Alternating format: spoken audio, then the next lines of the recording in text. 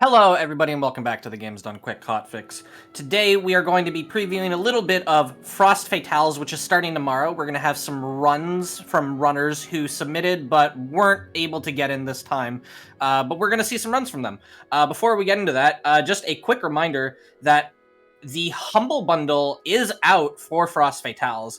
Humble challenges you to test your skills alongside the talented speedrunners from the Frame Fatales crew with the Frost Fatales 2024 game bundle. This bundle includes some of the games that will be featured during the 7-day marathon, like the retro-inspired 3D platformer Pseudoregalia, I think that's how you pronounce it, the immersive deep sea adventure, I should have actually looked into how to pronounce these, Abzu, and more. Pay what you want for this bundle of 7 awesome games and help support the work of the National Women's Law Center with your purchase. Use command !humble in chat for the link to purchase. And for a list of all the games that are going to be available, the two that I mentioned, Guilt, Hylix 2, Dicey Dungeons, Mailtime, and Maid of Skyr. With that said, we'll get into our first game here. We're going to have Fable Anniversary Edition. I'll hand it over to the runner commentary, let everybody introduce themselves. Hi, I'm Sarah Venza. I'm going to be running Fable Anniversary on 100% for y'all, and I'm joined by my fellow runners and commentators, Adam and Legitimacy. Hi. Buongiorno. Hello, how's it going, everyone? So what exactly does 100% entail? Well, I have an achievement screen here. There's 50 achievements that we're going to be getting throughout the run, and we are also going to be completing all 54 quests. Maxing out our experience upgrades and getting as much benefit as we can from Willmaster's elixirs and elixirs of life. We're going to be opening all demon doors, all silver key chests, getting all silver keys, and getting all trophies and all legendary weapons. So let us go ahead and start in a 3, a 2, a 1, a go. Woohoo! So this is our hometown of Oakvale. Pretty peaceful.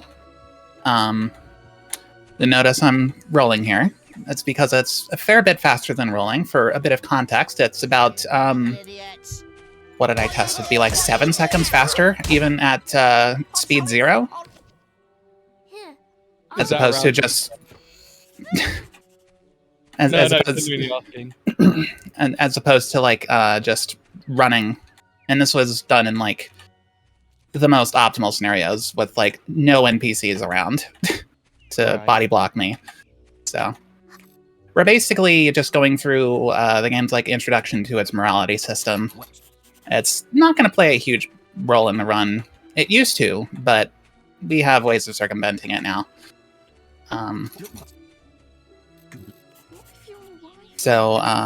There we just committed ourselves a bad deed, and that's going to cause the guards to be a little bit cross with us, and they're going to chase us down if they spot us. They're going to give us a lecture, which wastes about 3 or so seconds, depending on how quickly I can skip through the dialogue. There's a little swine. I'm going after him. Yeah, one small thing is that turning off subtitles actually lets you skip through the dialogue significantly faster than normal. Hello, little brother. So we've got our sister Teresa here, and we're giving her chocolates, Wait. which causes a butterfly effect, which starts a fire in Oakvale, and everything is dead and burning, and it's horrible. So we're gonna head over to our father over here, and we're gonna get rescued by a guy named Maze, who is not a traitor. Absolutely not. We will be taken to the Heroes Guild, where he operates. I can't exactly say he works there. I don't know if he gets a paycheck, but yeah. We've got our first achievement there. So they'll just pop up on the left side there whenever you get them.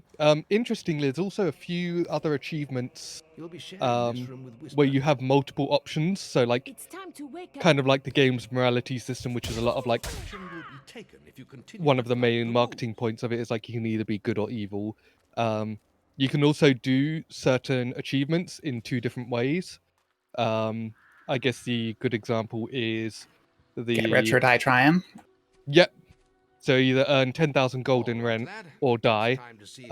One of them is significantly faster than the other. There's Open Sesame Middle Finger, where you either open all the demon doors or you flip off a demon door. But yeah, we're just basically being shown the like melee training tutorial guide sort of thing on how to train, how to be a hero in the Heroes Guild here. That's the guild master, the guy with the stash and the shiny head. We're going to go into the guild woods to do beetles.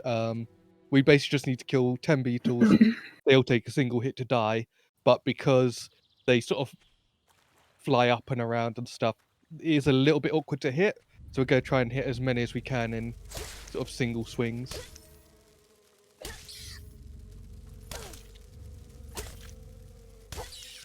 They're not really clumping up much together. Oh, maybe.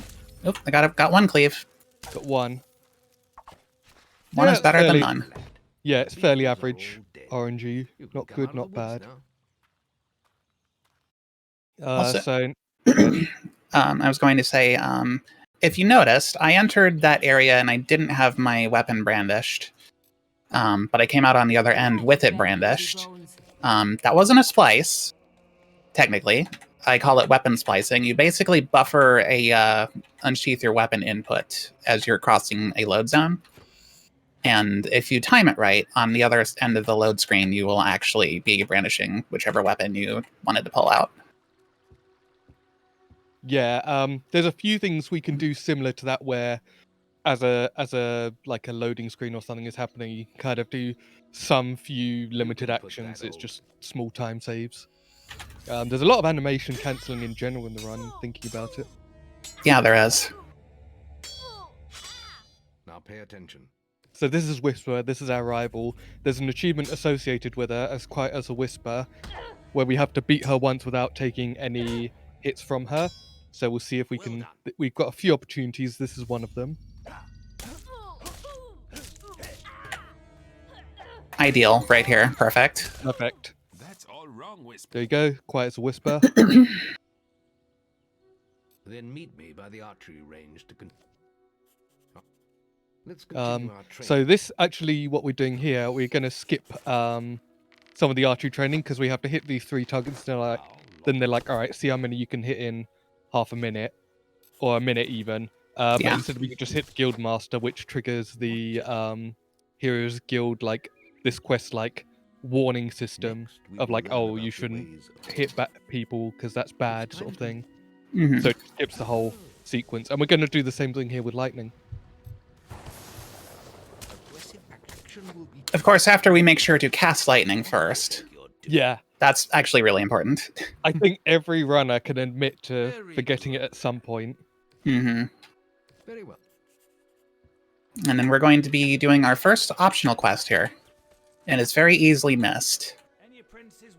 Yes, it is actually a silver quest. It's not like there's a lot of like guild tasks, I like to call them, where like, oh, run to the demon door and back in 50 seconds, get 4 red apples and get a blueberry pie sort of thing.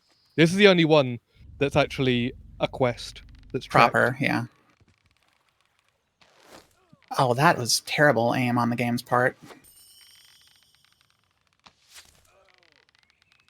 Yeah, what Sarah's doing here is she's trying to go for headshots, because once you charge up a certain amount and aim for the head, it'll behead them, killing them instantly, which is obviously faster. Oh, That was really unfortunate. yeah, that was a... I wouldn't even say it's a get down Mr. President moment, it's just a get down me moment.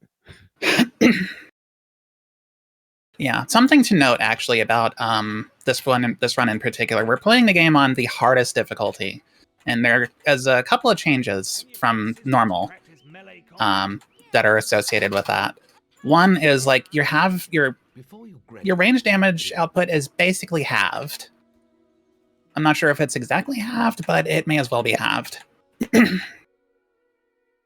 So, we're still going to be using our ranged weapons occasionally, but not too often. Oh, we go get mace skip. I don't think so because of Possibly. spins.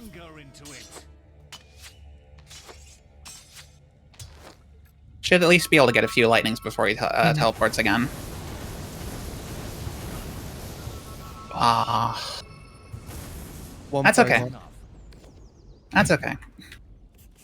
The unfortunate spins, as Legitimacy said, they do take a little bit longer to actually, come out and deal damage and everything. Yeah.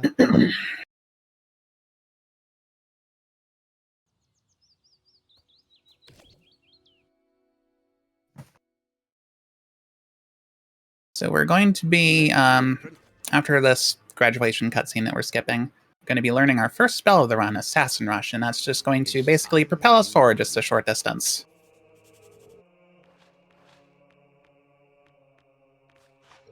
There is little else for me. Am I right in saying this is basically the only instance where XP management is a problem? Or like you have a limited Somewhat. amount of XP? Somewhat, yeah. One of the two. Remember, following the gold markers on your map will lead you to your quest objective. Oop.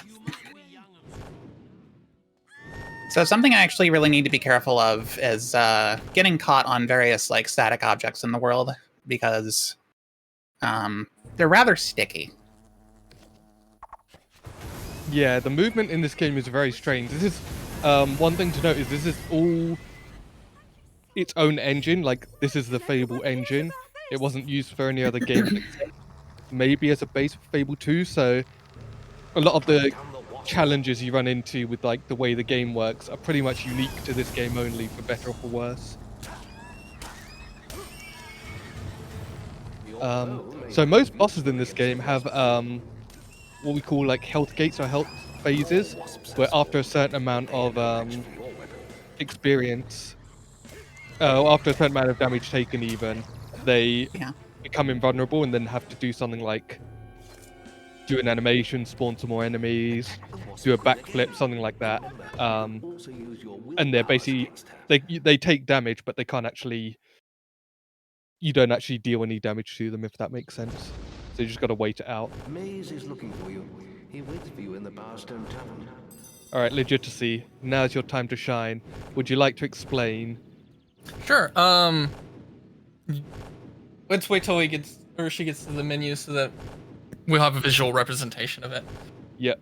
Yeah. It's gonna go very fast, and you'll just. If I do it right, it's going to be very fast. No pressure. None. Oi! Not ready to turn coal into diamonds around here. Over here. Murray, where is Murray? He is behind the bar. Ready to help? Okay, green apples, all of them. Beers, all of them, thank you. Beer, please. So the beer is useful because when you give it to an NPC, they'll become a lot more friendly with you, which in the case of traders gives you better deals. So I do need one of the things that they forgot to test when they were adding menu or mouse support to the game was that you can have something selected and then click off of it, what would leave the selected menu. And so you essentially get to freely duplicate items, because you'll see that she's selling 31 and then tabbing over to the will potion, which she only had one, and then it'll sell 31 of the will potion. Yeah, she's essentially selling items that she doesn't have and making profit off of items that she doesn't have. So she's basically rinsing and repeating this to sort of build up a stack to then buy one very expensive item and then sell 397 of that very expensive item. Because in heroic mode, which is the higher difficulty, the ability to buy and sell, like we do in like standard difficulty, is severely nerfed, if not almost completely eliminated. You need to be having like 400 of an item to be able to make any profit of it, which she's already doing, like 300 buying, selling for 470. Here, Mace is in the tavern. He's quite a man, is Mace. Stupid, stinking, absolute. And we got two achievements there: what you're selling and the drinking game, which just is get an NPC drunk. What we're now going to do is enter a loading zone while pausing the game during the trophy minigame, which will activate a state called Eta mode, where all map scripts are disabled. I And wonder who that's named after. No idea, mate.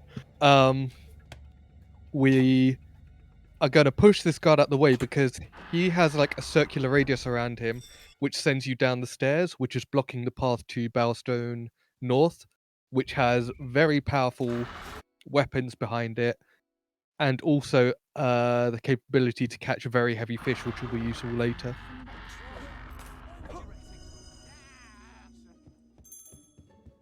So we've paid off the fine. We're going to pick up a silver key, pick up a book. We've you might have seen Sarah picking up some books, and I that's picked because up one book in the guild earlier, yeah. she needs them for the book collection quest later, where you have to hand in 25 books to the school in Bowstone. He's in the tavern. 25 specific books. Yeah, There are some other books in the game, like there's a book of spells that like makes some cheeky, not so tasteful anymore Harry Potter reference, but anyway. yeah. So also entering Bowstone North, we're going to get a book here. And going to go to the main general cellar here because he has the Solus Greatsword, which is arguably the best weapon in the game. It has one of the highest DPSs.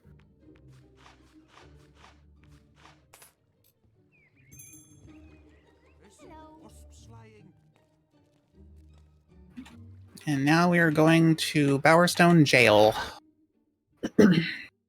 We are not passing go. We are not collecting 200 gold. So we're going to We say are, however, going to be sleeping to... and fishing. Nice, you got the fade out skip. Yeah.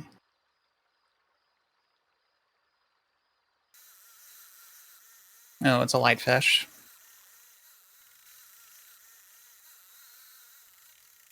I say that and then immediately my fingers get overzealous. Alright, so this could take a little while, depending on RNG. Is it 30 or 50 grams we need for this one? I believe We it's need 30. We need 30. 30. Yeah. Because we just need it for the silver key. And then we can always do the other option for That's a Real Lunker. Ooh, this one's a heavy one. Pain. Strain too high. Line snapped. Sound effect that many a speedrunner hates.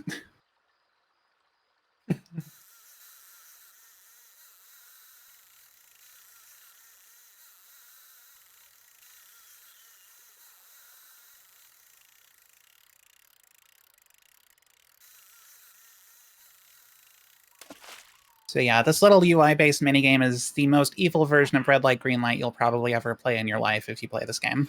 Yeah, 18 those grams. Those people who say every game is better with a fishing mini game haven't played Fable 1 and tried to fish for the fishing competition quickly. Wow.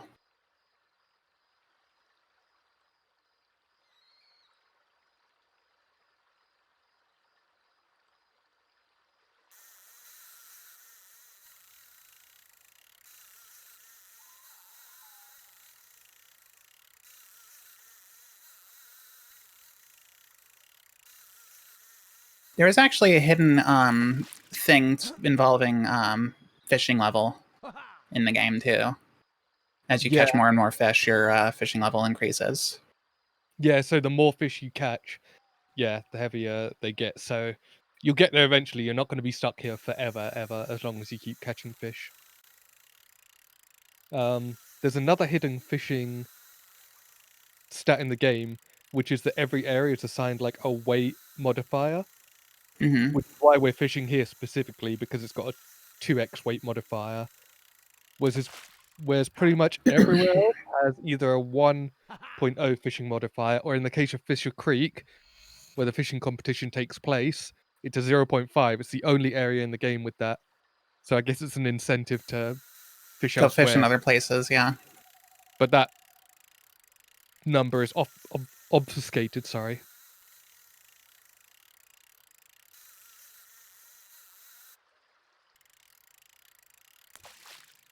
Please be a 30 gram. Yeah. That's And another my thing in heroic mode is that fishing is a lot harder. Oh, 54. 54. Awesome. Yeah, sometimes the game will do that where you'll be like 10 grams, 11 grams, 15 grams, 400 grams or something. It's just like, where did that come from? Ah, now this one looks pretty. It's like I'm using the same bait. I don't know what's different.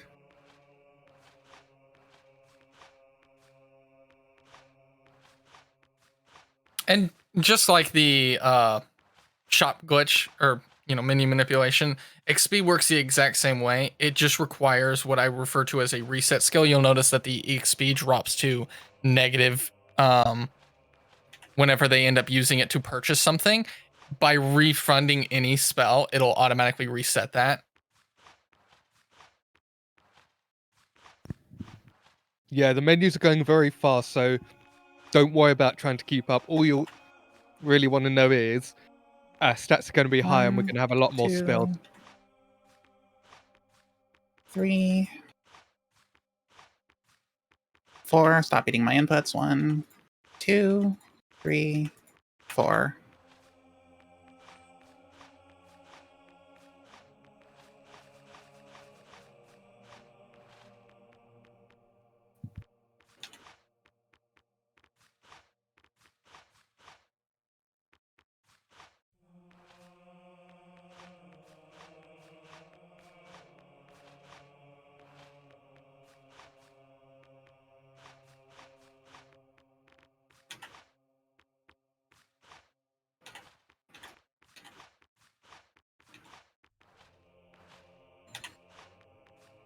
One, 2, 3, 4, 5, 6, 7, 8, just for good measure.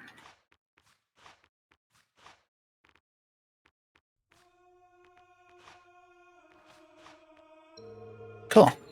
Cool. I'm gonna quickly-ish assign my spells to my hotbar here.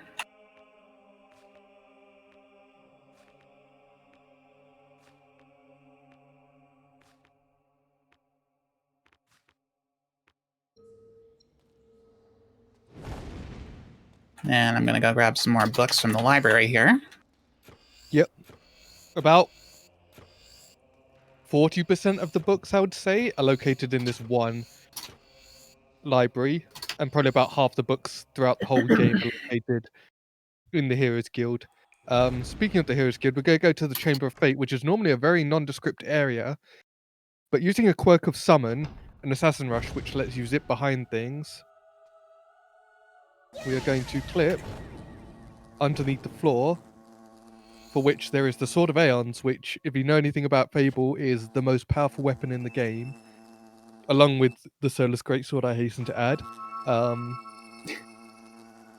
And yeah, so pretty much there's just a really powerful sword hiding under the ground.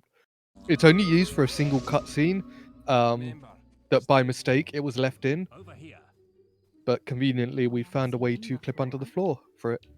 So now Sarah's going to do card pairs, so match all the cards within 25 or 35 seconds. I'm going to let her 35 seconds in Anniversary, yeah.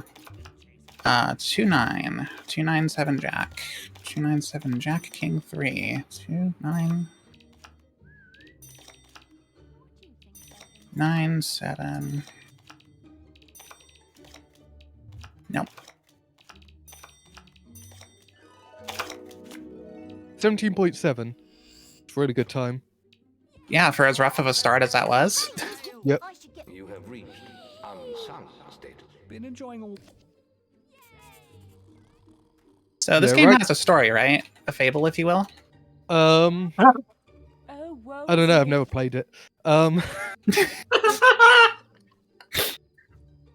No. So essentially, Maze has some information that potentially our sister survived the horrible Oakville raid that we saw earlier. But it's just a rumor, and we know nothing else about it. So we're just going to basically be doing some like errand quests. Except for now, we'll be doing Fist Fighters, which is basically like a fight club, punch club thing. You basically just have to stay in the ring, deal a certain amount of damage using only your fists, and Or occasionally your feet, if you use a flourish, but Yeah. Or a friend, but we'll cross that bridge when we get there. Haha. We do have to cross a bridge to get there, actually. Probably quite a few. Get back in the ring. I'm surprised he didn't block at all. Yeah, that was pretty good. Yeah, you can actually stay out the ring for about 10 seconds. If you stray too far, it just auto-disqualifies you, so you do have to be a bit careful. Wanted to talk to that fellow over there to start ourselves another little errand quest of sorts. He has a very real, very concrete daughter that we'll be meeting later. Mm-hmm. It was very beautiful. Also has very particular tastes in men Yeah. and their hairstyles. Yep. Yeah, we'll come back to that quest in about an hour and a half's time, so... So we want to talk about some of these spells that we got here while I'm going over here to tell this sad lady a joke. Yeah, so you may notice the character John Fable here is very red, very large, and very angry. That's a spell called Berserk, which is like a very multifaceted spell. Okay, let me see if I can do this. It increases the damage you deal, increases the damage you take. It knocks enemies down when you use it, and also when you attack anything. It makes you less agreeable, so people will be scared of you. You can't die while in it. Any damage you take will increase the amount of damage you deal. It increases pretty much most animation speed, so rolling is faster, using spells is faster. Am I missing anything? No, that's pretty much the gist of it. Yeah, so it's insanely useful. I don't think it was even nerfed in heroic mode, because I think the power of it was only sort of figured out by us after Also, Anniversary came okay, out. no, there is one other thing about it. It does have random chance for decapitations. Yes. And that increases the higher level of Berserk that you have. I Yeah. believe at maximum Berserk, it is a 20% chance of decapitations on applicable enemies. Exactly. So basically yeah. humans.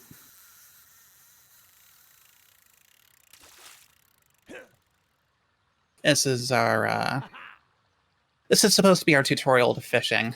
Obviously due. Great pike, my lad.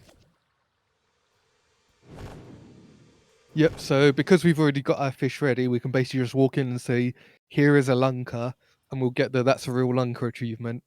The alternative is to complete a quest with the no protection boast, which means you have to take the quest naked.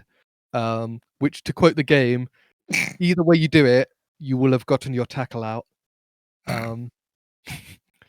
Adam was being a little bit roboty, but yeah, the other option for the That's the Real Lunker achievement is to complete any quest with the no protection boast, so you're doing a quest naked. Pretty much. Oh, lost stream. Uh-oh.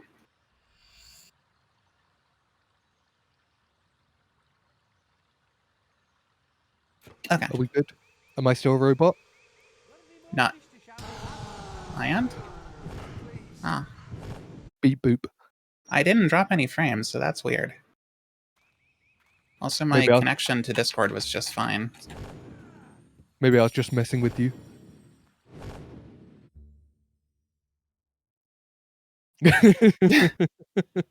Fair enough. Stream's haunted. Anyways. Bridge still down.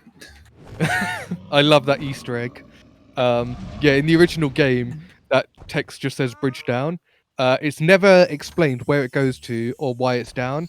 It doesn't really go anywhere. Yeah. So that was one of the few text changes that was made.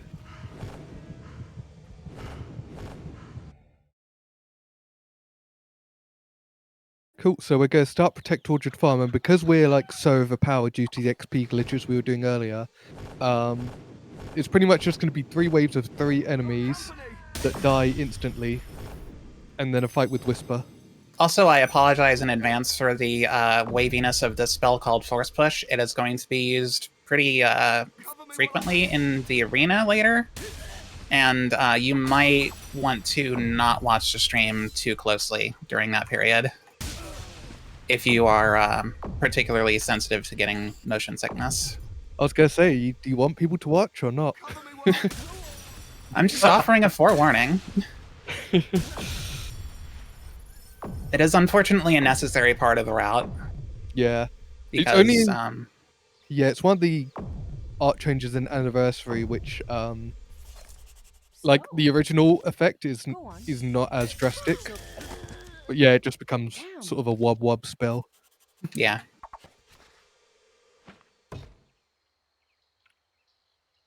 We need dubstep to the sound of force push. Man, dubstep was probably irrelevant when Anniversary came out. Yeah, 2014. Yeah. Put on Skrillex on my iPod Touch.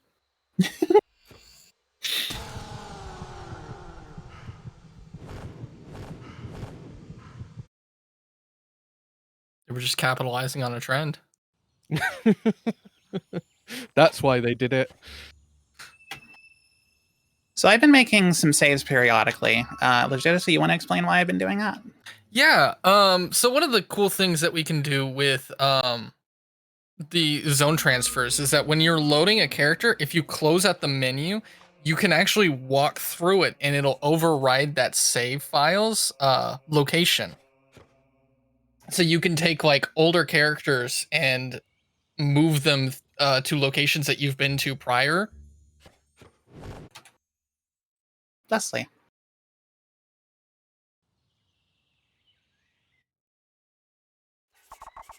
Such as that. So, yeah, we're basically just moving the data from the later file to an older one. It's a little screwy. Yeah. That's one thing fun. we didn't mention before with 100% is we have need to pick up all the treasure clues in order to unlock the true frying pan, which coincidentally is also in this map. You need all 6 treasure clues to get the true power of the frying pan, otherwise it's a 0 damage weapon that just bounces off things. Also, it's a light weapon if you do that, but if you get all the treasure clues, it becomes a heavy weapon. I don't know why they made it a heavy weapon. I don't know why either. It seems kind of silly. A giant pick hammer? It's a frying that's pan a with light a weapon. face put into it. It's all silly. Yeah. It's like giant sword that was used to topple generations of people. Yeah, that's light. Pan? Nah. Your hero can't carry that. Maybe it's a heavy weapon and it's so difficult to carry because the hero doesn't know how to cook. No, hold on, let him cook. What is John Fable cooking? I always imagined like there being like various cooking augmentations, like an egg augmentation or something, like grease or whatever. Grease augmentation. Yeah, you gotta make sure that your pan is greased. Yeah, it means that properly fire does seasoned. more damage. Maybe the grease augmentation makes it become a light weapon. I don't know.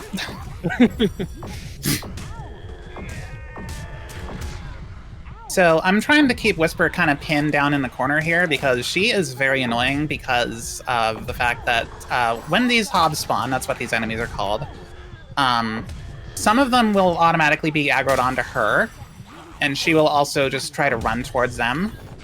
Case in point. Which makes it, like, really annoying. Yeah, She's also kind of cheating with her augments. True. Speaking of augmentation, she has an otherwise unused augmentation, specifically for killing hobs that makes her deal 175% more damage with her staff. Despite that, she's gotten 0 kills. It really just sounds like a skill issue. I'm also incredibly overpowered right now, so, like... Yeah, but we don't talk about that part. No, she needs to eat more carrots to get that skill experience up.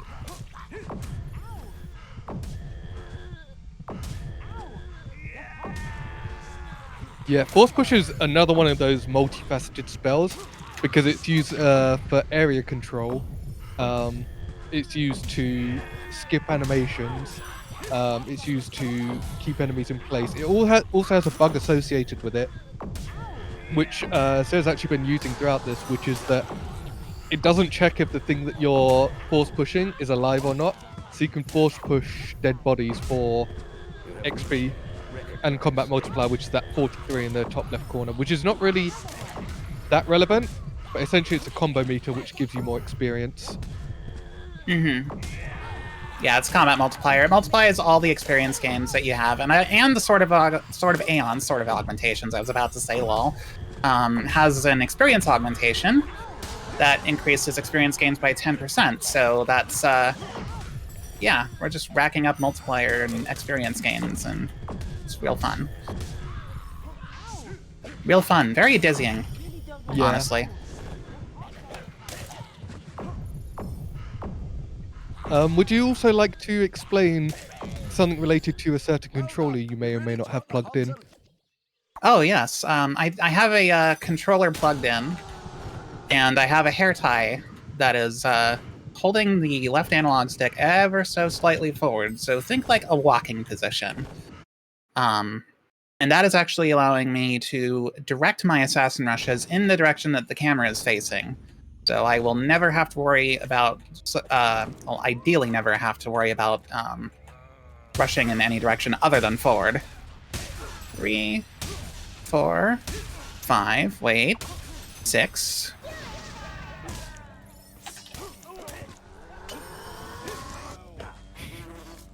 Alright, Wasp, do your thing. Wasp, please. It's under the stairs. There we go. Oh, there we go. He is not winning Insect of the Month. Okay, so I accidentally went berserk, and I probably shouldn't have done that because I'm going to have to actually trigger a cutscene to get rid of it. That's great. So I can actually die. And I'm waiting. He's trying to slip past. Get him! One more hit. There we go. Alright, let's hope and pray for no. Some bandits have set up a toll in this region. Be careful. So, a weird bug associated with loading saves is that it can sometimes deactivate heroic mode. No, I don't know why either. It's just very strange. It doesn't even seem to be specifically loading saves. It's like, honestly, it can just happen, because I've had it just happen before when playing on a no upgrades heroic playthrough. Yeah. So, yeah. It's very strange. I'd also like to add regarding the controller and hair tie, I believe that's actually a leftover of the Xbox version of the game, because this is a port of a port of a port, if I'm getting it right, because you've got the original Basically. Xbox version of Fable, which is then ported to the PC, which was then ported to the Xbox 360 as Fable Anniversary, which was then ported to the PC again as Fable Anniversary. But this is a remnant of the original Xbox version, which is present in the PC version of the Lost Chapters 2, and it's like some of the only controller support the game actually has. Natively, yeah. Yeah.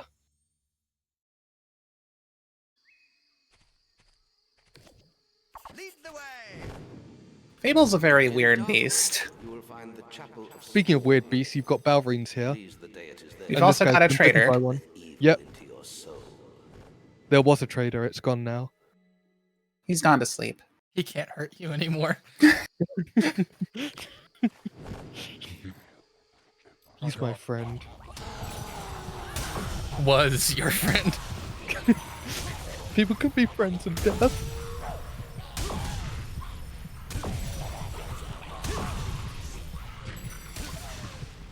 So we're going to use the term Trodo Escort here very lightly, in that we're kind of going to abandon these guys, leave them for dead, because as long as you reach it to the next map, they will just follow you through. So it'll kind of be a thing of you're running, and then the enemies are chasing you, and then behind the enemies, the traders are running up until the halfway point. During which point we're gonna exploit a anniversary exclusive bug, because normally when you reach the camp, they stop off and like get healed. And speaking of healing, nice Yep. achievement. Yeah, they get healed and they like have a little chat to the guys, like, "Oh, I haven't seen you around," sort of thing. How's the But, life? How's the kids? Yeah, both dead to multi-arrow. But if you just run straight through the map before they reach the actual camp itself, they just kind of stay at the entrance to the map, but will still follow you through. I'm standing on the silver key and I didn't pick it up. Yeah, it's very precise. Yeah, it is. So for anybody else who had trouble with this when they were younger, does I know there's a timer for the trader. The infected trader, yeah. The infected trader. Does that start when you enter the camp or when you leave the camp? When you leave it. I believe it's a 3 or a 6 minute timer. I did time it, but yeah, it's a 3 or 6 minute timer for when he turns into a Balverine.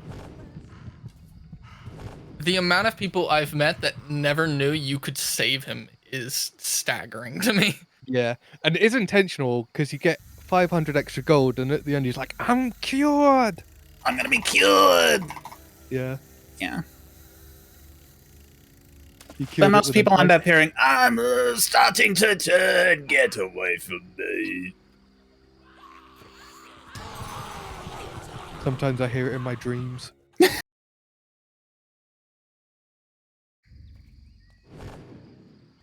Okay, I need to remember to do something kind of important here. I'm gonna play baseball with this troll. I personally just use Berserk to do that, but you know. I wanted to show it. I wanted to show it off with a sword swing for once.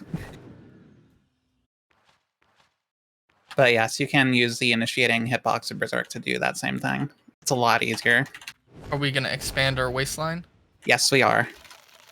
So this achievement that we're going to be getting here, definitely not on rails, is a reference, I believe, to Fable the Journey, which is very on rails. Actually, the whole series pretty much is on rails, but that one especially is on rails. Or you expand your waistline so you don't have to explore every single region. And there are regions in the game that we won't be visiting, such as the Bowerstone Tavern Cellar. Big up Cell Block 2. And Cell Block 3, yes.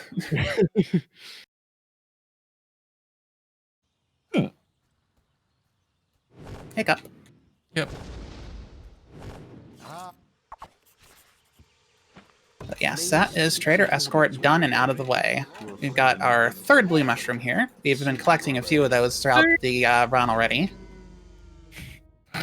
Actually, it's funny. No, it's the second one. Sorry, I lied. You can either pay 1,500 gold for it, or you can steal it, which gives you a 750 gold fine, which you can also just not pay the fine, and then you'll get forgiven in a few minutes. Mm-hmm. So it's sort of like a... Like we're hurting for cash. You can buy it from him, but you really don't need to if you don't want to. I mean, it's just sitting on the table, ready to be grabbed, so, like... I mean, at this point, he's just being irresponsible. Mm-hmm. Over here. Well, I suppose you have to... And everybody's favorite minigame. They're crowding him. I don't even see him. He's there. Oh, there he is. The one with the hat, yeah, the top hat. That's just unfortunate, but whatever. All right, coin golf. Everyone's favorite. Jinx. over here. And it's so much worse on the console version of Anniversary too. Over here. They released an Anniversary 2? Fable's second anniversary coming this year. 20th, actually, but yes. Yeah. Over here. Oh, that was too strong. Okay. I have to be perfect now. Over here. No pressure. All the pressure. That's too much. Too much. A little bit further to the right. Good. Give it some beans. Give it some more welly. Hey, we got it. Yep. You have reached familiar state. Barely. There you are.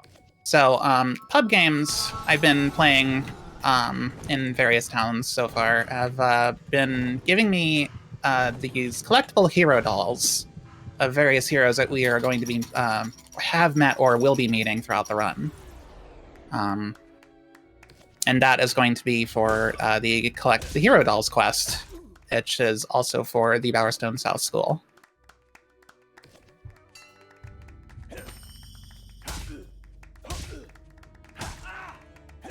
Whoa, John Fable just like temporarily deleted himself for a second.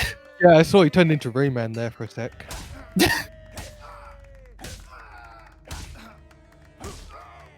The reason she's circling around them here is because if you circle around them ever so slightly, it stops them from being able to block attacks like that. You can also get round to their back and punch them in the back, but that's also has its own drawbacks. Like it pushes them in one certain direction. They can also just like 180 on you. Yeah, and also hitboxes in Anniversary in particular for unarmed combat are really, really jank. So you'll see I'm whiffing hits. It's like pretty much every other hit. Yeah. And so that there's that drawback too. It's not quite like that in TLC. It's like kind of like that, but nowhere near as bad.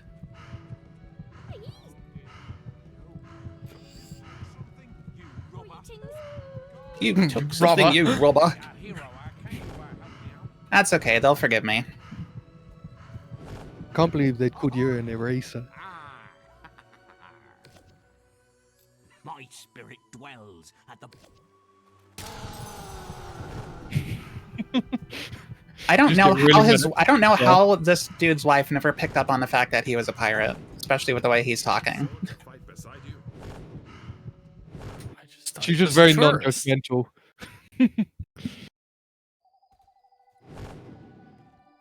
Sometimes people just say what they want to see. This is sadly too true. Bit 3 real 5 me.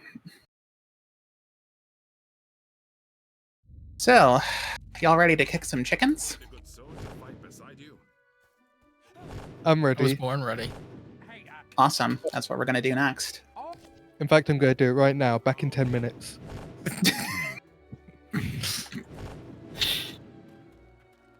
Ah, welcome, sir. Albion's an If you could absolute leave your best weapons, sir. pastime. Chasing and kicking chickens.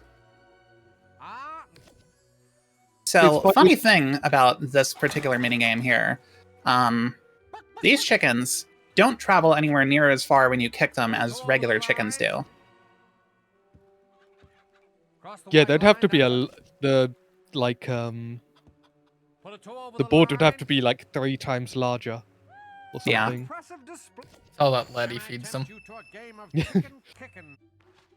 He does have a voice line where he says, maybe I haven't been feeding him enough lead.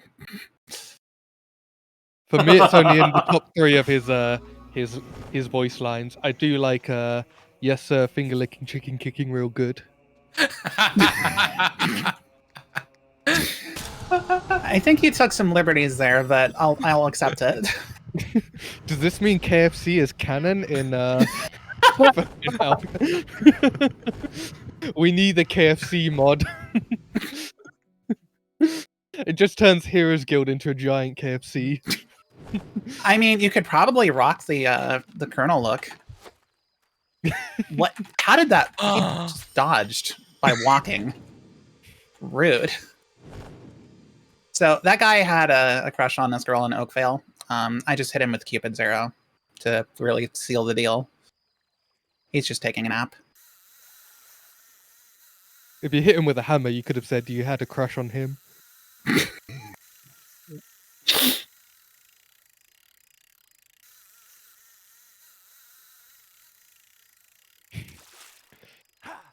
kills a man with an arrow, goes fishing, refuses to elaborate, leave.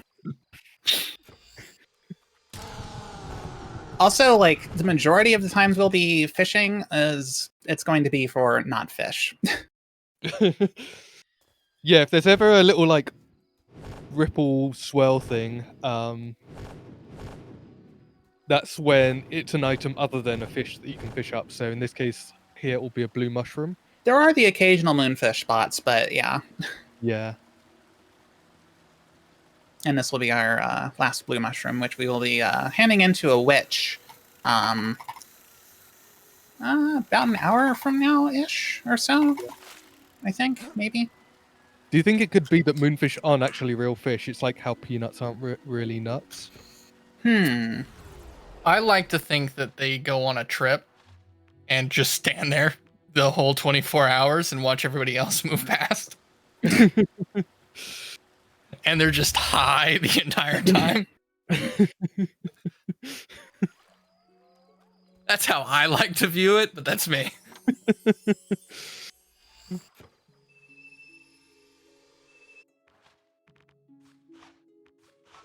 Yeah, I can't remember if peanuts are like legumes or fruit. Yeah, they're legumes. Mm-hmm.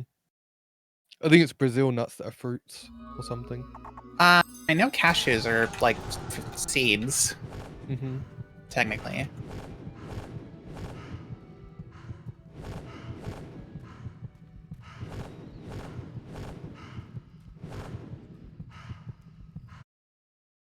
They're also like rough to harvest, I think, too, which is why they cost so much.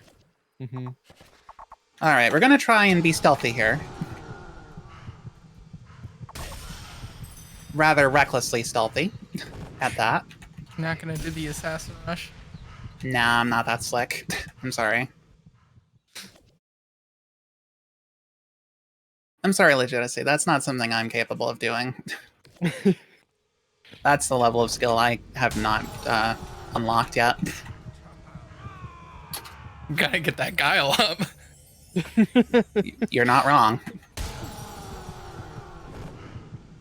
So, normally in a speedrun of Fable, we would actually be skipping these chests that I'm opening right here that contain bandit armor, but there's a demon door in this area that we need that armor in order to open, along with 2 other sets of armor, because its eyesight is bad and it's missing its like 3 friends: a gallant knight, as he says, an evil mage, and a mischievous bandit.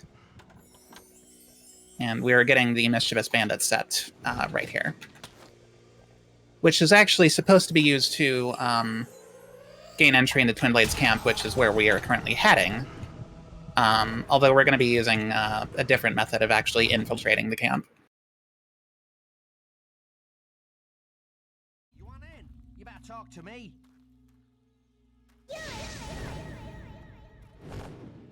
That gate is a suggestion. Yeah. Okay, and then we need to buy crunchy chicks.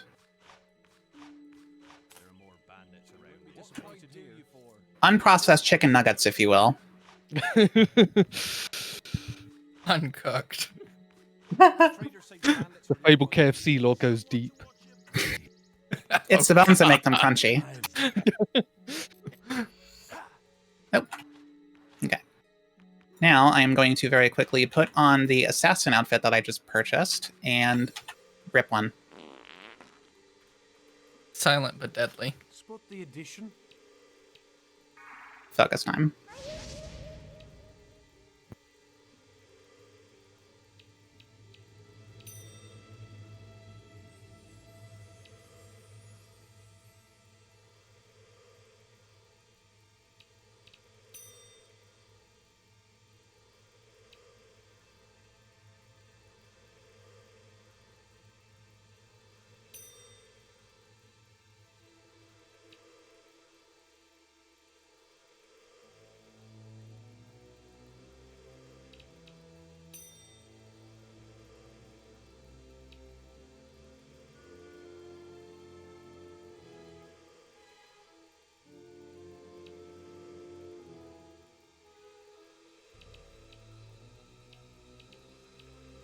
Oh no.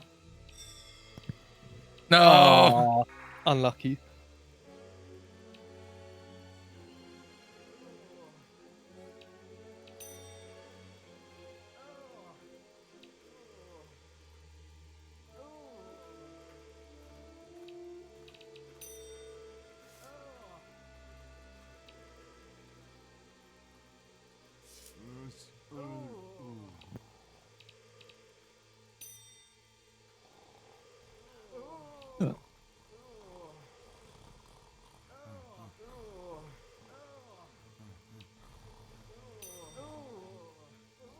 I love it when an auto hovers the right one.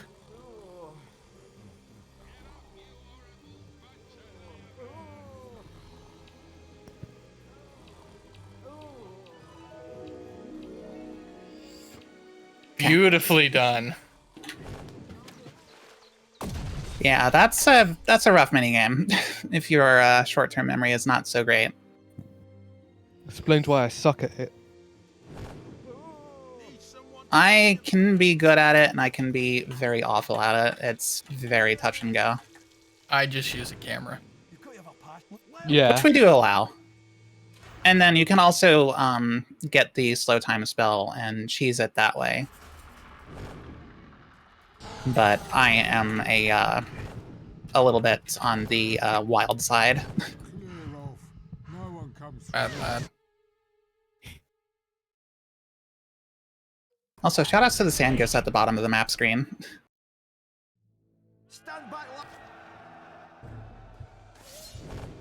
So, this is Twin Blade. Not the hardest fight, but this is like the baby's first Dark Souls fight of Fable. So I'm gonna be just waiting for him to do this thing where he sticks his sword into the ground so he's actually vulnerable. I've seen so many things. And then I'm gonna be doing something very weird. Definitely a detour here. Come on. Gonna aggro all of these bandits here. Just poke them gently with these arrows.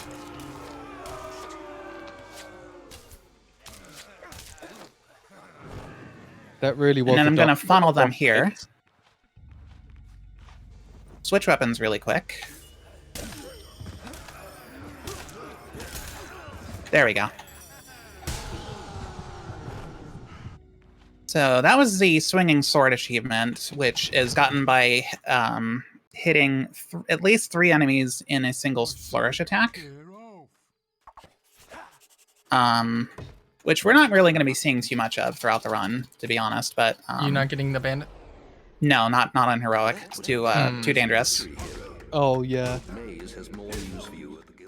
We will be getting a friend for the final fist fighters though. So as Adam and Legitimacy just kind of alluded to, there is actually a strategy that we can do in TLC and OG here, where we actually get a bandit from here to follow us. A bandit with a sword specifically. And he will actually win these fights for us, but there is also a slight danger of him actually killing these guys and breaking the event in the process, which is something that we don't want to see. And the melee bandits in heroic, they have, I think, master weapons here, and they definitely kill these guys. What happens if they kill it? How does it break it? Just like you can't progress any further. You're just basically stuck on that one round until you like lose by running out. Shoutouts to hitboxes. I don't know if y'all ever tried this, but when I was a kid, I used to shove them out of the ring, thinking that would make me win.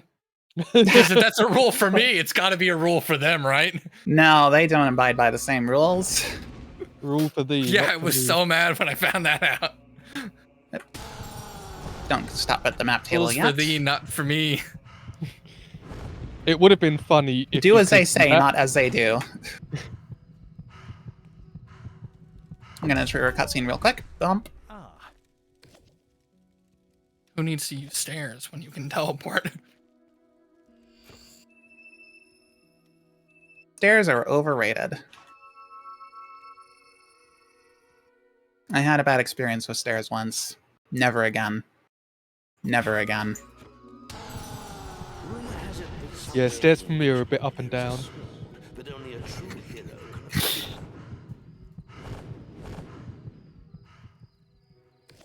There is a temple in Witchwood that is supposed to give spiritual. So I'm just raising the level of stair jokes over here.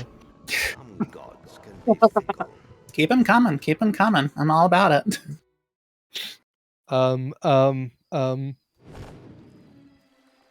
Demon door clip. True. Thank you. I'm glad you got that first try, otherwise that would have been really embarrassing for both of us.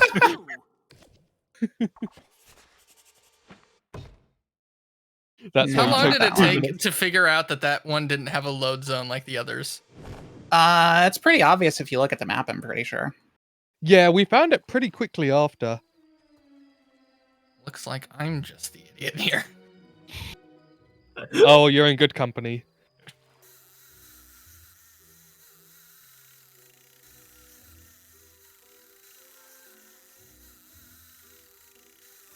We're all a bunch of silly geese around these parts.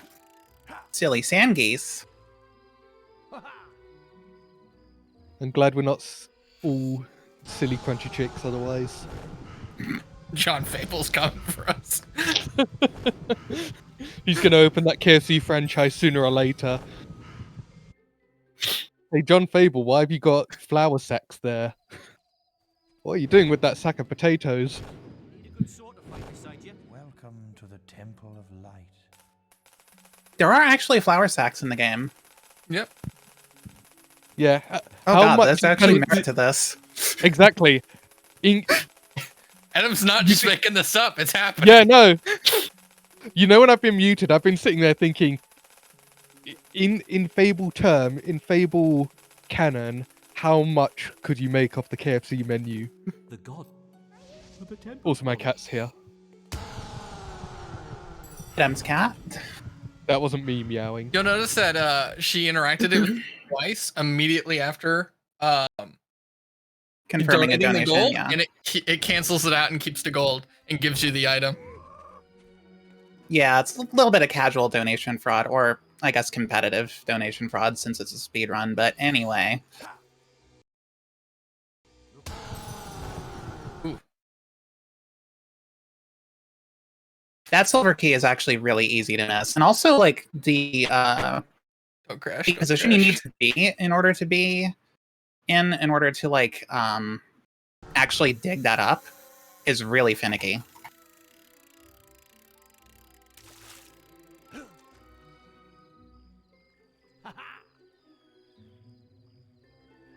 Oh yeah, no, it did crash on me once around here at one point, didn't it? Well, the stream just froze for like 20 seconds. Ruh-roh. Are we good? But it's back. Okay. We're just building the tension. Okay. You'll have to watch the VOD. Consider it built. And we all know that Not Whole Glade is cursed. Shoutouts to poor Midas. Oh.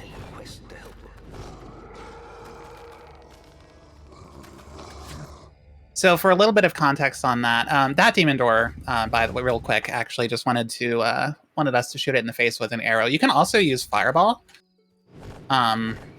I think, what is it, like level 3? Yeah, I think level 3. I think it needs 300 damage to open up. That's it? Yeah, that sounds about right. I'm going to assign these to my hotbar really quick and consume them. It's a shame you can't use Inflame, otherwise it'd be a lot quicker. Oh, yes, it would. I need to go back to the guild. What am I doing?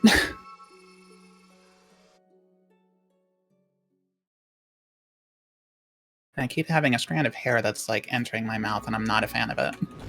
Anyways, as you were saying about Not Whole Glade being cursed and So yeah, Midas was he was an OG Fable runner.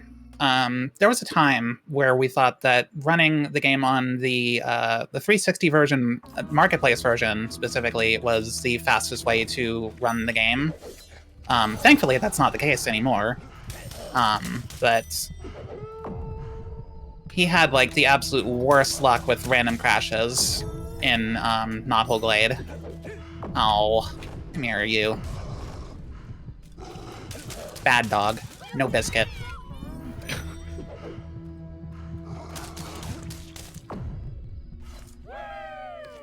Hey. You think Valverine's like KFC?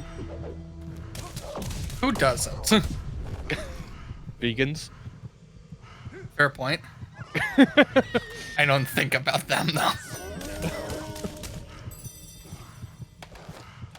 Oh, Yeah, that was so- one too many. That's okay. I'll just not berserk here.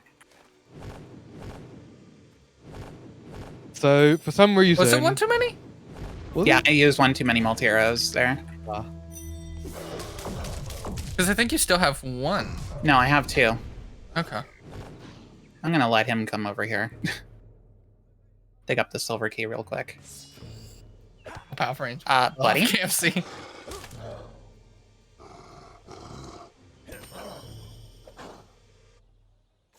The damn thing. Real quick, sorry. Would now be a good time for a break? Just a quick moment or two, yes. Yeah, absolutely.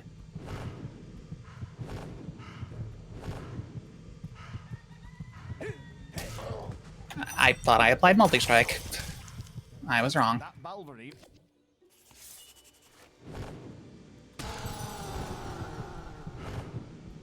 Oh. There. So one of the fun, interesting facts about multi-arrow is that it doubles the damage on the last charge. Basically doubles. I'm not sure if it's actually double or not, but it may as well be. Yeah. Oh, wait. Did I do this? Yeah, you did this. Well, I need to make sure. Okay.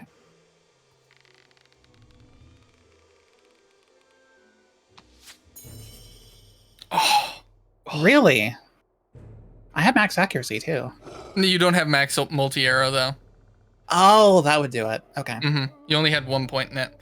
I still remember the call when GEP found out that it doesn't have a like a damage limiter, and we stayed up for like 3 or 4 hours just testing the minimum stats you needed to be able to get the one shot off to make the menus more efficient. Mm-hmm. Yeah, because every upgrade, especially with the XP glitch, just adds a couple of seconds. So it's sort of like finding that balance between...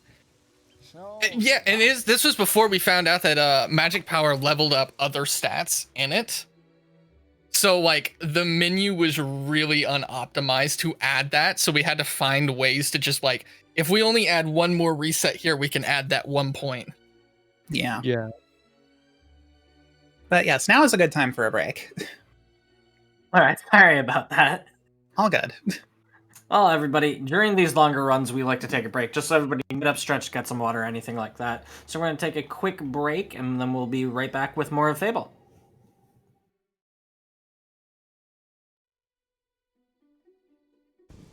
Hello, everybody, and welcome back to the Games Done Quick Hotfix. We are in the middle of a Fable run. Whenever you're ready, you can just hop right back into it. Don't mind if I do. We're just going to hop over, well, roll over. We do not get the benefit of hopping. We're going to sort some cards real quick. In value of lowest to highest.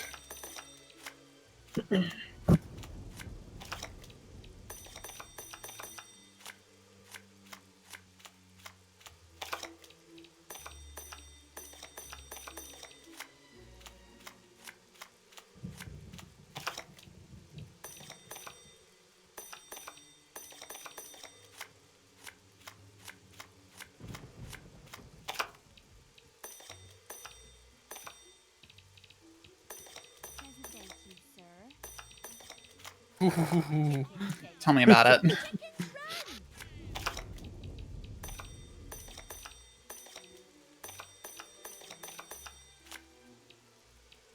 What makes that minigame so much harder is there's no like changing mount sensitivity. Yeah, no. So it's just whatever. Also for me, the thing I really hate about it in Anniversary in particular is the fact that the original version had highlights on the cards for whenever you moused true. over them. Those don't exist in Anniversary, and it's really annoying. I feel like the contrast on the red cards as well makes it so much harder. Yeah, that too. Of course, the original had a bit of a problem with that too, but yeah. Yeah. It's certainly nowhere near as drastic. Alright, we're gonna do some quick little oversight You may also exploitation, want if to you will. level up multi-arrow for Briar. I'm gonna save that for later on, for Arena? sure. Yeah. I do need to put stuff on my bar really quick. I need to put my fish here. And I need to put these over here. Okay. So, because I was witnessed stealing a book, the guards aren't going to be too happy with me. That's okay. They'll forgive me after I pay the fine of 750 gold. Oh, ow. Okay. And I quickly roll over here and get a tattoo. And then I'm going to kill him. Because of all the crimes in the game, murder is the most heinous, and they do not tolerate it. So even if you pay the fine, you'll just be kicked out of town, which is convenient for us speedrunners because we're just, well, kicked out of town. That's a bit of distance we don't need to travel to go to the arena. Also, Sarah, I'm going to have to call you out on that fact of murder being the most heinous crime. According to this game, divorce is the most heinous crime. It is 30 times worse, according to the morality system. True. Well, yes. I forgot but about that. That's not exactly a crime, according to the game, either. That's like deed. It's like, yeah. The most morally, it's far worse, but as far as crimes go, wasn't the operating word heinous act, not heinous crime? I think it was crime that I may used, be wrong. but pull up the I clip. might be wrong too. It's not to be confused. Pull that with stuff up, heinous Jamie. crime. And we're gonna get another silver augmentation. We didn't even talk about silver augmentations, did we? No, normally Balvery, white Balverine specifically, are super resistant to everything, except for silver augmentations, which they're 6 times resistant to, and they're multiplicative. I think I pronounced that right. Yes. They stack. Yeah. Weak 2, you said resistant to also, by the way. 36x damage you end up doing. Yeah, so 36? Jesus. yes, it's nuts. It's silver. It's legumes. Yeah. Is silver augmentation a fruit?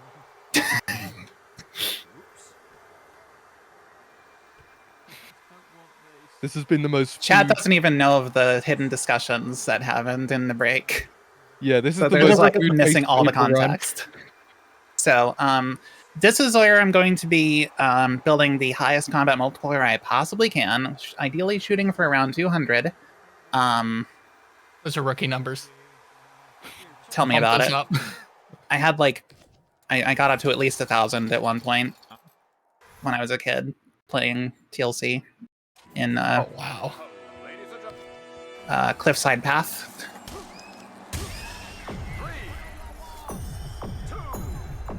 But yeah, so this is also where we're going to be spamming this wavy spell, and I apologize for anybody who might suffer from motion sickness. You might want to not watch the stream for the next 8 minutes.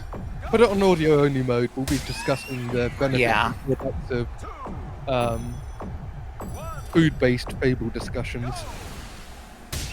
I'm gonna keep talking about KFC. I gotta think of something first. Fighting like that earns 100 gold. You know, the arena would be a good place to put a KFC. That is true. Yeah. Yeah, come back in Fable Anniversary 2, and the trader stand is closed due to the... Oh yeah, just for reference. rising rank costs. Just for reference, when I was doing hob killing contest earlier, my multiplier was up to like 50 or something. It's now up to 80 in much less time because I have force push leveled up to max. So it's doing the most damage, and it's also got a bigger radius. Where did he dead? Would you also like to explain the hands meter you've got over there on the left? Ask that On question the right, again. even. The will? The will hands skill? meter. The clapping meter. Oh! Yeah, when the audience is entertained, they throw stuff at you. Yeah. I don't know how it works, though. I've never paid attention to it. I think it's damage based, so the more when you deal high amounts of damage, it increases it, and when you take large amounts of damage, it reduces it. I feel like it's kills more so than damage, but yeah. I was about to say, that makes me really sad as a kid, because I used to bore the audience. You just told me I sucked. I mean, you was gonna find out sooner or later. It's okay. You were young. I have an excuse. You didn't know any better. Now you're old enough to know better. So do better. So, Whisper has joined us here in the arena, and she is going to once again be as annoying as she was in hob-killing contests. So that's why I'm going to be trying to basically pin her against the wall somewhere. Using Force Push. Some people would pay good money for that. Anyway, You should probably make your save, by the way. I don't know if you've done that yet. Oh, wait, you can't do that. It's not done here. Yeah, we don't skip any of the rounds here. We need the combat multiplier that badly. I thought it was for the no ending rounds. Oh, that, yeah. I mean, unless I were to try and employ Storage Bug again, and I'm not going to do that in a hundo run. Oh no, not Storage Bug.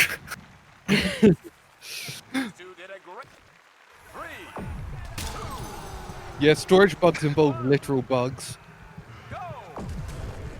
And the occasional crash. Yeah. Very frequent crash at that. It involves basically load warping into the arena in a way that, you know, it's like, you probably shouldn't. And, it basically, you're keeping Wasp contained in that little area there, where you enter the arena from. For some reason, the arena doesn't check what you killed, just that you killed something. Yeah. And so you can use it to basically end the round for all of the, like, bigger monsters, like the trolls. Yeah, because all it needs is, like, it basically is like one wasp equals one boss or one troll, which is terrible exchange rate. Yeah, definitely not really following the law of equivalent exchange there. Yeah. Does that mean that wasps are really valuable or that trolls are really invaluable? Should I be investing in this?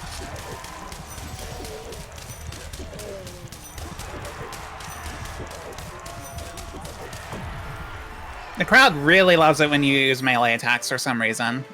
Yeah. Is this a Smash reference?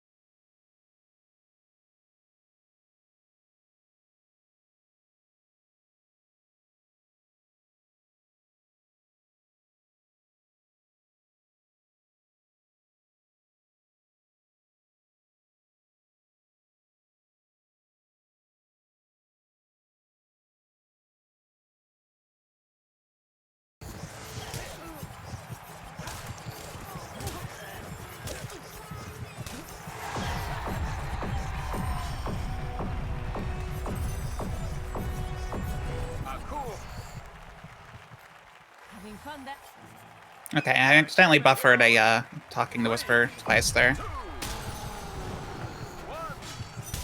Accents, they happen. Also, we should probably explain why she was standing in the rotor blades there. Also, F.E.A.R phone users. We'll do it after the summon. After the acid trip. As you explained earlier with the Berserk, the more damage you take, the more damage you'll end up dealing, and you can basically stack that on the blades. Yeah, and if you 'cause stand dead center in it, it'll hit you 3 times. Sorry. Exactly, as you were gonna say. Yeah, sorry.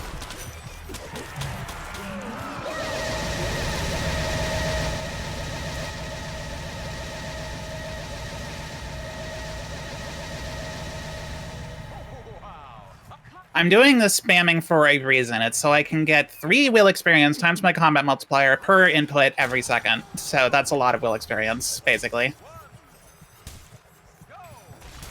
And it's the same with summon and the fish that I'm eating, and the fish are much quieter when consumed. How is it discovered that if you hit the Arachnarox on the side, it like tripled its damage or made it instantly? It does that? Plunge? I don't know. I just as a kid, like the only time I could ever hit it was when it did the charging thing. So I assume that hitting the side of it just made you do so much more damage and instantly trigger its plunging thing. No, not quite. It's actually just so I get it to swing around. As opposed to like potentially burrowing again. Because he can do that.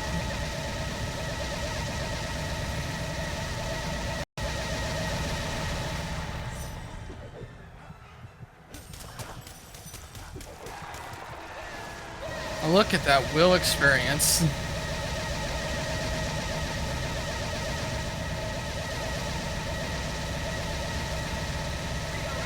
And I have now eaten all like 400 of my fish.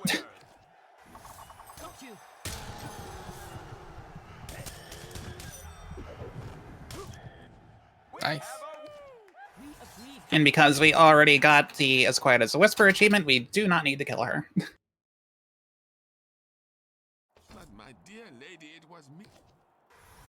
Okay, y'all can start watching the stream and start listening to the stream again. I promise, it's not going to be that loud again. They can't hear you because it's muted. You have reached. Okay.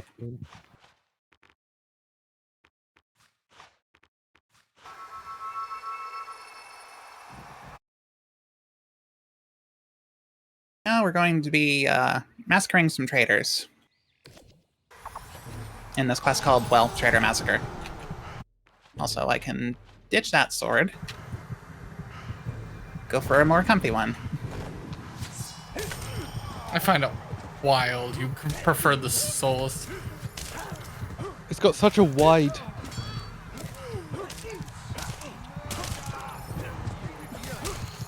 Dear, oh dear. Oop. Improper spell management on my part there.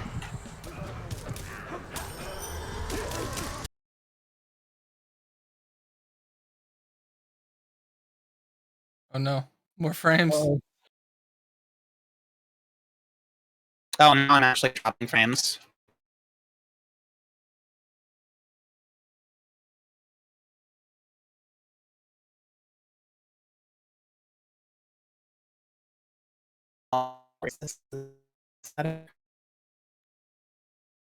No, the picture frames. The frames, they're pictures. I think it might be your internet.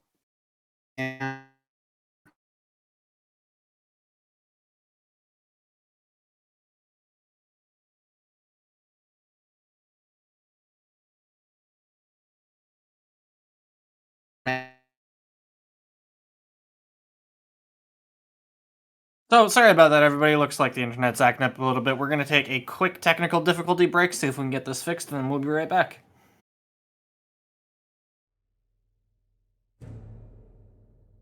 Hello, everybody. Welcome back to the Games on Quick Hotfix. Sorry about the technical difficulties. We think everything is back, so we're going to go ahead and try whenever you're ready. Comcast has taken the wheel, but hopefully we have taken the wheel back. But yeah. We were killing some dudes.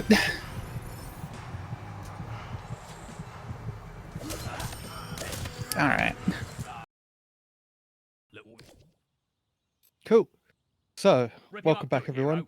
Yep, so it's pretty much almost the same speed on choosing to kill or spare this random trader. It's like a couple of seconds off. Yeah. It's a very short cutscene. Yeah. Which, it's one of the few, like, unskippable ones. Like, you can skip one of them, but you can't skip the other, I think, right? Yeah. It's very weird. Very, very odd. Because we finished with Arena, you may have noticed before the break that we actually weren't doing that many side quests, or like anything. We was picking up a couple of bits, but not really doing many quests. That's going to change where we'll be predominantly doing side quests. It's mostly just because a lot of the quests are kind of out of the way, or a little bit they're reliant on other stuff, so we kind of clump them all together to when we have the most amount of upgrades and when we can do the most amount of things. So if we go to an area, we're sort of able to check off 2 or 3 things rather than just the one.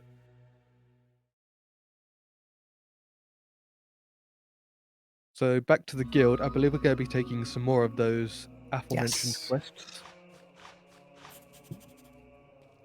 Including one of my favorites. Where we get to play golf with a trader. Yep. Let me buy max toughness, thank you.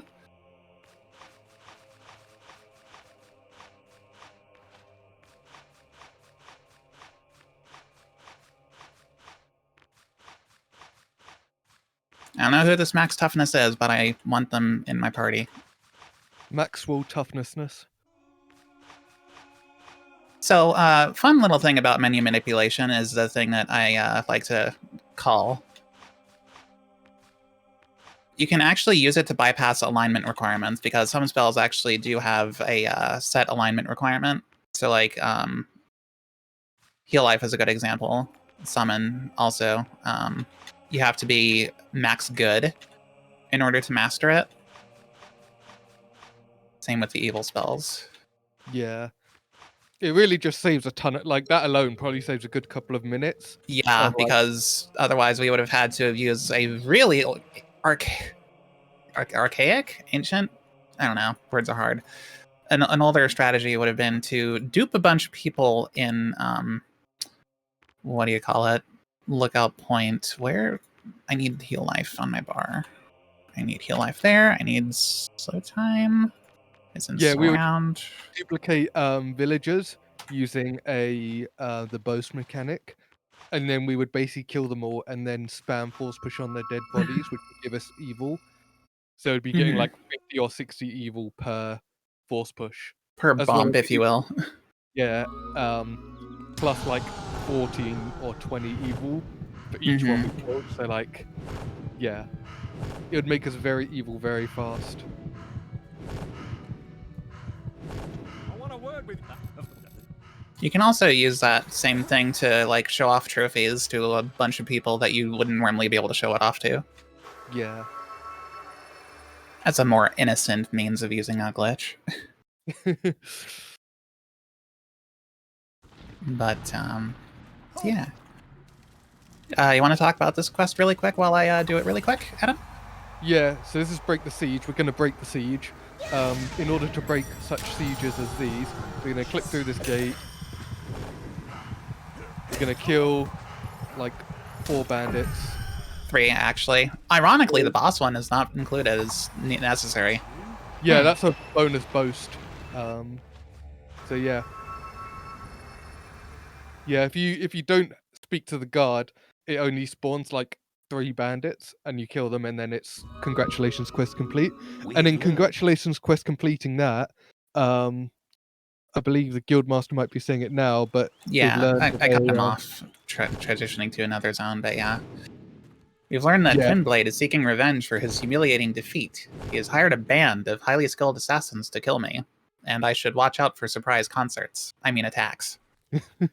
a band of Your highly skilled prowess as an musicians. archer is impressive, hero. You should try your skill at the archery range near Knothole Glade. We'll be doing that archery range thing, but not in the way that you would expect. I'll just say that for right now. And then we're also going to be doing this quest in a way that you probably wouldn't expect, unless you've seen a speedrun of this before. Yeah, so as we mentioned before, Force Push is a very multifaceted spell. And sometimes we just use it to bully. Sometimes we just need to give our escorts a little bit of encouragement, because this one in particular will not move on his own if there is like an enemy within like spitting distance. And he spits really far. So instead, yeah, we'll be playing Trader Golf. This is scary! Oh, I'd also like to shout out the fact that that is a very old strategy, actually.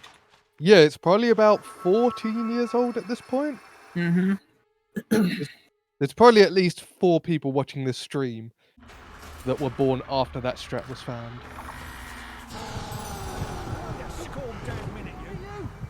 People born in 2010 are now 30 years old. Let that thought sit for a minute. And then this quest is a bit sketchy, especially on heroic. Especially Yeah, with the strat that we employ. yeah, because the way that heroic is upgraded is that the enemies will use stronger weapons because they use the same weapons for the most part that you do. So it just means that not only are they stronger against you, they do more damage against the traders too, as you can see here. Yeah, I'm actually having to use heal life, which is like I never do that in TLC not 80% runs. Like definitely don't do it in TLC any percent runs, but don't do it in TLC Hundo runs. You can, it's just not very clever.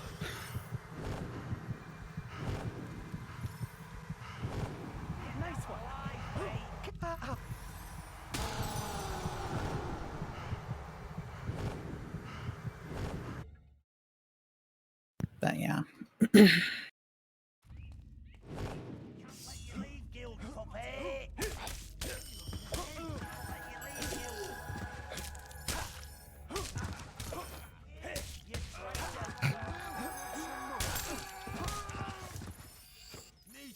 Oh, there's heads rolling all over the place. I know, right? Yeah. Let the body set the floor, am I right? Well, let's not get too ahead of ourselves. Ahead. Mm-hmm. It's very clever. How's that working out for you?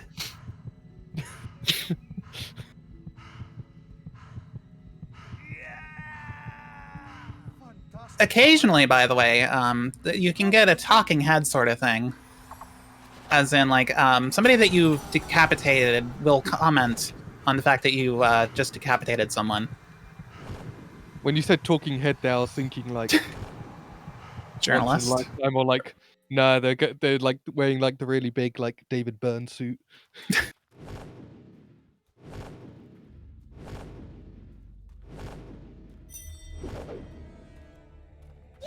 Alright. So, we spoke to a guard behind the house in Oakvale earlier. This is, actually his brother. His brother is an assassin. Oi? Mate? Okay. Need him to be crossed with us, so he'll actually be hostile. And we're actually Uno reversing this assassin and giving him a surprise concert.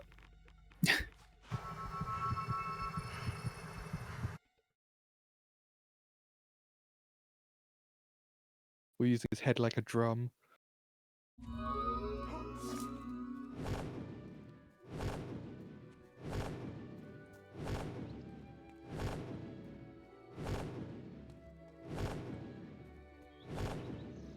think? Okay, now it's time for a little bit of time management. Just a tiny bit. Yeah, one of the interesting things is that we can actually use golden carrots and moonfish to turn the go back in time technically. Because if you're on a day and then you use a moonfish and then a golden carrot, or if it's like just turning nighttime and you use a golden carrot, you'll actually reverse the time back to the day. So you can kind of use that to rewind the clock. Does it not skip forward a day? It doesn't. rewinds it? No, only it's only It if doesn't affect changes- its progression of days, yeah. Yeah, it's only if it changes to midnight and then you use a golden carrot, then the day will pass as normal. Yeah. But it has to tick over to midnight first before.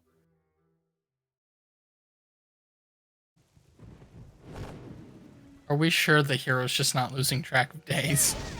All that rolling's got onto his noggin. I'm telling you, he's just standing there high the entire time.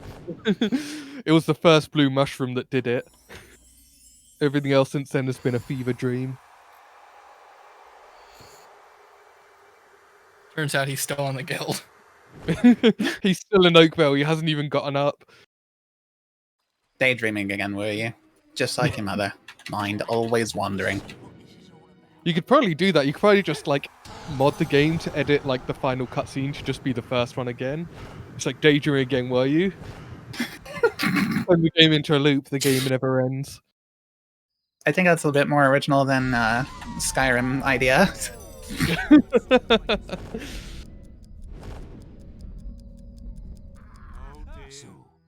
Have you heard the legend of So I need to talk to one of these guys before I kill them all and pull the sword out of the stone. Mm-hmm. King Arthur looking sword, pulling it out of this King Arthur looking rock, if you will. But speaking of Arthur, or Robin, yeah. So we have a guard friend with us. We are taking him to Knothole Glade, and we're not teleporting there because he does not teleport with us, unfortunately. Although, Lacks the gill seal. Or yeah. the will. Nah, mate, I ain't got any interest in that. Yeah, we're going to be using him, I guess you could say we'll be robbing the chief of a win here. Mm-hmm. Assuming I don't, mess up royally or anything. Leading up to him. Yeah, it's quite difficult. Because we're coming up on the final Fist Fighters event here. Yeah, the final guy's the Knothole Glade Chieftain, which is the guy with the fancy stash we saw earlier during the Balverine quest. And he has 1,000 health, and our punches only do 20 damage, so it's 50 punches. So we pretty much just hire this guard because it's quicker to do that, and it also gives us an opportunity to do some things in Temple of Ava and such. Mm-hmm. But because the guard attacks so quickly, we can't use him for the rest of the rounds, which will take 8 hits each. Is it 8 hits each? I never pieced that together. Is it 6 or 8? Let's count. Ow.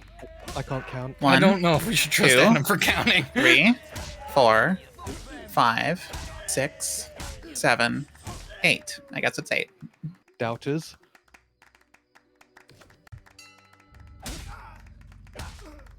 Just saying, people born 14 years ago are 30 now. 1, 2, 3, quick maths. Listen, if they don't, it's if you're born in 2010 and you're not 30 years old, that sounds. Oh no. I think the stream is having issues. Yeah, it did just disconnect. Alright, we're Oh, back. but it's back. Yep. We are so back. I would like to take this moment to say I hate Comcast. And in general, just ISP monopolies. Okay, I'm off my soapbox now. For now, Yeah. actually, because I'm going to be on boxes in just a second. Those boxes could have anything in them. Come on, buddy. I was about to say the KFC. That's where they keep it. The secret spices. Secret. Yeah. Secret formula. Yeah, I was gonna say the secret formula, but like, no, that's Krabby Patty. You're supposed to stay in. See, now I'm on boxes. Now I'm sinking. They just vanished. He's still mad. It's like you cheated. Fight Cluck. Yeah, it was KFC. Confirmed. This lore goes deep. Add it to the Fable iceberg. Does this... Okay, hold on. Since I'm getting the Korean copy of original Xbox Fable, does that mean that's getting taken off of the iceberg? No, it'll still be on there. It just means it exists. Okay. Proof. I was like, when you were saying that, I was thinking, what does KFC and Korea have in common? Where are you going with this? Okay, so now we are going to be changing up our hairstyles to impress this very real, very 100% confirmed daughter of Mr. Beardy Baldy. Yep. Really quick. She's beautiful if he says so. No. She's a lovely girl, but about as sharp as a stack of wet mice. That's a Foghorn Leghorn quote. She's as sharp as a sack of potatoes. I'm not giving up on the KFC related puns. I'm not even sponsored by them. I do it for free. You do it for the passion. You should be. Yeah. It's free advertising. Yeah. 1-800 free real estate. So I'm doing a quick little bit of recall strategies here. Want to talk about recall, actually? Because it's coming into play in a couple of spots. Yeah, so essentially when you teleport, you can also recall to the previous location, and it will put you at the nearest exit. So we can abuse that because Bowstone Key is a map that only has one entrance and one exit. Well, it's just one entrance / exit rather. You can just keep teleporting to and from over and over. And that's a little bit faster than walking there and back. Especially once you talk here, because rather than rolling back all the way through Bowstone Key, we just teleport straight to Bowstone South by the door, right by the barbers. Yeah. So in Fable Anniversary 2, is the twist going to be that her daughter was AI generated, or his daughter was AI generated?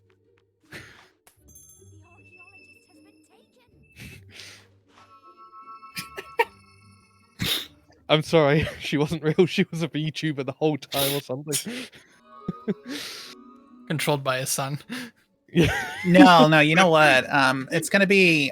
God, what was that one AI that Square had made for Final Fantasy Spirits Within? Or whatever. You're asking me? I've never played a Final Fantasy game. It's a movie. Never watched You're a asking movie. me? I've never watched a movie.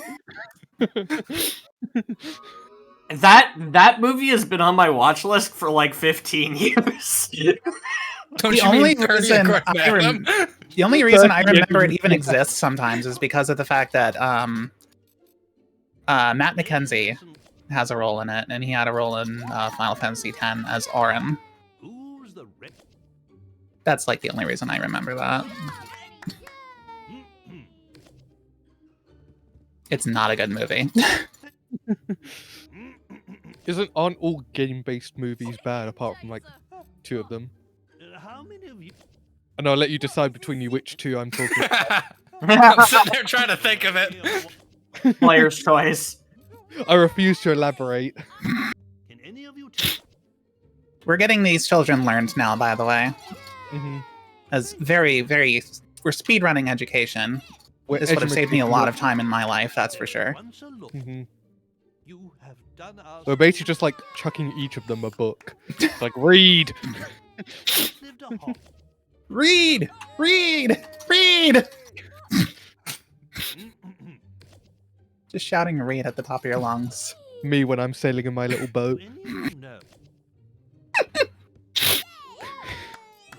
I'm just imagining the hero handing one of them the sock method. Read. Learn about the Volga thrust. Oh no. Wolverines. Yeah, thank Yeah. God this isn't a book that is read. Once upon a time.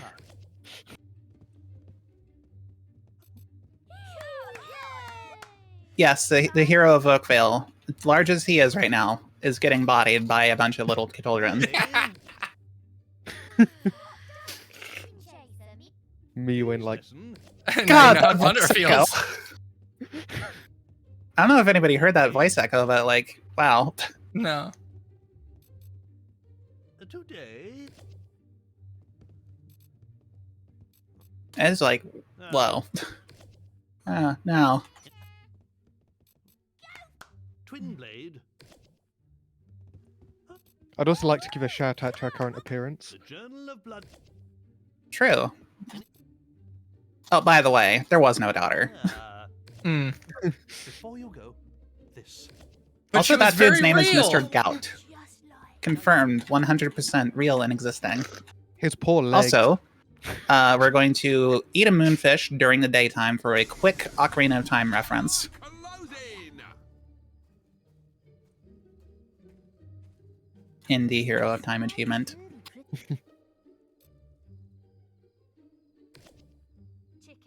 Who knew that eating special foods was the equivalent of playing Sun Song?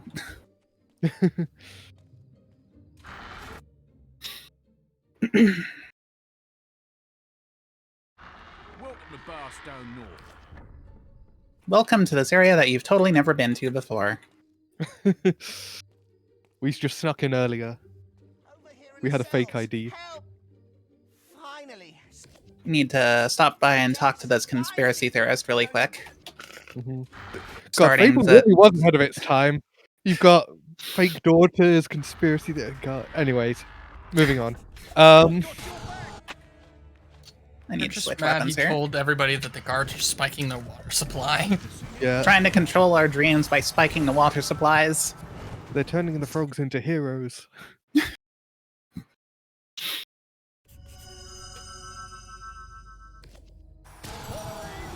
Dominion Summoner has erected a barrier. Okay, so the dude that we found in that one demon door earlier, the archaeologist, also known as the trophy dealer in some circles. That's a bit of a fun fact for you, but yeah, we've got a couple of silver keys to dig up here. And I have another golden carrot that I need to pick up in one of these barrels. Here's another fun fact for you. All the barriers in this game, like all the magical barriers in game, are just coded as giant doors. If you set up Eta mode and look at that barrier, it just turns it's just a giant door.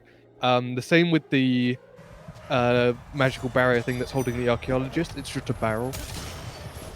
Yeah, I've got to see that. I've never done that. Yeah. One of the Where's one of the the cool assassin? fun There facts- you are. The barrier I'm is sorry? down. Hurry through. I was thinking out loud. Sorry. Oh no. One of Couldn't the find the assassin.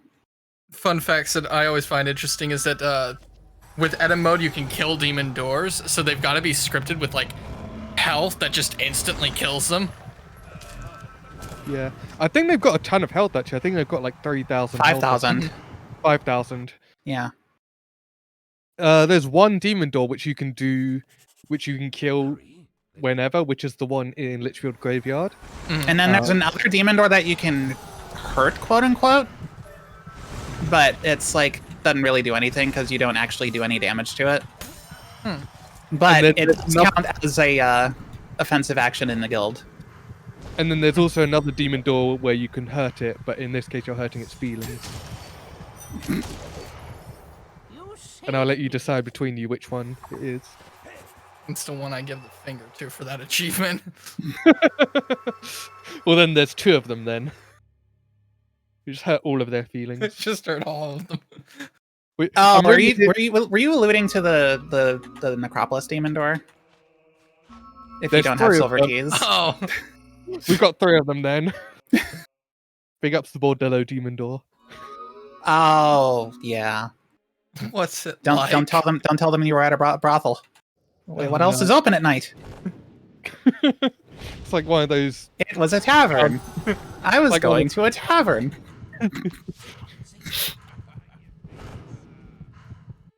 No wonder the booze was so expensive.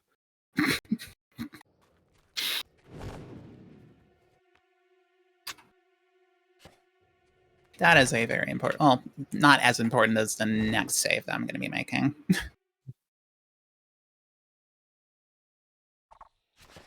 Oops. Sometimes you just need to punch the ground, you know? Heroes had a long day. Just remembered you can't skip this quest. Hello. I'm about to lose it. Oh. You want to talk about that, actually? Not really. Okay, fine, then I will. So this is a pretty annoying quest in the speedrun because, like, it's got the only mandatory fishing spot in the game because we need to fish up a shield. Yes, a literal shield for It's a not literal risky dude. spot. This one has a key. Yeah, it's the next fish that we're going to be doing, but yeah, that and the undead, the way they spawn really messes up your movement. And then, especially, it was more so in the original game, but the way the undead spawn at the end of the quest is pretty RNG heavy. So wanting to find a skip for it has been pretty high on the list. But the way the quest is scripted means that you can clip through the demon door, which we're basically like opening now, but the quest won't actually properly progress. It'll just get locked in like a state of semi-completedness. It'll give you the next quest, but then when you try and go there, it's like, oh, hey, you're leaving a quest here. It's like, no, I'm not. I finished it. I promise. I promise. Trust me. Hey, sir. I promise. Promise?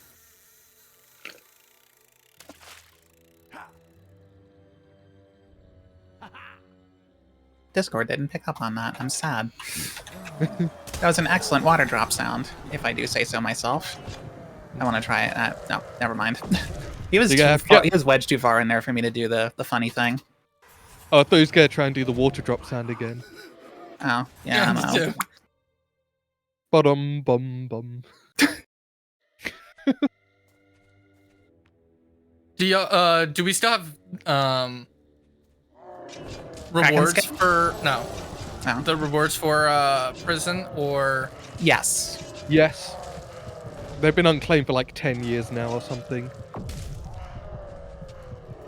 Whatever like amount they're actually up to now. Yeah. Are they for TLC only or are they for all any of the games? Any of them, why not? Yeah, at this point may as well make it all of them. This is where he reveals his strats. Yes. The strat I've been sitting on for 4 years. It wasn't a clever idea. The value of that bounty has gone down.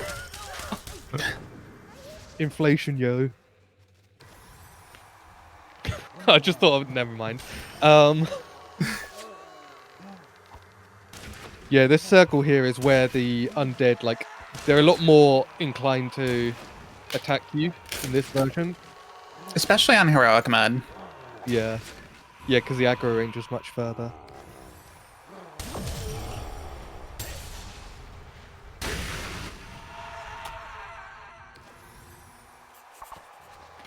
Okay. And now we're coming up to not quite this quest, but the one immediately following it. Also say hi to the Kraken and bye to the Kraken. We're not going to be seeing him ever again. Good riddance. Hate that fight. Oh, I just realized I neglected to make a save. Oh well, it's fine. Yeah, John Fable's just allergic to fish. That one's not important. That's why fishing is so difficult. Are you going for the angle? Let's see. Got it. Nice. Yeah. So that may seem like really inconsequential, like we're just pogging over nothing, but actually I just skipped a spawn trigger. That's actually like kind of tricky to do. And I just like discovered it completely on accident. We should just start doing that between random doorways.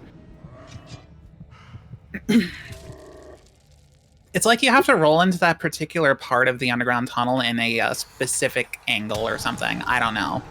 Yeah. Where did you first find it? Was it OG? Yeah, it was OG. Yeah. We should just start doing that with random doorways. The audience will never know. It's like, oh, that was really good. You already walked through that doorway. If you interact with the door at this specific angle, it'll take you to the end of the game.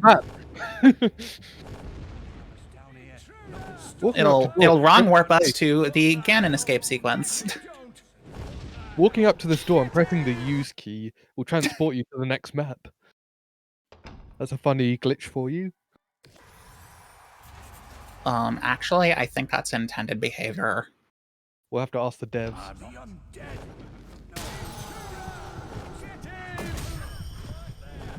That's if they even remember. It'd be even funny if they're like, oh yeah, no. It was a workaround for another glitch. Okay, now this is the quest that we've been wanting to skip for like ages. Because what we're doing right here, right now, is just standing here doing nothing. And this is going to continue for another few minutes. So that guard was taking a whiz with his sword out, which I really do not recommend. Yeah. I learned that the hard way. Bottom surgery gone wrong. Oh no. That was a dark day. We don't talk about that day. We've found a couple of ways to get past this to a certain extent. We found out if we kill our cell neighbor, it instantly ends the dialogue and the guard just walks back, which is pretty cool.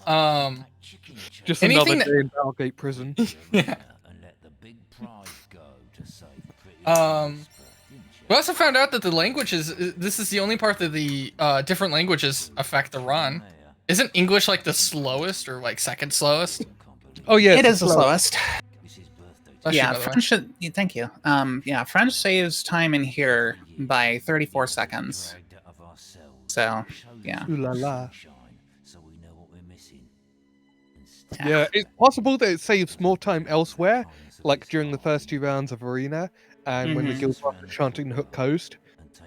But I'll be honest, we've all been really lazy and not tested it. No, didn't you time the Guildmaster chanting though? Yes, I remember did. there was a video about it that it was a video I made, yes. Yeah. I think you just neglected the Spanish version and then that one. I just had a vendetta for some reason. What did Spanish Fable do to you? Problema? Anyways,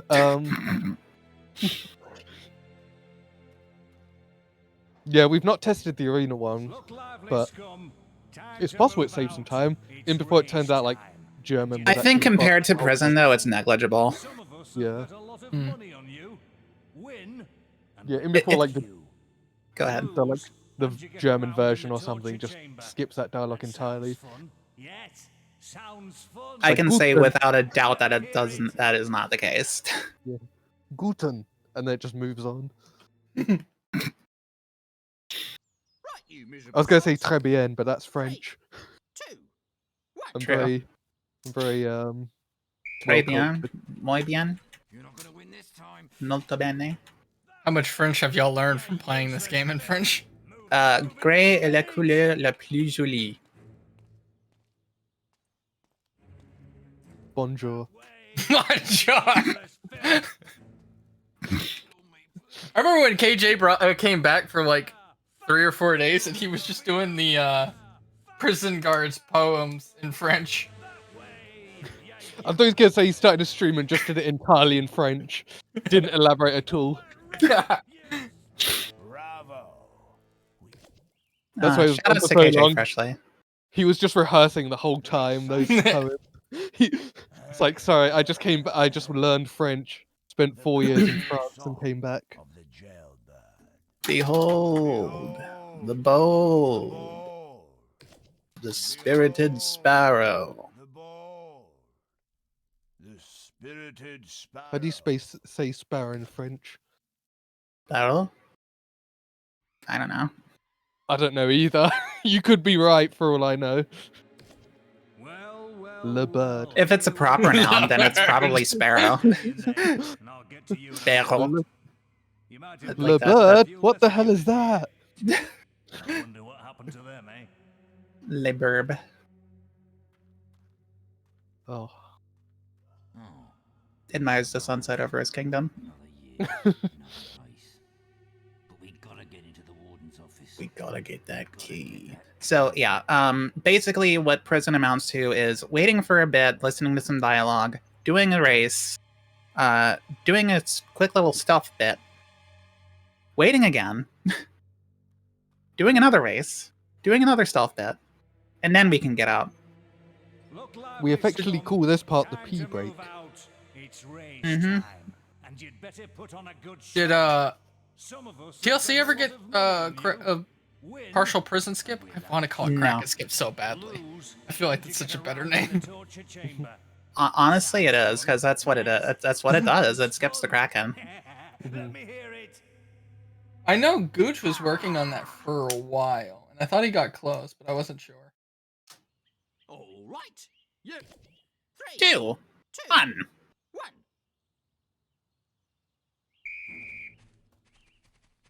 This race is mine. Oh yeah, fun fact actually, you can actually just lose the first year because you have to spend a year in prison. That's just how the quest is coded. And we've Yeah, done only- like a whole bunch of things to try and like get out of the cell block, but if you like do that while on the quest, then it will just pop up with every door that you try to interact with that the warden has locked this door. Much like this. I think if we didn't have to go through one of the cutscenes, we probably could get out after the first. Yeah, I think the main issue with prison is that it's internally it's coded as about 4 or 5 different quests.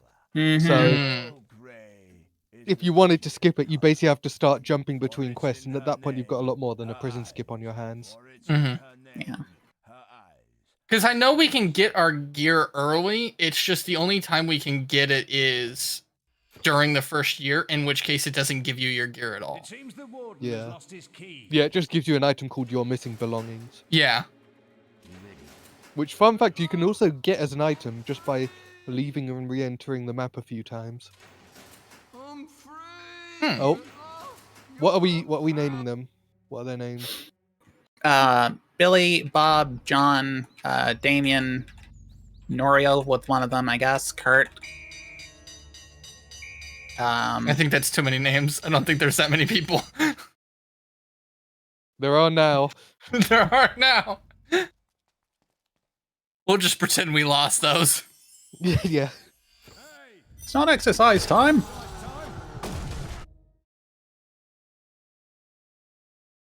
So yeah. Also, like the biggest like sticking point of prison quests is that you don't have access to magic Mm-hmm. for the majority of it. If we had access to magic, it'd be a whole different story. Mm-hmm. Probably, maybe. We could at least skip the dialogue. So waiting for the guard to walk back and forth would be the only. Yeah, like a dialogue skip would probably achieve almost as much. Mm-hmm. Which we technically have one. It's just it's hard to get to work, and It takes a lot of time to even set up. I doesn't think it? it evens. Yeah, I think it's even to doing it normally in French, and there, it's just a lot of work to get to that. Yeah. Welcome back. But hey, Where- it's faster on English now. Yeah, but you could just tweak a setting in your Steam settings, and there you go. You're playing the game in French, Yeah. not rescue. All right. So, yes, we just skipped a boss fight. No big deal. We still get the rewards from having beaten it, though, which is a little bit weird, but we take those. He just found it on the floor somewhere. Cracking tooth? Yeah, that'll do. Yeah.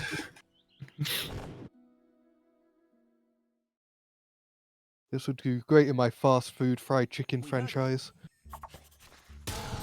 Nice camera angle, by the way. Yeah. Really like that tree. Yeah. So the The transition from Fable's original graphics engine to Unreal Engine 3 is a little bit dicey in spots. It's a lot of the things in that map specifically, actually. Oh, I shouldn't have done Berserk there. It's okay, though. It's like when you get mad at something for like a second, and you're like, alright, I'm calm now. I'm calm. It's like when you've got like earbuds on, and then they like pull on like the handle of a door, and you get that second of pure rage, and like, alright, I'm fine now.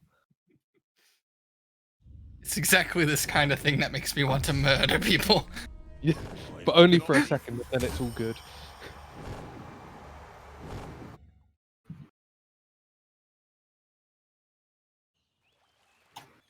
It's like that short burst of rage that you feel when, you know... Okay, that works. You step on a nail. I meant to kill him from afar, but apparently I just accidentally poked him with an arrow, and that works too. Legitimately, that's not rage you're feeling, that's a tetanus.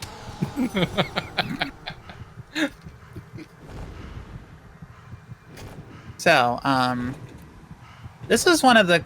I'm coming up to one of the quests now that I didn't even know existed until Adam was routing 100% in Fable's DLC, like however many years ago. Too many, mate. Like, yeah.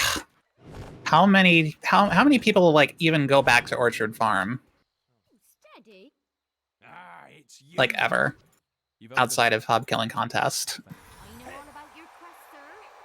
Yeah, I guess. Yeah. You got one other quest that's obnoxious. Not this one, the other one. The escort one. Oh, yeah, that one's optional though. Oh yeah. We thought it was required for a bit, but then it doesn't count towards the total and it's repeatable, so... Yeah. There's zero difference between doing it and not doing it, apart from losing precious seconds of your life. Those are seconds that you'll never get back, you know? Mm-hmm. We're getting old fast, at the exact same speed as everyone else. According to you, it's going a lot faster, though. Hey, listen. If you were born in 2010 and you're not 30 years old, that's your personal problem. Sounds Give like it you're another not like doing 16 something right. years. Skill issue. Yeah. It's like you're 8 years old. When I was your age, I was 12.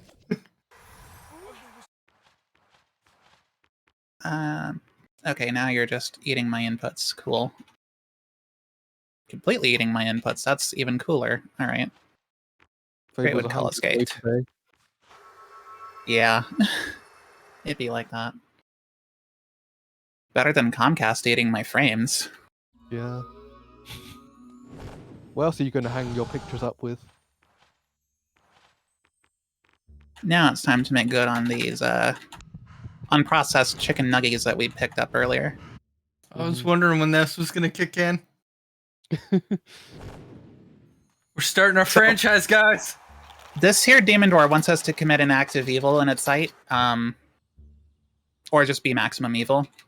Yeah. Eating just like 11 crunchy chicks will do. And it really does mean in my sight. If you don't talk to it first and have its eyes open, it won't. I think that's like. I don't think that's actually true, but I just do it anyway out of like safety. Yeah. I think I have done it in the past where I forgot to interact with it and he didn't. Rude. Very rude. I'm gonna pretend I didn't see that. I'll pretend I didn't hear that crunching. Yeah, I know, right? That very rapid crunching. Insert the like Bird Box meme with the woman with the eyes blindfolded. And then this demon door is looking for a gift. Well, it's looking for true love, but a gift also works. Oh, true. Love. Nice. Jinx. Ooh, wow. You know, I never noticed until I was watching a stream. There are 2 different types of beds. This doors into some things. Mm-hmm. Yeah, there's like some like Iron Maidens and like interesting racks and stuff. Yeah. So I said to the demon door. Okay, Cage is in the corner. James.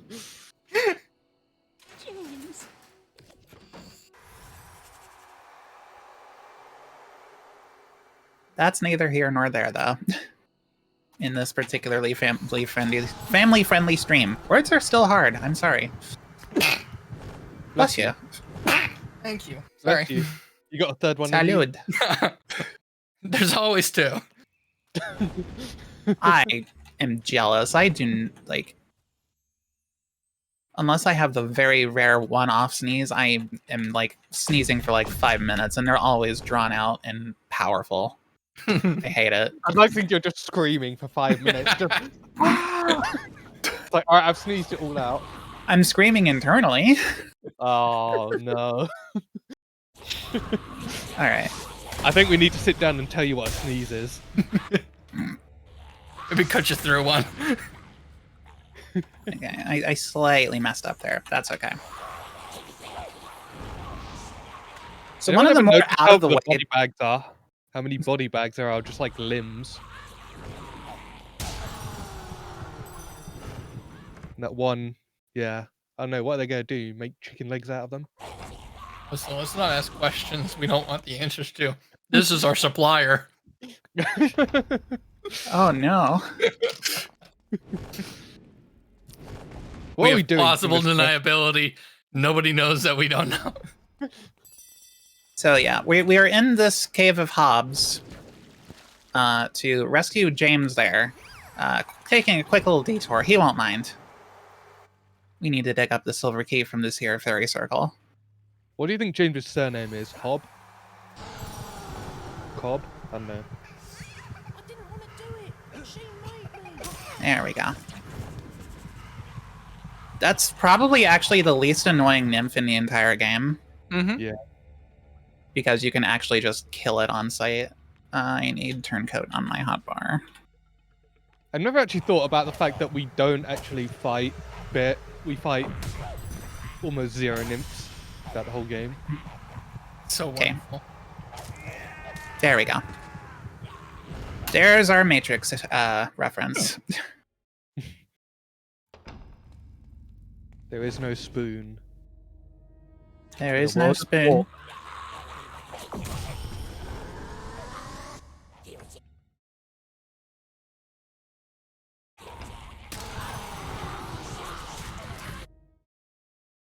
So yeah, basically, his grandmother, James, wanted him to go into this hob cave to search for treasure. Wait, and his grandmother's name is James as well. Not dignifying that. His grandmother, James. Janes. How about Janes? Oh, I don't know. Oh, Janes. Yeah. It's Jane like S. Like, we need more board license plate. Jane Sus. Wait, you're not going to leave Among me with Us.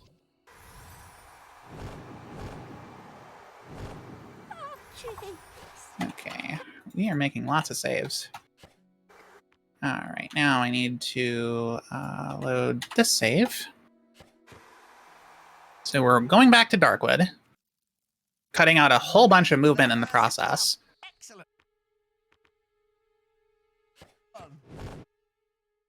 Because now we get to meet Briar Rose more officially. Oh, so the guild thought I needed... Do you think she owns Rose Cottage? No. Damn it. I thought I was cooking there.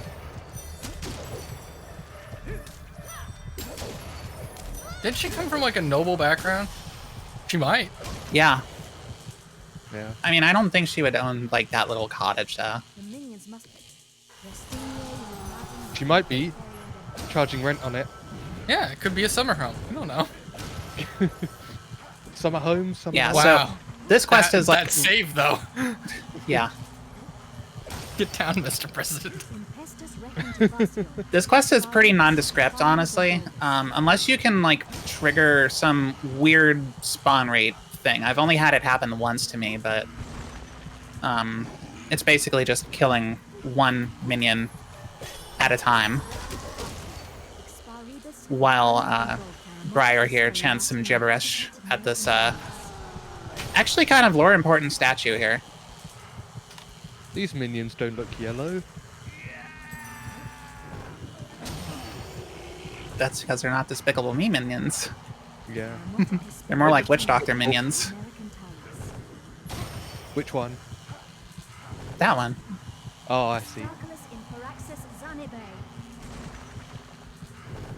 Now I got that song stuck in my head, thanks. Ooh, ee, ooh, ah. Meanwhile, you've got me in Siva Gunner vid of one of those SM World SMW songs to that song. Also, for those of you under the age of 18, close your eyes for like the next 2 minutes. Naughty things will be taking place. We're not going to talk about it. We're just going to be counting the amount of conversations that we are going to be having with Hedwig over here. So this is 2. Yeah, we just sit down and talk about life. Mm-hmm. 4. Actually, we're getting some makeup lessons right now. 5, I think. We can always take a look. So I said to her, no soap, radio. 7. 8.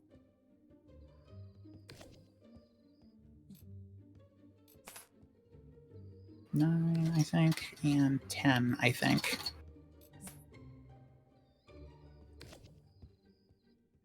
You must be Chicken Chaser. Yep, You were 10. talking about the benefits of having your belt buckled. That's why I can unironically use the excuse that we are getting makeup lessons because we will be dressing ourselves up briefly later on. So close. Yeah. You can like kick through that window kind of thing. Mm-hmm. You can just like if you space yourself correctly, you can just roll onto an invisible ledge on that window and just roll out of it. Pretty funny. And Bordello. Engage in conversations 10 times, kick through the window, talk to a rock, refuse to elaborate, teleport away. And now we are going to be loading the save we made in Darkwood Camp yet again, but we're going to be going in the opposite direction. We made it to the first. It was a very useful save. Oh.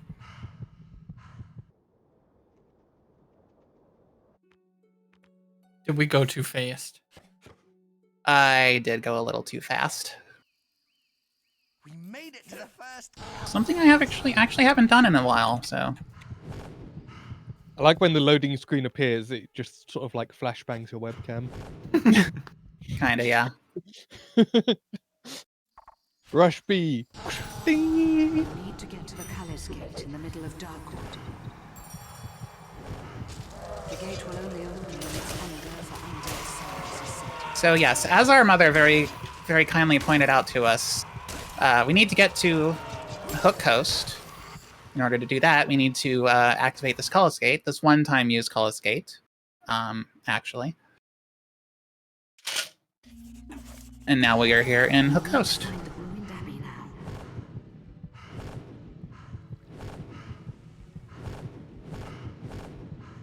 And before we actually progress on through more of the actual story and do another quest, we need to play a pub game.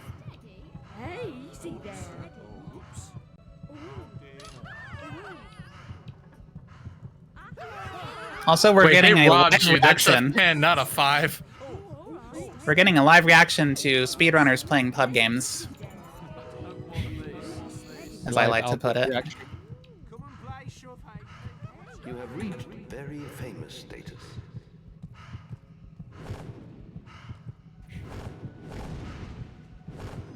Does that Okay, bandit so- still spawn here? The assassin? Yeah. The assassin, yeah. Yeah. I'm gonna be looking at the ground really quick, just to hopefully have him spawn. There we go. We're just very shy. We look at the ground when we walk. Okay, now we go back to the guild.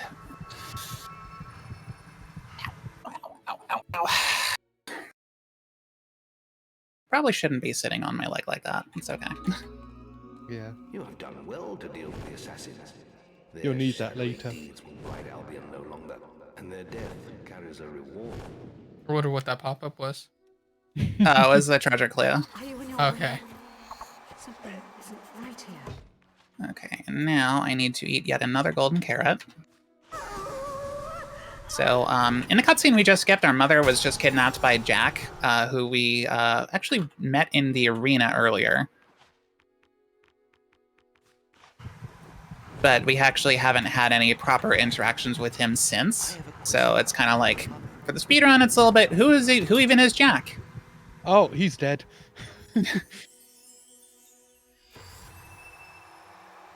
And now comes the most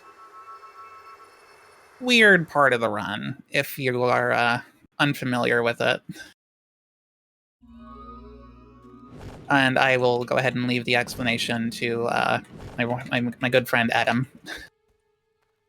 Oh, hello. Good morning. So yes, this is actually one of the things that has improved the most over the last 10 years is our knowledge of the what we're about to do here, which is setting up for Scorm's bow.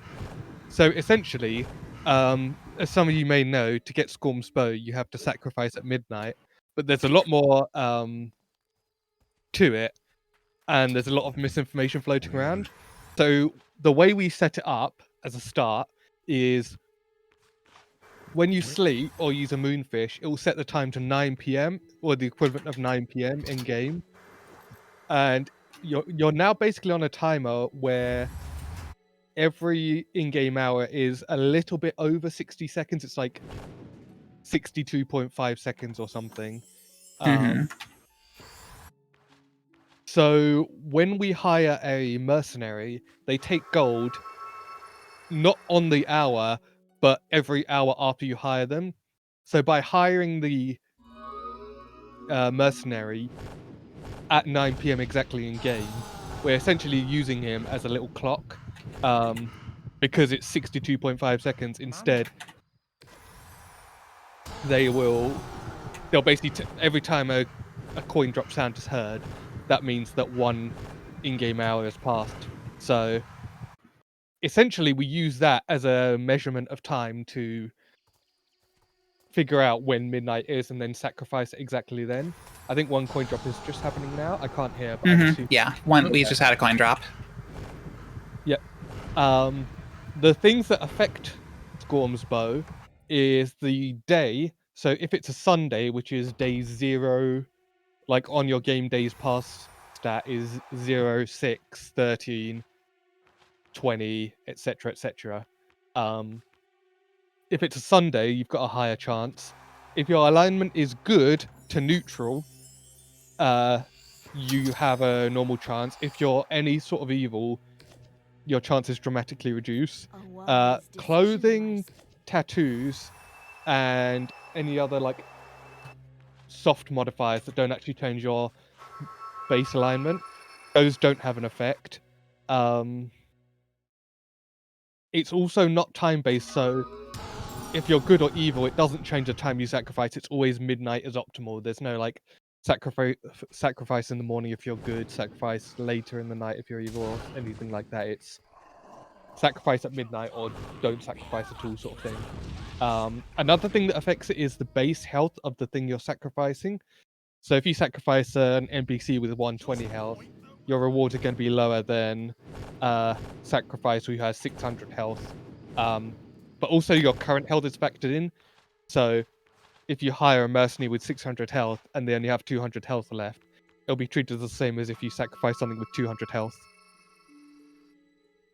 What do you think are the most important ones? Because from what granted, I haven't tested it as much as you. Alignment and health and daytime are pretty much like the most important in that order.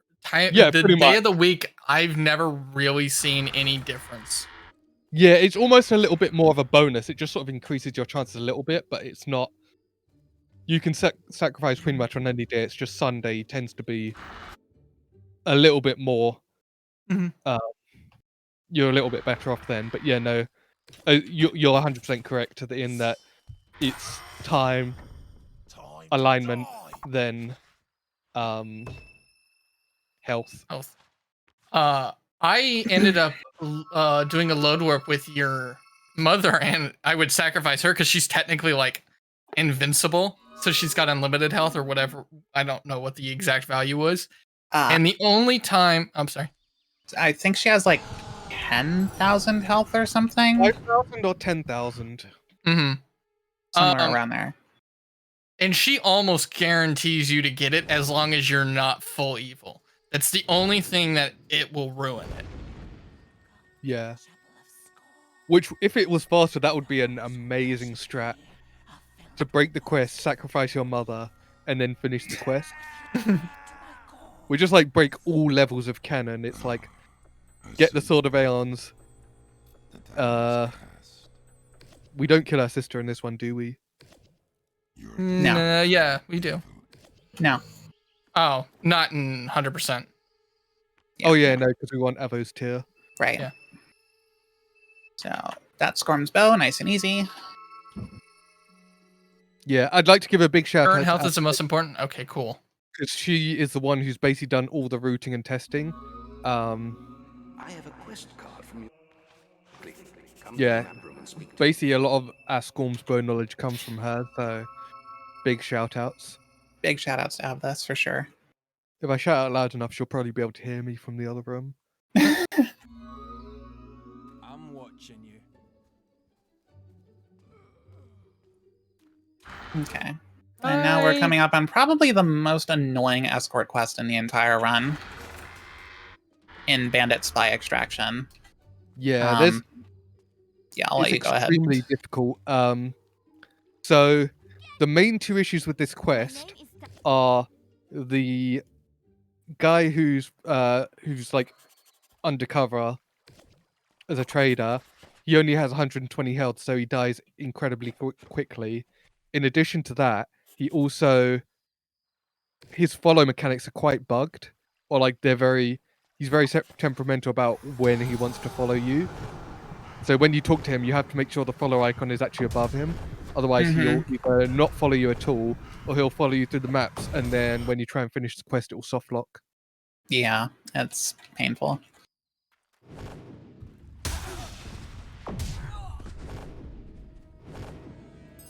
But it's fairly consistent nowadays.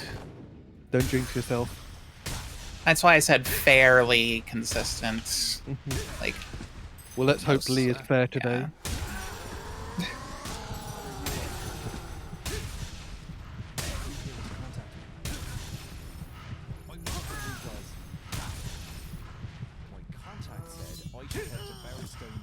I demand you stop. Okay. I'm gonna need to kill another guard up here.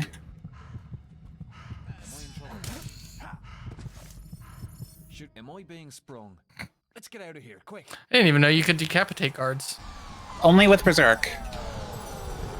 They have a unique head model which shows their hair. True. True, they actually have a bowl cut underneath of their caps. Part of the guard training, you have to have the worst possible haircut. Zero drip.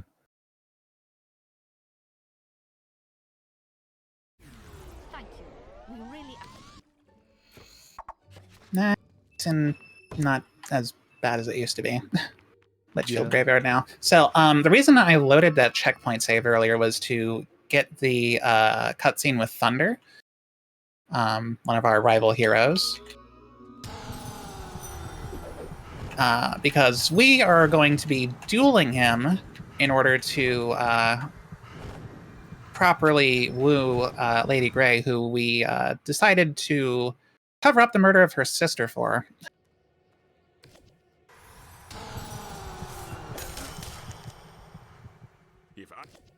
You'll fight bravely. Hold that thought, Thunder. Just need to fish this silver key up really quick. No big deal. He's so polite. He's more polite than he leads on. Let's on. Let's on. You could say it's shocking. Boo. I didn't have the heart to tell him. Looks like this. Adam will do anything to cause an uproar. See, you're just feeding into it then.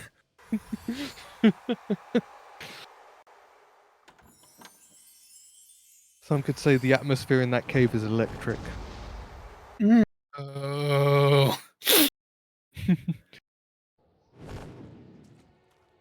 So that Demon Door wanted to see us defeat another hero in combat.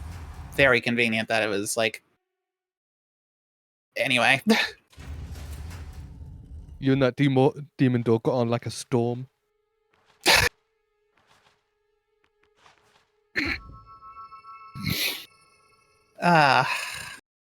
He's got a million of these, doesn't he? He's reading them from a book he's written. I put the book on my desk just for this moment.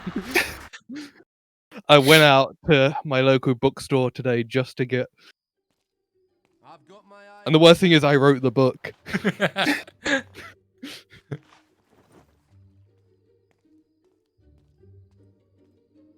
So yes, now with Thunder defeated, we are going to officially marry Lady Grey here. Mm-hmm. Oh, my hero.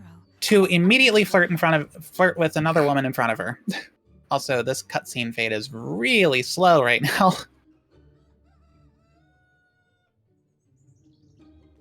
Is that just all marriages or just specifically her? Or is it like RNG?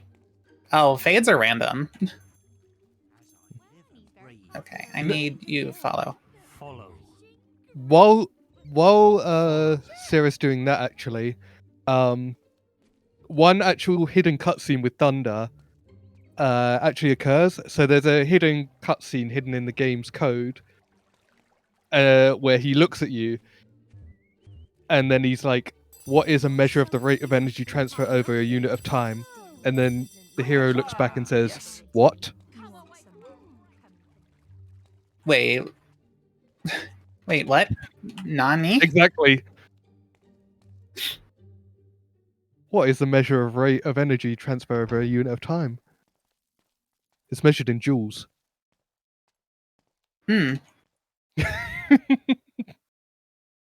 This is true. I think. I'm gonna assume it is. I don't know. I googled it. That might not be I might true. need to get some boffins on this one. Need our top brain people on the case. Count me out then.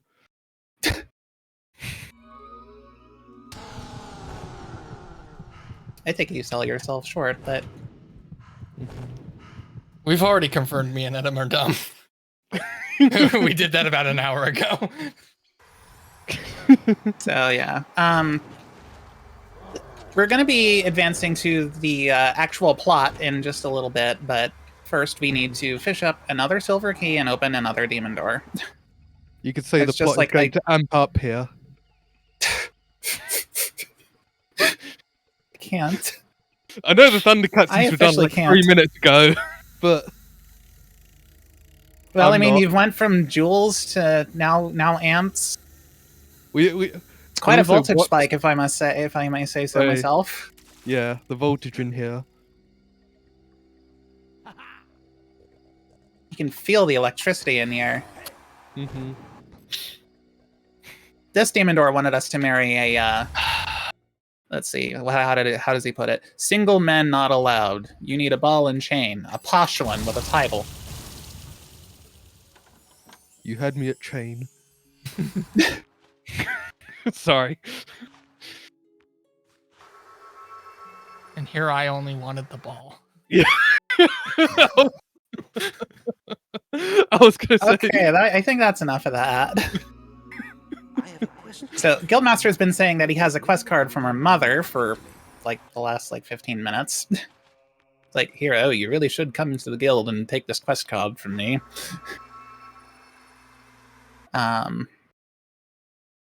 You know who we haven't seen for a while? Mr. Not a Traitor Maze. Gotta get out of here. Wonder what he's doing.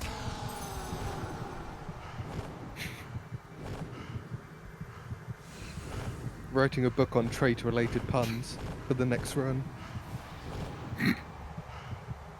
Sounds like what you're doing right now. Let's not ask too many questions. So yeah, this chanting from the Guildmaster is different in different languages, actually. In very, like, weird ways. It's either, like, the voice actor for the Guildmaster is, you know, like, the actual language is voice actor, or, in the case of German, I think, it's actually just the English, Hugo Myatt, pitch shifted upwards, I think? What did they mean by this? So yeah, Maze was a traitor the whole time. And, I just made that look really easy. It's not. That is It's one the of the souls and the berserk. most specific fights in the entire run. Hero mode, oops. We might be in the Pacific.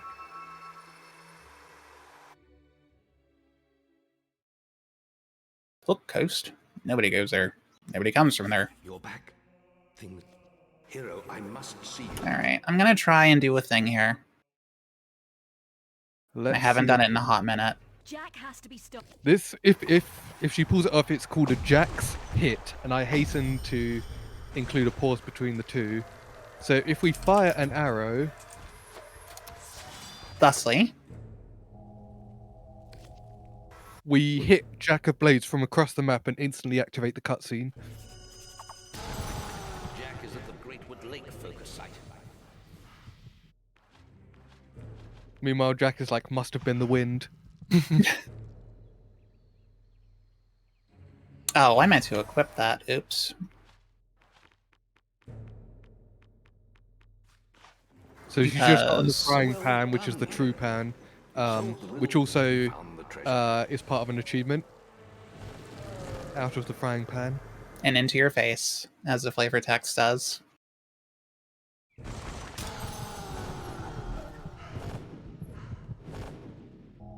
could go for a bacon augmentation right now. Did I make a save in Moonlit Tunnel? I did. Awesome.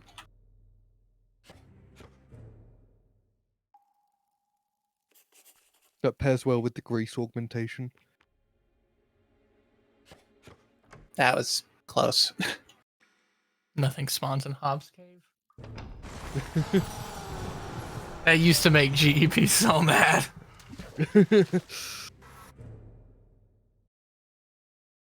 Jack has made. Okay, I'm making a safety save here, considering how close that last one was.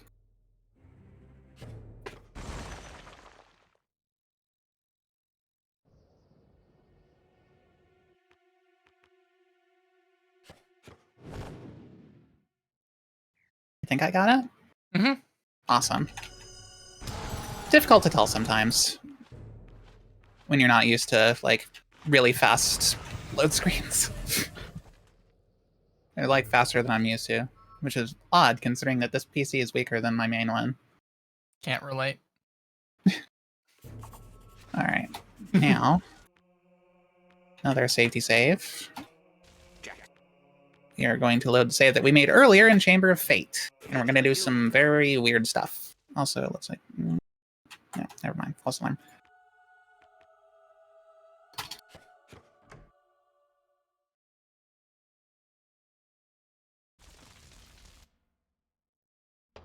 So this is a little bit of a sequence break here.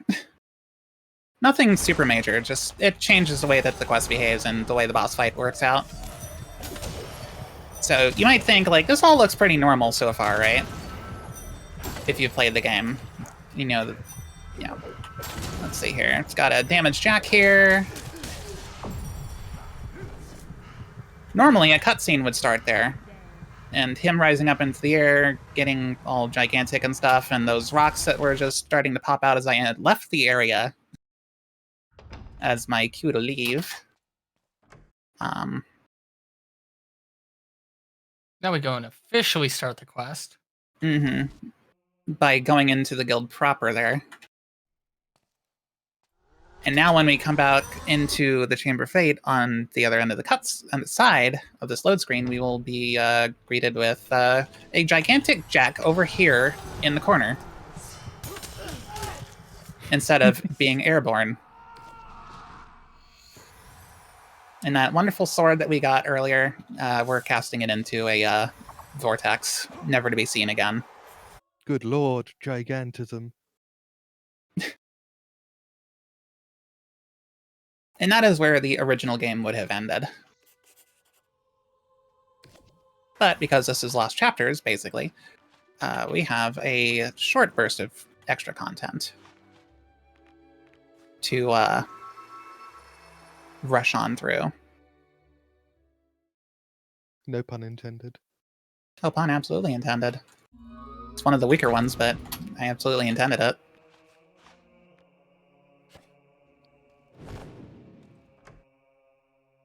And now, who wants to explain this prophet's nonsense that I'm about to do? Okay, I'll explain it. I'm gonna wait till she gets into it. I thought you were just gonna stay silent for the next 2 minutes. Yeah, Like, there you go. Yeah, I got you. First, though, I need to dress as a woman wearing a red head wig and decapitate a dude with a crossbow for a Chivo.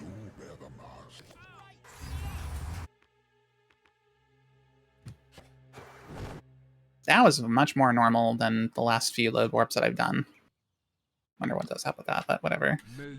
All right, for the normal quest, what you want to end up doing is you want to flip over so that it shows the same side for all, I believe it's 14 pieces. 16 tiles, 16 tiles. But because we flipped over 9, it's going to retain the information that 9 are already flipped. And they don't keep track as though each one, it just, I think what it ends up doing is it keeps track as an individual number whenever you flip it. And so we only need to flip another 7 or have a total of 7 of them flipped for it to just automatically complete it. Oh, what? So it always looks janky because not all of them are there, but you'll notice that they just flipped the 7th one. Mm-hmm. And one of the caveats with it is the fact that you need to go from a lesser value to the number that you need, not a higher value down to the number that you need. Mm-hmm. It's really weird, and it just works.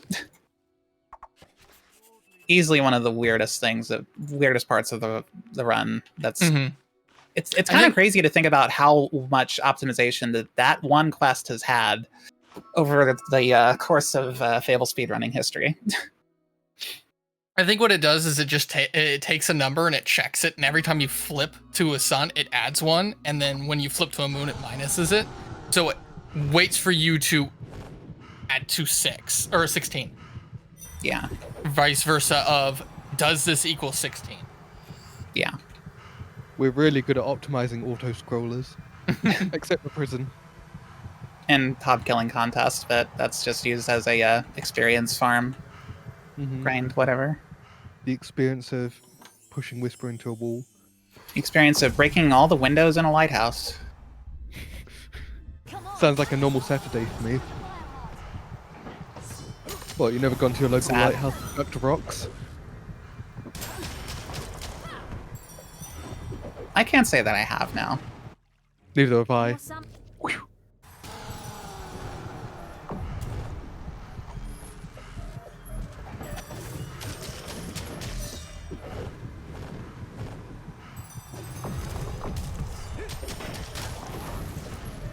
Should we talk about summoners? Yeah, summoners have a really slow death animation. As you can see, it's really like long and dramatic. You can get an animation skip, but it's not random, but it's really hard to manipulate. Mm-hmm. I think it's based off of the animation that they're falling into, and so it instantly just goes into the death and skips the death animation. Yeah. We're also gonna tickle the ice troll up here, yeah, from a distance. One, like Jack's 1, 2, 3, 4, 5, 6, 7, 8, 9, 10, 11, 12, 13. I can't count that high.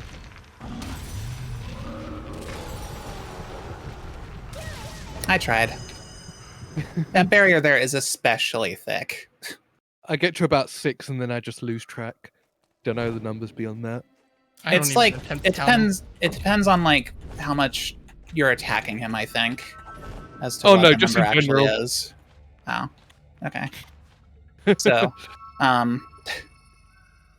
Northern Foothills teleportation stuff. This might not make a lot of sense just looking at it, but what we're doing here is we're utilizing the closest exit part of the recall, right? So we got to roughly about the midpoint, a little bit past the midpoint, to warp out of the area, go back to the area using a Cull Escape, because that will save the recall that we had before. Quick little legendary weapon grab. And now we're just going to be doing the same thing here in Archon Shrine, going back to Northern Foothills, and we're going to be traversing just a little bit further up to the Necropolis entrance, and then going back to Archon Shrine, which will put us at the entrance to Snowspire, all to save about 5 seconds. It's very worth it. Mm-hmm. Gotta go fast. And by the way, that's 5 seconds of game time. True. Yeah, because one thing we technically didn't actually sandbagging. mention. Yeah, one thing we didn't mention is that we normally time this with loadless, just because the loading times are so variable. Mm-hmm.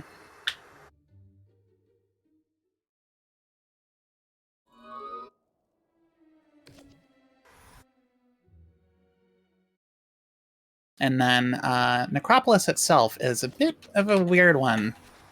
So in Lost Chapters and in Anniversary on console, the locations of these glyphs that we're looking for are basically randomized. But on first entry on the Steam version of Anniversary, it's not randomized. So, yeah. Last fish of the run. Hooray. No more fishing.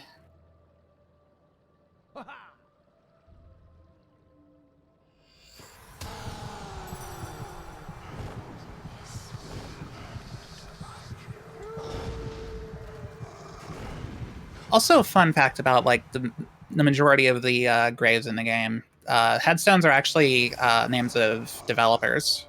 Mm-hmm.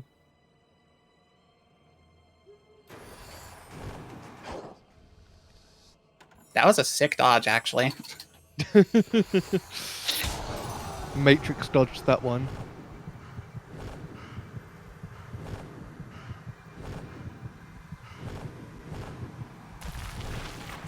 I also like how when you rush, you can just see the outline of the beard of the hero.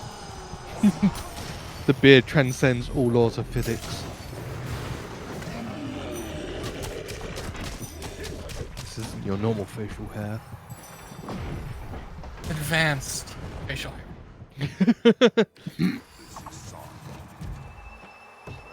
I believe that's a Village People reference. Yeah, because they're doing the YMCA. Yeah. Oh, you're listening to me. Also, what's the reference with "There's always a lighthouse"? Is that another one? Oh, I didn't mean to go here. I wanted to go to Lost Bay. Oh, it's a Bioshock reference. Ah, okay. Definitely didn't just Google that. I've only played Bioshock Infinite. Understandable. Have a nice day. So, yeah, we're coming up to yet another reference of sorts in the final silver key chest. The very underwhelming Avenger. Just like the film. I've never seen it, I just wanted to rile people up.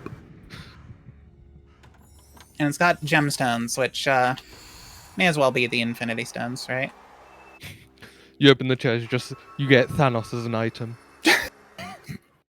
It's a bow. You just fire Thanos's at the enemy. Oh my god. So, this demon door wants silver keys. Doesn't care how many. Literally doesn't care if you have 0. In fact, you even have a unique voice line for it if you have 0 keys when you go to open it.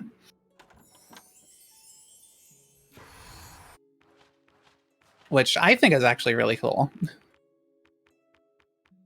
Snowspire, please.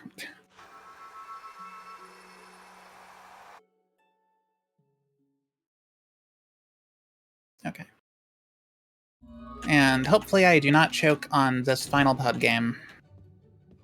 It's been known to happen. Don't choke on the coin. So amazing. Oh, he's that chicken chaser. Look at him go. Have bigger hands. Best start.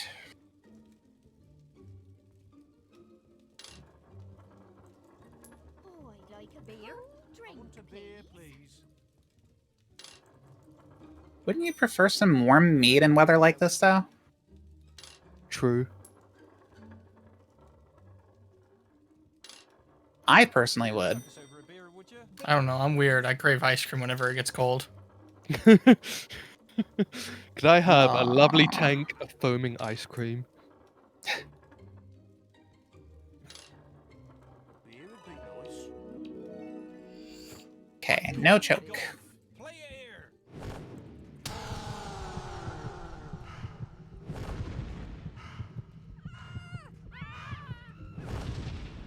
Okay.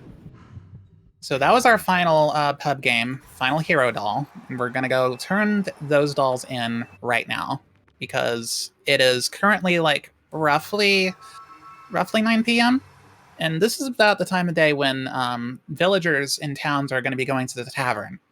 And that includes Mr. Gout, the Bowerstone South school teacher. You have yourself. It's 9:30 for me. God, I'm late. He's Better get probably going. upstairs here. Us over a beer. Hello. There he is. Chicken chaser then. And for that, we get a hero doll of Jack of Blades. Now we get to go back to Archon Shrine. You also get Meet the up with Fable. Just Fire. what everybody who got kidnapped by him wants. Oh no! That's a good one. I remember that guy who put you in prison for like 2 years, You know, killed your mother in front of you, kidnapped your sister. burned down your village. Here's a dough in memoration. Memoration. That's a commemorative new doll. word. Don't you want to hold Memoration. on to those memories forever? Whether you like it or not. So this is where you can. There's a lot of choices that you can make in the game. Like people like criticize Fable for like being all about choice, but not having much actual choice. You do have a fair degree of choice, actually, and a lot of it's in pretty small ways, admittedly. Do you have that? But one of the major ones is that you can kill rival heroes at the end of the game. So you could say the choice you made in here was to play Thunderstruck by AC/DC. Sure.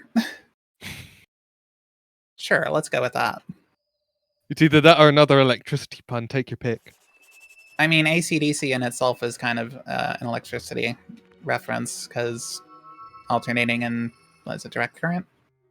That's true.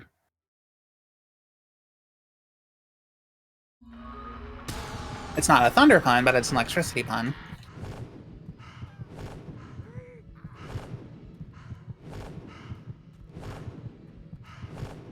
I've just been zapped with knowledge.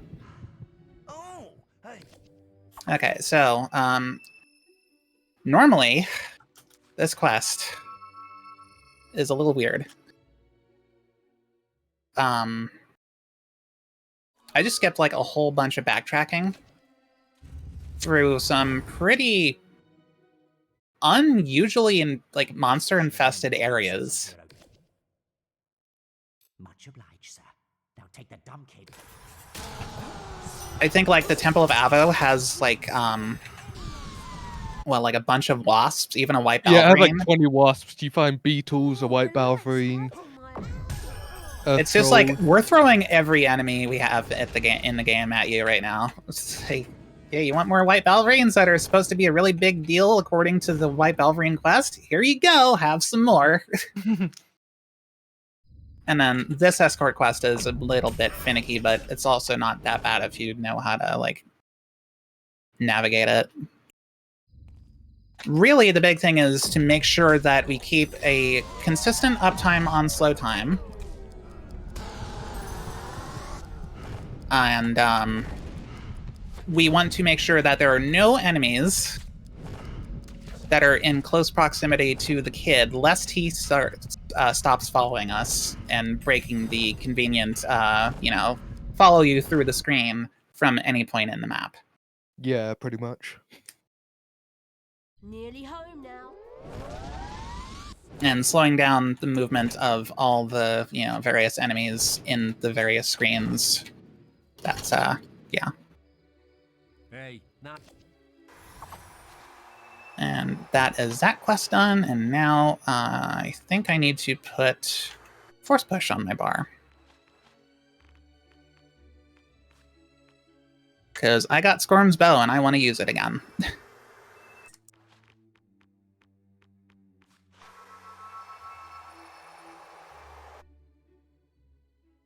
Also, the whole reason that we can actually kill rival heroes is because we need to open this here bronze gate.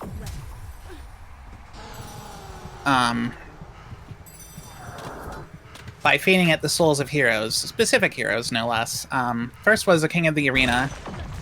Next is a Heroine Soul, which we can procure from Briar here. And then afterwards is going to be the oldest soul. Still don't understand why that's not Scythe. It was, he just didn't want to admit it. He's like, is that you? No. No.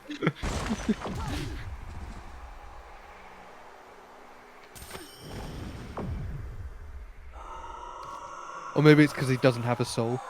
Oh, true. That might be the lore reason. I didn't make a save for this one, so it's okay. Do it the old-fashioned way. Big, deep lore. Maximum effort.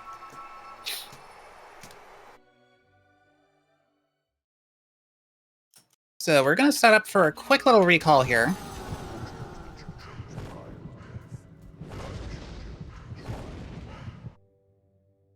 And head back to the guild because there is a legendary weapon that we need to go get from there. And then afterwards we're going to be re-killing Nostro, the dude that we got his armor, his sword, his helmet, and his shield for.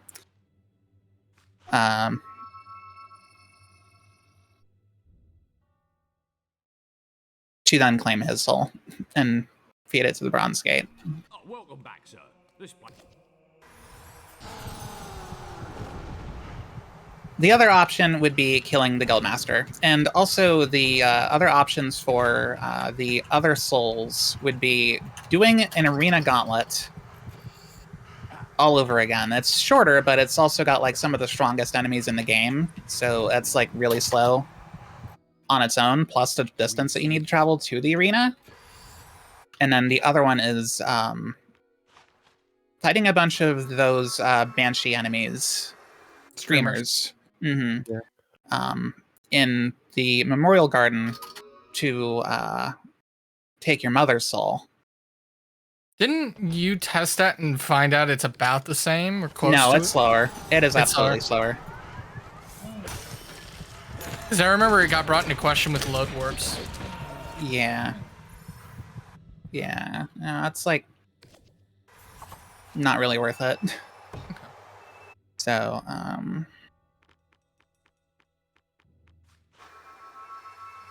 excuse me. We are very nearly at the end of the run here. Yep. I'm well underestimate.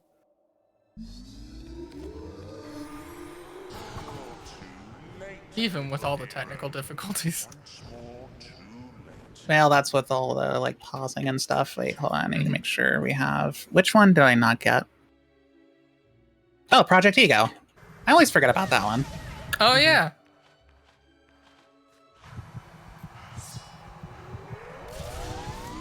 I know they've got a Project Ego build somewhere. So, yes. This is the final boss of the game. Jack of Blades turned himself into a dragon. That seems fair, right? Funniest thing I've ever seen. And then he turned himself into a dragon. Then I'm Dragon Jack! Sorry. I'm really sorry. That's not the way this run should have ended. And Go sit down in the time. corner and think of what you did. I'm not sure if I indicated that. Also, Great Balls of Fire. Hooray! The game didn't revert from heroic on us. So in that regard, it's valid. Oh my goodness. Okay. So, Thank you. all 50 achievements. Gotta do some quick post-verification stuff. Soulless Greatsword, Cutlass Butane. That's the right amount of weapons that we should have for the route. But yeah. Let's see. We got two actually picked up a random sharpening augmentation during Bandit Spy Extraction, and another one was given to us after completing it. And then the other 4 augmentations were gotten from Silver Key chests. This is our max experience stats here. And I believe trophies is the last thing, which we have 22 of, including the ones that aren't gotten from quests proper, which are Fist Fighters and Silver Arrow. At least they're not gotten from completing quests. So, I believe, with the help of Comcast, I've taken up enough time in, you know, the GDQ channel's time. So, I'd like to thank you for having me on. Yeah, go ahead.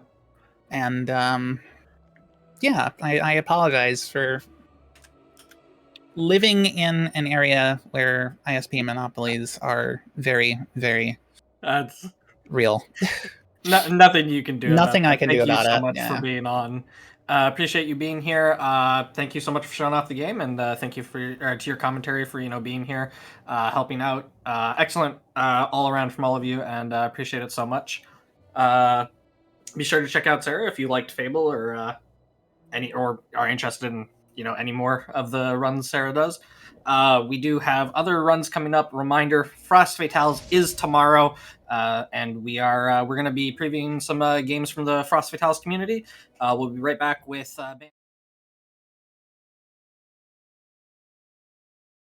Hello, everybody, and welcome back to the Games Done Quick Hotfix.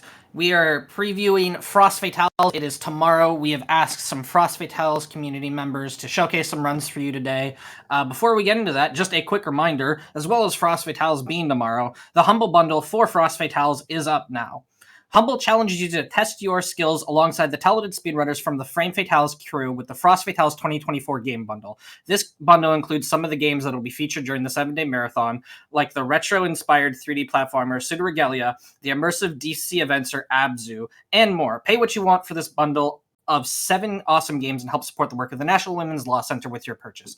You can use the command !humble in chat for the link to purchase. And the rest of the games included are Guild Hylix 2, Dicey Dungeons, Mail Time, and Maids of Scare? I was lectured on this and I've already forgotten, so I apologize in advance. Anyway, we've got Bayonetta 3. I hand it over to the runner, let her introduce herself. All right, thank you very much. Hello, everyone. My name is A Variety Pack, and today I will be showcasing Bayonetta 3 Any Percent New Game Plus. That has some differences between any percent normally, so we'll get into those as we go along. Before we get started, I just want to issue a slight arachnophobic warning. We'll be running around a lot as a spider, so if that is of concern to you, I would recommend perhaps not continuing to watch this particular one, because the spider is pretty ubiquitous. But without further ado, we will begin on a countdown of 5, 4, 3, 2, 1, go. All right, so Bayonetta is sort of renowned for its very flashy combat. Look at all these combos that I can do. I regret to inform you that we will basically be doing none of them because we're playing on New Game Plus, and this is honestly even the case for the new game run as well. we have access to these things called demon summons. Demon slaves is the proper term. There's a spider I was talking about.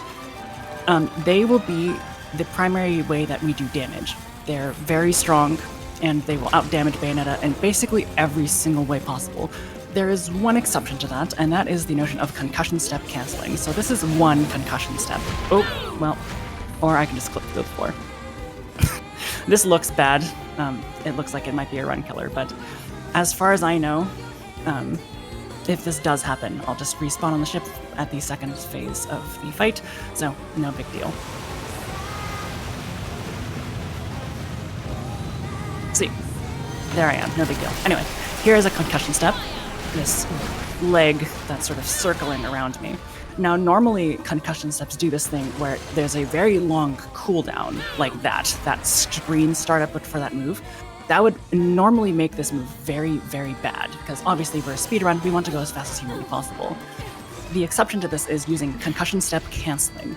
By canceling that animation with both a jump and a little bit of a dodge, you can basically infinitely use concussion step without having to, I guess, incur that sort of time dead. So we'll be using that on all enemies that really require it, that we can't actually finish off with our demon.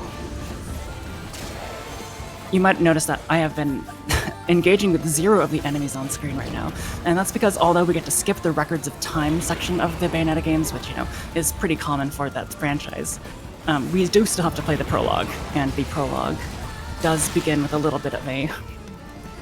I don't want to call it an auto-scroller. It's definitely intended to be a bit of an intro for the player, which is fantastic. It's good that that exists, but for our speedrunning purposes, it's not particularly going to be useful. So we'll just sort of run around in our butterfly farm for a little bit until we get to our first enemy. Good, the camera is changing. And we'll meet our first enemy. At least the first enemy that we actually have to take out. We'll be using a lot of concussion steps, yes, but more importantly, we're going to be entering the menu to get a yellow and a red candy. Candies are very useful for the Bayonetta speedrunning community, and it's no different here. Red candies will increase your damage, and yellow candies will make it so you're invincible for a little bit. So by doing a lot of concussion steps onto this enemy here, you can see that that health bar is not going to last very long. Very, very good. Now you get to see the awesome power of these demons. I'll be summoning my train, powering it up a little bit with this thing called Rage, then doing a punch input and then a spin input. That's going to completely demolish this enemy's health bar. That fight is definitely supposed to last a little bit longer, but with the power of New Game Plus, we're able to sort of eviscerate that enemy without too much trouble. At the end of any big fight, there's these things called climax cutscenes where we just have to mash a button a little bit, but even on expert mode, which is the mode on which we're playing, it's never really too big of a deal.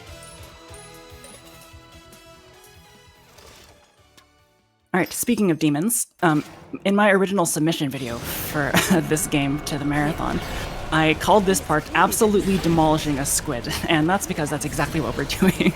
By summoning this clock tower and using the Y, that is to say the shoot input, we are able to shoot at a lot of hitboxes simultaneously. And because the hitbox for the squid is so gigantic, we actually get to hit all of those hitboxes. So it's, I guess, fortuitous that it's designed in that manner, because we're going to be doing it again.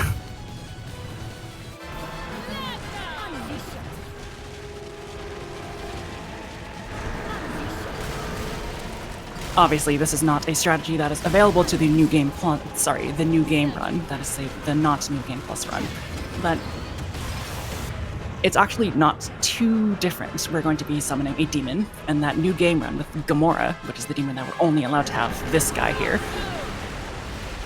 And normally we would just do a bunch of breaths and special attacks, but we might as well take the advantage if we have it on the New Game Plus run.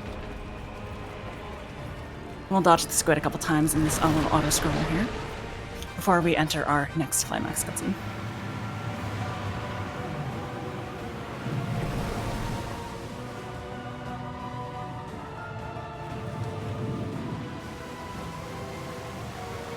Yes, it looks very devastating, but unfortunately this game features a lot of long cutscenes and straightaways. I've determined things that I could talk about during those times instead. Originally, it was going to be extra trivia, as I have done in the past on Hotfix shows, but I've decided that perhaps that might not be the best option for this particular run.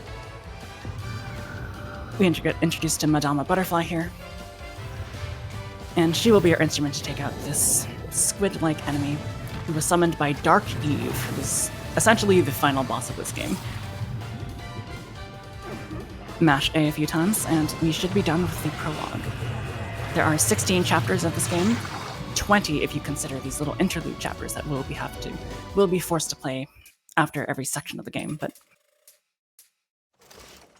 hopefully we'll be able to stay under estimate. I truthfully had not actually done a ton of practice with this particular run after I had submitted it, so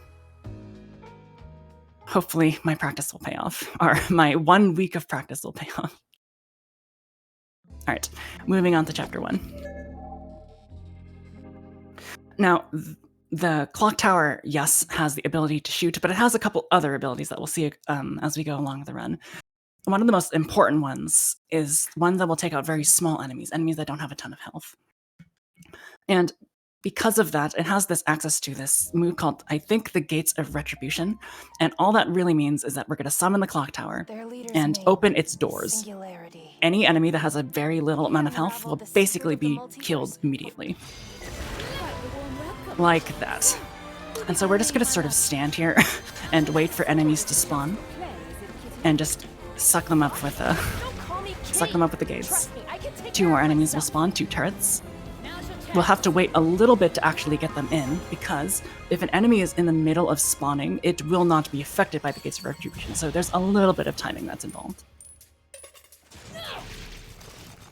There's a fight typically on that road, but because we have access to the spider, we can just simply crawl up this wall and avoid it.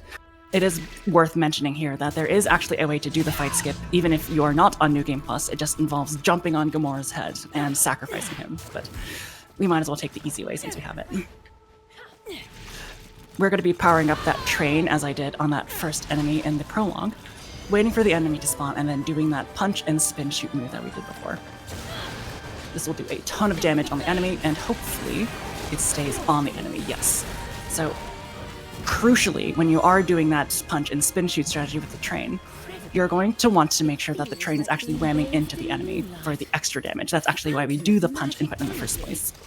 Without that, it just becomes a bunch of cannons, which are very powerful, yes, but we're a speedrunner. We'll take every advantage that we can get. These small golem walls can be broken with any attack, so we'll just do that for a little bit. And move on to the Gugun Gugob sections. These are basically teleporters, areas between dimensions to travel us to other worlds, and this first one features, actually, I think every single Gugun Gugob section features at least one fight skip. And here's the one just before chapter 1. This move that I'm currently using is known as Basilard. And it was, and I mean, I guess it technically is, our primary movement option for the any % version of this game when we don't have the spider immediately, because it, if you cancel it in just the right way, you'll be able to move very quickly along the ground, way faster than simply running. But we are allowed to use it in the air, and if you hold the Basilard input as you do it, you'll retain a little bit extra height, which is very good because there's a lot of gaps that we'll definitely need it for later. Speaking of very long sections, very long straightaways, this is yet another one of them. Not just this train, but a little surfing section with Gamora, as you'll see. These Stratus enemies will infinitely spawn, so we'll just really avoid trying to deal with them at all by dribbling them on the ground a little bit. Until we are, as I'm sure we're all familiar with, chased by a giant fish. So we'll have to do some Gamora surfing here a little bit, dodging some obstacles and making our way to the end of this place so we can get to Tokyo.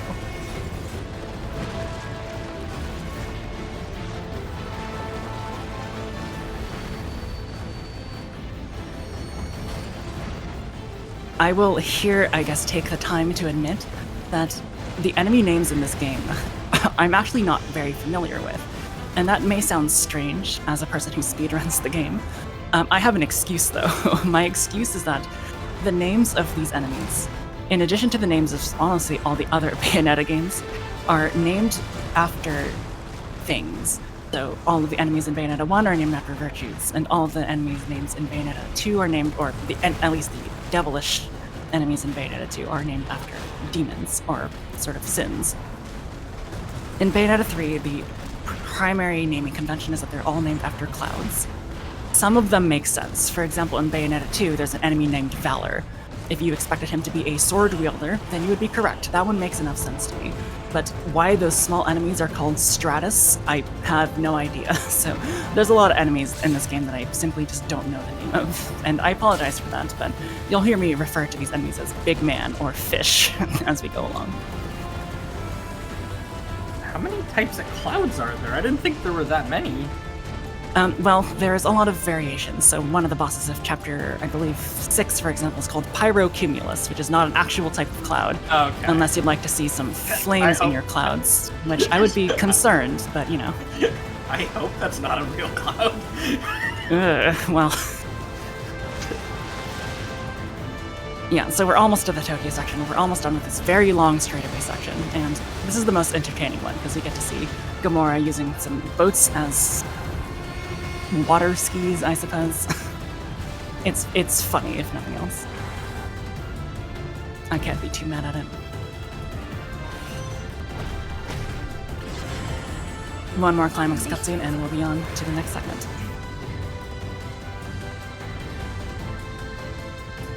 Now, not only is the spider really good for giving us movement options, it's really good for one very specific purpose.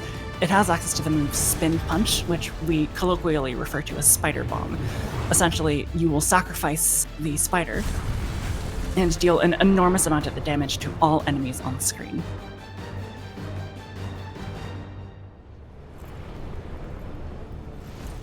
More importantly for this fight, though, it also stuns enemies. That is to say, it breaks their armor. And that's going to be really important, because after we do that, we can do torture attacks on both of the very large enemies that we see here. So we'll do this. Nope, not quite. This did not work out as quite as planned, but that's okay. There's one torture attack. There's the second torture attack. And then ideally, we can get both of these enemies with one Gates of Retribution. It looks like that second one didn't quite want to get in, but there we go. Now for the second phase, we're going to charge up our train one more time, wait for some enemies to spawn, and then do exactly what we've been doing before. Punch and then spin shoot. This should hopefully take out most of the enemies on screen, if not all of them. Not quite, so we can just finish up any small stragglers with the Gates of Retribution.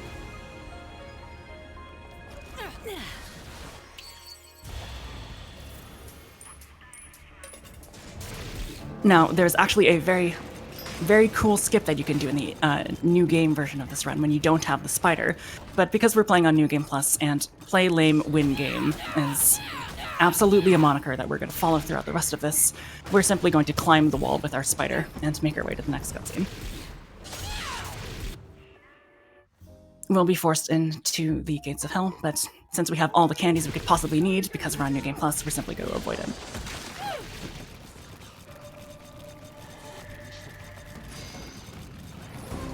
Now, I know that we've been using the train, punch, and spin shoot combo quite a bit. We're going to use it again here, but I promise it's not going to be as ubiquitous as to be the answer to literally every single fight in this game. Although it definitely will be for this one. Lots of enemies on screen, lots of enemies with a lot of health. And we'd obviously like to spend as little time with that as much as humanly possible. Ooh, that did not take out all the enemies for some reason. Looks like there were a couple stragglers. Now, you'll notice that they were in their sort of entry spawn animation, and I did say that the Gates of Retribution does not affect those things.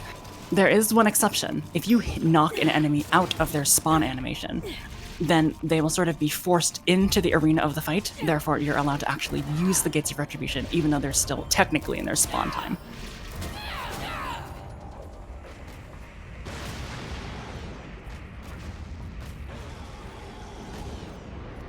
Now, I know I said that demons are very powerful, and they are, but this next enemy is probably one of my least favorite. These are known as Panis.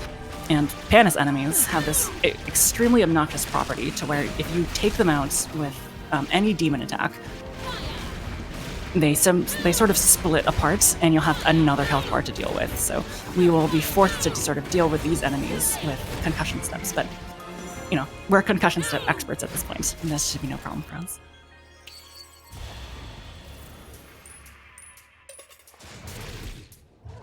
Do a couple fast little spider moves there, and that's the end of chapter 1.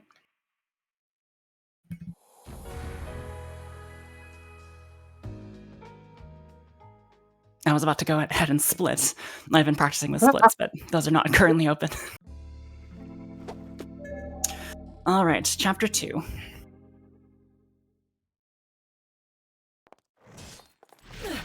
As this first fight in chapter 2 is a little bit reminiscent of the ones that we've done so far, I guess I will take the time to say that I do slightly dislike the fact that the beginning of this game is very gray looking. It looks a little bit homogeneous. That is rectified later in the game when there's a lot of light, like yellows and reds and greens and stuff like that. But in particular, this Tokyo scene is not exactly my favorite. As we said before, lots of very small flying enemies on screen, so we can take them all out with 1 Gates of Retribution. Charge our train just a little bit. Make sure we aim at the enemy. Punch, spin, shoot. And hopefully this takes out all the enemies, but no guarantees. Doesn't look like it did, so we'll take out the final ones with 1 from my final gates.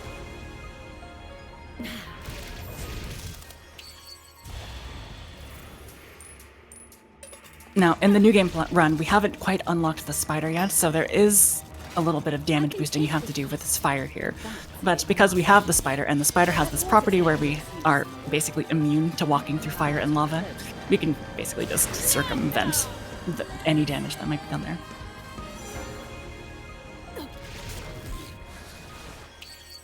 Fun fact, if I remember correctly, this is one of the only fights that we just did that in the new game run you're actually supposed to do with Madama Butterfly. Madama Butterfly's output is not super high in this game, so we use her because she has this very interesting property where she can sort of stun all the enemies on screen at one time, and when enemies are stunned, we can do that torture attack thing that I was doing in that one fight with the big guys before. So that takes out all the enemies in basically one fell swoop. But because we have the Gates of Retribution, and because all the enemies sort of spawn very close to each other, we might as well not have to deal with that. Someone's having fun. At least Kitty's landed on her feet. Okay, coming up is the fight against the boar. And I'm going to take a little bit of time to charge my train. Alright, the spider is not only useful for the spider bomb, it also has a special move that basically locks an enemy in place with a web. We're going to want to tie this guy down and do exactly what we've done before. Punch, spin, shoot, and hopefully the boar does not attack us. Ooh, I actually did not get the spin shoot. That's a little bit unfortunate. Let's see if we can get it again. It's time to tie you down tight. Alright, pretty good. And then we'll finish it off with our clock tower and a couple concussion steps. Not too bad. I wish I could have gotten that the first cycle, but it's not too big of a deal. Coming up, though, is one of the most fun skips of the game. This is called Spider Jump, although it's a bit of a misnomer because we never actually use the jump function of the game. We're going to sort of crawl behind us for a little bit and use 1, 2, 3 attacks, and then abuse the fact that the gravity doesn't really know what to do, and basically skip the entire first part of that level by making the gravity think it's supposed to go that way when it's actually supposed to go forward. Very good. There is a second version of Spider Jump that is significantly more difficult to get because the area on which you have to actually use it, the 3 attacks, is a little bit smaller, but we'll do our best. It's not a huge deal if we don't get it.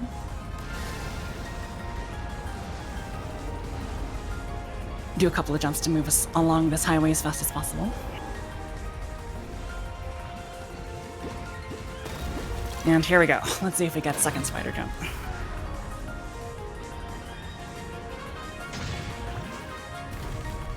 There's going to be an enemy in our way that's going to spawn right there, the one that's currently targeting us. We want to make sure that we kill it, otherwise when we do our 3A attacks, we're simply not going to be able to, and it's going to attack that enemy instead. Let's see if we get it. We definitely don't want to look down, so hopefully we get it. Alright, very good. Skip's having to go around the area.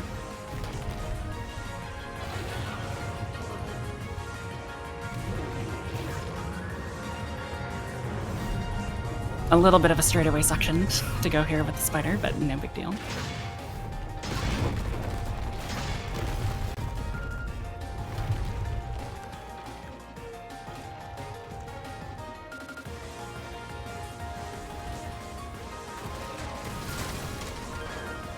Now, as someone who has not played the Devil May Cry series, I was surprised to learn that this particular spider that we're crawling on is, I suppose, a shared character between the two franchises. Phantasmorne is. I was surprised to hear Phantasmorne talk, since he does not talk in Bayonetta 2, but I was told later that there was a shared character. Is that true? I didn't know that either. Learn something new every day. We'll do a couple of winders to get to this next fight. And I know I said that you don't want to use demon attacks against the Panis, but as long as it doesn't get them to about half health, generally it's going to be fine. So we'll do that to take care of the small enemies. Ooh, that's actually very bad. That's bad for a very specific reason that we have not yet seen. This is going to be interesting. We actually really want the clock tower there, and the fact that it's not available to us is going to be an issue. So we'll have to just resort to concussion steps for Strider here. Oh, come now. Okay. You'll see that we had to resort to the train. You'll see why the clock tower was so instrumental when we get to some fights that use it later. It's, you know, we're on New Game Plus. We're not losing too much time because of it, but it would have been nice to be able to show you some of the cheese strats that we do have access to because of New Game Plus. We'll activate the Train Rage, because the Train Rage will do a lot of damage on the enemy as we pop our invincibility candies. Oh, that's something I guess I should mention as we finish off this fight here. Yes, we are using Train Rage to power up our train. However, if you do a little bit too much damage, or at least a little bit too much rage on your train, or any enemies, or any demons for that matter, as you saw with our clock tower, it'll enter this very, very angry mode. I don't exactly know what it's called. I know the game does call it something. And that's very bad, because that means the demon's out of control, and you don't know what it's going to do, and you don't have access to it anymore. So it's not, you know, a huge deal. But there are some fights where we definitely do not want that to happen, particularly for the train, because obviously the punch and spin shoot combo is so important.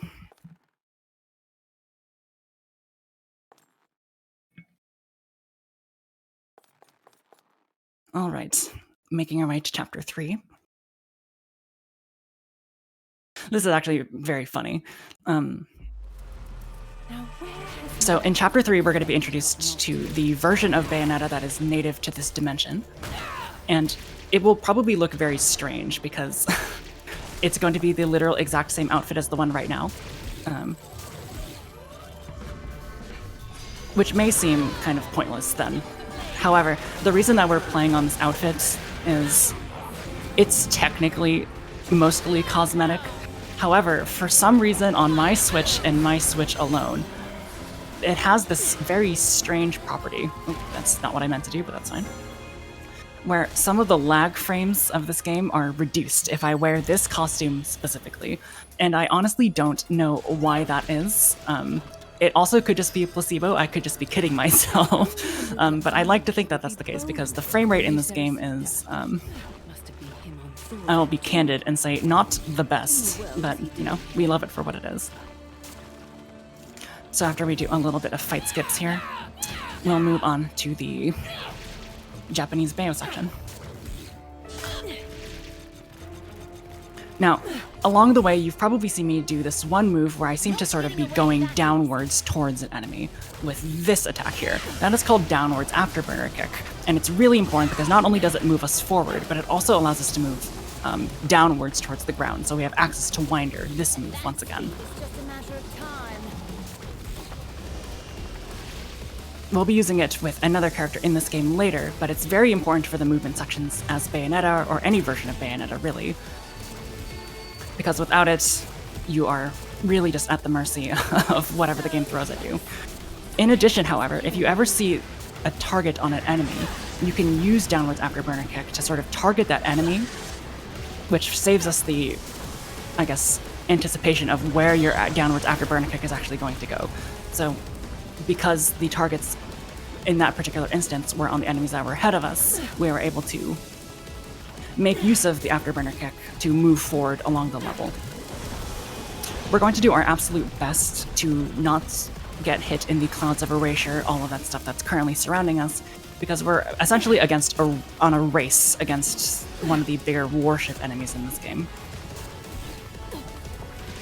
The next phase of this segment begins as soon as that number reaches 0, and by climbing up that, we can expedite that process just a little bit. I'm going to take a little bit of serious time here because this one cycle on this enemy can be a little bit difficult, and I'll explain it afterwards. That's enough. Tag for now. Put my hooks into you. Go while you can. I don't think I got it. That's unfortunate. Yeah, it was very close, but not quite. Yeah, with the power of New Game Plus and a proper usage of the spider's attacks, you are able to one-cycle that little thing in the middle there, that core. Unfortunately, I was just a little bit off because I think I might have failed to do the witch time at the correct time, but it's no really big deal. Waste a little bit of time, but the essence of the trick is still there.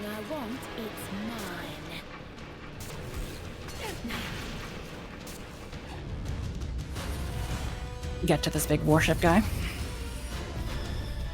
Perfect timing. And we're going to be doing a lot of spins in this next section. So if you have access to any emotes that characterize spinning, or if you'd simply like to say the phrase, "I'm not going back," over and over and over again, don't spam. Make the mod's jobs nice, but we will be seeing quite a bit of it. After we get past this first phase of the enemy, there's a very interesting strategy that we're going to be employing, where we sort of stand in the middle of this guy's two hands. In so doing, we activate a move that we have called Spin Shoot, and what it'll do is basically use the fact that it's giving us the maximum amount of surface area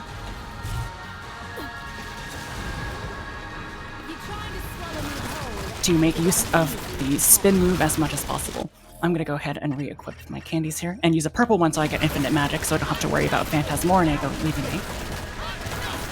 And here we go, lots of spins. And you can see that health bar taking quite a beating. Now we need to be very careful when we hit this particular climax prompt, because for some reason, if there's like a weird frame that you activate the climax prompt, or you hit it while you're in the middle of the clouds of erasure, the game will simply soft lock you. The game will not progress to the next stage, and I've learned that the hard way several times, so I'm glad I was able to remember that and sort of hold myself back a little bit. Alright, after this we have one of these sort of set-piece bosses. A boss that's not particularly hard, but it is very flashy. For example, this is the kaiju fight against this first warship guy that we were fighting. We're going to want to shoot as much as possible, but in lieu of being able to shoot, because he just blocked, unfortunately, we have this little rock, paper, scissors dynamic that you see down there. So he's going to be biting, so we're going to be slamming him in return. And from now on, the fight essentially becomes reactionary. He's going to be doing another bite, so we want to do another slam.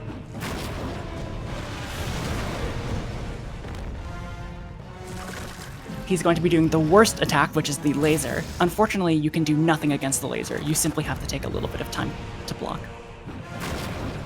One more slam will knock him down. And you'll see this prompt come up that says, strike.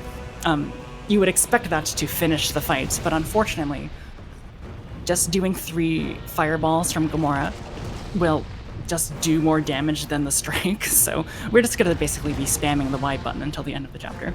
Yeah, he's going to be doing a punch, but hopefully our laser will come out first. Very good. And that's the end of the fight. A commonality between all of the bigger fights of this game, the set-piece bosses that I was describing, is that they all have a lot of RNG that's attached to them. And that's never really fun when you're going for PB attempts. The second version of this, the Bubbles fight, as we'll see in a couple chapters, is probably the worst iteration of this. And, you know, I'll be a little bit more specific when we get there.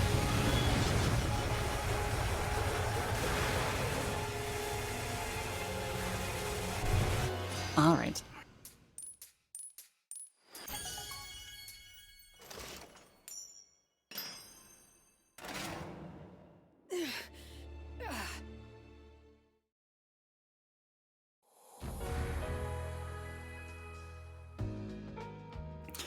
Unfortunately, we cannot simply move on to Chapter 4 from Chapter 3. We have to do these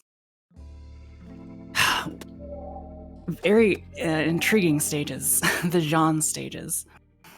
I dislike these stages. I'll just be honest. If you're really, really good at these stages, they can be very consistent, so it's never really that big of a deal if you get used to them. But I find them annoying because it sort of transports a 3D model and a 3D moveset into a 2D environment, and it just makes it feel very clunky, in my opinion. But essentially the name of the game of these Jean segments is to sort of traverse these little areas here and get through a door that is housing the next place of the fortress. We'll be using these vents to move a little bit faster through the level. You were just in the way. Unlock this door, and we'll basically be going the same way that we came in, except going down this time instead of up. Please come down, thank you very much.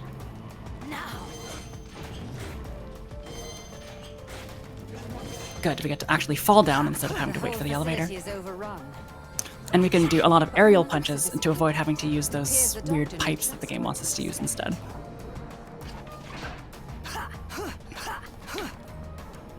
Please activate the switch, John. Thank you very much. Do a little bit of witch climbing. Easy. Take out the lasers and hope that this enemy doesn't actually hit me. Thank you very much. And when we get into this door, we're actually going to be inputting the platinum code because we want to get this infinite rocket launcher. Not necessarily because it'll do anything useful for this particular level, but because at the end of every Jean stage, it gives you sort of like a, I don't know, like a results screen, like any other Bayonetta level.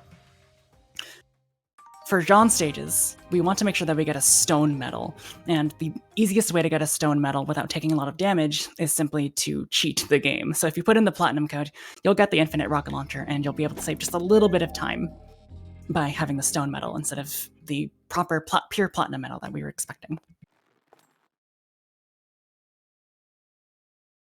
Now we get to properly enter Chapter 4. And I know we've had some very cool fight skips lately, but this is the coolest one of all, which is called Simply Stay to the Right of the Fight Arena. For some reason, it just doesn't extend all the way to the right, so we can circumnavigate that a little bit. Now where has Kitty gone off to? Nursing a skinned knee, perhaps? I guess a little bit of an interesting mechanic. When you summon a demon and you input an attack immediately afterwards, that's what the game calls Flash Slave, meaning that you'll, I guess, do exactly what I just said. The demon will do an attack as soon as it gets entered, as opposed to having to wait for another input.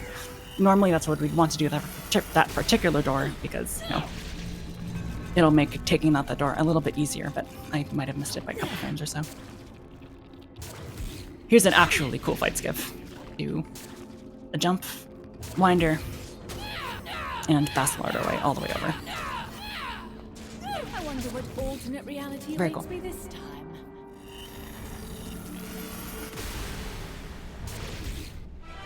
Now, we're going to be doing something that I'm not good at. I will just simply be straight up. I'm not good at this next strategy because it was just implemented and I don't have a ton of practice with it. However, the clock tower has this interesting property to where it actually lets you... Ooh, that did not go very well. Let's try that again. It lets you sort of get a free witch time no matter what you do, just by pressing the B button. And so we're going to be trying to use that on any very long running straightaway, because your winders and your movement as the spider is just simply faster in these scenarios. I'm just, like I said, I'm not very good at it because it's a new tech that has just been found. So I'll be showing it off when I can, but no promises that it'll be any good. Okay. This next section would like us to use the train to destroy all of these enemy pawns, but as we've talked about with Spider Bomb, this is a willing substitute, I suppose. Coming up, we have a fight against Virga, so we'll prep our train just a little bit, and then make our way into the fight.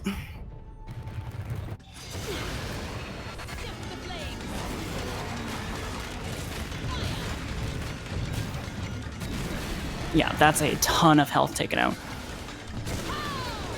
And hopefully we can do it again. And with some concussion steps, we take out Virga very quickly. Well done.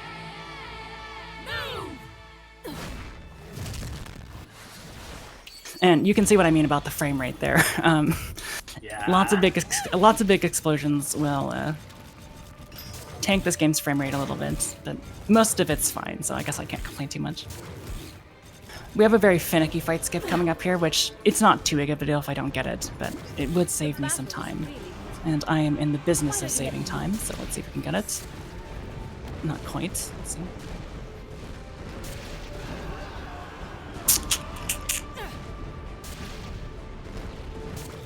No, not quite. I think I was a little bit too far. That's okay. No big deal.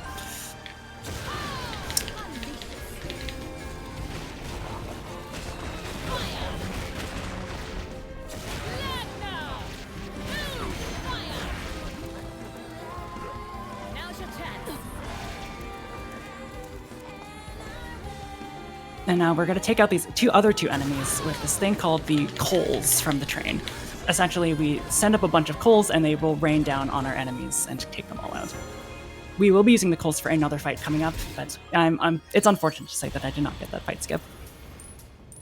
There's technically an even simpler way to do that fight skip, which is to simply move to the left of the entire thing, but that one I found even more finicky than the way that I do it, so that's sort of my middle ground solution, which did not even work this time, so say la vie.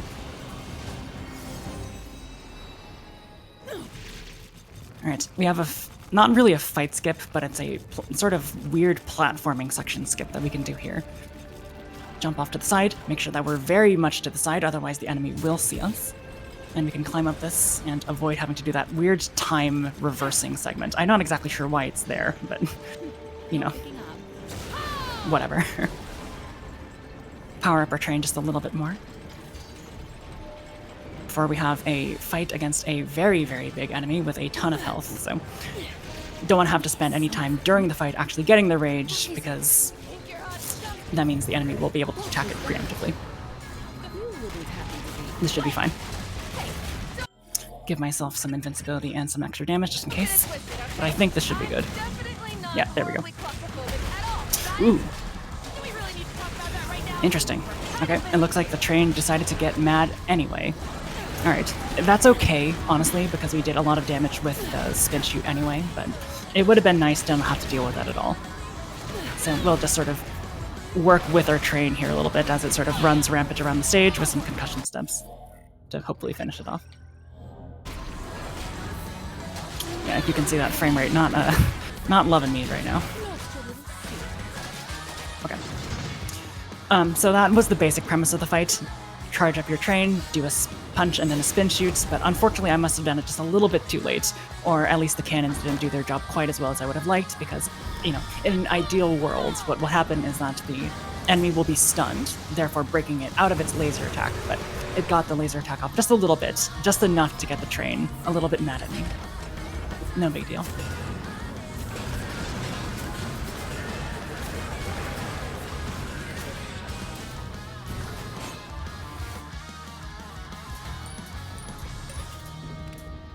Okay, moving on to chapter 5. It's the first chapter where we actually control Viola. This is, spoiler alert, for those of you who have not played this game, Bayonetta's daughter. And her gameplay was sort of maligned initially when it came out, but they fixed some of those things in the patch, most notably that the sort of parry window has been greatly increased. However, for this first fight, we're going to try to line ourselves up in a very specific location so that we can use a demon counter, not our normal counter, a demon counter known as Assault Slave. Hopefully that'll get Cheshire out and take out all the enemies. It depends on what the enemies give me, because we're on a higher difficulty here, but Let's see if we get it. Not too big of a deal if we don't. It's a little bit tricky, especially on this level of difficulty. All right, stand right in the middle of these 2 bricks. Watch this guy with the claws, see what attack he does. Very, very nice. Good. By using that Assault Slave attack there, we get to take out all the enemies of the screen, even when they're not spawned yet, which is really, really, really, really good. Saves us a little bit of time. Now, the thing that there's 2 things about Viola that were not patched, that we're very glad that they were not patched. One of them is this sort of interesting infinite horizontal movement thing that we have here. By holding the R button, and then using some punches, we can sort of get over any surface you can possibly think of. You'll see that we are actually losing a little bit of height there, but there will be an instance a little bit later on where we're not going to have to incur that problem. Now, the other thing that we're very happy that did not get patched is this combo that we're about to do here. I just did a move called Windmill Pete, which makes it so that my sword spins around me. But for those of you who've played this game before, it might be doing a lot more damage than you're used to, and that's because we're sort of overriding the damage that a Windmill Pete would normally do with a downwards afterburner kick. This means that every single hit of the Windmill Pete is going to be that of the downwards afterburner kick, and not the Windmill Pete. This means that enemies will completely be shredded, and especially with a red candy that we just used, a lot of smaller fry fights will go by very, very quickly.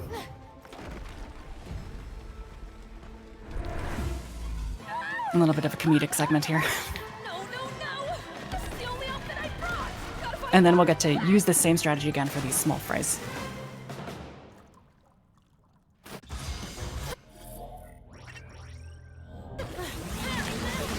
It's very nice when all the enemies decide to bunch up with each other, because that means we have less room that we need to go, and also the sword can hit multiple people at the same time, which is really, really nice. Alright, you saw me do the horizontal movement glitch, and actually, for some reason that's tied to the sword, so if I throw my sword, which is tied to my demon, just into the lava, and then I decide to do the same thing, I will absolutely not lose any horizontal, or any, I guess, y-axis height in this case. Bring it in, big guy. Which lets us skip a fight in that little cave arena.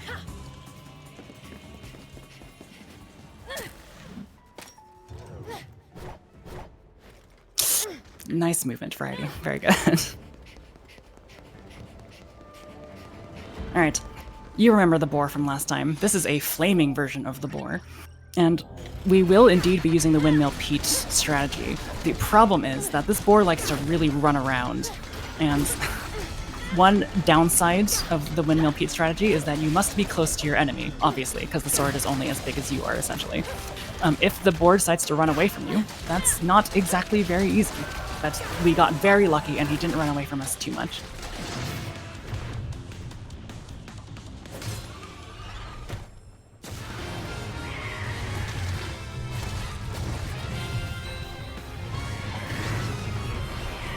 Do some stomps with our dear friend Cheshire.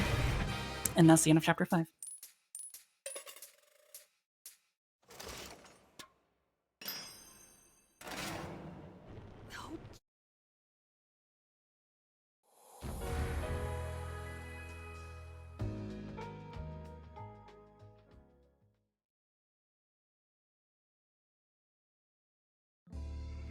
I'm playing on a physical cartridge, so the loading times are a little bit longer than they might otherwise be. Back to Bayo, though. This first fight here is going to involve yet another pianist enemy, which is, again, not my favorite.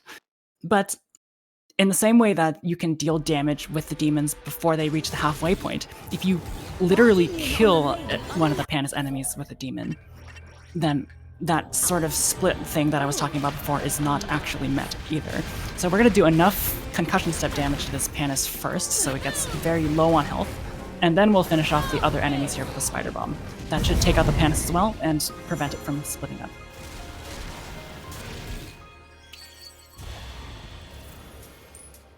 And here's another section where using the clock tower is indeed the fastest.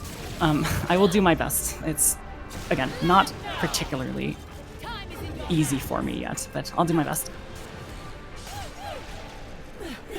As I said, the spider is able to walk on lava freely, which allows us to skip that fight on this little rock formation to the right of me.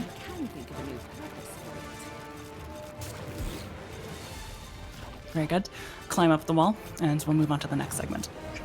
Looks like I'm nearing the crater. I certainly hope the chaos gear isn't inside. Do some winders to get past these flaming rocks that are coming from the volcano. Although it is rare to get hit by them, I do get hit by them sometimes. They're not as persistent, shall we say, as the falling volcanic rocks from Ocarina of Time, for instance, but they're still rather obnoxious.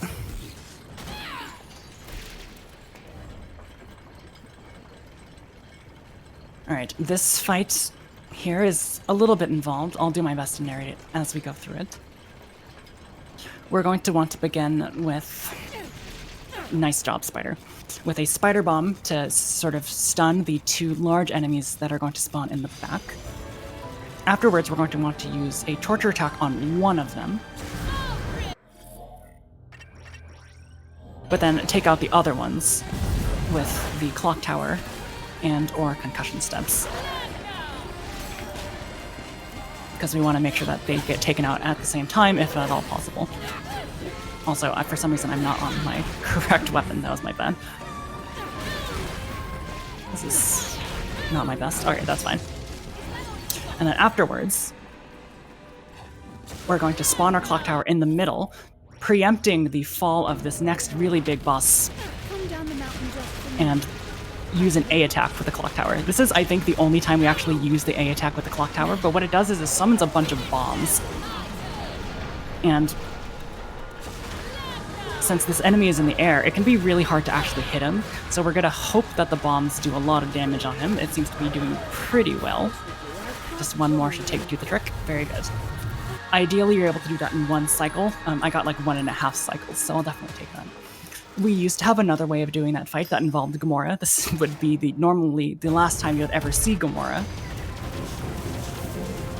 It would, instead of using the A sort of bomb attack that the clock tower has to preempt this enemy coming down on us, it would instead use a admittedly cooler looking move. I actually don't know what it's called, but it basically has a bunch of lasers come out of Gamora's back. It's very, very cool looking. If you can watch an older run of this game, it would be worth your time to watch that strategy, because it's very cool looking. Here's yet another straightaway.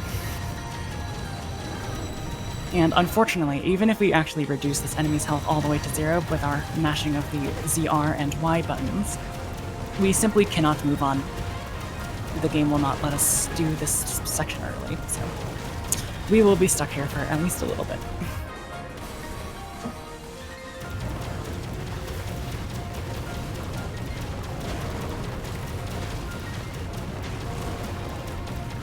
I might as well take the time to sort of explain the difficulty on which we're playing. We're currently playing on expert mode. This is mainly out of necessity. The rules of the speedrun say that you are not allowed to play on standard or normal difficulties. I skipped the cutscene too early. So we're required to play on expert mode. Generally speaking, this doesn't actually change a whole ton about the speedrun, with the exception of one thing, which is the Jean segments. Instead of 6 hearts, Jean will have 3. And that can honestly lead to some deaths. I'm gonna hope to do my best to not die, but sometimes an enemy will hit you out of nowhere, and you'll take a little bit of damage. I will be honest and say that I asked the host of this event to increase my time by 5 minutes just in case something horrific happens, including dying in the Jean segments, so fear not, I have accounted for such an eventuality. Now, you might have remembered me talking... Yeah, thank you. You might have remembered me talking about a very annoying boss that involves bubbles. Here it is. This is the fight against Pyrocumulus. I think that's his name. And the idea behind this fight is that we need to completely cover him with bubbles. 3 separate times. Now, this doesn't look too bad, with the exception of the fact that he will move randomly across the screen, completely randomly. There's no way to sort of preempt where he's going to go. So it's a game of bubble tag, you might say. It's And- certainly an interesting boss mechanic. Yeah, none of us really like it, as you might imagine. I didn't say good, I said interesting. Okay, you know, fair enough. Oh, come on, stop running away from me, friend. There we go. Interestingly, even though this boss tries to pull the sort of magical hats thing where it just sort of divides itself into multiple parts and you have to find the correct one, it's always going to be the one at the very top. So for example, even though it divided itself into 3 parts, it's going to be the one right here. At least unless it sort of decides to reshuffle itself, which is just RNG, of course. We want to block that. This guy's moving away from us a little bit, and we're getting a lot of attacks. That's not good. Looks like we got it, though. All right. I've had worse. I've had better. But you are sort of at the mercy of this particular enemy when you do this fight.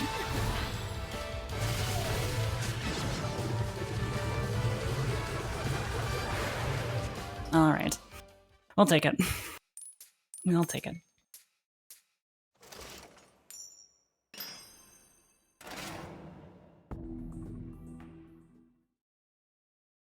All right. I alluded to the fact that after every sort of new region of the game, you do another genre segment, and we're about to do the second one. This is actually the easiest one, not because of the design or layout of the stage, but because we can cheat. You might remember at the end of the first one that I did the platinum code in a door and gave myself the infinite rocket launcher. We're going to be doing that again, but we're going to actually be using it for the entirety of the segment this time, just to take out any enemies in our way, any obstacles that might hinder us otherwise. Dodge our way into the store, This one platinum code, is supposed to be our and start savior. firing away. It's not that simple. Oh, what? Maybe it is. Back home, research into parallel worlds was pretty advanced. And before long, we proved they existed. We figured out how to contact them, then got in touch with Hopefully I can top get up here secret before the organization. elevator comes down. Thankfully I did. And with Dr. Sigurd, the head of the organization. I just found missed out that, about unfortunately. chaos. That's okay. And with his help, we can use the chaos And now we're going to be gears chased break by this into the guy for a little bit. That's why Not a whole ton that we can do, unfortunately, other than wait for his attacks. And why do you put so much faith in him? Well, he and Singularity are... I did take damage there. That's not a huge deal, because there's a little bit of health in this box just right above me. Make sure we pick it up so that we don't have any catastrophic failures later in the run. Activate this lever. You would think that you'd be able to climb it, but you have to activate the lever just so that this enemy can actually just take it out. Just a little bit obnoxious, but whatever. Do some flying punches, make our way all the way over to this terminal. And then we have a boss fight in quotation marks, by which I mean we're going to basically just spam Y with our infinite rocket launcher.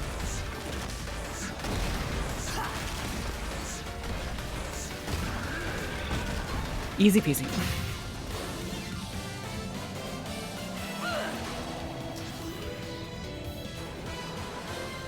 Yeah, turns out infinite rockets makes a lot of things easier. It does.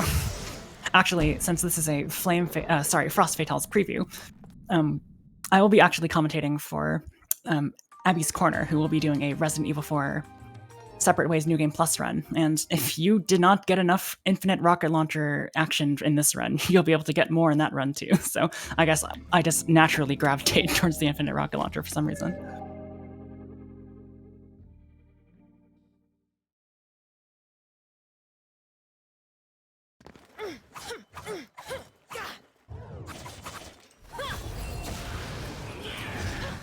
Alright, this is our second chapter as Viola.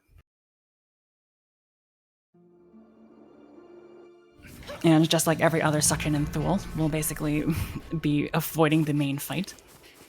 That is not the case with the final instance of Thule, or at least the final Viola instance of Thule, as we'll see, but it is mostly true.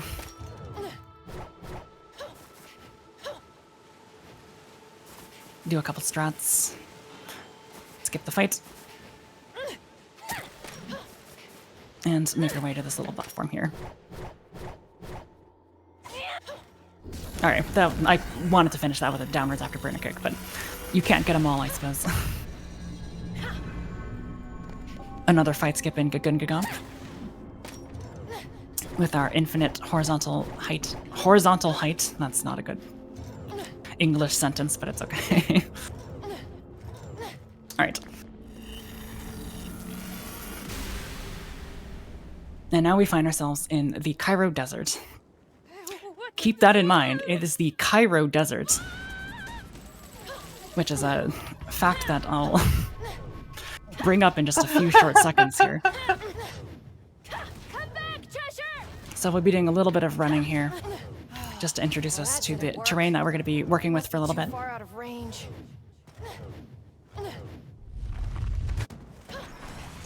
And for some reason, we've determined that moving left here and continuing to run in this direction is for some reason just the slightest bit faster than running forward, but the area into which you have to run is generally going to be pretty equidistant to where you start. Alright, once we get that, we can start using Winder. Not Winder, Shredder, I think is what that move is called. Alright, so this is the Cairo Desert, right? This music choice, which is definitely spaghetti western in its tone, may not be the most appropriate. I think they thought of the wrong desert. Maybe that's a joke on the developers' parts, but I did do a double take when I heard it the first time. That's the wrong kind of music. But it's funny, whatever.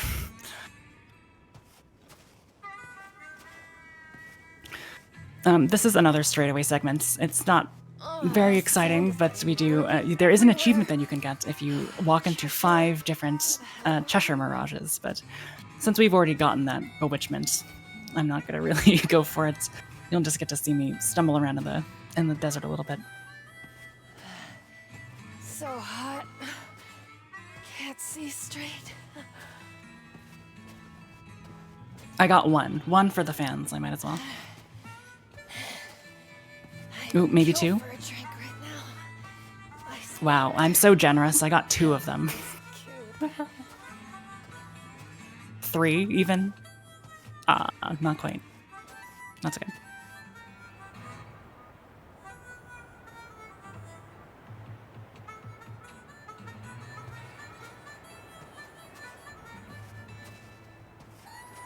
Alright, coming up we have a fight against a couple worm enemies. And we're going to be using our parry attack, I think, for like the literal first and only time in this entire speedrun. They're going to sort of pop up from underneath me, and if I get a perfect parry, I should be able to enter witch time for a little bit. Let's see if we get it.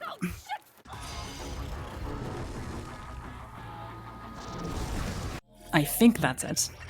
Let's see.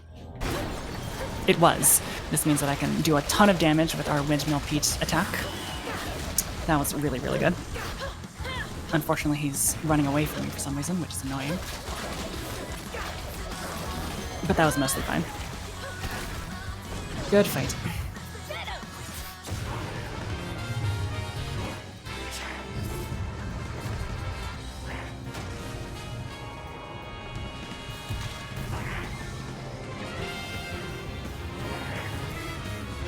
Cheshire will enter his little slam climax finisher. I think the only time that we actually have to mash B for one of these. And then we enter a section of the game called Cheshire's Oasis. Now, normally, you're supposed to do what you would normally do with any other character in this game. You double-click the ZR button to dash. However, that's very slow for Cheshire, so we're going to actually time a single ZR press and force him to dash forward in single isolated bursts.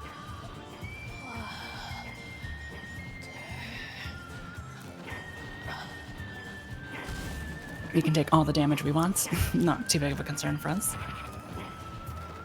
Until we get to water, which I think I just overshot by just a tiny bit. And now Viola is properly hydrated. Let's continue.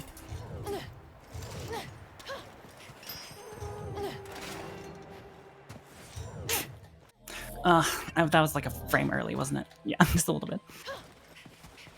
Okay, we have a giant sand river here, which we're going to obviously avoid, if at all possible.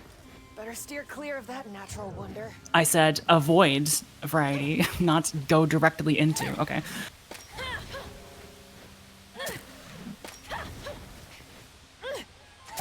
And then we're going to be doing a little bit of a trick here, which I'll explain if I get it the first try. Oop, not quite. Let's try that again.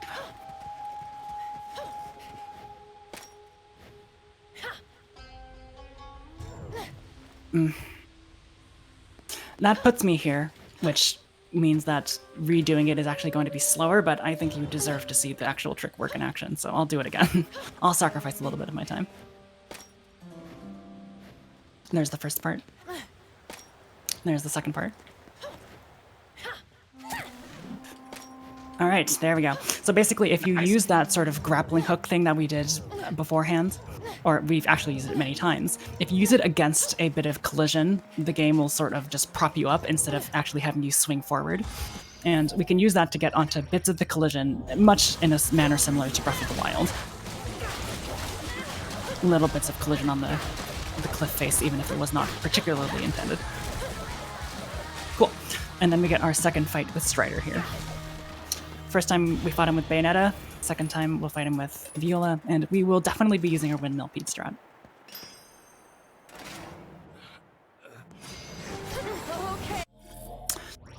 Much like the boar enemy that we fought the first time, Strider also likes to sort of dodge and to move around a little bit. Hopefully he doesn't. Very good. And now we've activated our fairy form, our masquerade rage form. And because of how cool the form looks, you might expect the combat for it to be very cool as well, but no. The fastest way to do damage, the highest DPS, is simply to mash the shoot button, so I apologize if you're expecting something a little bit climactic at the end there.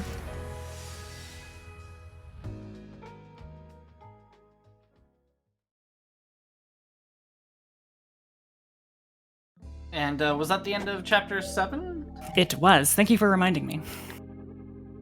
Did you, you wanted to take a break here, right? If we hit the hour, that would be a great time. Yeah, absolutely. So during these longer runs, everybody, we like to take a break around every hour, so everybody can get up, stretch, get some water, anything like that. So we'll be back in just a few minutes here, everyone.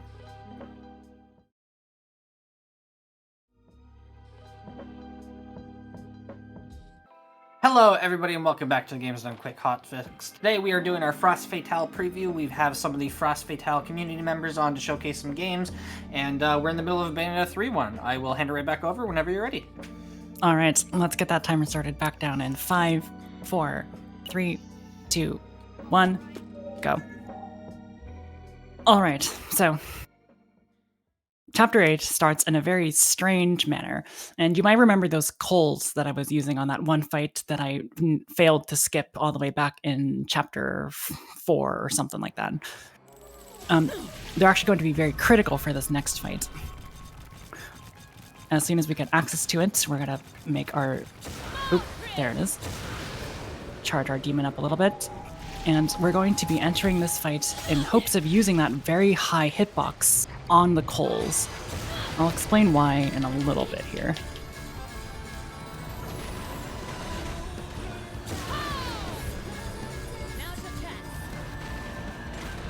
Nice. Okay, so that tower in the middle of the screen there has a really annoying way that you're supposed to do the fight. You're supposed to use your demon to knock out all of the segments of it, and then take out the head, which will then run around the arena and be super obnoxious and terrible. Thankfully, the hitbox that's on the head is still actually active throughout the entire thing. So what you can do instead is abuse the fact that the coals will attack You must be joking. anything that's on a high hitbox. Send a bunch of coals up into the air. Sorry, just getting this movement. Send a bunch of coals up in the air and then expect them to actually all hit the enemy. It's something we'll be using again. Coals are actually very useful in terms of damage output. We don't use them a whole ton because the punch and spin shoot method is a lot better for enemies that are on the ground, such as the fight we're just about to do. But whenever there is an enemy that really takes advantage of a high ceiling, we would absolutely prefer to use coals. We'll be using it a couple more times as we go along. Wait for this to go away. Get our demon ready again. And here we go. I made it clear. We want to activate Witch Time with this tower. And when someone gives me an order, Get our train ready. Punch, spin, shoot. you really are quite the headstrong. And unfortunately, I had to do a Witch Time, which unfortunately made it so that my demon sort of left me, which is not how you're supposed to do the fight, obviously, but it's close enough. And so you might remember on the very first time we fought Strider that I was meant to do something very specific with the clock tower before it died. This is what that is. We can actually activate the mech, and if you use the mech, which has an extremely high damage output, on typically a humanoid enemy, they completely don't know what to do. They'll be stun locked into oblivion, essentially. And that's how we'll be taking out a few fights later on. It's a little bit slower, which is why we don't prefer to use that method, but we absolutely will if push comes to shove. If you want to be as safe as possible. I like to call that very cool fight because I'm a sarcastic person at heart, what can I say? Alright, moving on to the next fight. We'll use our demon summon to take out these two turrets. Hopefully this last one will come out very soon. Finish him off with a concussion step, and then we'll stand in the corner here, put on an invincibility candy, and start jumping with our newly acquired frog demon. Thankfully, if you do a triple jump, it will just demolish any small enemies at least that are around it. So that's particularly useful for the turrets that spawn on the walls, because if you don't take those guys out with the jump, then you have to find some other way to be airborne. And being airborne in this game isn't particularly difficult, but it can definitely be annoying. Speaking of annoying, we have this puzzle here where we need to use those triple jumps to take down all these pillars. Switches, I suppose, if I'm gonna be accurate about it. Okay, that's not what I wanted to do. Yeah, the spider has a tendency to latch onto walls that you don't want it to latch onto, which normally would not be a problem, with the exception of the fact that it takes a little bit of time for that animation to work. Another fight coming up here, so I will charge my demon again. No need to tense up that bad. Hopefully this one works, unlike that last time that we've done this. That's a ton of damage. Look at that. Holy. And that's the fight. Very, very, very nice. We used to do that with coals and a mixture of that in the clock tower, but if, you know, we tend to optimize, and when it comes to speedruns, unfortunately, this does mean that optimization comes in the form of somewhat repetitive looking fights, but it is never not satisfying to see that happen to enemies with a ton of health.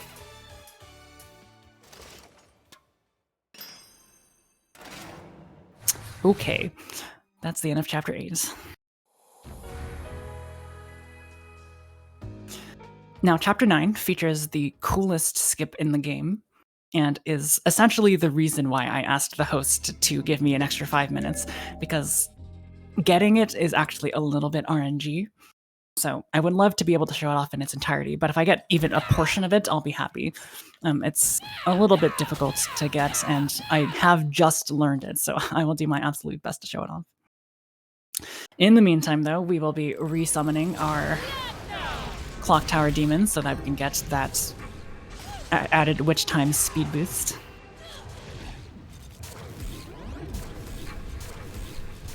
Which I seem to be zigzagging across this and going instead of going straight away. Detours aren't my style, but I suppose there's no choice. And then we'll enter I suppose, a portal to Inferno, because we see a lot of birds around. Demon birds, to be exact.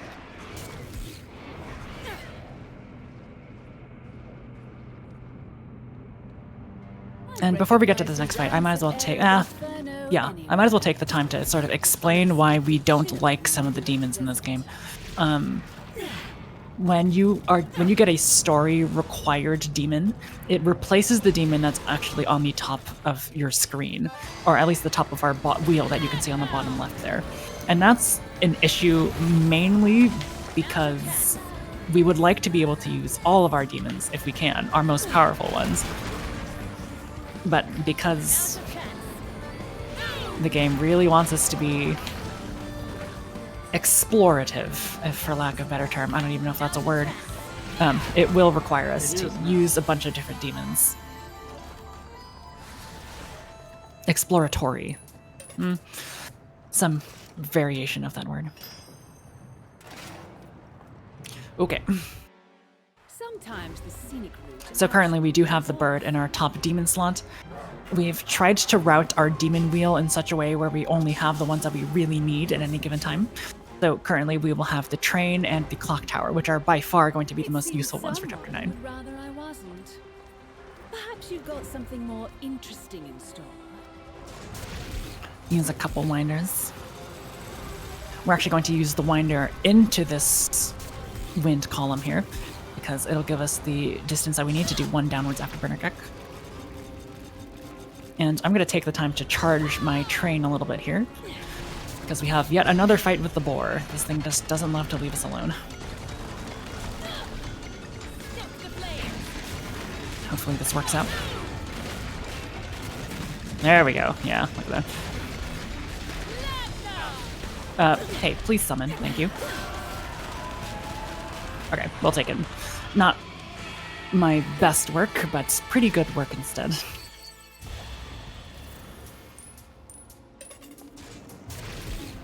Okay. The way that they try to incentivize you to actually use the demons that are sort of forcibly replaced in your demon wheel is to make you do these little puzzles. This one involves activating all of these fans here, which can be a little bit difficult, but we got it. And while it's showing us the activation cutscene, we can actually move during it, so we'll absolutely take advantage of that. And coming up, we have, well, yeah, I jumped the gun a little bit too quick there.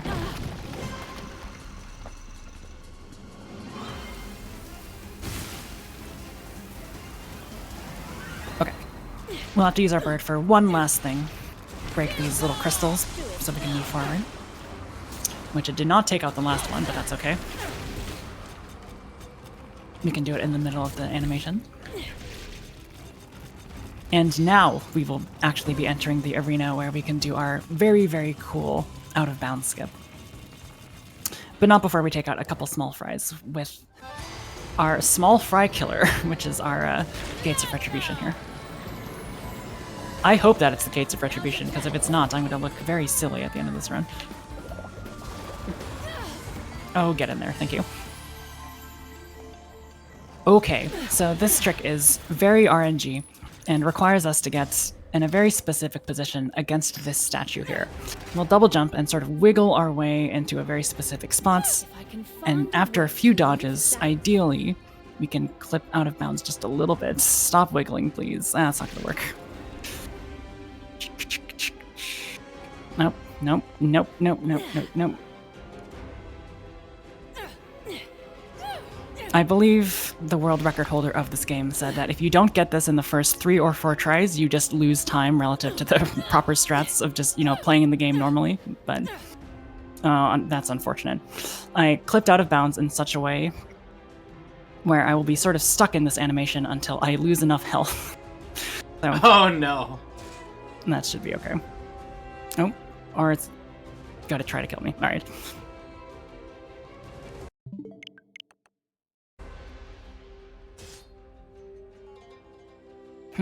This is intriguing. Oh. That is something that can happen if you don't get the proper out of bounds, which, you know, is no one's favorite, but it is what it is.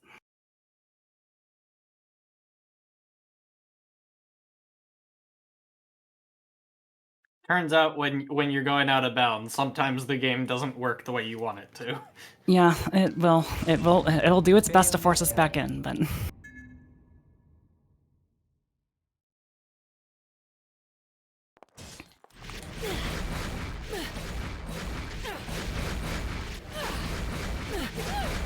do some practice concussion steps while we wait.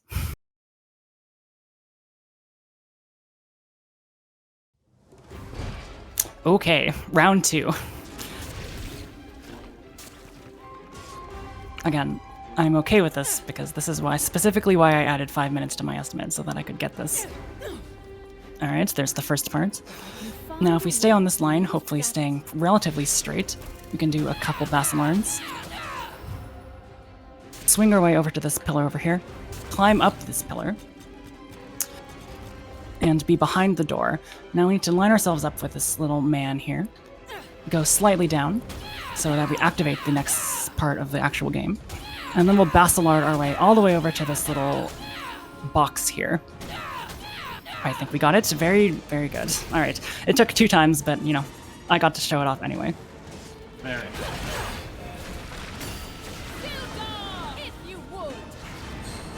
Yeah, actually, I see the world record holder Ace Krana is currently in chat, and he is correct when he says sometimes it just do be like that. We'll take the time to sort of power up our train demon here before this next fight. And as soon as he plops onto the ground, we'll activate him. Hopefully, yeah, look at all those gun damage. Awesome. Unfortunately, he still has lasers, so we'll want to be a little bit careful about that.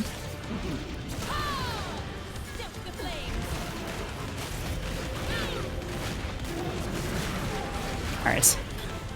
Not the cleanest fight, but good enough. Something to note about the sort of train punch and spin shoot method is that you want to make sure that ideally you are actually giving rage while you're doing the move, because obviously if you want to preload it, it can take a little bit more time to just sit there and sort of give yourself a little bit of train rage before you actually do the move. For the purposes of marathon, or I guess showcase safety, I am opting to simply give myself rage on the demon before the actual fight, just to make sure that I'm not actually messing up any inputs or anything like that. In the long run, I think that will save time.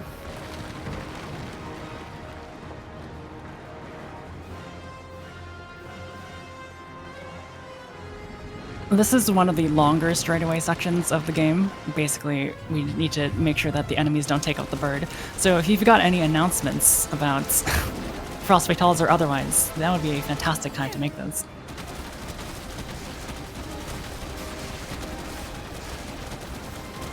Or perhaps not. That's okay.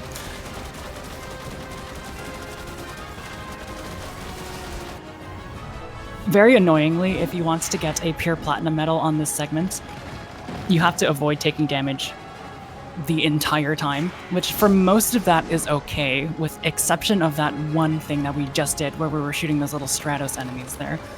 Oh, I skipped the cutscene just a little bit too early.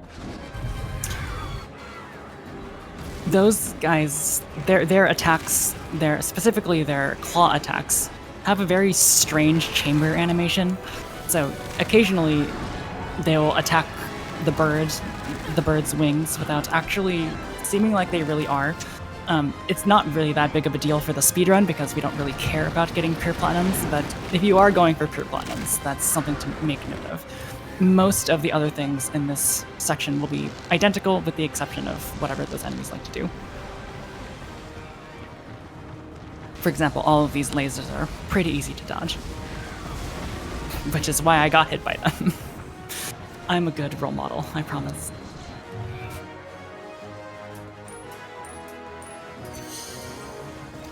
Hi, sorry, I accidentally ripped my headphones out, like, literally when you asked me to do announcements. Oh, fun. Well, there will be another straightaway to talk about. Actually, this is a perfect time, because the beginning of this fight against the dragons begins with a literal 60-second auto-scroller that you can do nothing except run. So if you have announcements, now would be a perfect time to give them. Alright. So, as a reminder, we do have Frost Fatals coming up. We do actually also have some other stuff coming up outside of that. On the 21st through 24th, we have PAX East coming up. So if you're looking to join GDQ at PAX East, be sure to check us out there. Also, we are looking for a mainline event volunteer coordinator. So you can go to gamesdonequick.com/jobs if you're interested. You can look at the duties, apply, anything like that. And just as a reminder, we do have the Frost Fatales Humble Bundle. There are 7 games in it. Pseudo Regalia, Guilt, Abzu, Hylix 2, Dicey Dungeons, Mail Times, Maids of Skyr, I think is how it was supposed to be pronounced. That is on sale now, and the proceeds will be going to National Women's Law Center. Alright, thank you very much. So the dragons have now spawned after the 60 seconds of essentially nothing. And we'll take this time to basically do our coal strategy as well as our punch, spin, shoot strategy. Take out as much health as the things we can before it goes on to its second cycle. It might look a little bit strange that we are using the coals instead of just the punch, spin, shoot strategy because it looks like the ceiling is actually quite high. But for whatever reason, it is still generally a good idea to use the coals here. The ceiling goes just high enough.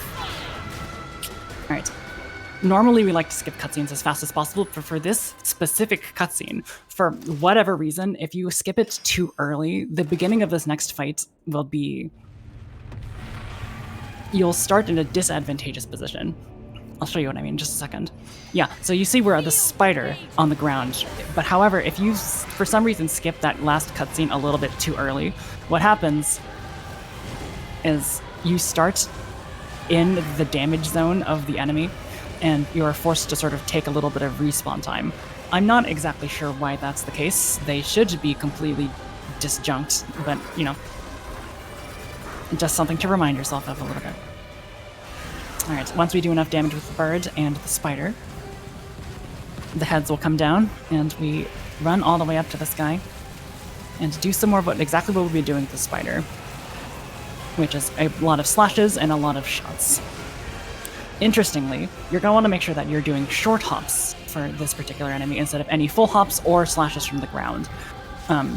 If you do slashes from the ground, the wind-up time is a lot longer, and if you do a large jump, then obviously the time that you take doing the jump will be accounted for. So you want to make sure that you are doing short hops for all your slashes and throwing out missiles whenever you can. After a while, the boss will say nuh-uh and sort of force us to use the bird instead of the spider. However, in an ideal world, there's a move that this boss can do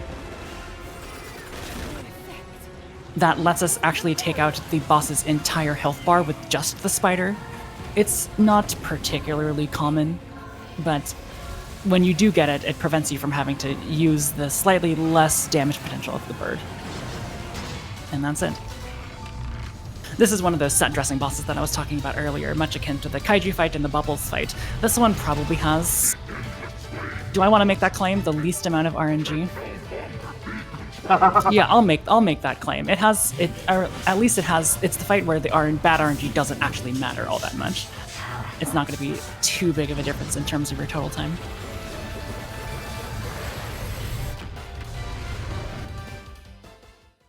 All right, very good. And now, as I have mentioned before, every time we're done with a new little segment of this game in a new area, it is time to go on to another genre segment. This one's a little bit different than the others in the sense that it's essentially a auto-scroller where all you can do is lose time, which is not great. We're going to be trying to take out enemies that are trying to impede the progress of this elevator that we're taking. We need to go down as fast as possible, and every single time there's a homunculi enemy on screen, we definitely want to take it out as fast as possible. Otherwise it will, I think, turn a wheel or something and prevent it from going down as fast. I just hope he's still breathing. This should take care of security. For the first many waves of the fight, you can really choose between two options, which are the arrows, which I currently have, and the shotgun.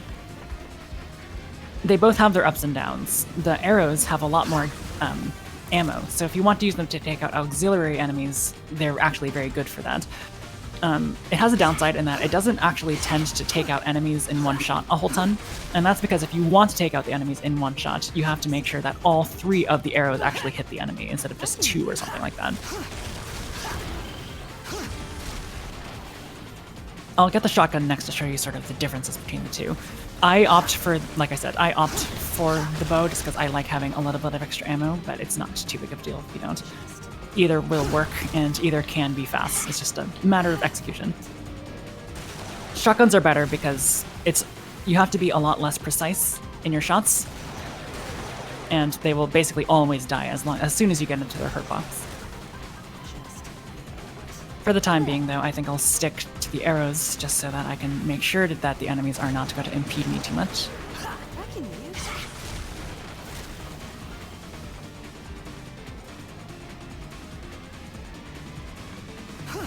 Oh, okay. Well, I took damage unnecessarily, but thankfully there's a burger on the ground that I can eat.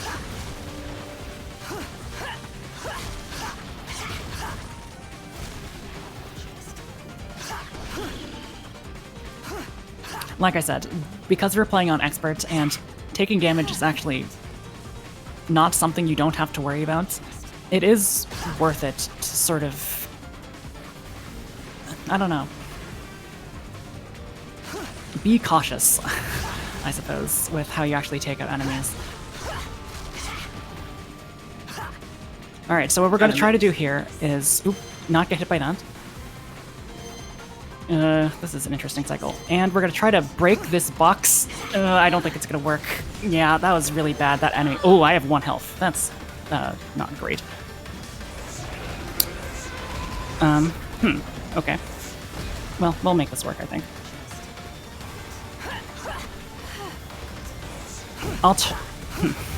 I'll focus on this a little bit, and then we'll go on to what was supposed to happen.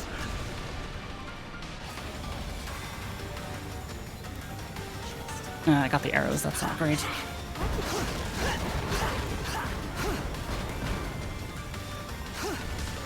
I'm very close.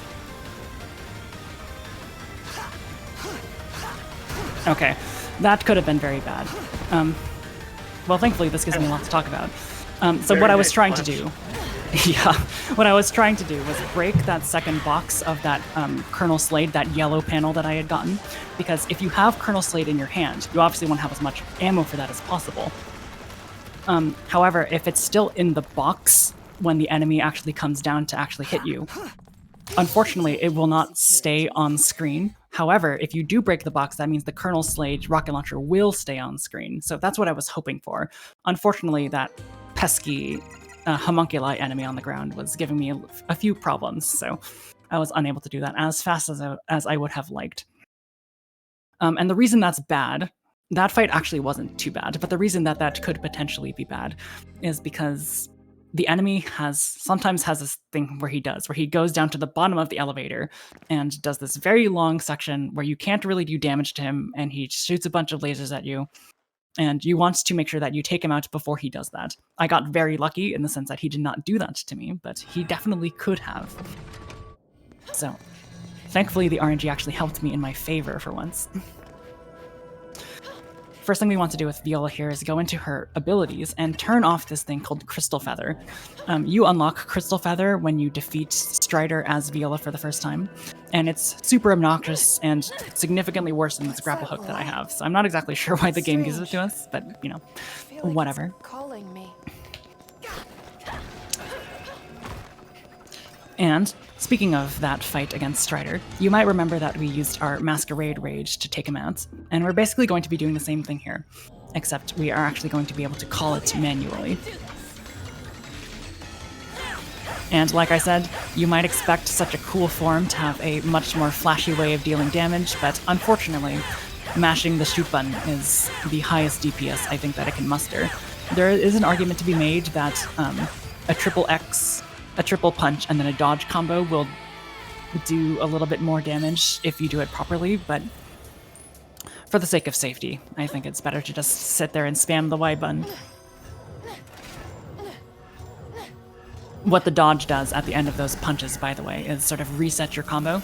The combo finisher for the X mashing attack basically has you end the combo in a very flashy way, but it does take a little bit of time, so we need to make sure that we do that dodge if you do opt for that strategy, just to make sure that we're not stuck in that animation at all. Oh, I should mention that the only reason that we have access to that is because of the fact that we're playing on New Game Plus and have access to this thing called the Climax Brace. What the Climax Brace does is gives us infinite magic, but also gives us infinite ability to use our Masquerade Rages if we so desire. Cool collision game. That was very cool.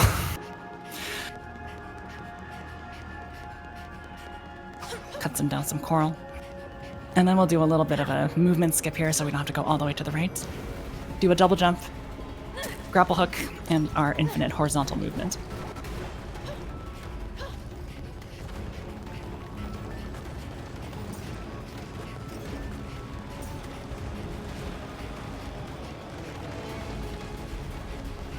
I might as well take the time to say, as we're doing this, one thing that I'm not a huge fan of the design of the Gugungumps in this particular game is the fact that, that specifically, no, it's that all of our little platforms that we can go to are stalactites instead of stalagmites, meaning that if you're trying to recover from a poor jump, you can't really do that because it cones upwards instead of cones inwards. But skill issue, as they say. It's definitely avoidable.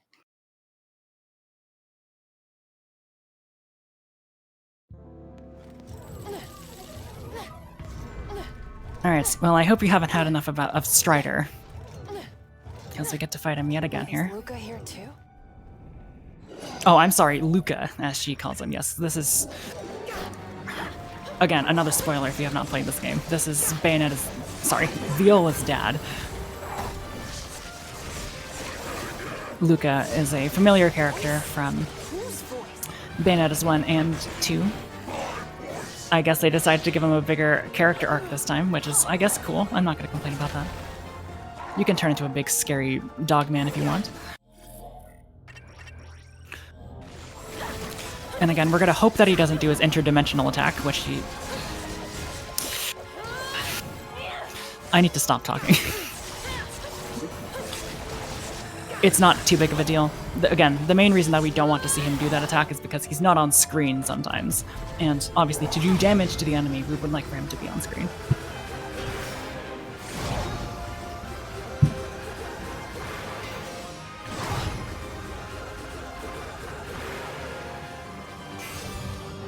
Okay, very good. Well, as good as it could have been without him using that interdimensional attack. Luckily, once we beat Strider this time, we are not forced to go into our... Actually, maybe I shouldn't say that, because I don't think we really play as Viola and need to use the grapple hook anymore. Anyway. Moving on to Chapter 11. We are now in France. So we've been to modern-day Tokyo, we've been to ancient China, we've been to ancient Egypt, and now we are in... I'm not exactly sure what the time period is, but definitely France sometime in the past.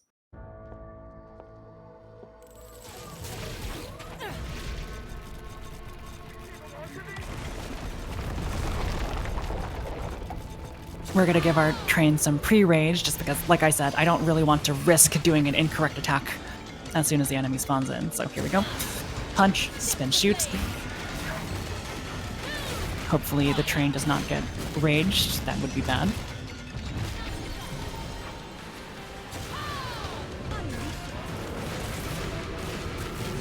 Alright.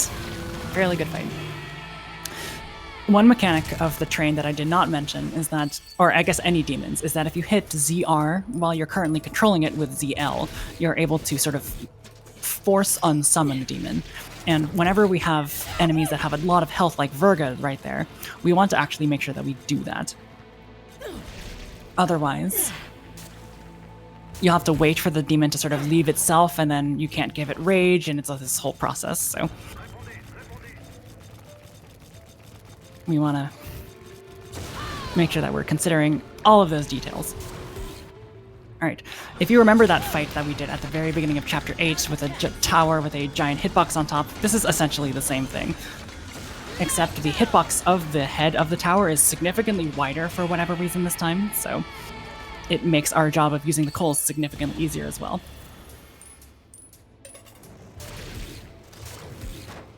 Now, all the way back in chapter, I believe it was chapter 4, I want to say, we did this thing where we skipped a little platform section with this enemy that turned us back into a teenager for a little bit. Unfortunately, we have tried many times, but we are not able to actually skip that this time. So the fastest way to get through that is to jump and use a couple dodges to make sure that we get some aerial dodges to give us a little bit more room.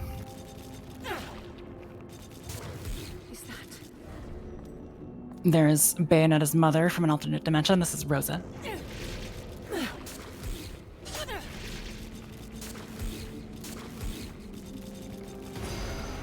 Wait for this enemy to spawn in as it eats my input. That's very fun.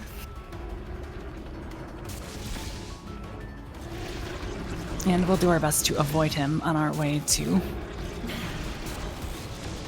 the next segment of France, which, as you can see, is sort of being, I guess, invaded a little bit by the reality warp of Gugungagump. So it's like a Paris Gugungagump hybrid currently.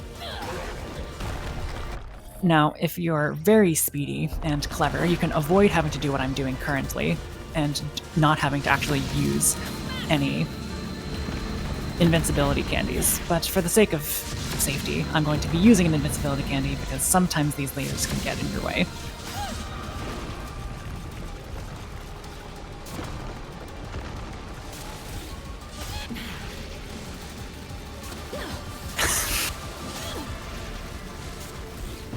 Again, I need to stop talking. I am jinxing a lot of things today. Although, to be fair, that was my fault because I did not get through that segment quite fast enough. And then we have a fight against yet another big man, so we'll take the time to give ourselves a little bit of train range. And off we go. Unfortunately, I actually took damage, and if you take damage, the trains don't... They don't like you very much, the demons do, so it sort of left me, even though I wanted him to do significantly more damage. Although that wasn't too bad. This should take out the rest of the health. Alright, that could have been better if I had not taken damage initially, but it's no big deal.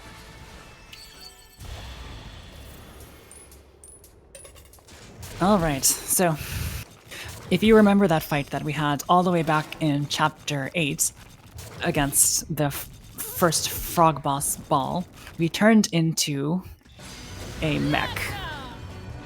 I will say that there is a way to sort of one-cycle this fight without having to do this cheese strat, but I don't know about y'all, but I love cheese. So we're just gonna sort of stand here and stun-lock Rosa into oblivion with our fantastic mech powers. Cheese is very good. I mean, I think that's sort of the appeal of doing a New Game Plus run, right? You have access to significantly more cheese than you would in a New Game run. Alright, speaking of straightaways, this is probably the longest one, and probably the least consequential one. The only thing that is particularly novel about this is that the ending boss of this segment is particularly not good. We'll be fighting the clock tower at the end of this, which is, you know, we currently have the clock tower, but that's only because we're playing on New Game Plus. The clock tower fight is very obnoxious because only certain segments of the clock tower open up at a given time, which means that only sections can be damaged at any given time. So we'll have to... I'll show you how we navigate that as we go along. You'll notice that we're in a dark room right here, which is not the first dark room that we've seen in this run. I fell into one as a spider just after we faced that first fight against Virga, and the reason that I didn't actually really have to use this sort of echolocation power that the bat has is because I've turned my brightness all the way up on my game. Obviously, the game sort of wants you to use this echolocation power to show that it exists, and then you can use it to light up things as well as reveal enemy locations. And I'll be honest, it would have been very easy to lie to you and simply say, I am the greatest speedrunner of all time and can navigate any dark spaces because I am just so awesome and cool. But no, when you turn up your brightness all the way, a lot of the things that are considered obstacles in those dark rooms are very, very visible. So sort of a settings cheat code that you can implement there.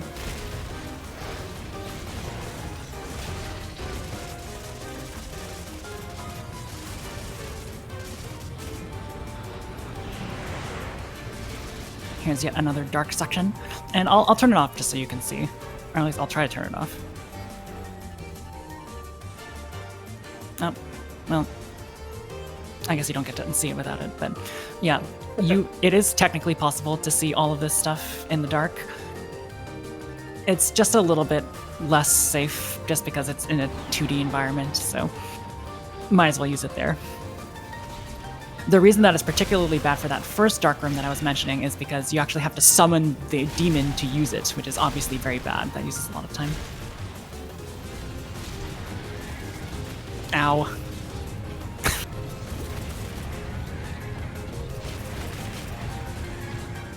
Virga just really likes to be a pain in my side. Okay. And as you can see, what I mean by inconsequential, this section is I've got hit a lot of times by Virga in that little confrontation there, but I took basically no damage, so I guess it is what it is. Straightaway segments are this game's bread and butter. Some people love it, they love the cinematic nature of it. It can be a little bit annoying as a speedrunner, because obviously we would like to be able to skip all of these segments, but unfortunately they are a part of the game, and if you're going to speedrun a game, you sort of accept it for what it is.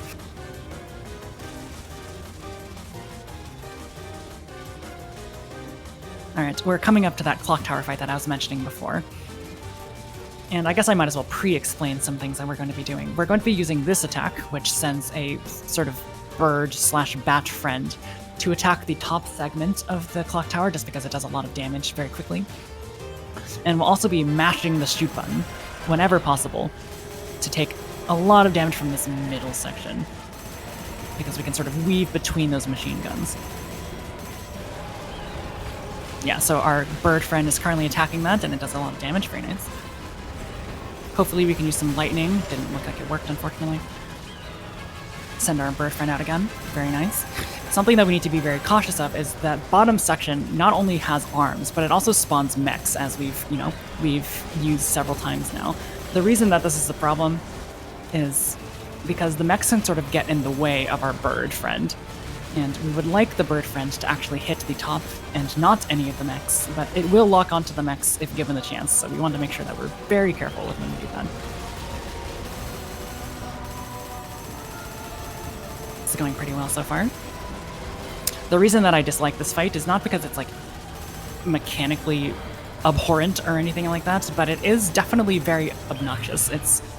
You're mashing the Y button basically the entire time, and it's just a pain on my thumbs, if nothing else. Alright, that's the end of chapter 11.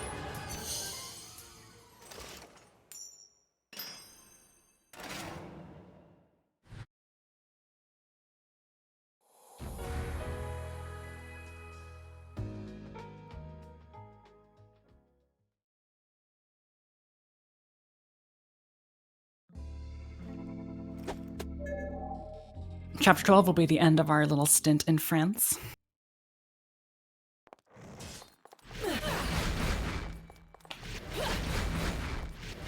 And is, for some reason, the only chapter in this game that does not start with a cutscene, which is very... This happens in Bayo 2 as well. In Bayonetta 2, another game that I do speedrun, Chapter 6 inexplicably just does not have a cutscene at the very beginning of it. So what I will often do sometimes if I'm just not paying attention is I'll accidentally do the input to skip a cutscene, which is minus and also the right trigger. And minus opens the menu, so I lose just a couple seconds every single time I absent-mindedly open the menu. Because there is no cutscene to skip, so I'm muscle memory being used in the wrong place, I suppose. Luckily, I was able to withhold my urges in this particular instance. I did not attempt to skip the cutscene.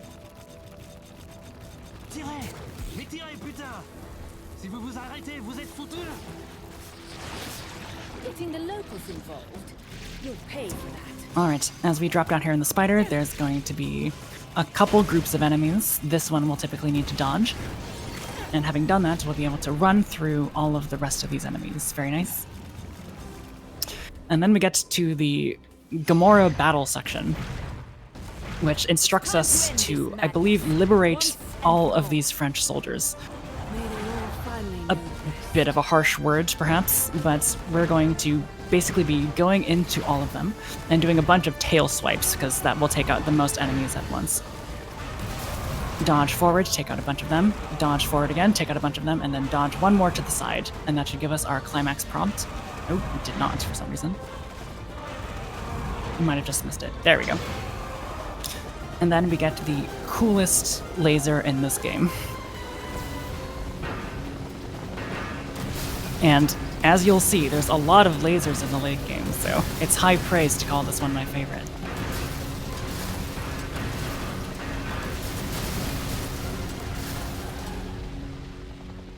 Alright.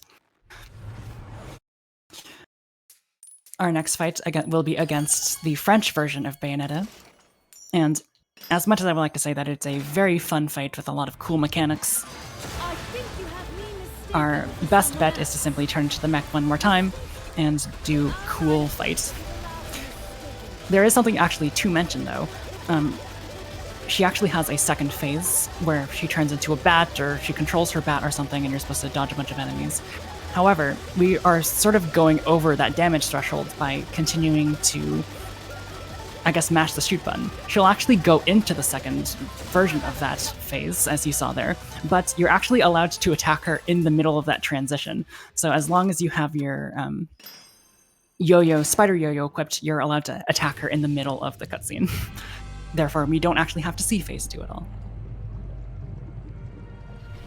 And now,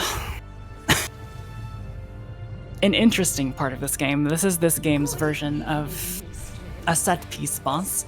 If you happen to have any dance emotes or music emotes, now would be a perfect time to go ahead and spam those within the mod's permission, because I might have misattributed the least RNG to that last fight that we did at the end of Egypt, because there's no RNG to this fight, which you might think makes it a little bit nicer, but it's really just reactionary, the entire thing. So if I'm not gonna have fun, at least you guys can have fun.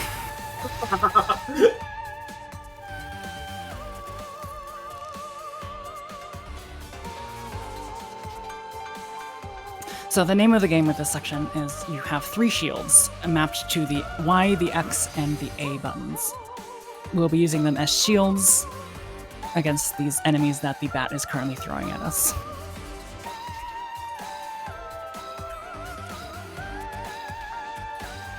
Now, this looks like a rhythm game.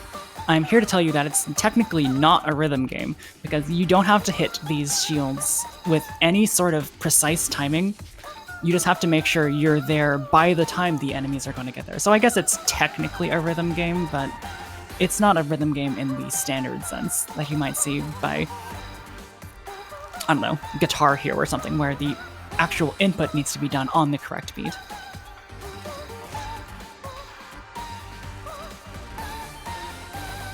You might wonder what the, I guess, the punishment for not doing this correctly is. If you happen to lose all your health by the bats hitting you through your shields, you will die, and you will have to do this over again.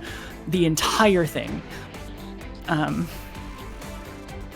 Generally, the game does not expect you to have that happen to you, but I did do it as a meme once, not knowing exactly what it would do, and I paid the ultimate price for it. That is a dead run. Oh no. It was funny. I'll do anything for the meme.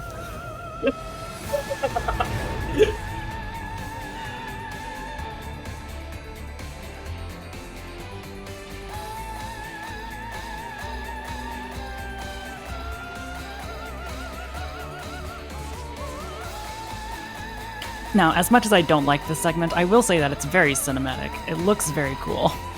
I just wish there was a little bit of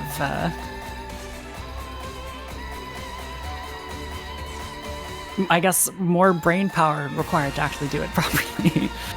Yeah.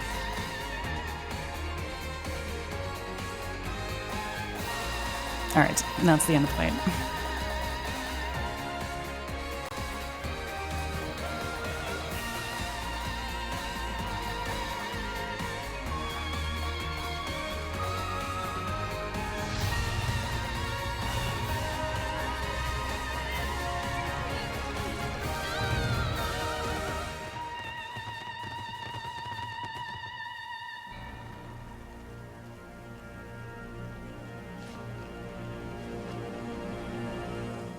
Very regal.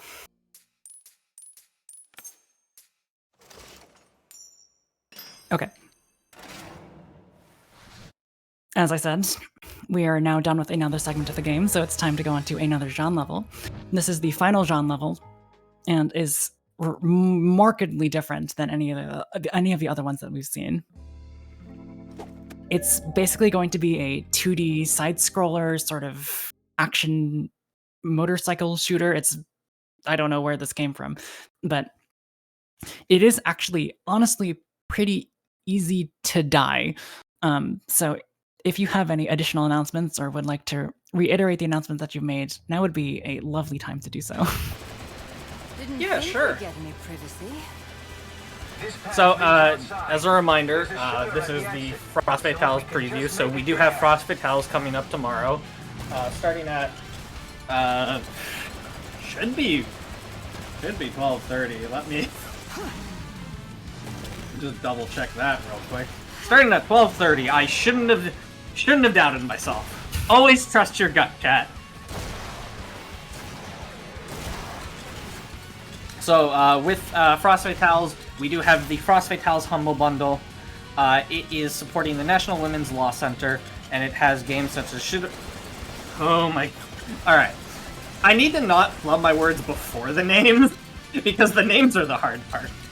Pseudo Regalia, Guilt, Abzu, Hylix 2, Dicey Dungeons, Mailtime, and Maid of Scare. And Sounds yes, right to me. I am being coached on these every time we go to break.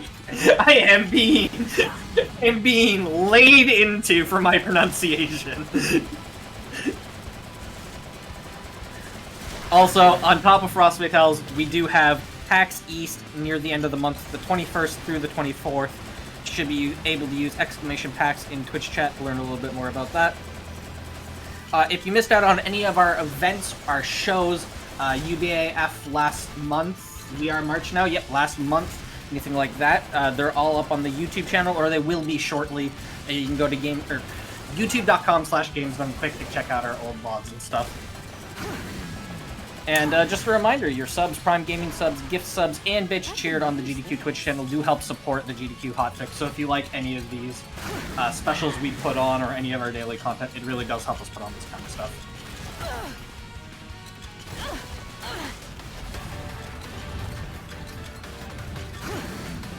And a quick reminder, chat, stay hydrated. Don't forget to drink water. Persistent creatures, aren't they? Yes, I agree. I can feel my voice sort of dying a little bit, so Oh no. we'll see if we can get through the rest of this. I might as well explain what's going on. So throughout that entire beginning portion of the stage, we wanted to make sure that we were constantly dropping grenades behind us because we don't want enemies to really get in front of us if they can't get a chance. All the while, we've been hoping that we're going to get some good weapons. Oh my gosh, okay. We want to make sure that we got some good weapons so that we could hold onto them for this particular fight against Virga here. We did get the Colonel Slade rocket launcher just in time, which was very nice. And we just want to make sure that we continue to drop some grenades so we can finish the rest of this very nice. And after this little dialogue that we have here, we can go ahead, shoot him in the eye a couple times. Just a little more. And then we get to our first set of credits. Yes, our first set of credits. Oh no. Much like Bayonetta 1, there is a bit of a credits... I guess I shouldn't be so mean. It's not really a fake out, because it is it makes sense because it's the last Dijon stage, so they wanted to make sure that, you know, you got a little bit of acknowledgement for completing a certain part of the game. You've done Dijon 1, 2, 3, and 4. Regrettably, this is not skippable. We do have to sort of sit here, and if you so feel the need, go ahead and tell me GG in the comments or the chats, because it'll give me the push to get through the remaining 20 minutes of this run. The moral push. You are doing very well, so GG on that. I appreciate it.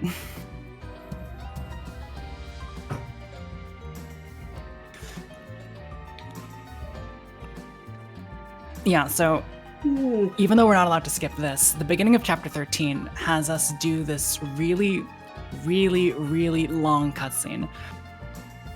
It was maligned by a lot of people who ran this game initially. And thank you for all the GGs in chat. It was maligned by the runners initially because you can't skip it. The reason that you can't skip it is because there's one prompt that you have to do. I think it's like a 2, 3, 4 minute cutscene, and you only have to do one thing, which is mash Y a couple times, or maybe it's to spin something a couple times. It's very, very obnoxious. And thankfully for the New Game Plus run, the moderators were merciful to let us skip the very beginning of chapter 13, even though there is technically a gameplay input. So we will 100% be making use of that little loophole, because you thought one round of credits was bad. that cutscene is a whole other thing. Oh no. Okay.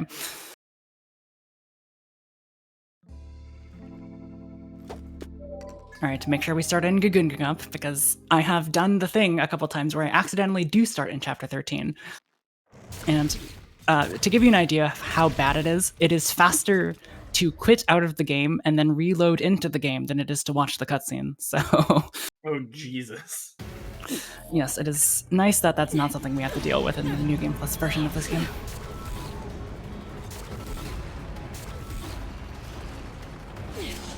Okay, that was completely my bad.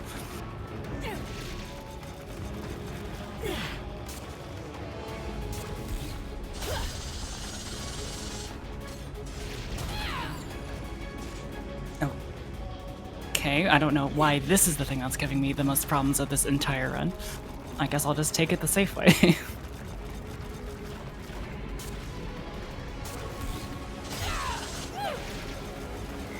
Now, if you look off into the distance, there's like a weird stalactite that you can see in the left there. We're actually going to be aiming for that stalactite, because if we get over there, or at least to that lateral distance, then we'll respawn over here instead of actually having to do any of the other stuff that it throws at us. Of course, we get hit by something, but that's okay because we get to use Witch Time. And as we covered, Witch Time does in fact make you move just the slightest bit faster.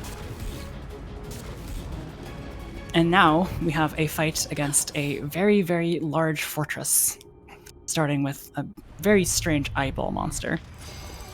We're going to open by summoning some butterflies, which will act as sort of contact damage hits. But after that, we want to make sure that we're using this purple heart attack, because it does a lot of damage, assuming the enemy stays there. But sometimes it doesn't, which is unfortunate. That's probably the worst thing he can do, because it makes him get closer to me, but in the event that he does that, we can ideally do a little bit of physical damage, but I wasn't quite close enough. He's going to do a charge attack here. Now I should be close enough. Good. Summon one more butterfly just in case. No.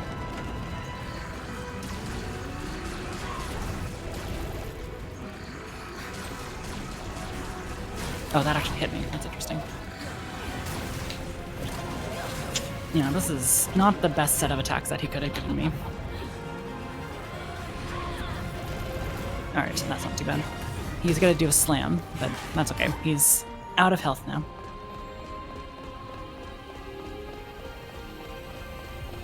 Hey, please do the thing. Okay, thank you. Eventually he'll do this where he activates the next section of the fight.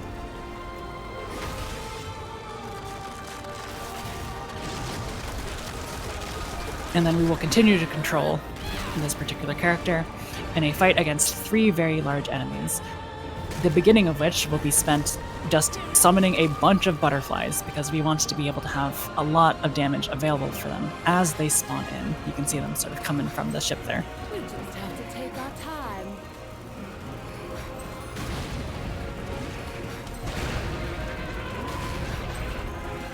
Wait for them to do their little yells and growls. Alright. This will do a ton of damage to a lot of them. Ideally, we take out one of them first, because that lets us have to worry about one fewer enemy. Their hitboxes are a little bit funky, I will say, but we have taken one out successfully. Less attacks to worry about. That is to say, less funky hitboxes to worry about.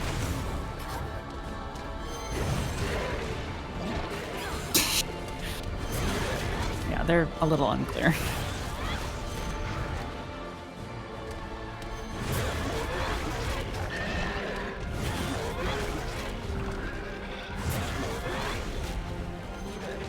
The remainder of this fight is generally spent using that circle move, that spin kick move, because it just has a gigantic radius. But when we get to one enemy left, we can use up, down, punch, and do a lot of damage that way. That should be the end of the fight. This was not my cleanest fight against these enemies, as you can see by my dwindling health, but that's no big deal. Mostly because we get to fight Strider twice now, and we get to actually enact revenge on him for killing my... well, I guess he didn't, but for someone killing my clock tower the first time around. Summon clock tower, enter a mech, and the mash fest begins.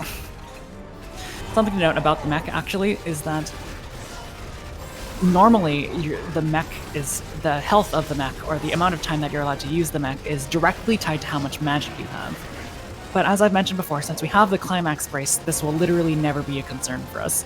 We are allowed to be in the mech and be essentially invincible forever. So the danger in terms of losing the fight is minimized. But as I've mentioned, using the mech is never really the fastest option. So it's a matter of, would you like to be safe or would you like to be fast? And generally speaking, my speedrunning philosophy is that the safest option, assuming that it's not too much of a time loss, is generally going to be your better option, particularly for a showcase such as this one.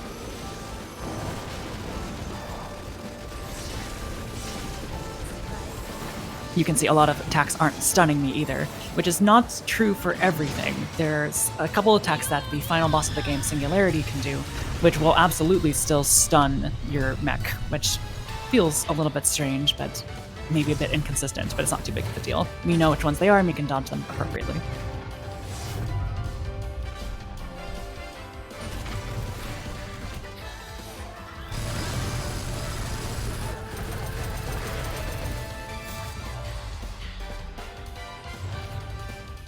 And that's the end of chapter 13.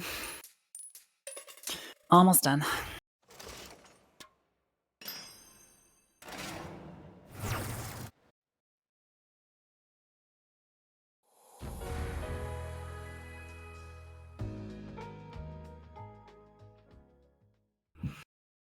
Okay, so if you remember at the end of chapter 3, we had this very cool and not annoying at all fight against a kaiju.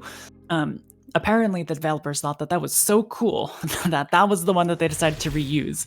So we get to basically do the exact same fight again. To my knowledge, there are literally 0 differences.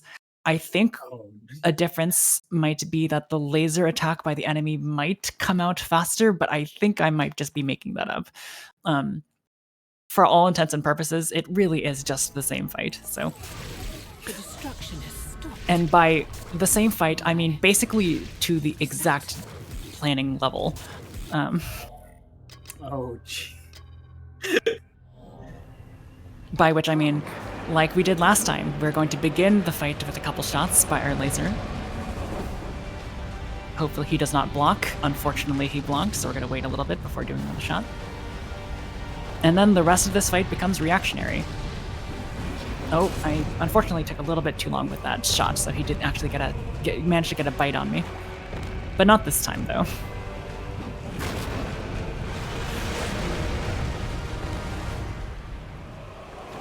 Going for another bite, I see.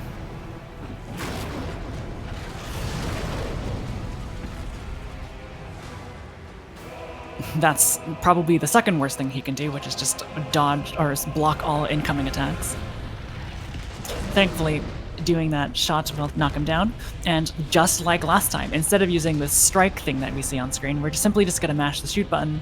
Hopefully 3 fireballs will take him to the last segment. After which, an additional one should take him out, assuming he does not block, which he did not, thankfully. And then we have... Is this the longest climax cutscene in the game? It might be. It's very, very long. It's cool looking. Like, I'm not gonna sit here and tell you that what's happening on screen is not cool. But, you know... it would be nice if it was cool and also skippable. Yeah. Cool and fast would be the better option. Yeah. I mean, you might think that that's the end. We did the climax prompts. What else could there be? Unfortunately, the tail of this particular enemy also has a laser, so we would lose this fight if it weren't for another laser wielder, which thankfully we can call out from the sky as well.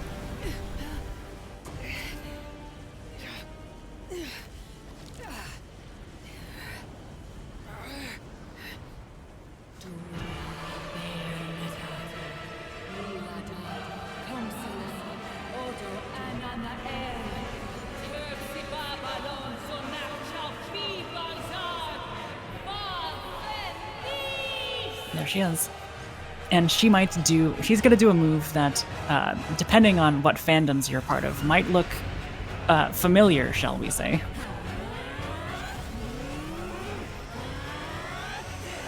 To aid Gamora here. Okay, that's the end of that. Alright, it's time to actually being good at the game now. And we're going to start that with actually switching out our spider. Oh, nope, I am completely wrong. I forgot that we fight on the moon first.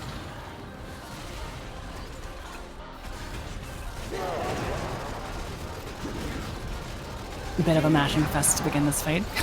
Although it's not just all fun and games. The enemies that he spawns can actually do the thing where they actually stun me. So I want to be very careful that I'm not actually doing that.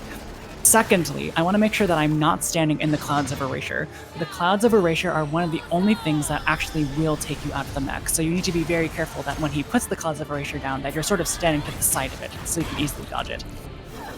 The move that he does afterwards, the one where he tries to pull you into the Clouds of Erasure, are not actually problematic, because, you know, they're just not. The mech, I guess, is too heavy, perhaps, might be the explanation. Either way. Nice. Okay. For the dragon fights, we're simply going to be using a lot of train coals. That fight went so fast that it's very possible that you didn't actually see that happen, but I didn't want to interrupt my train of thought. Yeah, so this enemy in particular can really... I tried to dodge it, but it didn't quite work out.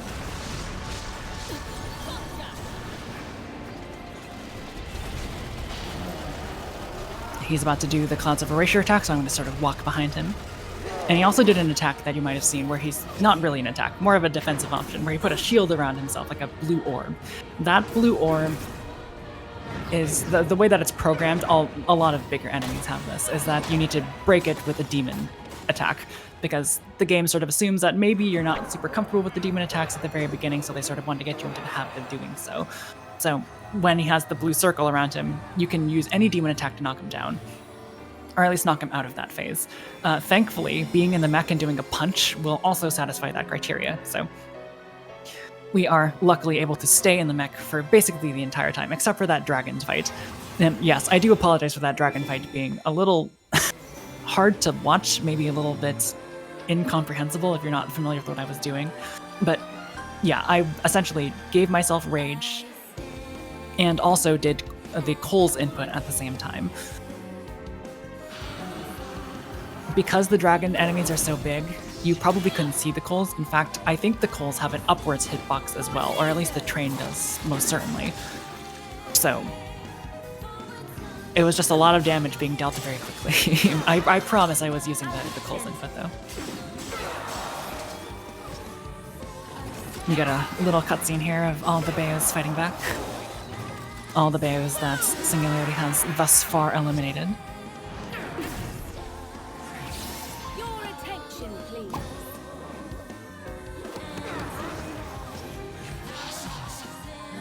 He's upset that we have outstripped his ability to alter phenomena. Clearly, you haven't been paying attention. Which, you know, very fair. If I had the ability to alter phenomena and someone stripped that away from me, I would also be pretty upset.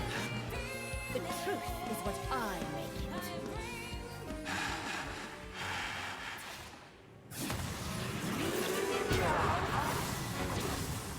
it. They're not going to be so lucky, though. Oh, spoiler alert again. Jean is dead. Jean died. This, the Bayonetta games like to kill Jean off, and this is no exception. Anyway, now is actually time to be good at the game for a little bit. We're going to get rid of our spider. We're never going to use the spider yo-yos ever again. We don't really need it for movement or anything. So we're going to replace it with the sort of jester scepter that we got from French Bayonetta. The reason for this is because we want to use her masquerade power, her masquerade rage ability. As soon as we get access to attack. Good. Oh, I forget. That was entirely my fault. That when you equip it, it doesn't actually, you know, give it to you. Thankfully, we have infinite magic, so we can actually just try it again. We get to turn into this double bat demon, aim at Singularity, and just fire a big laser. That will take out the first phase, thankfully. The reason that we want to make sure that we use that laser or some other version of a one-hit kill is because Singularity has a lot of attacks that will push you back, and any attack that he does that does do that is extremely annoying, as you might imagine. Generally speaking, we like to be up close and personal with the mech and demons and stuff like that, so the fact that we are not able to be very close means that if we have a ranged attack that does a lot of damage, we'll absolutely go ahead and use that.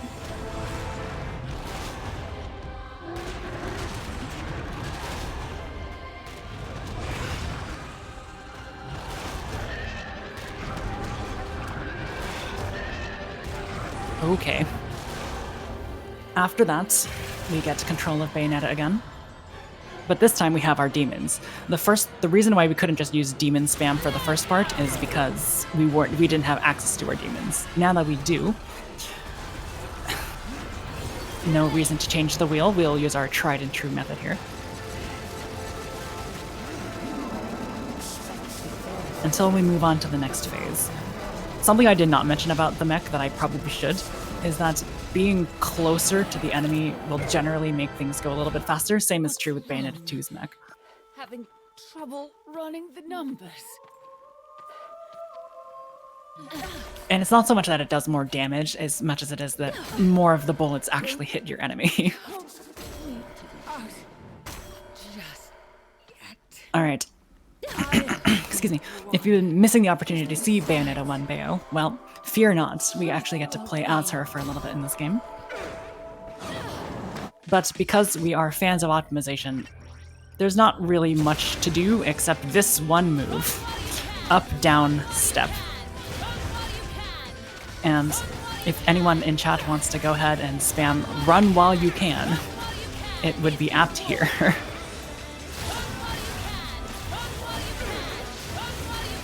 Unfortunately, Singularity did a very annoying move where he just straight up murders my demon, which means that I don't actually have access to her for the rest of the fight, but that's, I guess, no huge deal. This is definitely our best damage output that is the most consistent.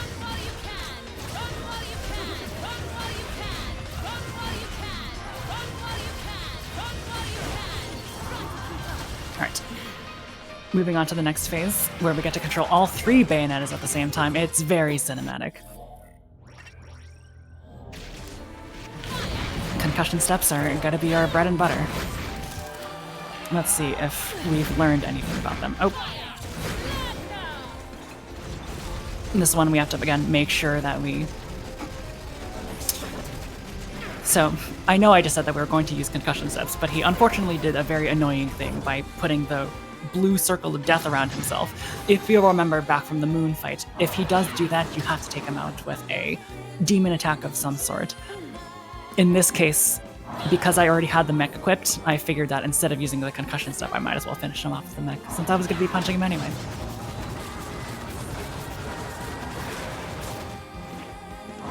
Same with this final section. We are fighting with Luca this time, not against Luca, in a mother and father, a parent fight, I suppose, for Viola.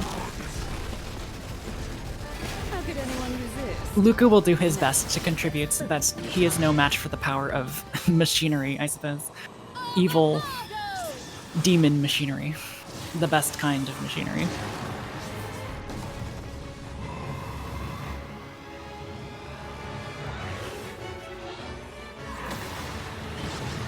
And as if there were not enough lasers from the last climax cutscene, oh boy, here's some more lasers for you.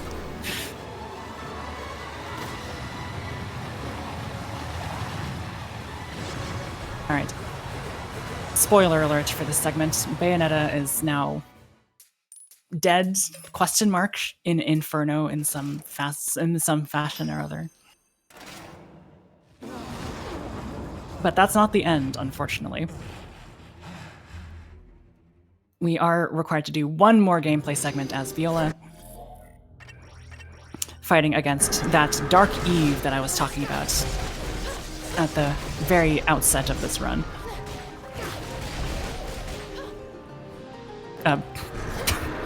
Thanks for all your damage, Viola, very cool.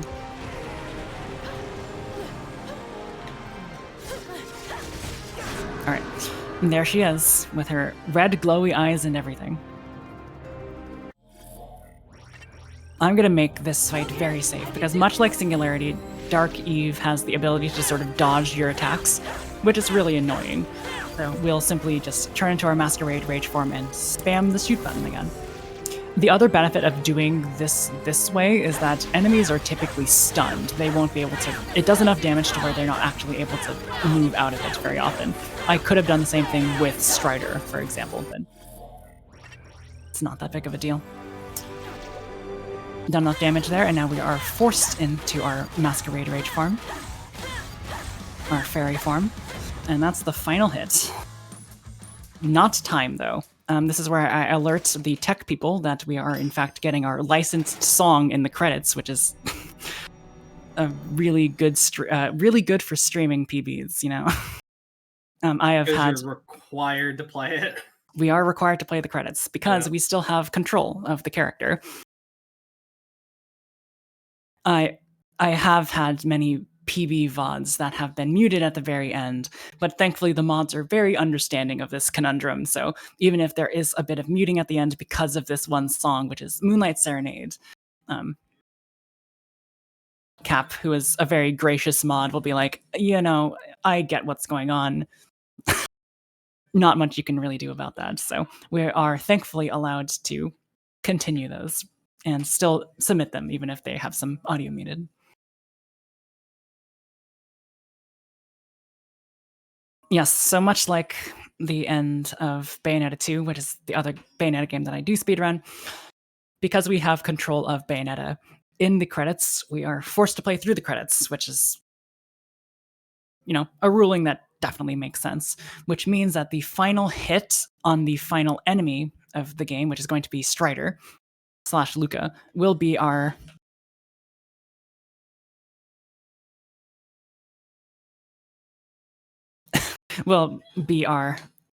when we call time. And we'll actually be doing that in a very quick way. We'll simply summon our spider demon and do a spider bomb. Assuming we do it before he attacks us, then that should be GG for him. And we'll give you a countdown as to when that will happen.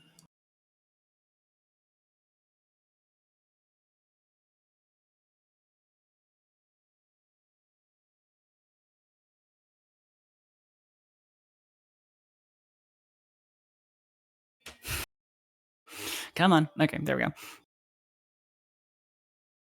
Just for memory's sake, let's take this guy out with our mech.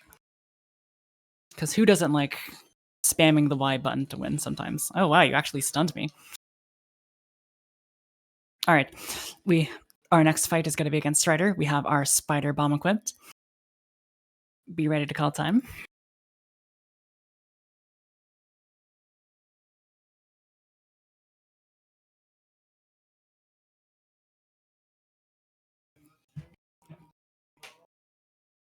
All right, here we go.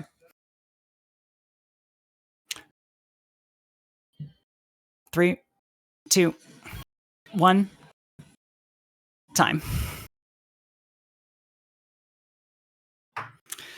And that is Bayonetta 3, any percent new game plus. I'm glad that I got a lot of things that I wanted to. That out of bounds skip was very good.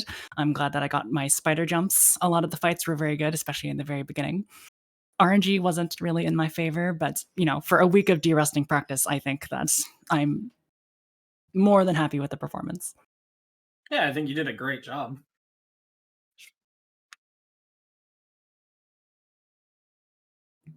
Do you have anything you want to say before we go to the next round? Just thank you for watching. I know that Bayonetta 1 was most recently shown off at GDQ, and that was a fantastic run by Reclaimer.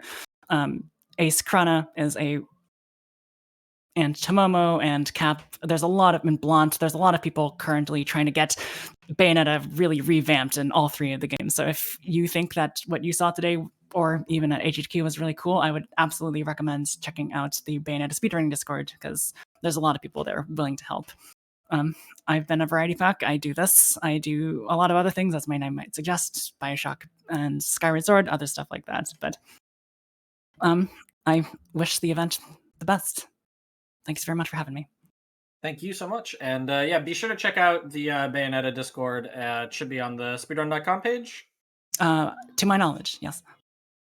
That's don't quote us on that, but it should be there probably. It should be. And don't forget to check out a variety pack if you like any of the content you saw. Very great speedrunner. Again, thank you so much for being on. We do have plenty of other games tonight, so we're going to take a quick break, and then we will be back with Stardew Valley.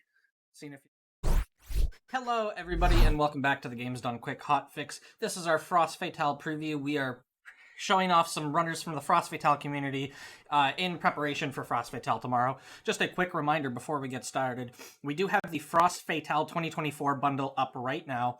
The Humble Bundle challenges you to test your skills alongside the talented speedrunners from the Frame Fatale's crew with the Frost Fatale's 2024 game bundle. This bundle includes some of the games that will be featured during the 7-day marathon, like the retro-inspired 3D platformer Pseudo Regalia, the immersive deep-sea adventure Abzu, and more. Pay what you want for this bundle of 7 awesome games and help support the work of the National Women's Law Center with your purchase. You can use !humble in chat for a link to the purchase. And the other games that are included in the bundle: Guilt, Hylix 2, Dicey Dungeons, Mail Time, and Maid of Scare. With that said, we have Stardew Valley. I'll hand it over to the runner commentary. Let everybody introduce themselves. Yeah, hi everyone. My name is Mel. Also go by Mel1997 on Twitch. And running with me is one of my besties, Grace, aka Princess Shortcake. Hi. I'll let her introduce herself. That's me. I'm Grace, aka Princess Shortcake. There's a 1 and 1 and a 3 in there. It's a little tricky, but yeah, my pronouns are she, her. And our commentators are...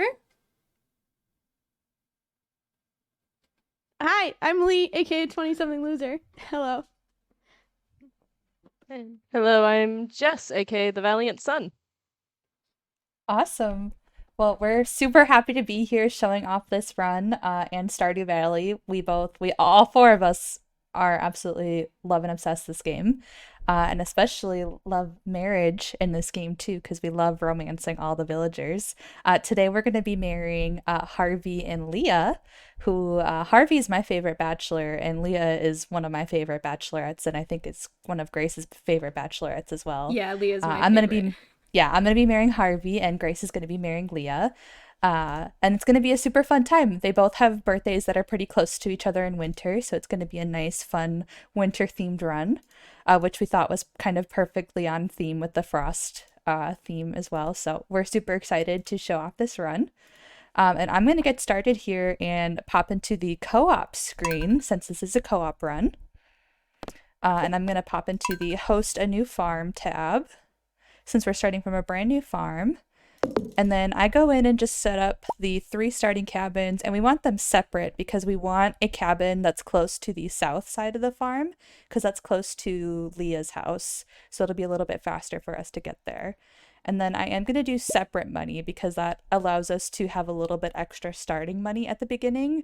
Because if you do shared money, you just have a bank account, quote unquote, that just has 500 gold starting. But if you do separate money, you each have 500 gold starting, and then you can combine it to get 1,000 gold to start out. So we do a little bit of trickiness there.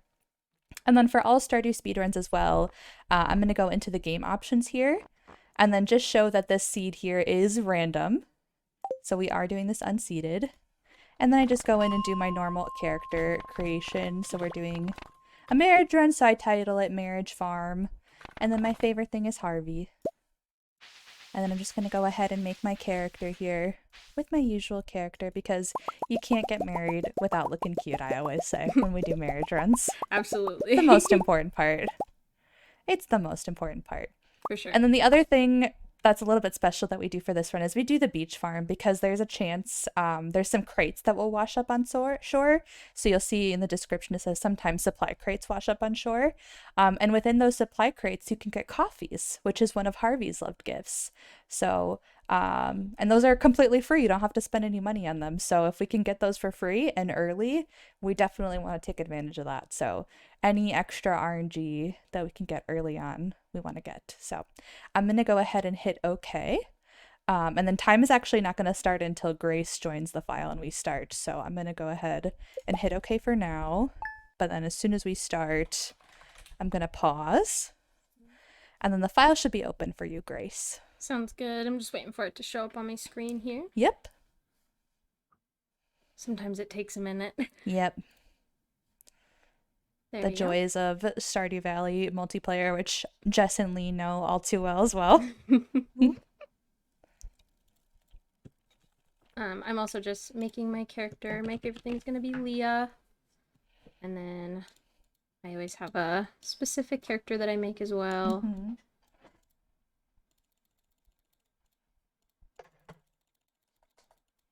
There we go. I'm ready whenever you are, Mel. Okay. All right, and then we will go ahead and start the time then in 3, 2, 1, go.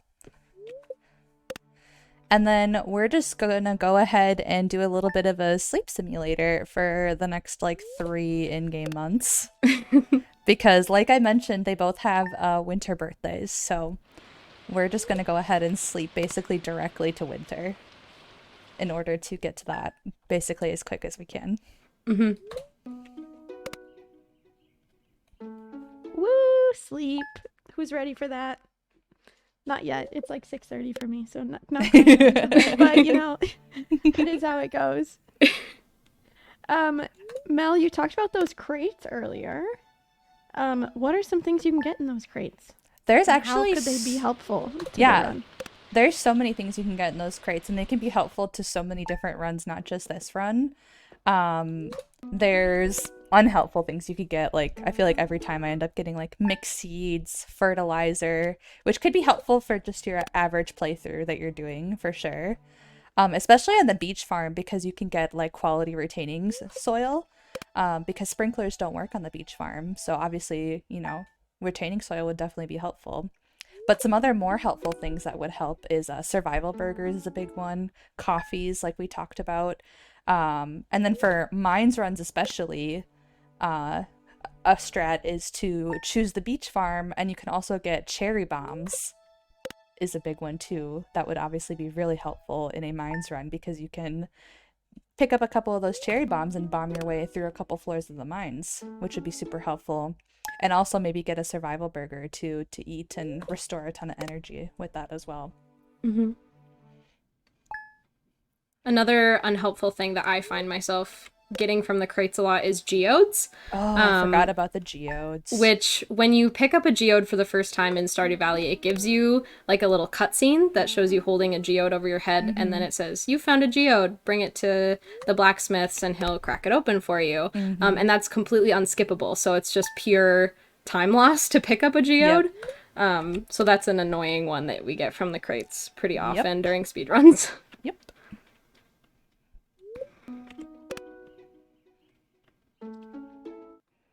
One of the fun things, though, about multiplayer is that time doesn't pause. So the geode cutscene, not as horrible as it could be. True. Very true. At least time is still passing along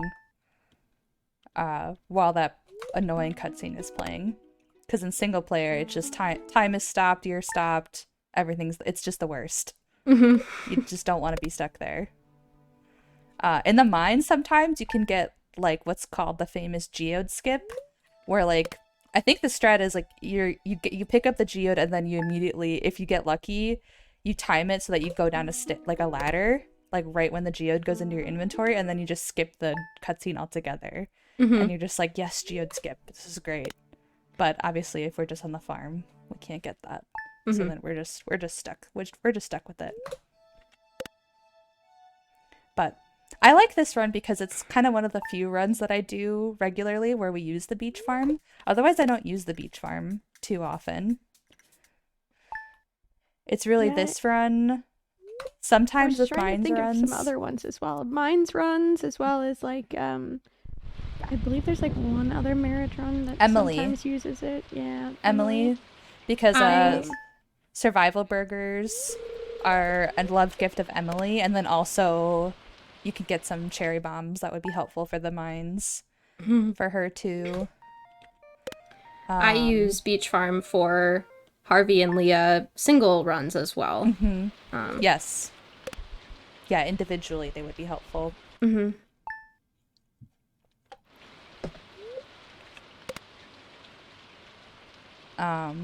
The famous urchin percent too. Yep. Where it's one of the meme runs where the goal is to pick up a sea urchin, get a hat, get a fish tank, and then put the sea urchin in it, and then put a hat on it. And that's the goal, which is, it's so fun. It's like gives somebody endorphins just to put a hat on something like as cute as a little sea urchin. Absolutely. And now you guys are running marriage percentage here. Do you guys want to tell us a little bit about who you guys are marrying today? Yeah, so do you want to go first, Grace? Yeah. So I'm going to be marrying Leah. She's an artist, and she lives in the woods in a little cabin by herself. She's just adorable and lovely. You'll see in this run, she makes a sculpture for me that she's been working on, and just very, I can't think of how to phrase it, but she's just very like artist in the woods energy. And I love her. She's a redhead. Very cute. Yes. Love redheads. Love redheads. I'm marrying Harvey, who is the town doctor. And he's just so cute. Like, he's very shy and like nerdy. And like, I don't know, like he's just like, I feel like he's like kind of the least problematic bachelor. I feel like a lot of the other bachelors like kind of all have their like, they're all kind of annoying almost in their own way. They have their quirks for sure. They have their quirks for sure. And I feel like Harvey is the least annoying. Like, he's just really shy. He reminds me a lot of my own like IRL husband. I would say, because he's also like kind of nerdy in the medical field too. And I don't know, he's just really cute. I like him a lot.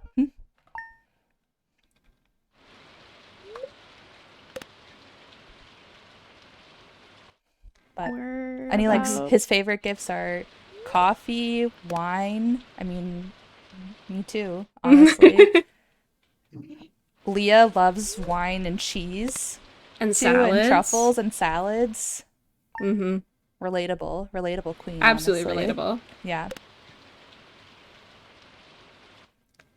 Okay, Mel, I feel like oh, go ahead. Oh, I was gonna say, who would you say are your favorite bachelors and bachelorettes, like top 2 or 3 of each. Okay, my favorite what would you say? bachelor is Harvey for sure. My favorite bachelorette is Emily, and Penny are my favorite bachelorettes. Penny is the first speedrun I ever did of Stardew. So like she always holds a place in my heart. Just always holds a place in my heart. I love the Penny speedrun. It's so much fun. But yeah, I love Penny. She's so cute. She's also a redhead. We just love redheads, clearly. We love redheads. I love, my favorite bachelors are Sebastian. I love Sebastian. Of course. And, this is shocking. I also really do like the Harvey speedrun. I haven't married Harvey in a casual file, but, for speedruns, I really like the Harvey run. And then for the bachelorettes... Oh, go ahead. No, I was going to say technically I did like a 40-something hour Harvey marriage speedrun in that I married Harvey in my perfection speedrun. So technically I did do that. And that was fun. My favorite bachelorettes, I love Leah. Leah was my first marriage speedrun. That was so much fun when we were all doing those Leah speedruns. So Leah for sure has a special place in my heart for that. And then I also really like Emily. I feel like Emily would be my bestie in real life. Just like crystal girly, loves animals. Yes. Like definitely would be my bestie. And I also really like Penny.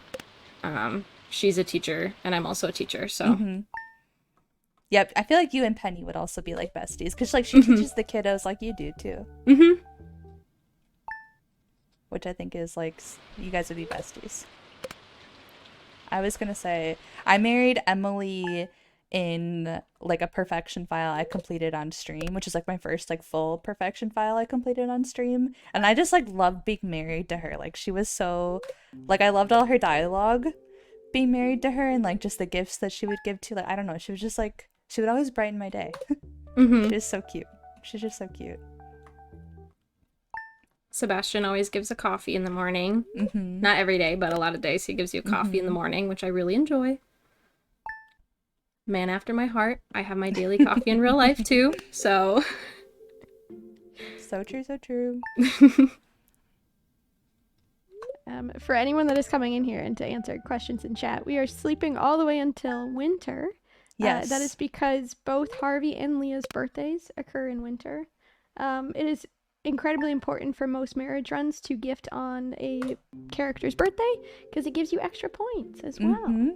Yeah, that's an 8 times multiplier for a birthday gift, so we definitely want to take advantage of that and get that pretty much like right as close to the beginning of the run, or either at the beginning or the end is usually how it works in like marriage speedruns. So either like you use it to either get like right away hearts, or you try to do like 2 birthdays sometimes too. Depends on like when the birthday is and everything too. All right, we finished the sleep simulator. We have made it to winter. We made it to winter. I'm picking up my parsnip seeds, and I gotta talk to Marnie. I'm checking crates. Oh, there's the geode. There's immediately. We talked too much about you found the a geode. All right. I'm also gonna chop some trees down here for a chest for us. Perfect. I don't think I'm gonna be able to pick all of that up. That's unfortunate. That's okay. If I can navigate this. I'm checking the right side for crates. Also, don't forget to open your inventory. Because, fun fact, you technically don't meet Robin and Lewis until you open your inventory. Oh, I got coffee. Let's go. Nice. Nice, and I also got a survival burger. Very nice. I'm gonna look for more coffees. on the bottom. And I see you already hit this. Did you hit this crate? Yeah, I hit the 2 on the bottom because I was the south cabin. I was like, oh, that's right. You're the south cabin. Okay. More geodes. Nice. Okay. I'm gonna head to the beach then. Okay. Because another fun part about this run is that we're gonna be using a strat called winter forage farming to make money. So we're gonna be tilling up on the beach a bunch to force all these forageables to appear in a specific pattern. Hey Jess, our resident math expert. Yes. Oops. Do you wanna lay on everybody about the math of this part of the run? I would love to. So, we're like marriage as a speed run in general is just all about numbers, which I love. Absolutely adore. What we're gonna do here is that the random number generator that's beneath Stardew is actually not quite as random as you can hope, especially when there's a solo developer for the game itself. And so we've actually been able to decode that every time you till the ground, the forage spawn that is underneath it moves, I believe, like up 1 and to the left 10. And the way that the patterns underneath all lay mean that if you hit the ground and you find a forageable, and I'm gonna see if I can get maybe Mel to pop one out right here. Please, game, come on. But once that pops up, the way that everything go. else moves is that it's all going to move up 1 and to the left 2, and there will be another forageable there. These forageables, there are 2 of them. You have your winter root and your snow yam. Your winter root is worth 70 gold, and the snow yam is worth 100 gold. This is by far one of the quickest and fastest ways to make money in this game, and it is absolutely wild to see kind of what sort of patterns emerge to kind of take advantage of basically the space that you have on the beach. So right now, they're doing a pattern of basically if you go up 10, then the next time you end up stacking on top of yourself. But if you go 9, then you're going to start like 1 to the left of where you started before. And they can actually completely fill essentially the entire beach this way. And you can make something like, I don't know, I've made like 15k in like 3 in-game hours, which is...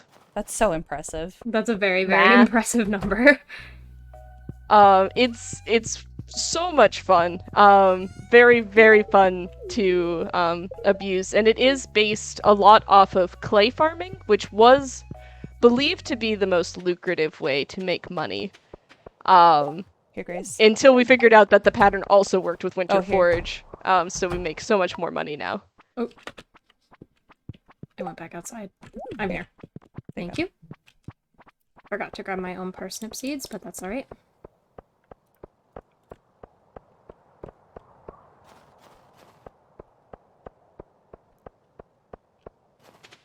So now I am going into the saloon, which is where I'm going to buy the salads and coffees that we need for this run. Yep.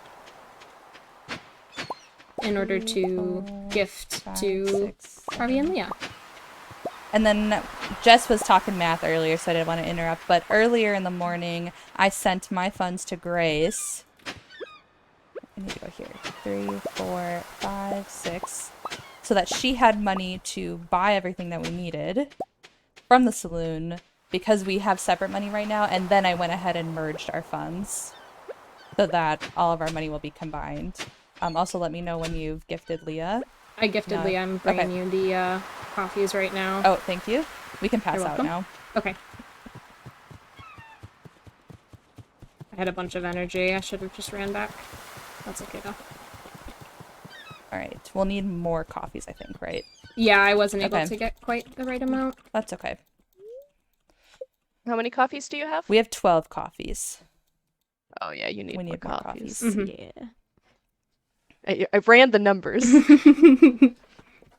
We try to aim for 25 so that we have enough to use and gift. Because also, you get obviously get the little speed boost from the coffees too.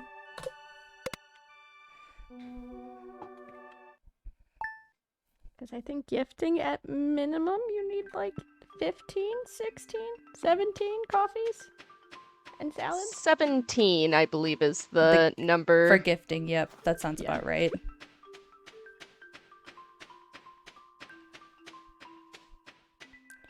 I think if you do talk to everyone, you can do 16. I think we do have talk to everyone routed in, so. Yep.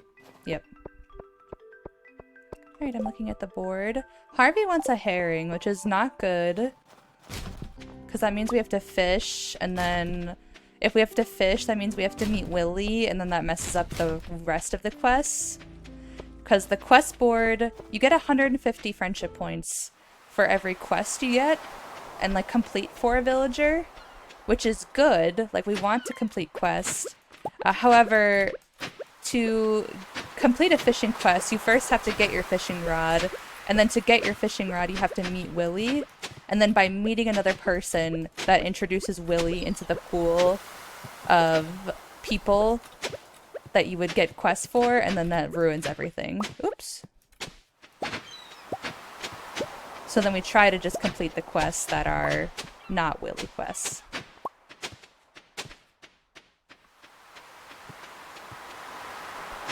There's some real interesting shenanigans with manipulating the RNG underneath quests. There's so much with that. We're not so much fun. It's fun. We're not quite there yet. At least me and Grace are not. We're just kind of like, we're like, talk to villager, vibe, marry. That's our goal. Yeah.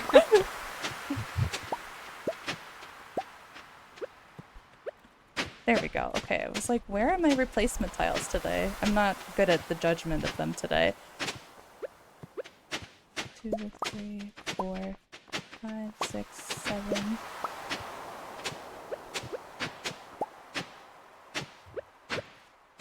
No, okay, there we go. Now, for this entire run, right, we're gonna need some more money, not just money for coffee and salads. Yes. How much money are we gonna need? So, we always forget every time we run this. We need 10,000 each for our house upgrade, because no one wants to marry us if we just have this little shack, you know? Like, we need to have a house with a double bed and everything. And a kitchen. And a kitchen, you know, that's super important. So we both need to upgrade our house, and that's 10,000 gold each. Oh my gosh. There we go. And then we also need to buy our engagement ring, quote unquote, which is also known as the mermaid's pendant. I'm gonna go ahead and go give my gift to Harvey. I'm on my way to Leah's as well. Yep. I actually should wait around. Oh, you know, I can't. I'll have to buy the coffees later because it's Wednesday. And Piers is closed today. That's okay. We also need money for our engagement ring, which is known as the mermaid's pendant in this game.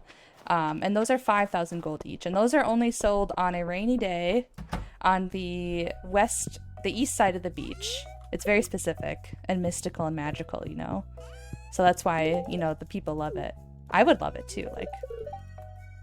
I would love to be proposed to with like a magical mermaid's pendant. So that's 10,000 each, so that's 20,000, and then 5,000 each, so that's 30,000. Plus we need a little bit more money for more coffees a little bit later on. So like 32, 33,000 more gold basically. Doing rough math. So it's a lot of money. So that's why we're just hanging around the beach and doing that repeatedly all day every day. It roughly evens out to like basically like 200 of each forage item is what I remember it being. All right, so Wednesday we had a quest. That was the 3rd, so it was an odd day. Yep. But today there won't be a quest because it's the day before a festival. True. Because festival days, today's the Festival of Ice on Monday, so there will never be quests that spawn there. There could be a quest. Sometimes the quest pattern gets a little funky after festivals. We could try to go out today. Yeah. And see if there's a quest today. Try to go out. Also, if anyone is wondering why we're not gifting every single day, you can only gift villagers twice a week. Yes. So we only go out twice a week to gift them. The only time you can gift more than twice a week is on their birthday week. If their birthday is, like, later in the week, you can gift twice before their birthday in a week and then also on their birthday.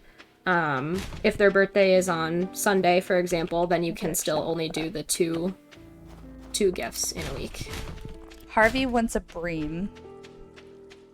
That's which is kind of rude because even if we could get a bream, I'm not about to wait till 6 p.m. Till 6 p.m. to get a bream. Absolutely. We just really want some fish, okay? You know? Quit asking for fish. Exactly. Asking for fish so much, this could be a Sebastian, right? Literally. What did I...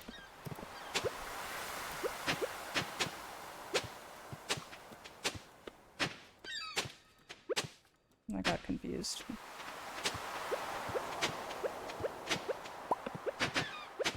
I got confused. So, what got y'all into speedrunning this cute little farming simulator that, you know, it's calm, relaxing? What made you decide, what if I made this stressful? I watched Lee speedrun this. A lot is what happened. Because Lee is actually a super talented speedrunner and, like, super goated at marriage speedruns in particular. And that's how I got into it, and inspired me to do a lot of speedruns of this game. So that's how I got into it. I think similar story for Grace as well. Yep, I had a bunch of hours in this game, and was, like, kind of looking for different and, like, new ways to, like, make the game super exciting for me again. And so then I found Lee and some of the other super awesome Stardew speedrunners on Twitch, and I was like, I could do that. And then here I am. Yep. So it goes. Yeah, and actually, fun fact about Leah too is that let me do this replacement tile. Nope, I didn't like that. Grace and I's first collab together was a Leah marriage race for her birthday stream, which was almost exactly a year ago, because Grace's birthday is coming up like super soon, which is so fun. So, which is super exciting too. I'm gonna go ahead. I'm gonna keep going. That's really cute lore that I don't think I knew. Yeah, that was our first collab. It was so fun. Yep, we did a Leah race in Leah cosplay for yes, my birthday. in Leah cosplay. Because that was so much fun. I had seen Mel around in communities and watched her stream and stuff, and we had talked a couple times, and I was like, you know, I'm just gonna go out on a limb and ask if she would want to do a speedrun with me for my birthday. And she said yes, and now we're here and we collab all the time. And we've been besties ever since, basically. Pretty much. Alright, I'm gonna go up to go Harvey. And we've also been we were also inspired by Lee with all the cool, super cool cosplays she does all the time too. Because Lee's also super cool and does a lot of cool cosplays too. Of Stardew characters and other stuff too. How many characters have you cosplayed in total now from Stardew, Lee? Oh gosh. Good question. I've done, let's see, I've done Harvey and Leah. I've done Abigail. That's probably, I've done that one probably the most, other than Haley. So Leah, Harvey, Abigail, Haley. Who else? Shane. Mayor Lewis. The Mayor Lewis one was iconic. Robin. Honestly. Pam. Emily. I think that's 9. Who else am I forgetting? Trying to think if there was anybody else, but I think that's it. I think that covers everybody. Oh, Penny. Right. 10. Just kidding. Penny. Yeah, Penny. Yep. Did you say Shane too? Yes, I got Shane. Okay. Alright, I got my coffees. I'm passing out. Sounds good. Yeah, and last year, for Frost, Lee, you and Jess both cosplayed, right? When you ran this last year? We did. That was I so thought fun so. to watch. Yeah, we dressed up as the people that the other person was romancing. That's so For cute. the bit. That's so cute. Adorable. Okay, we should go out today then. Mm-hmm. I'll take this. What are you at for forage? I just sold some roots, so I'm at 36 roots and then 76 yams. Okay. I'm at 78 roots and 74 yams. Okay. You guys are close. We shouldn't need too much more. Usually we're about done by Harvey's birthday, which is coming up on Sunday here.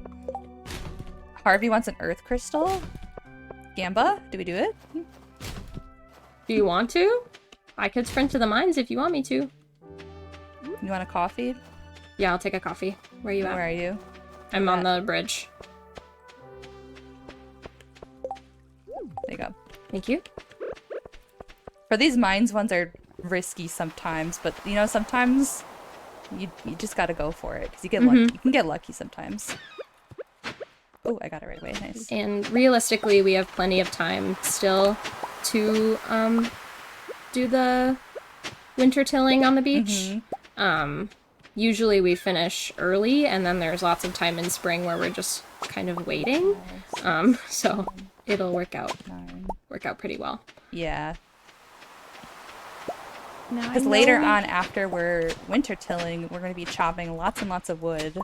But even still, after we're chopping wood, we still have like a lot of time left where we're just, when we're waiting to gift, we're just like not even doing anything. Because we'll be done doing this, and then we'll be done chopping all our wood, and then we just don't really have much to do besides just waiting around to gift our lover. But we need a total of how much wood? 1,200 wood total. Because we got this little question mark over here. We need to fix this bridge because this is the side of the beach where that old mariner that I mentioned is gonna spawn. So we need to get over to that side of the beach to be able to talk to that guy. And then related to the house upgrade we were talking about earlier, we also need to actually, you know, have wood to be able to upgrade our house. And that's 450 each. So Earth crystal. Earth crystal. Oh, let's go. Let's go. I also did get a topaz. I got 2 of them. So if I actually had a pretty good day foraging. Another earth crystal, I'll pick one up. Nice. I had a pretty good day foraging too. Nice. 1, 2, 3, 4, Grab that ladder, lock in 5. Yep. No, I don't know what I'm doing. So especially too, I guess I don't know exactly the math that you guys are doing for your run, but at least traditionally, Harvey's player does lag in friendship behind Leah's player. I think Mel mentioned that you can sometimes gift 3 times in a week if the birthday is far enough into the week, but Harvey cannot. You can't get that double gift and birthday week, so he does lag behind Leah if you do that strat, so getting this quest does allow him to catch up. Yeah, we could probably do that. We could, because I think we noticed that as well, that like basically gifting Leah. Are you in town, by the way, or are you still at the mines? I am heading down to gift Leah right now. I just made it to the woods. Okay. A train. But yeah, we noticed that, and so usually we don't gift Leah a 3rd time on birthday week. Did you drop so the earth crystal by Harvey? Oh shoot, I will go do that right now. Yeah. Sorry. Here, I'm coming by you. Okay. Oops. Kids. Oh, are you down in the forest? Okay, here. Oh, there you go. We passed by each other. There you go. Thank you. Don't forget to accept the quest. I did accept the quest. Okay. But we did notice that where it was like we would do the strat where we would gift Leah 3 times in 1 week because her birthday would fall like that. But then we realized that it wasn't really worth it because then Harvey would not be able to do that and Harvey would be falling behind. So then what we did is it just wasn't worth it to do that. So then we just wouldn't do that with Leah either. Because it And then just it's wouldn't one really less day save we have to go time. out. And then it was just one less day we had to go out. But now we probably could do that, I suppose, because Harvey would probably be basically right there, and we could get ahead on gifting days in winter, basically. Also, I love when he passed out in the hospital and it says the message Mel is spending the night in the hospital. It makes me giggle every time. It's super silly. All right, that was our second gift that week, correct? Yes. Okay. So we're going out on Sunday. That is a mandatory gift day. Whether or not there'll be a quest that day, I don't think there. I think we're still on odd days. Yes. As of right now, so I don't think there will be a quest today. But it's Harvey's birthday, and we got to take advantage. I'm gonna put my. Do you want to add up our? Yes. Forages real quick. Yes. I'm not sure how the math on that's gonna work out. If anyone. It's here. I have 212 snow yams and 173 winter roots. Jess or Lee, I don't know if one of you has a calculator handy or can you do that math in your head? I got the calculator you. up. Perfect. You're the best. Oh, no question. 212 and 173? Yep. It's 212 roots? 212 yams. Oh, you tell 212 yams, okay. 212 yams? Yep. Oh, That's better. Wait, let's go. Those numbers are so much Yeah. better. I mean, the numbers were already really good. You guys are at 33,310. Oh, we're good. So we're actually good fine then. We're actually good. I'll go chop Bye, some beach. trees by Bye, Leo's. beach.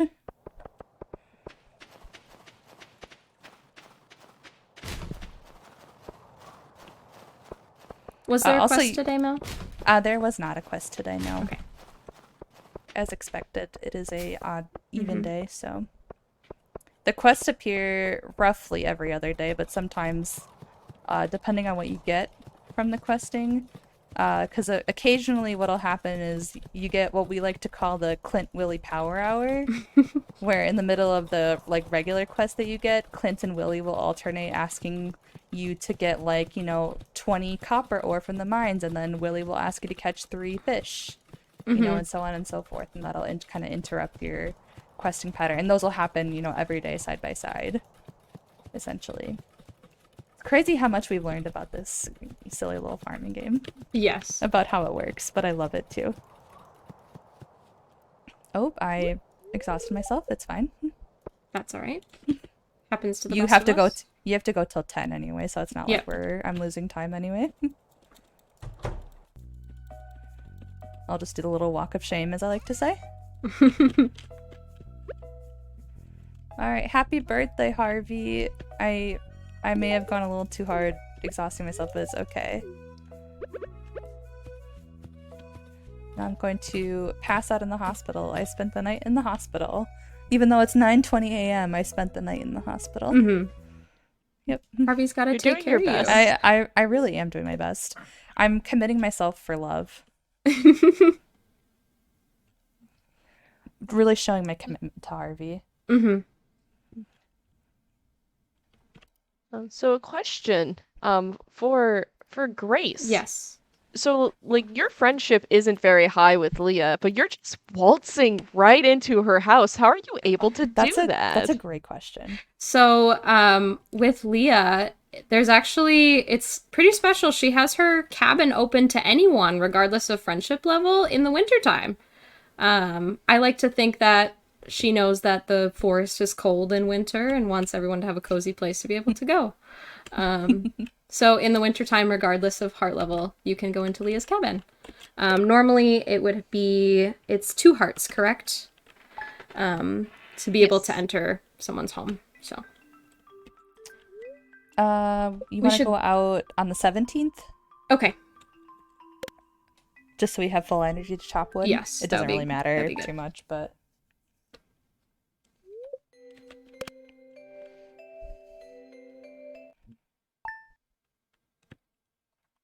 Alrighty.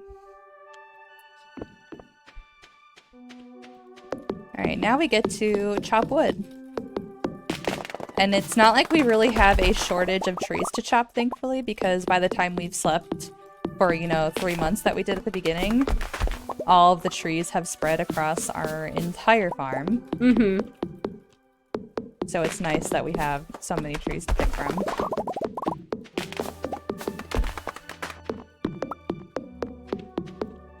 And we don't even have to really be going too ham. Like, we could probably chop only a couple trees each day and still probably have plenty of wood by the time we needed it. Because there's so many days in spring that we go out and we don't even have to do anything. Yeah. But, something to do. Click button while we're waiting. Click button, go fast, Yeah, click button, go fast. It just objectively feels worse to just sit there. Definitely agree. Speaking of going fast, how in the world are you guys chopping those trees so quickly? That is such a great question, Lee. I can't believe we didn't talk about this earlier. We're using something called animation canceling, which is something that is built into the game by the developer that's just not really talked about ever besides in the term of speedrunning.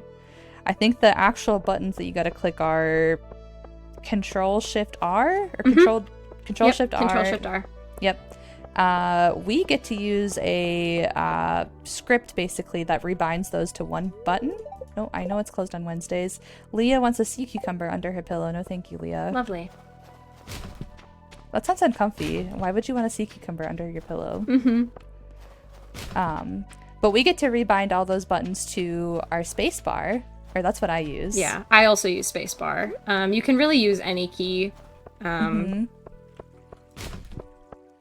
could use X, if you're feeling adventurous. Mm-hmm.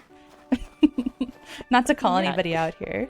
Of course not. We never want to call anybody out who uses X instead of space, right? Because we're just in a silly, goofy mode here, of course. For those of you at home, this game uses WASD controls. Please do not rebind to X. Also, I did get my new friend achievement, so Harvey and I are at 5 hearts, which is amazing. We Very love to see it. But yeah, so basically with the animation canceling, it just allows you to end the full animation of doing an action earlier than it's supposed to end. And if you time it correctly, you can do more actions quicker.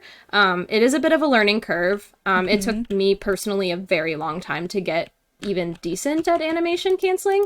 But it does make you feel like you're going a lot faster. I can't play casually without it now. Yeah, for sure. But if you want to speedrun Stardew, you can definitely do it just normally without it too. Because this puts us into the glitchless category, but there also is a vanilla category as well, which is how I started speedrunning too. And hey Jess, isn't there something really cool going on with vanilla runs right now? There is. So chat, if you're like, hey, what if I sped ran Stardew Valley? What if I did this marriage run? What if I, went through the mines real quick or whatever? Right now on the Stardew Valley speedrun Discord, we have an incentive that every vanilla speed run, that is any run that is done without animation canceling. That means you can run on computer, you can run on Xbox, you could run on Switch, you could run on your phone. Any of those runs that are submitted to the board before Frost Fatales has the Stardew run on next Saturday. Any run submitted to the board will go $5 will be donated at Frost. If you are able to get a world record that beats the glitchless world record, that's going to be $100 added to that. We actually had one hit today, a world record by 3 hours for one of the categories. We have over $150 in the pool right now, and we have people matching it. So right now there's already $300 going to be donated from Frost Fatales for the speedrun community. So if you want to learn how to speedrun Stardew Valley, now is really the time. Try to get a run on, submit something, make me verify a bunch of runs. I would love to see it, and all that money is going to be donated at Frost. Yeah, spend underscore and Jess's money. Please do. Yes. Incredible. It's gonna be so fun. I love, like I said, I love speedrunning this game. It's so much fun. There's so many different categories to speedrun officially and unofficially as well, too. Like if you're just kind of goofing around, like you can just make up whatever, do not for this incentive, you know, but just like if you just want to like goof around too. Oh, we are unfortunately in a Clint Willie power hour here. Unfortunate. I see, because Clint wants 20 ores, which we're definitely not going to do. We did get a trash baguette, though. I love that. Very nice. Run is blessed now. But yeah, I love speedrunning this game. I love this game so much. If it's not apparent already, I love this game. It's so much fun. Literal hundreds and hundreds of hours of enjoyment. Mm-hmm. And I'm waiting for Harvey's to open. I'm waiting for Leah's as well. And this is Leah's birthday week, so in our normal route, we wouldn't have gone out today. We would have gone out on Monday and Tuesday. But because Harvey got a quest, we're going to go out today. Yeah. And Monday and Tuesday. And then I just won't gift Harvey on Tuesday.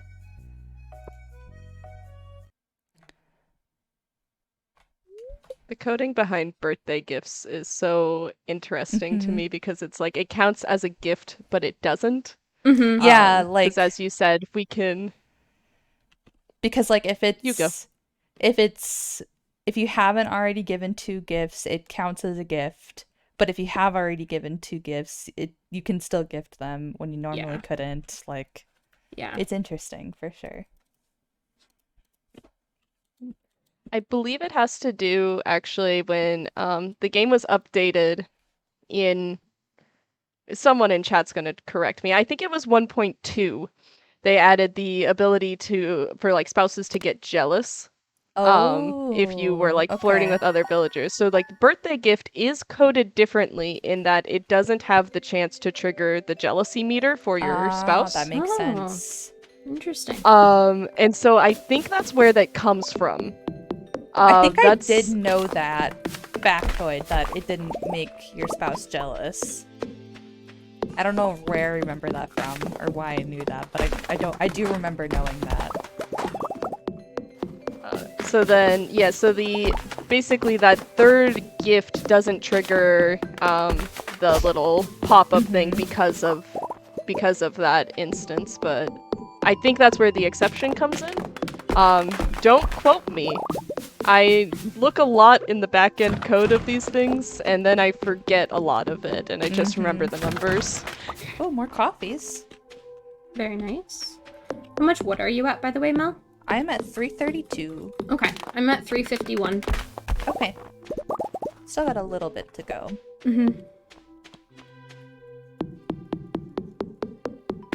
We need, I believe, 1,200. Yes, 1,200. 1,200 wood total. Each of our house upgrades will cost 450 wood. And then when we build that bridge over to the east side of the beach, that is an additional 300. Yep.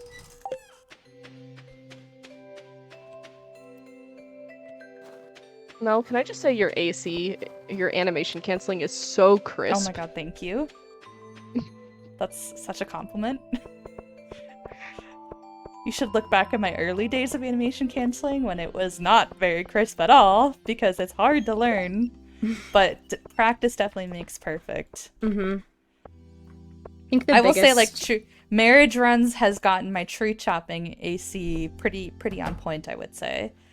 My mind's not so much, I would say. That definitely needs work. My mind's runs overall need a lot of work. That's why Grace is goated at the mines. Like, she's humble about it, but she's totally goated at the mines. That's why when we run CC together, she's the mines girl. She's the mines girly. Thank you. Well, I could have drank the coffee, would have been fine, but. But yeah, I have done a lot of mines runs. So I was gonna say I actually am most confident in my pickaxe animation canceling. Yep. All of the tools have slightly different timings. So that's I was gonna say that was probably the biggest curve for me, was figuring out that each of them have different timings, because I'd like get it really solid with one of the tools and then I'd swap to a different tool and be like, oh my goodness, this isn't working. Yep. And then having to or figure directions out... too. Yes, directions. Yep. Like up and down and left and right are all different timings. Which Mhm. one's the really like the one you just can't do? Is it I left? think or down. Down. Down is That's- the hardest it's one for Down me. is the hardest one. Down, I believe, is 3 frames slower than to the left. 5? It's not 5. It's a weirdly large number in terms of frames. I don't know that much detail about it, but Neither do I'll I. take your word. I'll take your word for it, Jess. Please don't actually. Mermaid says 4. I said 3 and 5. So I was close.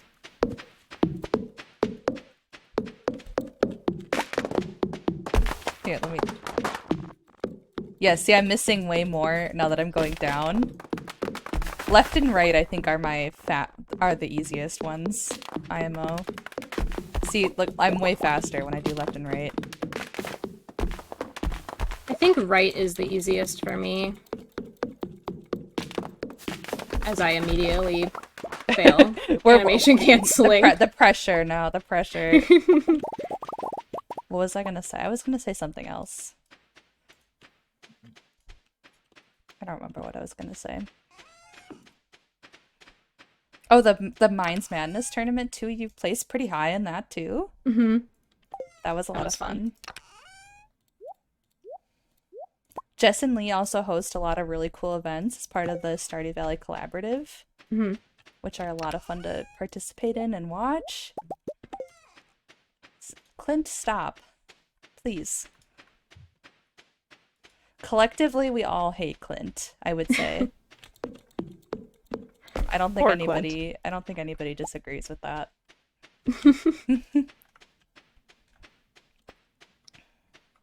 He's definitely not my favorite. No. He's probably one of the most hated Stardew Valley Literally. characters there Yes. there are. Literally. Okay, but what would you guys do? Now, 1.6. By the way, if you're in chat and you're like, I love Stardew, you probably know, but we're actually going to get a massive update in a couple of weeks, which is also going to throw a lot of this RNG and a lot of the things that we're exploiting right now are going to probably just go out the window entirely, and it's going to be fantastic. I kind of say that sincerely. It's going to be amazing to be a Stardew Valley speedrunner in a couple of weeks because everything is just going to change. Yes. Last time we why am I had, or I trying to guess get maybe not Harvey? last time there was a massive upgrade, but Emily and Shane were not originally romanceable. They were added later. If there was going to be the introduction of new romance candidates for this patch, who would you guys hope for? Sandy. Sandy. Sandy and the Wizard, for sure. The Wizard, yes, Yeah. 100%. Yep. Did you just call him the Wizard? Yeah, the Yes. Wizard. Oh my Yeah. God. That was a creation of my own. Oh I don't remember goodness. what we were doing, but I called him Rismodius the Wizard, and it's just Incredible. Also, love I it. forgot that I wasn't supposed to get that. I didn't need to gift Harvey today, and then I went to go gift him anyway, Oh. so that's okay. it's fine. It's fine. It's alright. We'll ignore that. Who would you guys want to see added? Obviously Sandy. Yeah, that's an she's obvious choice. Incredible. I feel like that's really like the only other options that you could Mhm. add. I know at one point when they were deciding to add in Emily and Shane, I think Clint was technically on that poll, right? Mhm. Oh, ew. Yeah. Yeah. But I wouldn't want him. No. Well, see, included, that's but- why I brought up the question, because what if we get a Clint redemption arc? We'd have to rework a lot of those cutscenes then. to They say the would. least. Yeah. I think Where are you at on wood, by the way, Grace? 420. Okay, I have 450, so Okay. we're still a little bit. We still need a little bit more. Yeah. I do think Willy would be kind of sweet too. I think so too. I would love to see more of the NPCs that we can't friend right now be just like friendshipable. Yes. If that makes sense, like Marlin or Gunther. Yes. Oh I don't know gosh. why they're not friendshipable. That's not a word, but I can't think Yeah. of what the word would be. I want Gunther to be my bestie. Okay. Same. I would would love be that. okay if Gunther was a marriage candidate as well. Yeah. Yeah, I could see that. I love the idea of Gunther going from you can't even talk to him really as a person to romance. To romance, to being a full-on Absolutely. marriage candidate. That would be incredible. CA would be a legend for that. Same with Willie. I have a hot take from chat that is Morris. Oh no. Owner of JoJo. Chad, I'm sorry, no. Sorry, Chad. It's a sorry, Chad, but at the end of when Grace and I run CC, when we get a PB, it's a tradition that we do the Yeet Morris ending of the cutscene. Yeah. For anyone who Every isn't aware, time. that's the community center speedrun, the full community center. Yep. We speedrun that as 2-player quite often. We love that speedrun. It's so fun. It's our classic. Stop asking for fish, please. No, not the fish. What fish is it this time? Herring. Gross. Penny, can you move so I can check the trash? Okay, no fish in the trash. Can you move so I can check the trash, please? I don't want to be outed. Does that cutscene count as meeting her? I don't think it does. I just don't want to. I don't want to be. I don't want Penny to catch me. I don't want Penny specifically to catch me digging through the trash. You know, it's like personal. Mm-hmm. That's fair. You do lose friendship points. Yes. You 25, I think. That sounds for about getting right. caught That digging sounds through the about trash. right. It does sound right. I'm at 6 hearts now with Harvey, by the way. Okay. I'm assuming I'll get that soon, hopefully.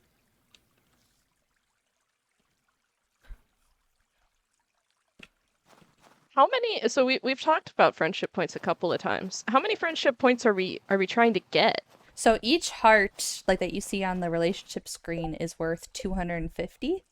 And then kind of our first goal is to get to 8 hearts, which is kind of how you max out just like normal friendship with a marriage candidate.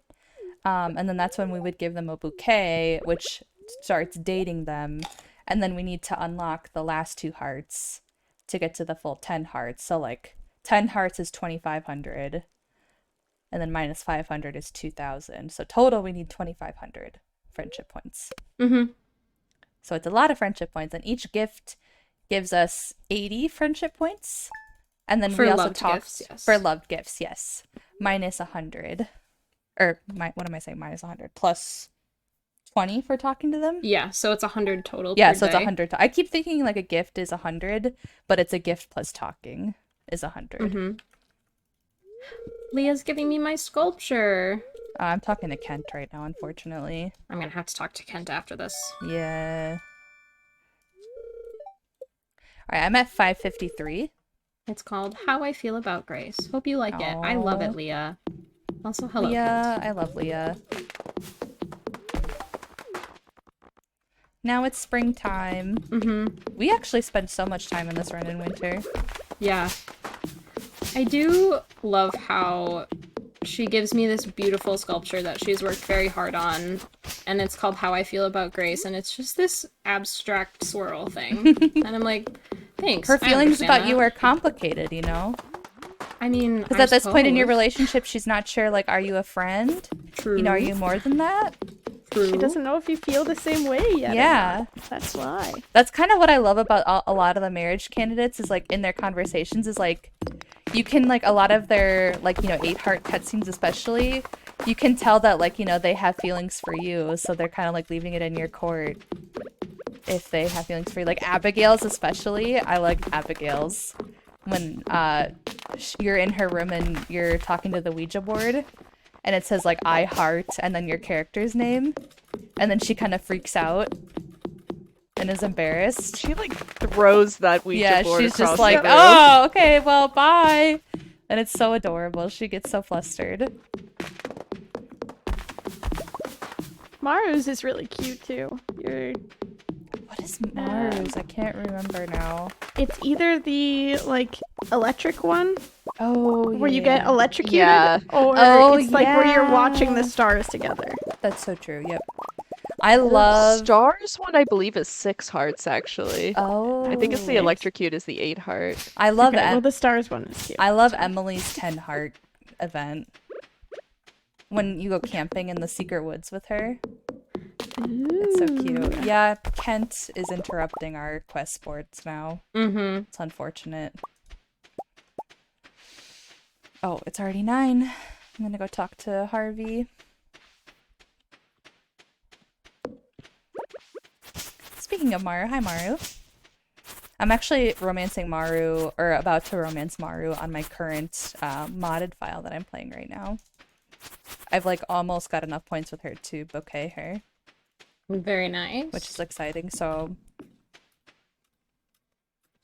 slowly one by one I'm making my way through all the candidates. There are a I bunch think- of candidates that I haven't romanced yet.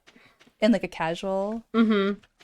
I'm trying to get like an official speed run on the board of every candidate, and I still have a few. I somehow haven't married Shane yet, and Shane is like the fastest out of all the marriage candidates. And I don't know why I haven't married Shane yet. I just haven't gotten around to it. I guess. But I need to do that. I don't know if I have a time on the board for Abby yet either. And I think Maru. I think it's just those 3 that I don't have a time on the board yet.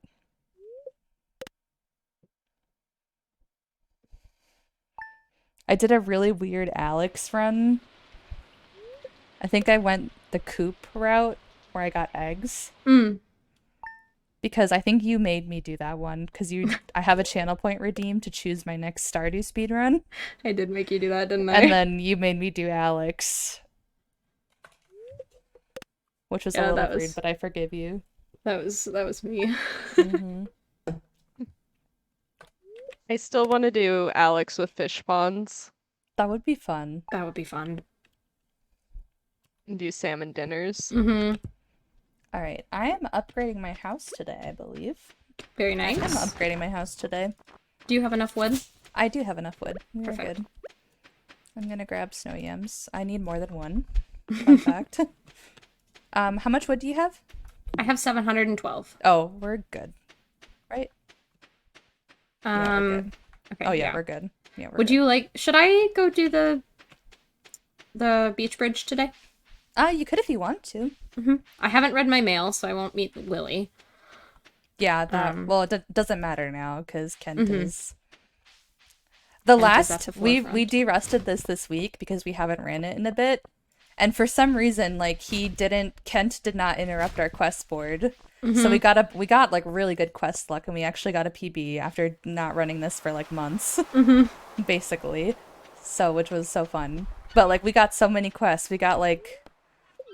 I think 1 quest each, and then plus another quest for Leah, I think, too. Yep. I think is how it worked out, so that was actually super nice. But multiplayer in general is harder to get quests to work out. Most definitely. Yeah. And again, those quests are really nice because that's 150 points, where, as we said before, talking and gifting is 100 points. So if you get a quest, that means you don't have to wait until 9 a.m. in order to interact with the villager you're trying to romance, which saves you about 1.5 minutes of game time, Right. if you're able to get one of those quests. So Right. Yeah. In Leah's case, it's even until 10 a.m. that you have to wait. Because her cabin is locked until 10. So it's very nice to get those quests. I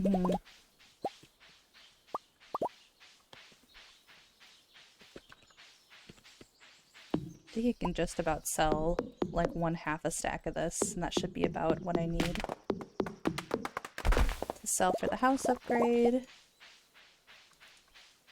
Okay, I'm at 7 hearts with Harvey now. We're almost there for bouquet time. And then I'm going to Pierre. Since the quests are interrupted, I'm going to talk to Pierre now. Okay. Since we would like to utilize Talk to Everyone %. And then that was just an easy way to get the 10,000 gold I need. For the house upgrade, I have the wood that I need. And then I'm gonna quick drink a coffee just to get a little speed boost on my way up to Robin's. And I have a bunch of extra coffees anyway.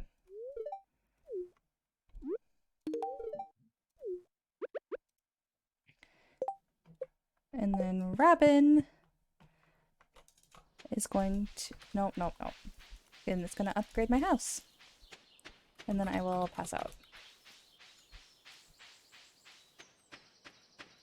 I am also at 7 hearts, by the way. Perfect. We're pretty much spot on even. Mm-hmm. Which is nice. That quest worked out good.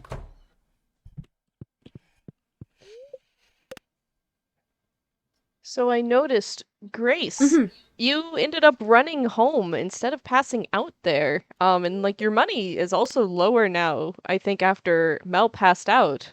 Is there some sort of interaction happening there? Yeah, so when you pass out in Stardew Valley, it's depending on, I don't know exactly how the RNG works with it, but it'll pick whether Joja Mart employees or whether one of the villagers finds you basically passed out, is what it says in the mail. And then you lose money for passing out from a doctor's bill, I would imagine.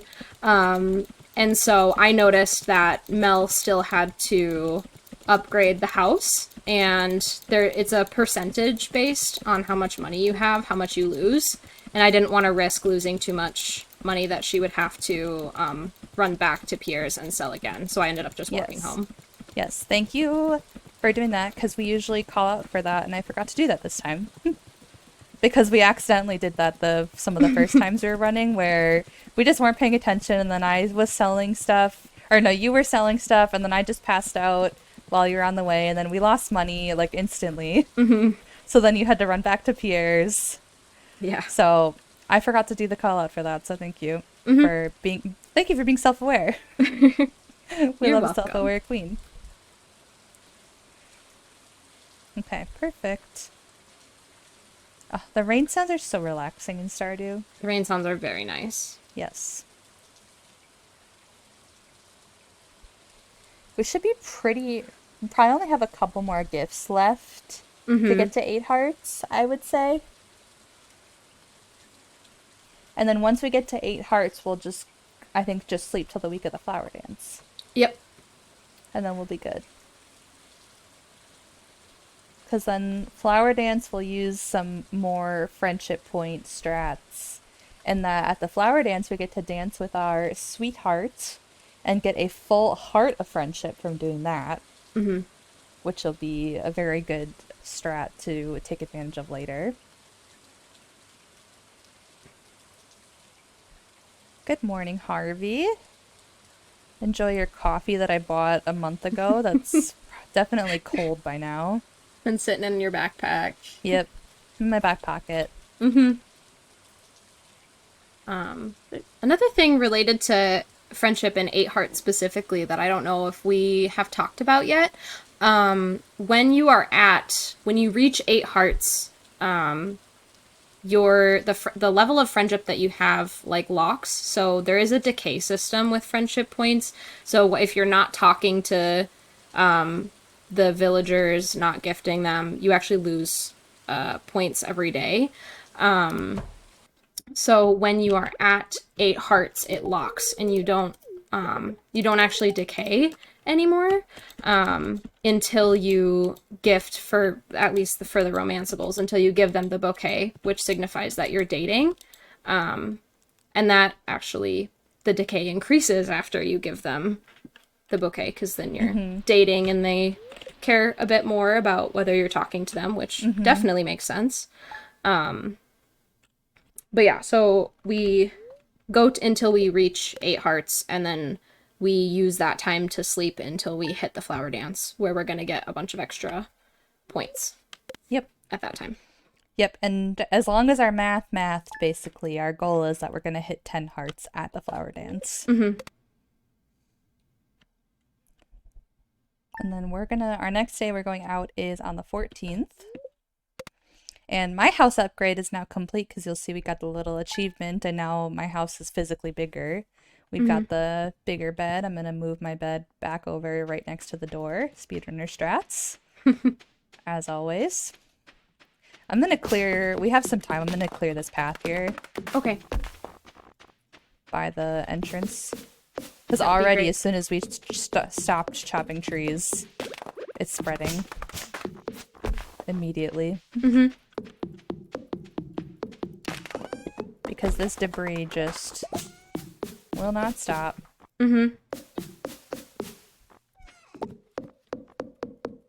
Was there more roots left or yams left, by the way? Oh, yes. Here. You can just take this stack.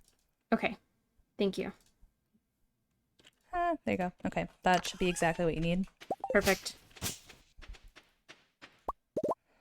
I'm gonna put the rest of this wood. Oh, do you need more wood? Or are you good? I have enough wood. Okay. All right. There's 303 wood exactly in the chest. Okay. So I already did the... Oh, you did the bridge. Oh, yeah, I did the bridge. So we way overchopped. Yep, that's okay. Not like we had anything better to do anyway. So Leah like wants I said, a largemouth bass. Of course. Do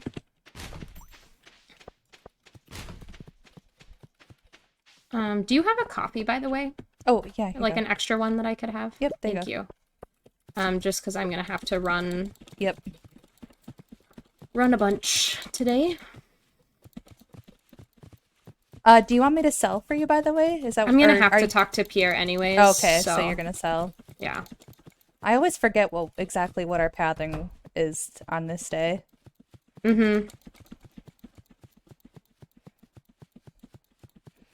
Why do you talk to Pierre ahead of time?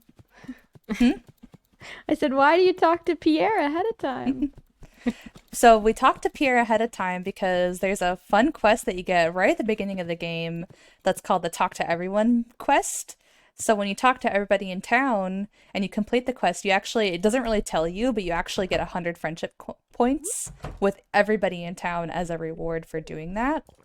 But the easiest way to do that is like at the flower dance. So we want to do that obviously to get the friendship points. But F.E.A.R is the only one that's not accessible at the flower dance. So we talked to F.E.A.R ahead of time. Mel, don't pass out. Thank you. You don't have enough money. Thank you.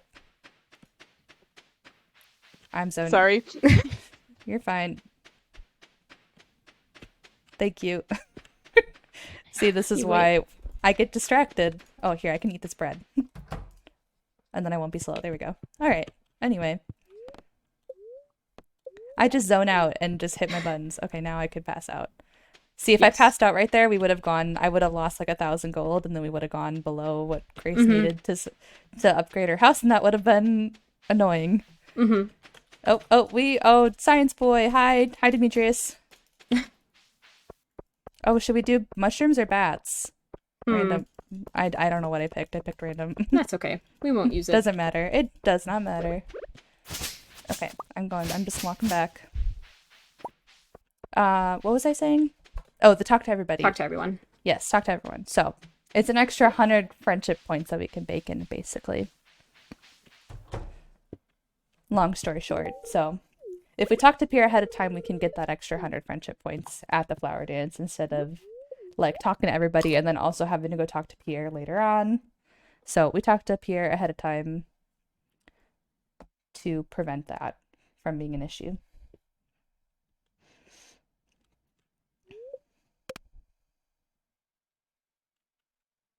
Thank you for paying attention, Jess, more than I was.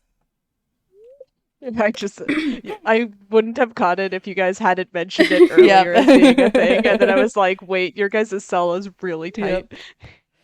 Okay. Are we going out today? I still need a ticket to 8 hearts. Did you get to 8 hearts today? I need to get to 8 as well. Okay, yeah. I lost track of if we were on odds or evens. Oh, okay. Oh.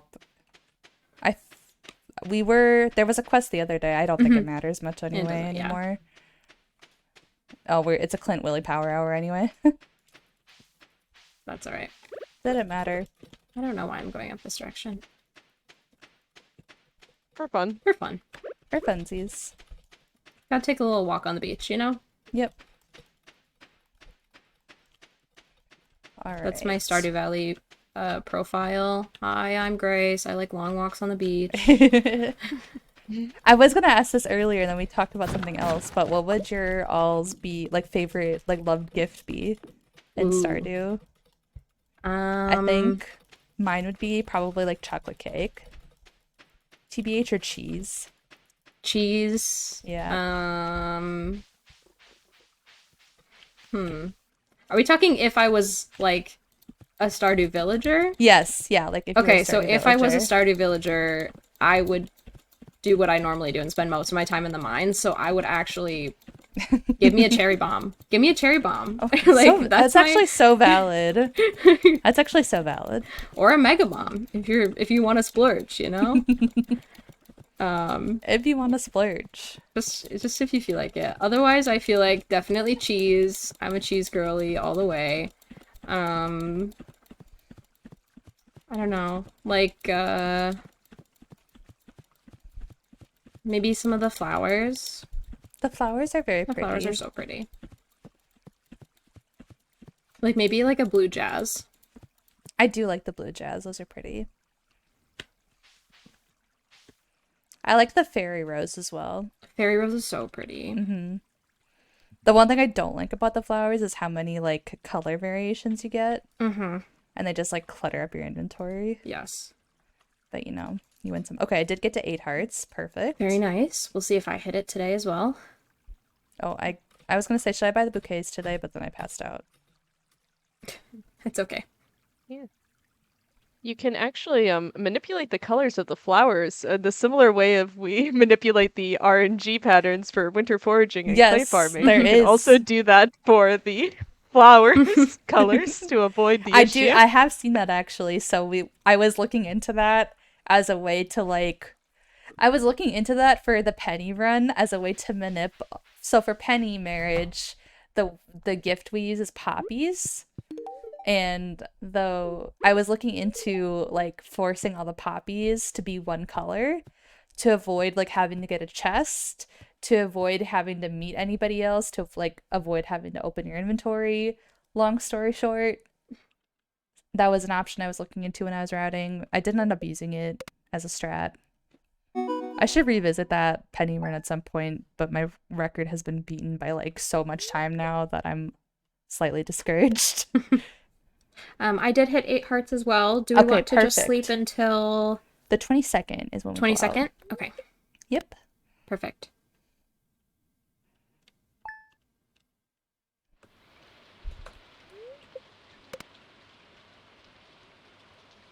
Our last like so we only have a couple more days we're doing this run. Oh, go ahead, Lee. No, it's just our last like big little bit of sleep here. Yep. And then other than at the very end when you sleep for rain, but yep. Ideally Hopefully that not. is much yeah, shorter. hopefully not. Hopefully we don't have to do too much sleeping for rain. But we'll see. We shall see. Oops. Picked up my bed. It's okay. I hate when I do that in the morning. And then I picked up the rug on accident too. You know, just single-handedly just lifting the bed. Lifting the bed up in the air.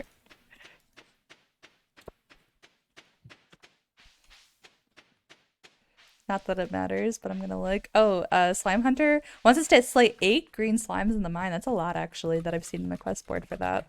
Yeah. I feel like normally it's lower, like 4, It's usually like 5. a couple. Yeah. Yeah. I wonder. No, usually even I've like in casual playthroughs I've been in the mines. Obviously, I don't know. Oh well.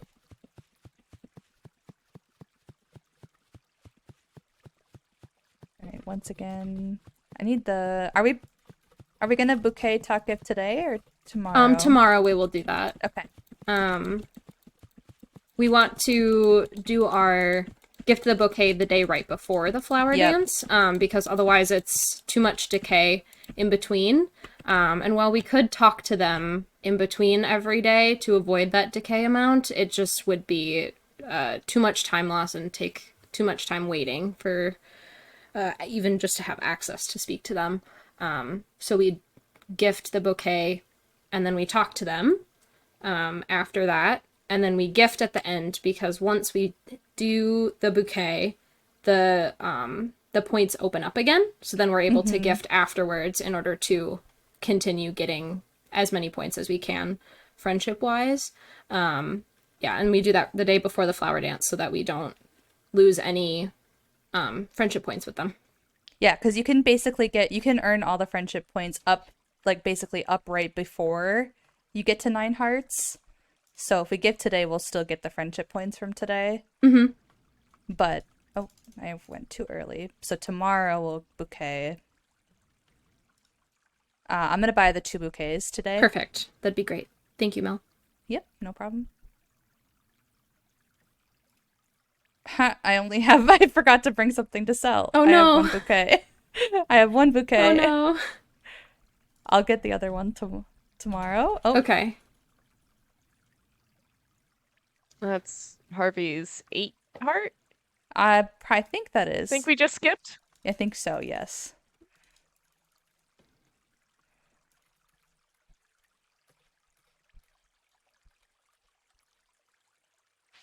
So some villagers, you can watch their cutscenes, and there are like interactions you can do to get friendship points.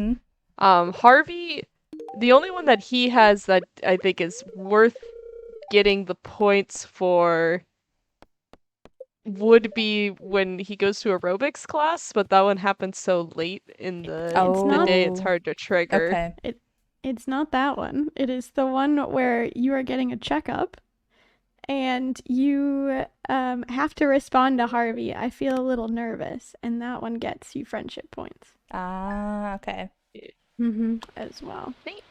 Aerobics does as well, though, too. I think it's the most. Grace, I'm going to put your could bouquet have in the as chest so you cutscenes. can come get this. Thank you. I was going to ask if I could have the one that you already bought. Because I'm going to be right there anyway, so I can just buy it. Oh, let me actually bring something to sell, though.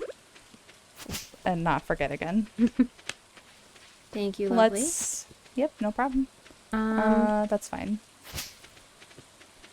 And then You good? we want to just ship everything tomorrow night after the flower dance? Yes, that's what I usually do, is I ship everything after the flower dance. Okay.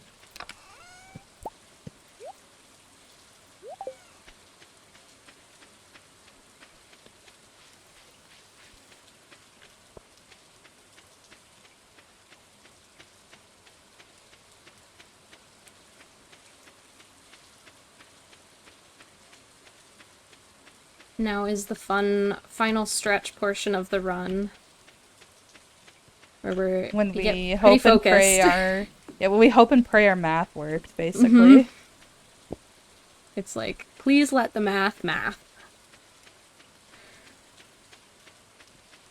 Alright, I'm not going to risk exhausting myself, so I'm just going to let it be there.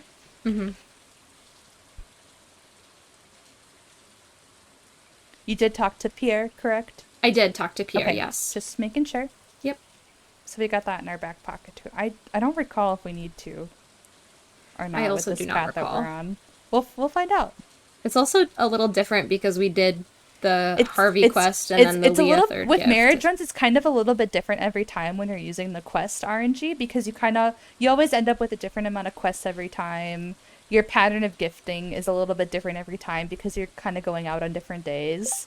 So it tends to be a lot more routing on the fly, which I personally like, because it like it forces you to learn the route like a lot more, versus like just like learning the route like in actually knowing what to do and like how it works basically.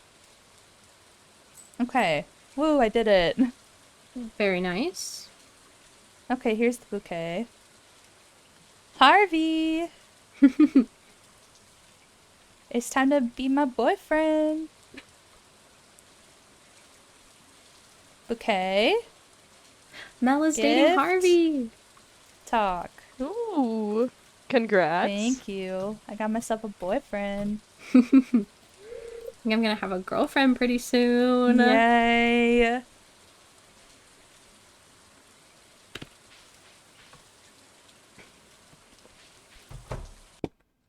All right. Okay. Talk. Gift. Perfect. Grace is dating Leah. I'm dating Leah. Yay. Woohoo!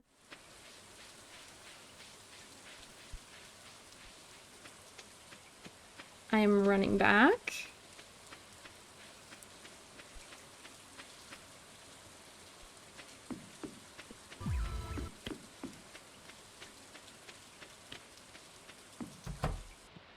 So Lee, you've always kind of drilled it in all everyone who's ran marriage and has learned from you, the marriage queen, Oh gosh. does know like it is the bouquet gift, like bouquet talk, or like talk gift, the order, the iconic order. Mm-hmm.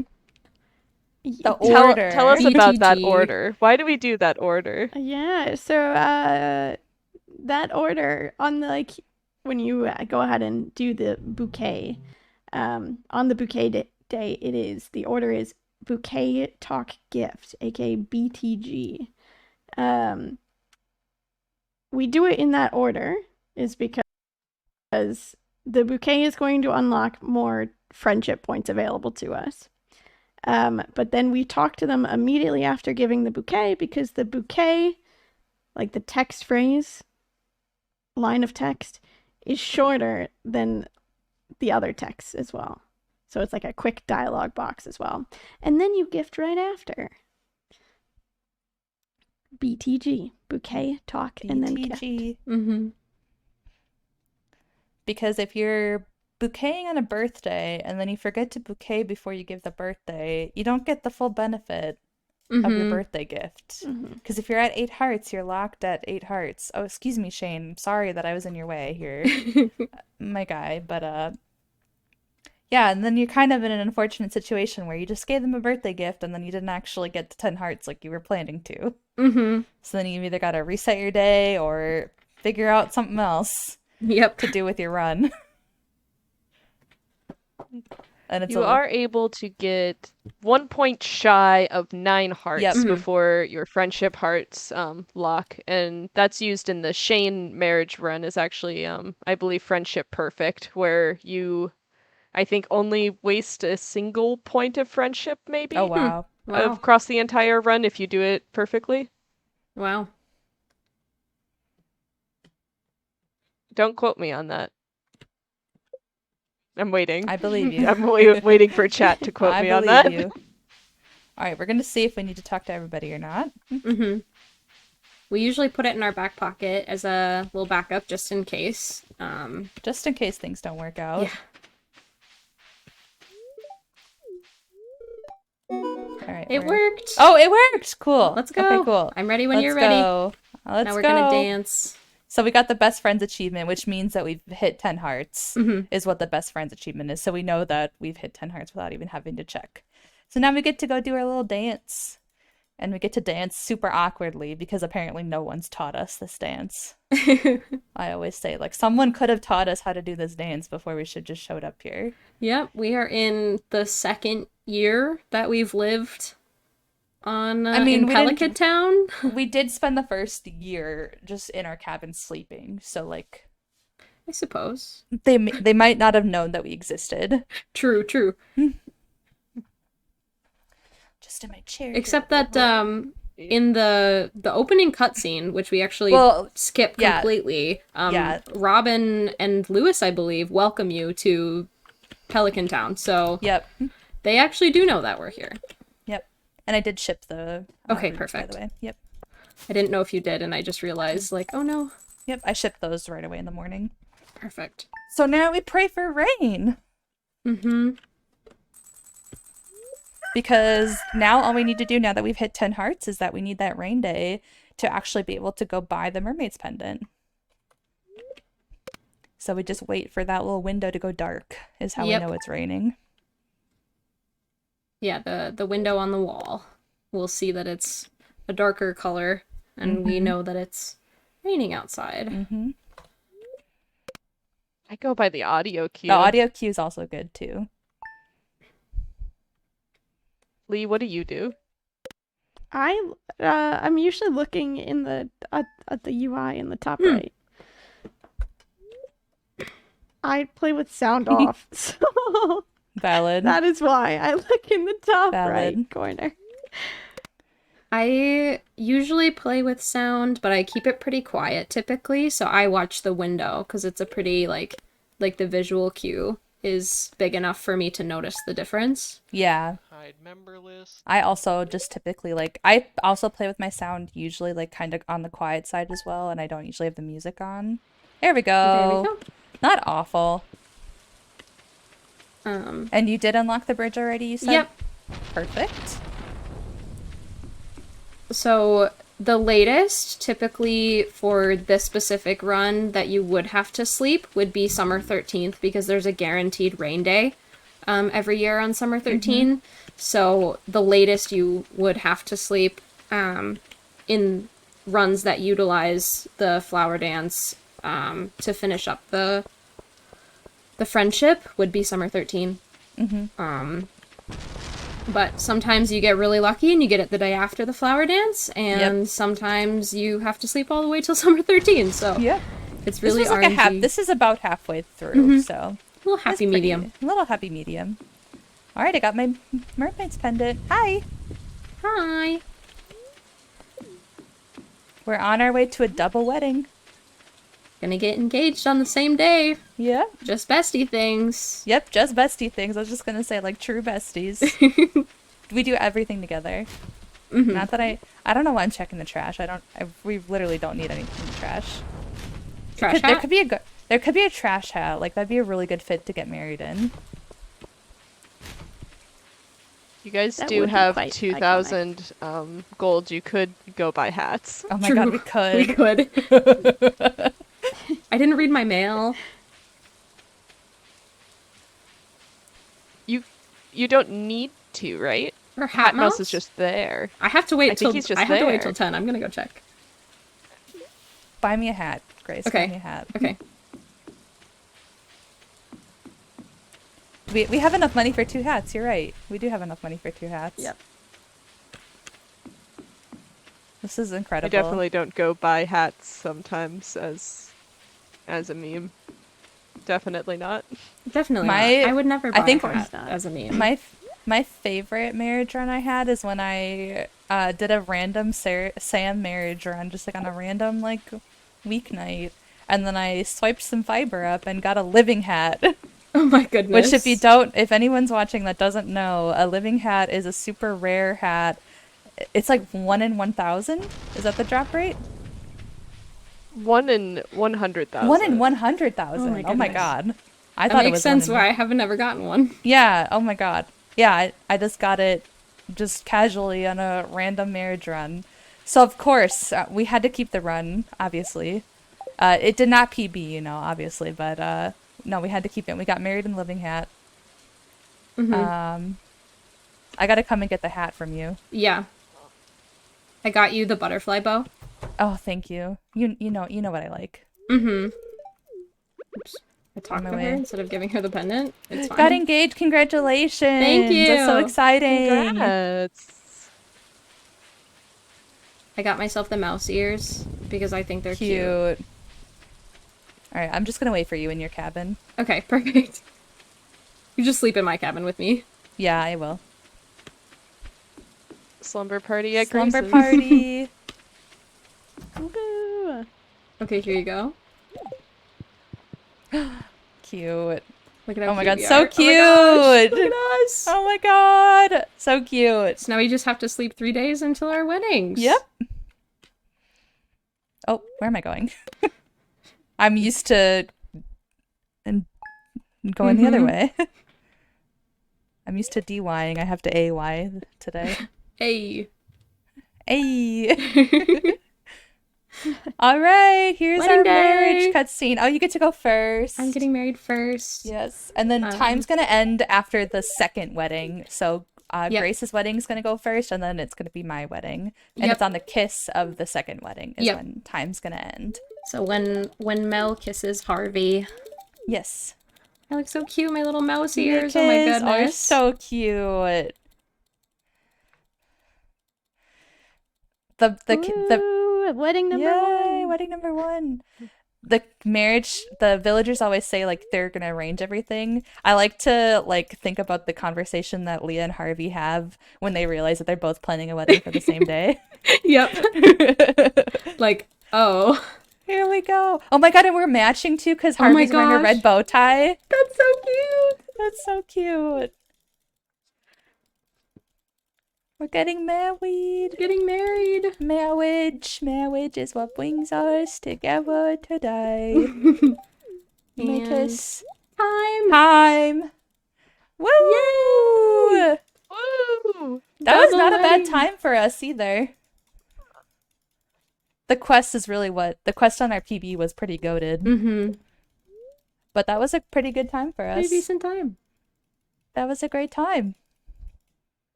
Let's see if our GG. If our spouses are happy with us today. Oh, Harvey's happy with me today. Leah's also happy with me. Yeah. Sometimes they already like if you're cutting it really close, they'll decay to 9 hearts by the time you get married, and it's kind of funny. Mm-hmm. We're gonna save that, but sleep to save. That is our 2-player marriage run with Harvey and Leah. Yeah. Which we were super happy to be able to show off to everybody today. And we hope you enjoyed it. Yeah. And thank you to Jess and Lee for commentating with us today. And thank you for having us. Thank you for having us. Yeah. It was very fun. Yes, super fun. Thank you so much for showcasing the run and for being on commentary as well. If you liked Stardew Valley runs, be sure to check out all of these wonderful runners. All 4 of them are very talented Stardew runners, so be sure to give them all a follow. And appreciate y'all being on. And there's also a Stardew Valley run at Frost Fatales. That is what time next Saturday?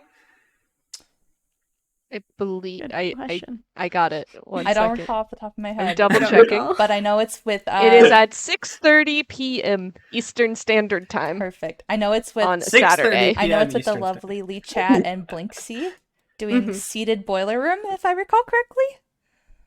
Yes. And both are absolutely amazing, lovely people. I love them to bits, and it's going to be a super fun run to watch. I'm so excited for them. Yes. It's going to be great.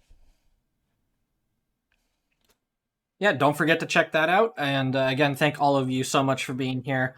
With that said, we do have more runs coming up, so we're going to take a quick break while we get ready for VVVVVV. Everybody, and welcome back to the Games Done Quick Hotfix. Today is our Frost Fatale preview. Tomorrow's Frost Fatales, and today we have asked some of the Frost Fatale community to come on and showcase some games. We are going to be doing VVVVVV right now, and we've got Amada here and a commentary if y'all want to introduce yourselves. Me, yes. God, I swear I rehearsed this like 70 times. I'm Amada. I play a lot of games, mostly randomizer races, but also VVVVVV. It's a great game. KSS knows way more about it than me. Hi, I'm KSS, and I guess I know a lot more about the game than her, question mark? You shut up second, please. You know more about the game than me. Hi. Hello. Oh boy. Suppose I don't know. This is glitchless as well. We're doing any percent glitchless. God, I am very organized. It's pretty much just intended percent, but fast. And I don't actually know what more to say about it. That's really about all there is to say about glitchless. That's about all there is to say about glitchless, honestly.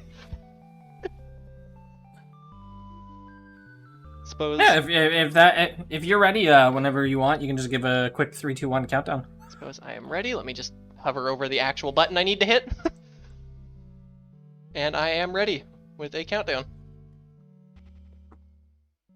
Do you want to do the countdown or do you want me to? You do a countdown. Alright. 3, 2, 1, go. Oh, whoops. I forgot it. Whoops. Oh well, this is fine. I forgot it was going to ask me if it was okay if it's deleting my save. Okay. Whatever. That's totally fine. Alright. So this game has no chill at the very beginning. I can't wait to die 30 seconds into the run. With probably one of the hardest things I'm going to try to do. In the very next room. Yep. No. I knew that was gonna happen. That cycle is Whoops. actually a keyframe window. Yep. But once you get past that, Space Station 1's pretty easy. For the most part, unless you're very good at the game. Yeah. But right here, we have Violet, one of the crew. I don't actually remember what her job technically is. Telling us, hey, ship here. Here's how you teleport to... Really? Here's how you teleport to it. If you can find a teleporter. Really? This room sucks. Really? This is what I get for practicing every other part of the game, isn't it? Yeah, there we go. This is what I get. I'm like, I've played Space Station 1 enough times. I don't need to practice it. This is what I get.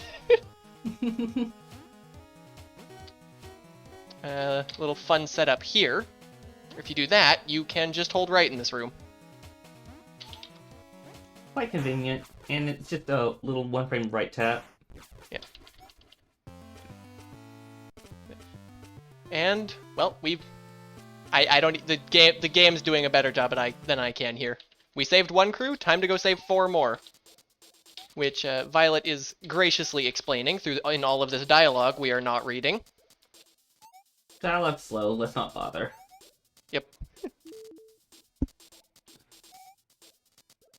But to start off, we'll be heading to the left to Space Station 2. Arguably the hardest level in the game. Arguably. So we get it out the way as soon as we can.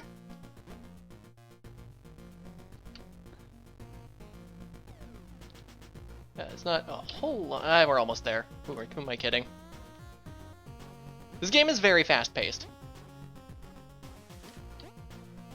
And we're here. The gimmick of this level is conveyors. Yeah. Really?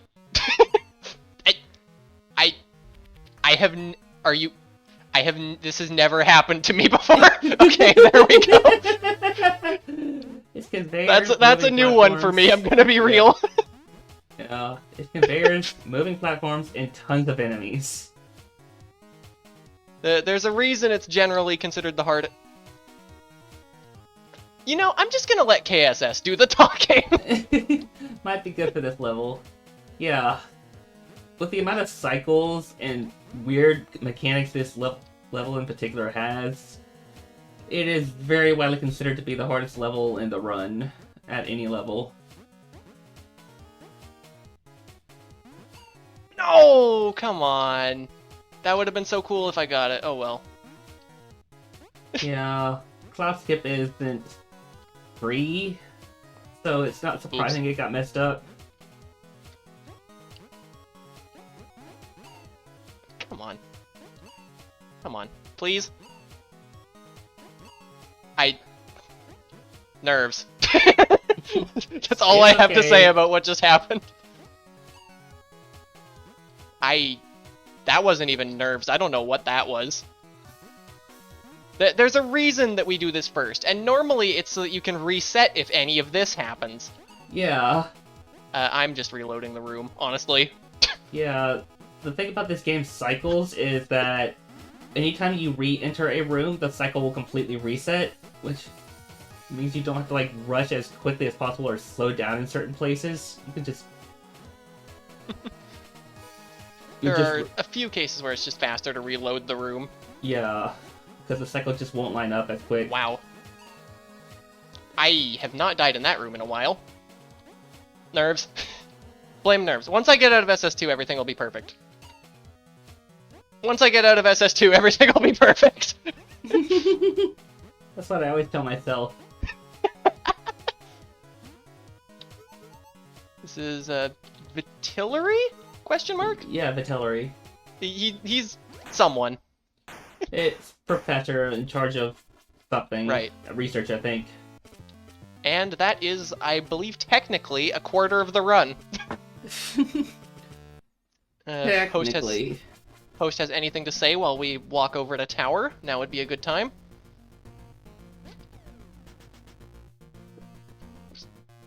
I guess not really block the tower, more fall the tower, but whatever.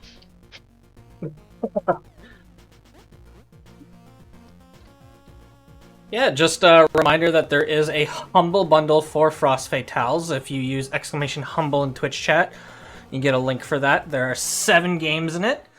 It is Pseudo Regalia, Guilt, Abzu, Hylix 2, Dicey Dungeons, Mail Time, and Maid of Scare.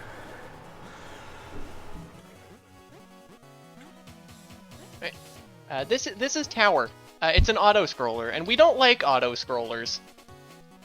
Unfortunately, there's not a ton you can do to speed it up. There are cases where you can die to a checkpoint. I'm gonna go to a few of them. One of them we already passed, but I'm not comfortable with that one yet. But occasionally you can do... Dang it. And oh wait, that was one of them. Whoops. You can do... No, primarily, unfortunately. You can do... Come on. You can do... Come on! You can do... Occasionally, you can do... Please. That! Which saves a little bit of time as long as you don't mess it up, ever. Yeah, there are 6 of those in the level, and... Wait, there's 6? Yeah. I thought there were 5. There's 6. Case in point, KSS has more game knowledge. Yeah, they each save about 21 frames. One saves 20 frames, one saves 6. The other save 21. But largely, if you mess up even one of them, there goes all of your time and then a few orders of magnitude more.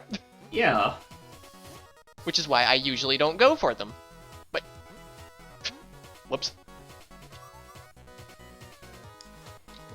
And that is... Tower. I said... Dang it. Wow, I'm messing up a lot of the timings. But yeah, it's worth noting this game runs at 30 frames a second internally, so 21 frames is... Let's see. Most of a second. 0.7 seconds.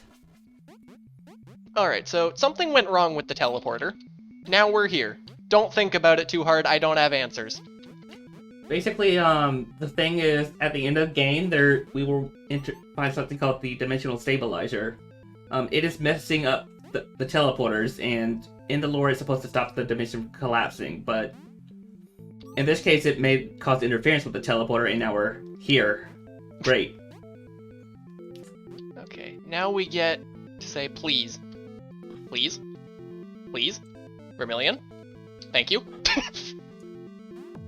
That room is deceptively hard. Speaking of deceptively hard... Oh yeah, this room is bad.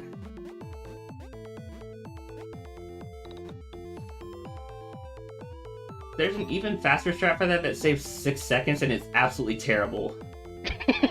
Now this strat, on the other hand, is really easy. This room is just a waste of time. Yeah. There is a strat you can do if you're not playing glitchless, but we're playing glitchless, so... We can't do it!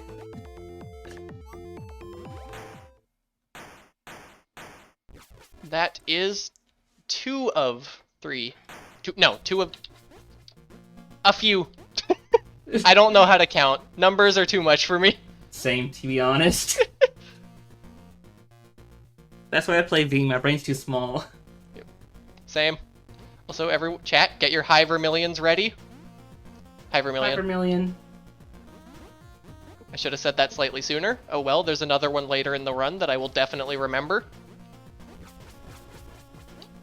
So we're walking towards Warp Zone here. The gimmicks of Warp Zone is A, these teleporters, and we'll get to the second one when we get there. But this area just, it doesn't make sense. You just have to memorize it. Yeah, it's all memo. Oh, whoops. I always forget. There we go. And now we get to, now we get to have fun. Yeah. I honestly expected that to happen. So did I. I do that so much.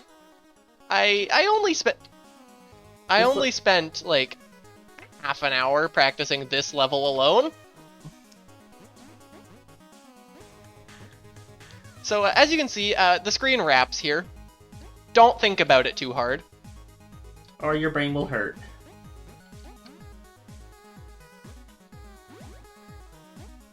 This is the other contender for the hardest level. Although that does bring up the subject of the order you... Oops. The order you do the levels in. I'm going to let KSS explain so that this stops happening.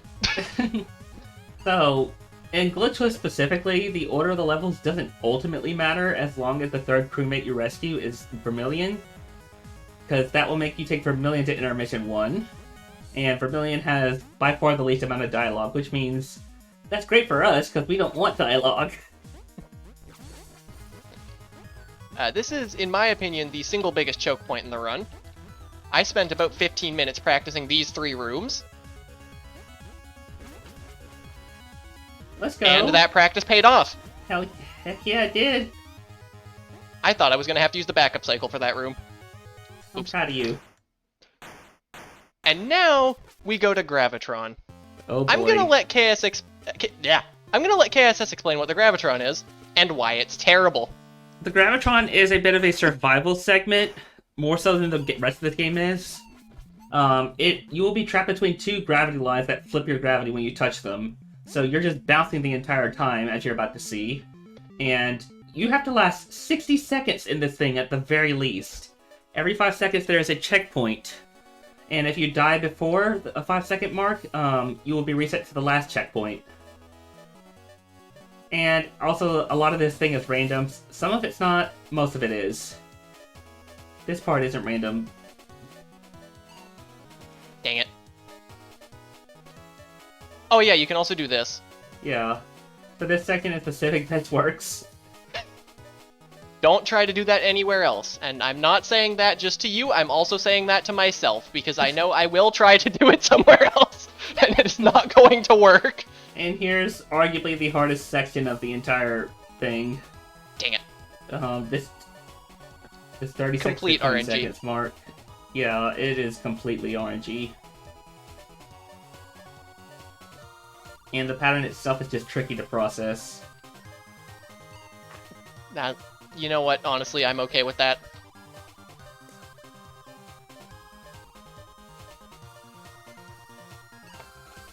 I don't think there was any world where I survived that. So, sometimes with Gravitron, you just have to go, I don't think there's any world where I survived that. Yeah. Sometimes it can really throw you a bad hand. Case in point, that. Really? Ooh. That was bad. Oh. This last section of Gravitron is pretty freaking tricky. I will not deny that. Remember when I said Gravitron sucks? This is why. I don't need that checkpoint. Oh my god. I mean, there's nothing Yeah, you can if die you didn't to. get checkpoints in Gravitron, that would be, like, impossible.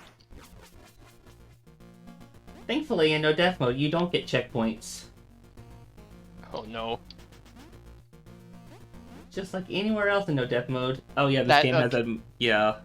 This game has a no death mode. I don't play it. I respect my sanity a little bit more than that.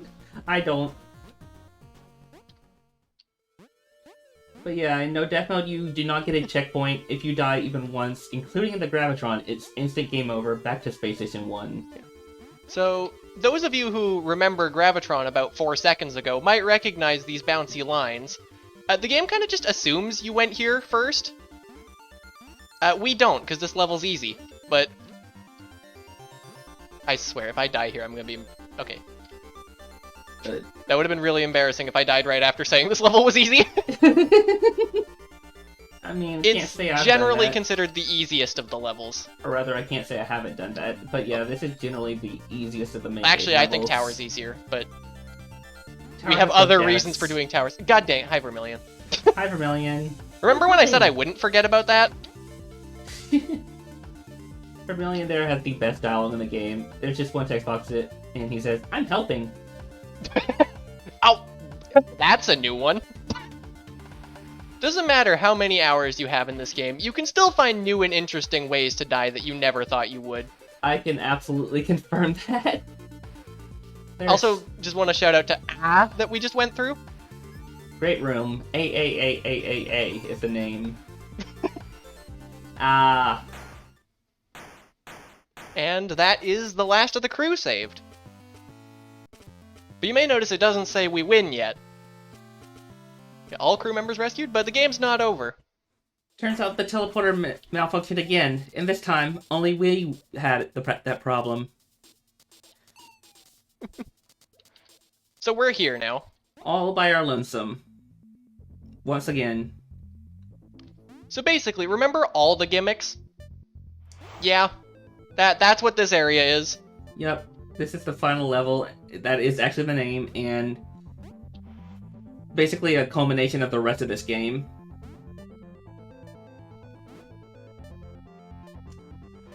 To be totally honest, a lot of this level is mostly just memorizing how to do a cycle. Like, yeah. It's genuinely on the easier side if you learn it. Yep. We can fit through that. Okay, we're fine. Which is great. I'm grabbing that checkpoint. Yeah. I don't trust myself.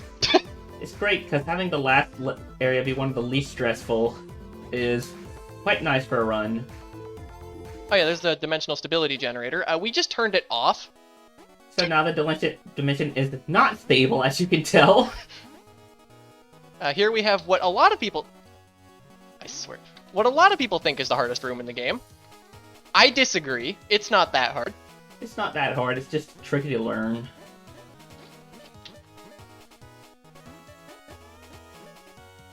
Now this is what I think is the hardest room in the run.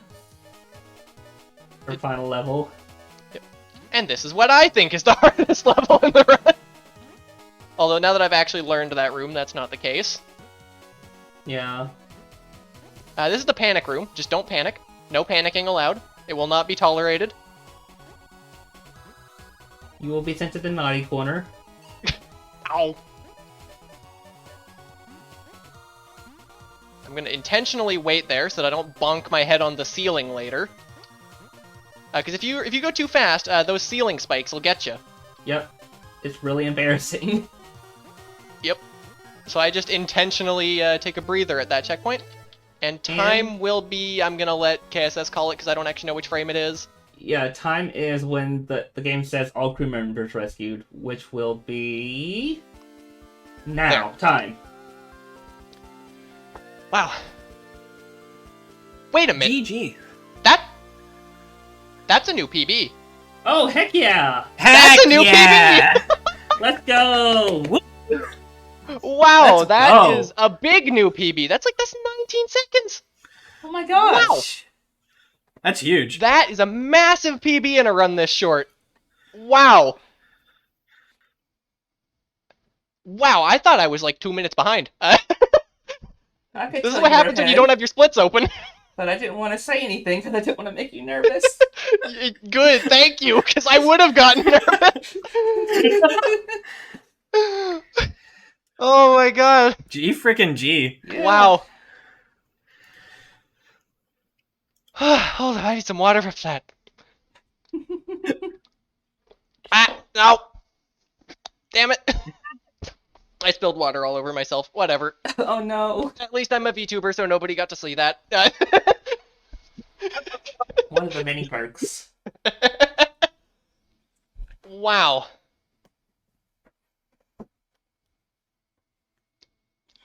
So congratulations that was on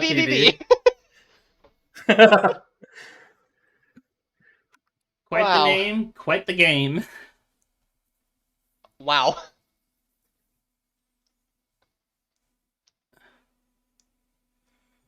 I don't even know what to say. I was not expecting to PB by 19 seconds. Wow. I knew you could get it. Wow. All your practice paid off. My practice paid off. Well, thank you, KSS, for babysitting me through 90 minutes of practice right before GDQ. Oh, no problem. Oh, boy. Wow. Wow, I did it. If you enjoy... If you enjoy VVVVVV speedruns, make sure you check out these two. They're both very great runners. Thank you both so much for being on. Do you have anything else either of you want to say before we go to the next game? Oh, wow. I mean, I need to give some thanks to a few people. Metroid Yeah, Crime absolutely. for introducing me to this game. I would not be playing this game without her. Astrid the Horror Girl, who I think we'll actually be seeing in Frost Fatales, if I'm not mistaken. I'm pretty confident about that. For actually helping me get the confidence to really be associated with the Frost Fatales at all. I was thinking, like, I'm too much of a nobody to get in, and she kind of convinced me that, you know, I'm welcome there, and there's no such thing as too nobody. Obviously, thanks to KSS for babysitting me through my entire training arc of this game. And for being a lovely commentator here. Oh, thank you. And probably a whole host of other people that I will remember as soon as we're not live anymore. Yeah. And also just, of course, everyone who's here. Wow. I'm still just processing. Yeah, huge congrats on the PB. Wow. I Yes, it is you, Crime. I see you in chat. I see her too. Also got to shout out the Quill and the Crow in chat for babysitting my mental stability like every day. But best friend over there, amazing person. Also streams sometimes. Not so much speedruns, but she's great too. Is that all I have to say? I mean, obviously, you know, if you want to see me run more, you could check me out. I am planning to start running this game at least once every weekend, or at least every week. I'm not sure if it's gonna be Saturday or Sunday yet, but I'll figure that out eventually. I think that's all I have to say. Most of what I have to say is just thank you for having us. It's really wonderful to be on this stage. Yeah, thank you both for being on. It's an honor to be. I still remember I got the notification. I'm like, what, me? GDQ? Me? I am honored to have been here. As am I. I think that's everything for real. Actually, not clickbait this time.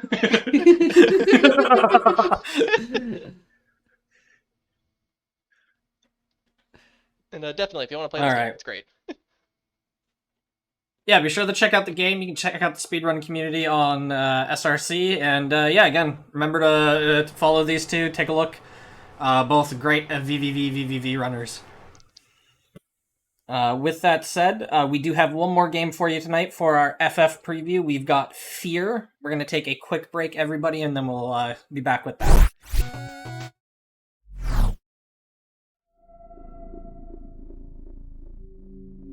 Hello, everybody, and welcome back to the Games Done Quick Hotfix. This is our Frost Fatale preview.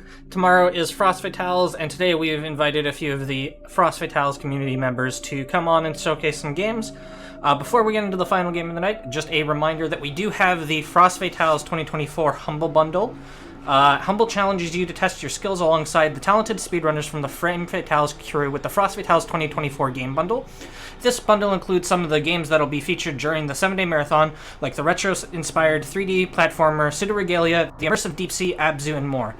Pay what you want for the bundle of 7 awesome games and help support the work of the National Women's Law Center with your purchase. You can use command !humble in chat for the link to the purchase, and the rest of the games in the bundle are Guilt, Helix 2, Dicey Dungeons, Mail Time, and Maid of Scare. With that said, we have our final game, F.E.A.R. I'll hand it over to the runner commentary, let everybody introduce themselves. Hello everybody, my name is Fina2112, and I am a speedrunner of F.E.A.R. and Hollow Knight. It's nice to see everybody, and it's very, very nice that I get the opportunity to play one of my favorite games of all time.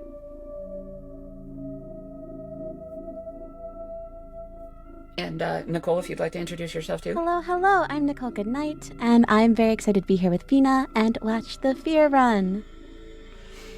Yeah, So for those of you who may not know and may not have heard of this game before, this is First Encounter Assault Recon, and it's an FPS that came out in 2005, and it's basically, it's kind of like a Max Payne 3 sort of thing, what with bullet time, and it was really well known for the AI that it has for the enemies.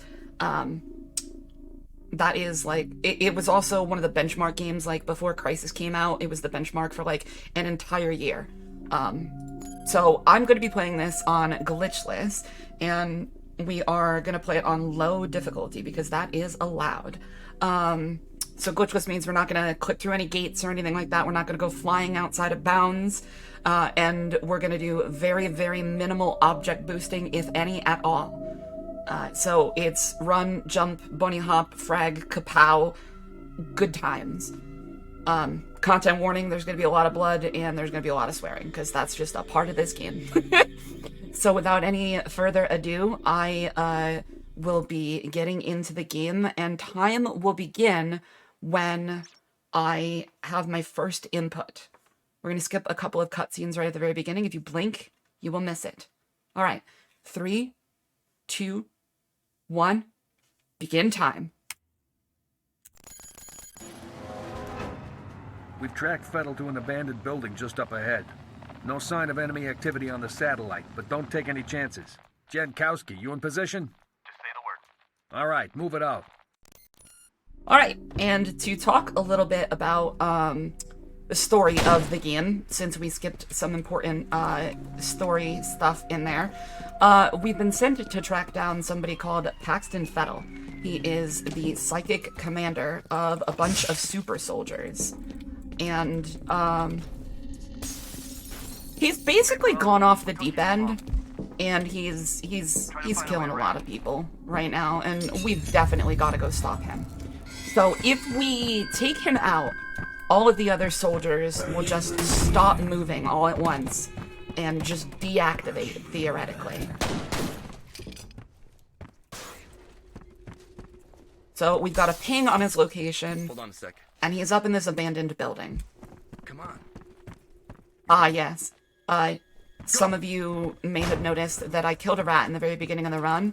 The any percent runners used to kill that rat for good luck. And so I do it in the spirit of their previous runs. Because they no longer do that. They quick port around levels using the quick save and quick load features.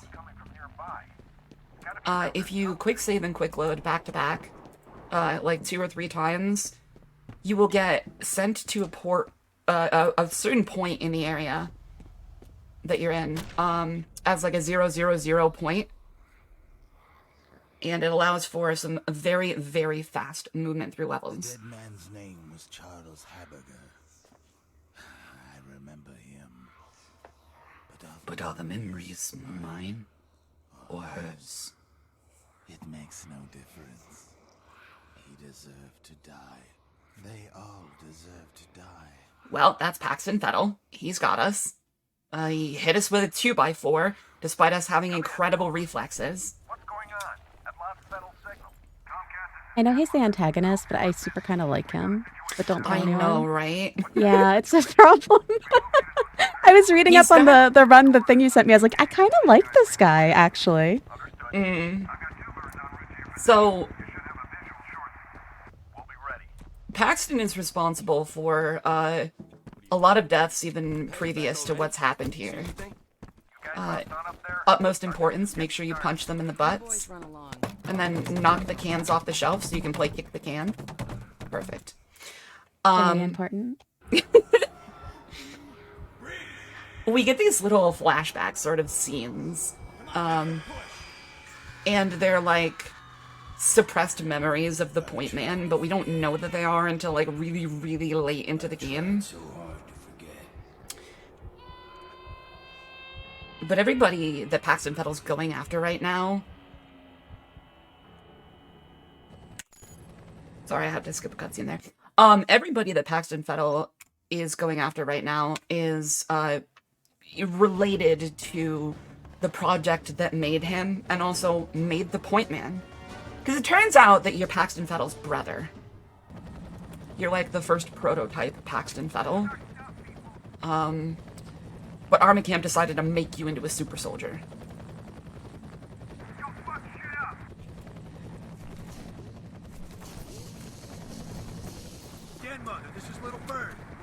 That's right, Cupid dead. Sorry. Rats, rats, we are the rats.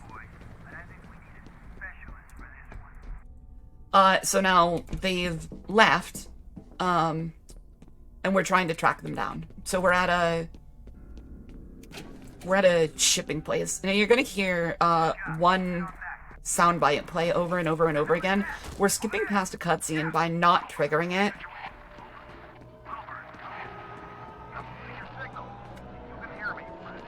So we're gonna hear that over and over again because it still thinks that we're back behind the gate, and we haven't watched a little girl in a red dress completely eviscerate one of our combat teams. But now the run begins in earnest.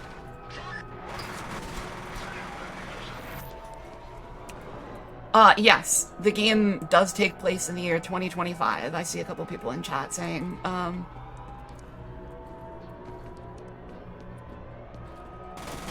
the only source that I've ever found for that is, the Wikipedia page, believe it or not.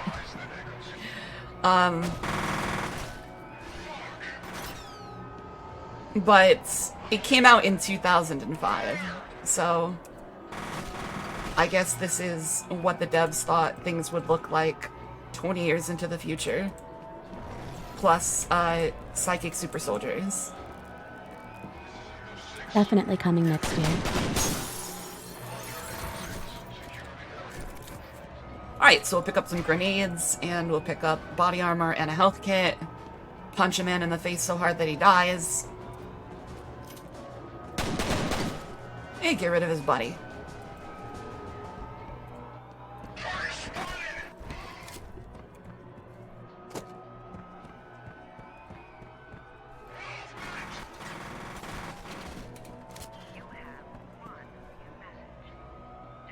Yeah, this is chat and accounting.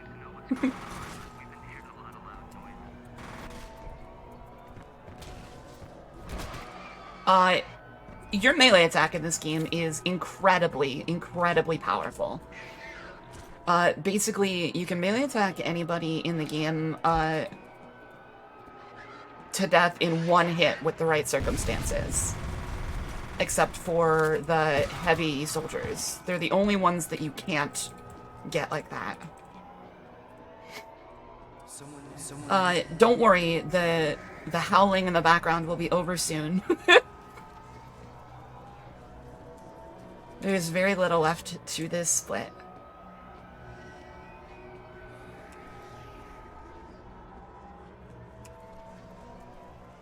Yeah, the best weapon in the game, for my money, is the remote mine detonator, which we will get later on. And it makes a super satisfying clicking noise. I love that for it. It's just very good. You know, I like the howling too.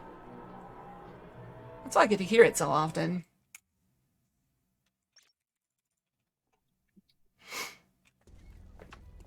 Alright, so the whole object of this game basically is chase down Paxton Fettle. That's what we're doing in every single split. I don't know how he survived.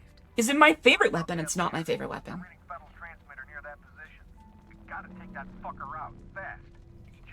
Nicole, do you have any questions? I'm just still hung up on the fact that I am a big fan of Fettle and how I probably shouldn't be. He does have one of those really nice voices. That, like, I could listen to that for a long time, you know? You may be very evil, however, please continue speaking. It gives the brain chemical.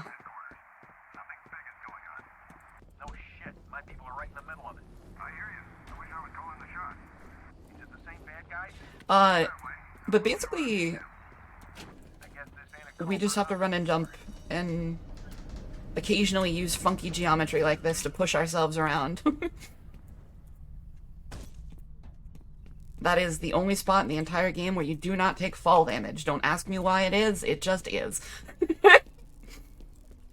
Oh, more rats. We'll leave those ones alive. We'll leave them alive. It's chat. Oh, look at them. They're so cute. They I did love really them. good. We'll leave them be. You get to live today. That's a good segue. Would you like to mention some of your own work? Well, but put me on the spot to talk about myself. What is this? Well, you're my guest. You're here to hang out with me. All right. Well, hey, chat. If you like video games, I'm in one, and I think that's neat. It's called Slay the Princess. Thank you for your time. Thank you very much for plugging yourself.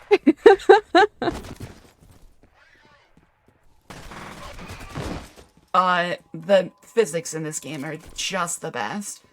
I kicked that man so hard he slid 10 feet across the room and into the wall. Honestly, that sounds amazing right now. Kick me across the room. It's fine.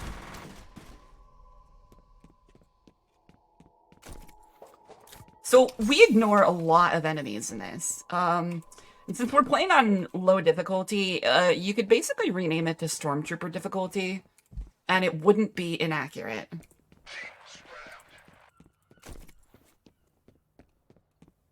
I was in plain sight of the enemies right there, and they just let me walk right by. How are you doing, guys? They pretend they do not see. They do not perceive. Get in the water. Do a little quick save. Jump up and crouch jump through the window. And cut out 20 seconds of needless running. And we're going to get a hug from the little skeleton man right here. Hi, Skelly boy. My favorite type of hug. Right? The bony hug. The skeleton bony hug, yeah. Mm-hmm. Everyone make sure you've hugged a skeleton today. I just picked up a grenade through a plate glass window. Because apparently Point Man can just make physics not apply to him. The laws of matter. Not for Point Man. They do not apply to him. We're gonna jump up on a little generator here, if we can actually do it. Hey, there we go. And up on a balcony. And it saves us like 6 or 7 seconds.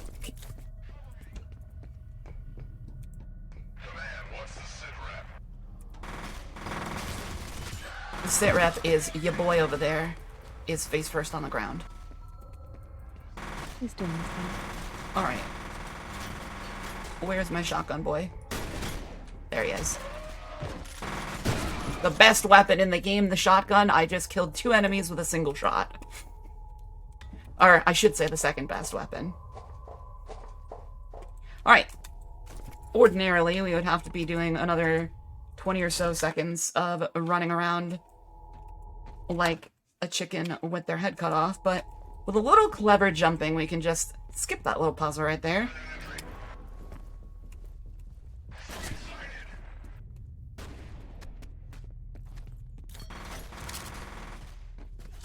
I see someone in chat mentioning the nail gun. Immensely satisfying weapon. Unfortunately, we're not going to be picking it up in this run. Oh, the red mist. So gorgeous. I love her.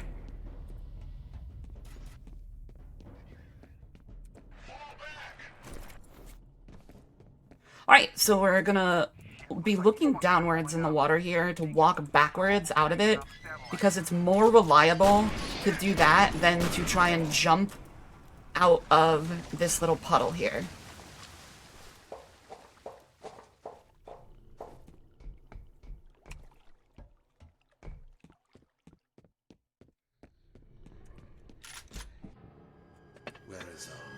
Where is Alma? Uh-oh, it's your Paxton boyfriend again. Oh my gosh. Why is it always the bad characters? The Bracken, Paxton. Problematic. Hush now, Mr. Moody. The time for talk is done.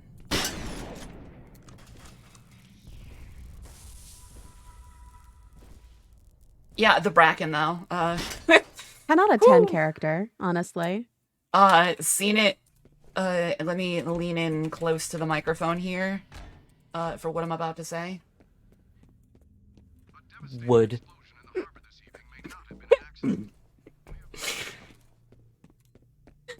Put a 1 in the chat if you also would for the Bracken. Oh my gosh, you're just derailing everything, aren't you? I mean, we're not playing the game the way it's meant to be played. We may as well have unhinged chat while we play this game in an unhinged manner. The chat's back on the last map. They were the little rats. That's true. That's true, they were. We left them We'll see behind. more of them. I'm sure that we'll see more of them.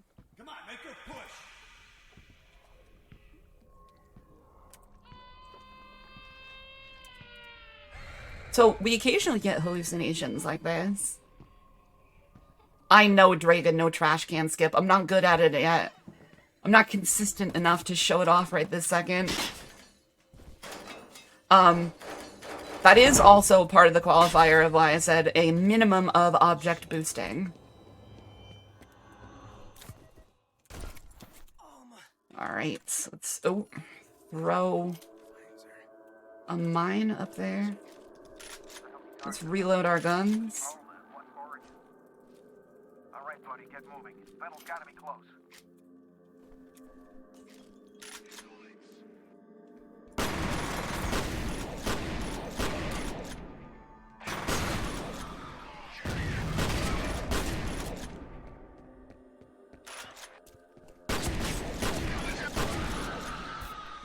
Did I get those mines? I think I did. I only got 1. I need that. It's time loss!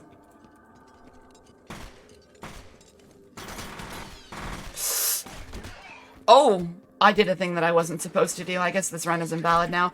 There's a strange interaction where if you start rapidly crouching and rapidly punching, there's no cooldown for the punch. And so you like shooting your gun basically becomes extraneous because you can just punch everyone in the face so hard that they explode. That's hyperbole, of course, but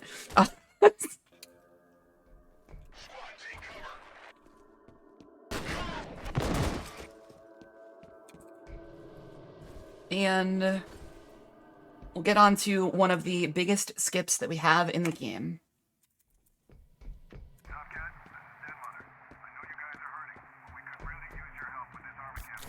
The fast grenade is not consistent.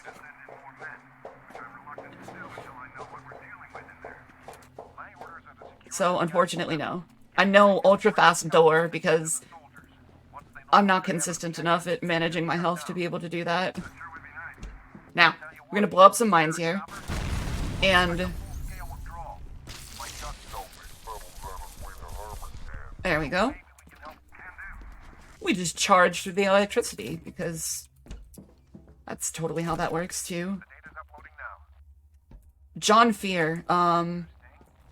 Cares not for Ohm's law.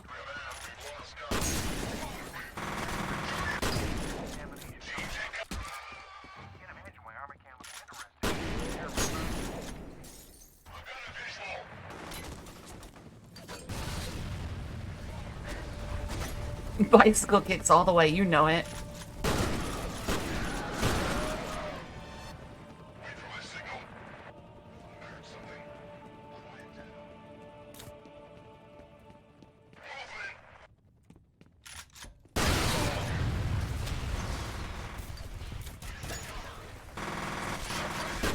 So again, just more clever shooting, clever running, jumping, all sorts of other stuff. This is a scripted fight coming up. There is a courtyard, and there's a heavy soldier that we have to kill, and a whole bunch of others that show up. But the good news is, they always show up in the same numbers, in the same places. And so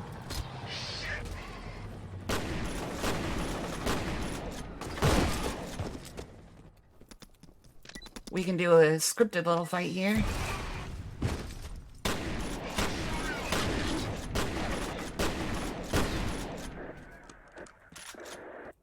And get rid of them all. Ta-da! That was actually a very good version of that fight. Alright, we'll pick up the health and the armor, and then we'll start cleaning up the bodies. Because my mama always told me to clean up the messes that I make. So everybody clean up, do your share. Get rid of these bodies. Get the corpses, they don't exist. Nobody can see them, right? They don't exist. They simply don't exist. Never have, never will. Never had, never will. Never seen them in my life.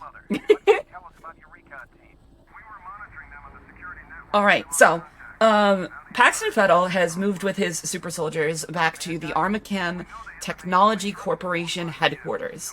And so we're now going to track him down. So we're going to go from industrial shipping containers and wastewater treatment plant to office buildings.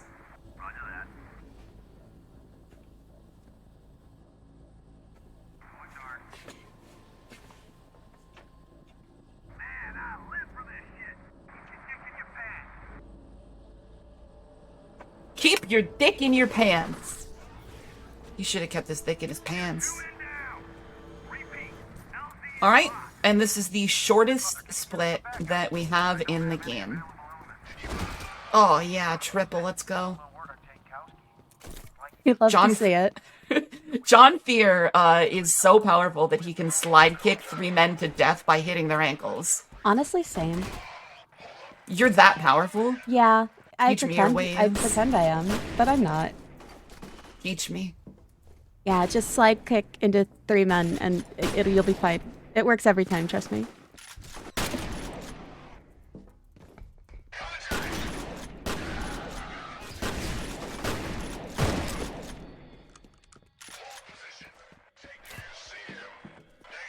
Nice, we didn't alert them. Perfect.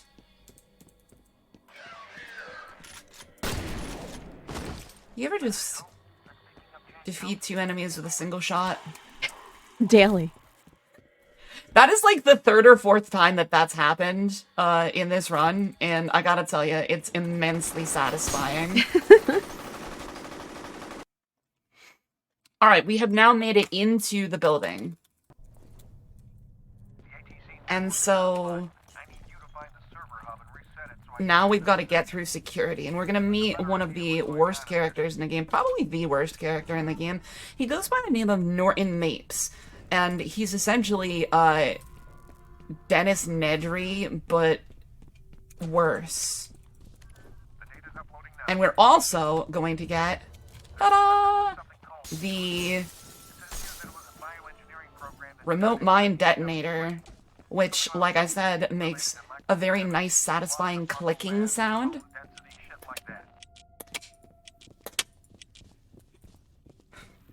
So good. I'll show you why it is the best weapon later on. I agree with chat. I really hate Norton Mapes.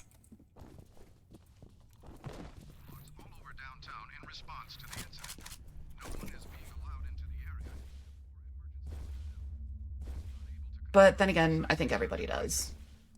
He's like the worst IT guy ever. Excuse me, Mr. Ninja, I've got to break your ankles as well because I've got things to do, people to see, prisoners to rescue, and Alice Wade to go see. Hello, Norton. Don't shoot. My name is Norton Mapes. Don't shoot, you say. Shit, it's a civilian. Give him a comm link. Hello? Who are you people? The good guys. Are you alright? And we'll get a booster that permanently increases our reflexes. And just yeet that grate right off the wall. Tell you what, you disable the local security system. Alright, my best Eric Andre impression. It's locked. Let me in! Let me in! Thank you. Why do you want us to bring down the security system anyway? My why? You want my help, that's the price.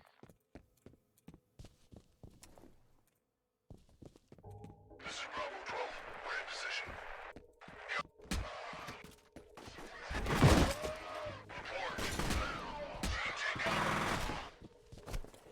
You could just slap those men with the detonator and they just fall right over. It's a wonderful thing.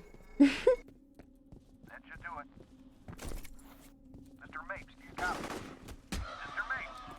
I was walking away from that man and slapped him with it and he just fell over dead. It's incredible. 100% F.E.A.R run when? New category on the boards. Draga, Spectre, you guys run this game. What do you think?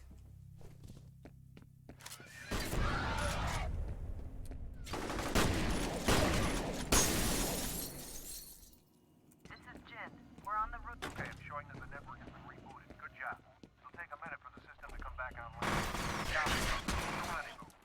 Oh, I did not pick up the armor like I wanted there. Oh well. Alright, you're gonna get to hear Paxton boyfriend again. Because we're about to pick up his signal in this unfinished part of the building. Woo, yeah, woo! She is the original.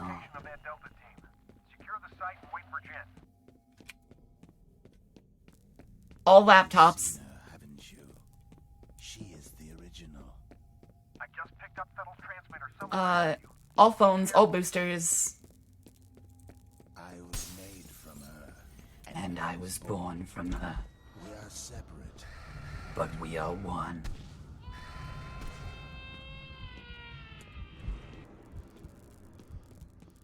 She is a prisoner. Floating in darkness. Like the unborn in the The run with glitches, I believe, is right around the 50-minute, 47 or something mark.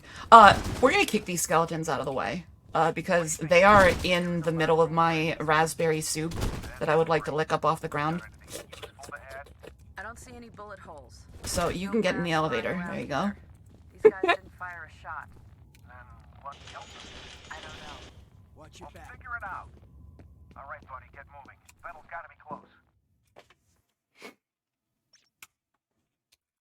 That was the remains of the other team that we sent to the building. They unfortunately did not make it out alive.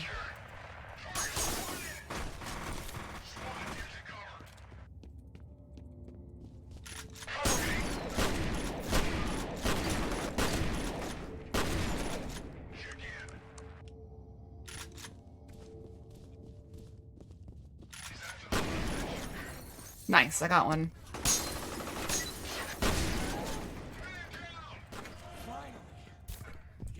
I love their little call-outs, just man down! Give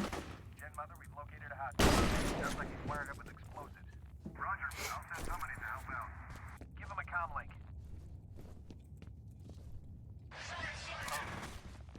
You guys special forces or something? That's right. Just sit tight, Mr. Bishop. Aldous Bishop. Demo team's on its way. Okay, buddy. There's some elevators near your position. Secure the area and escort the team back to Bishop. So we'll throw a little mine there because all of these elevators are going to open up and enemies are going to come out of them. But that one's got a heavy in it. So, in order to stagger it, as soon as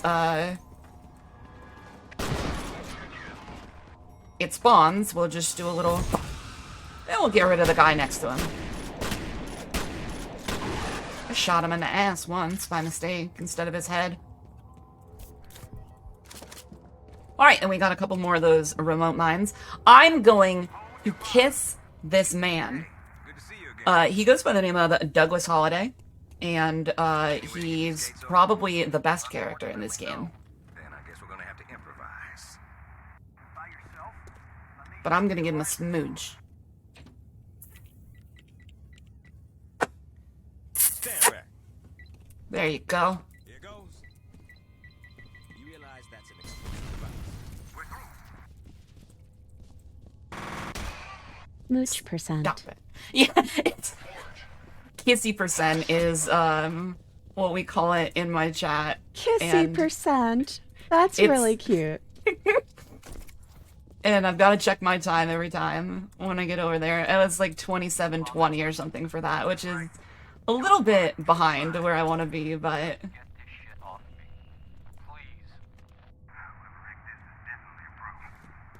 Is that supposed to make me feel better?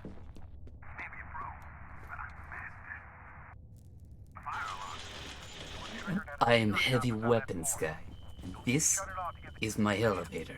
They were asking about Harlan Wade. Me and his daughter Alice are on the same task force. What kind of task force? Who touched my elevator? Nobody knows what it's for. Where's his daughter now? Her office is in the executive building, on the 6th floor. Alright, so our next objective is to pick up Alice Wade, who is one of the people that is also on this this task force that's being targeted by Paxton Fettel. So that's our new objective, is to exfiltrate, go to the executive building.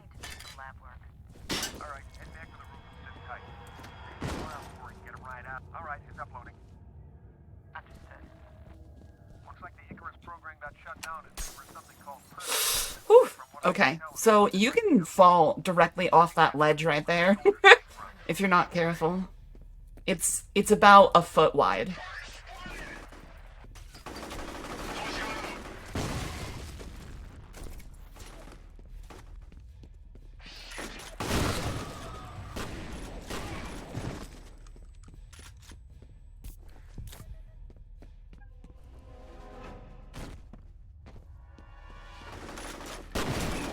Alright, this grenade right here, this is art.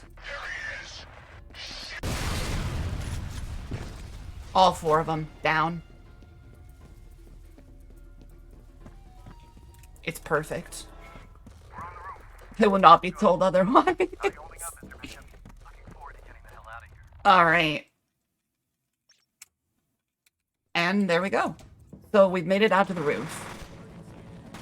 And that is our exfiltration helicopter.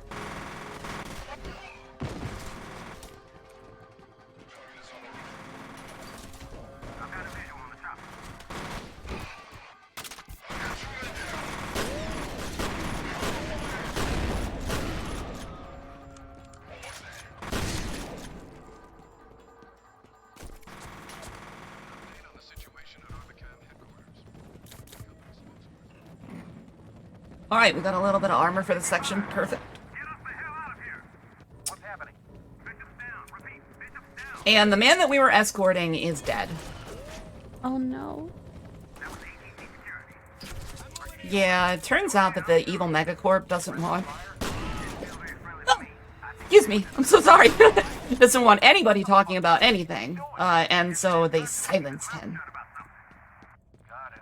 I tried to mute in time. I could not reach up to my mic. It was a tragedy.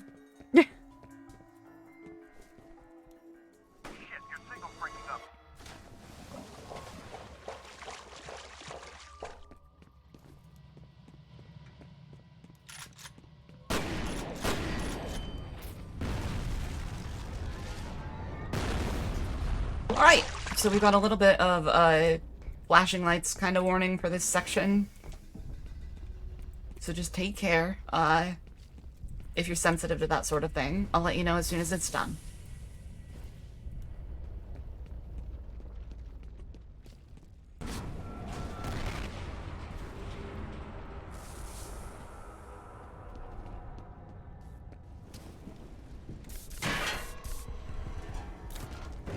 Oh, we'll just run through the fire that would ordinarily incinerate a normal human being and turn that off. Because there's a second fire up here that ordinarily we would just roast us as we climb this ladder.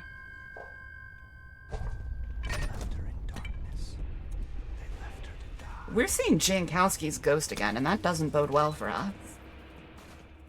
Again, we're throwing little mines, little proximity mines, in front of elevators.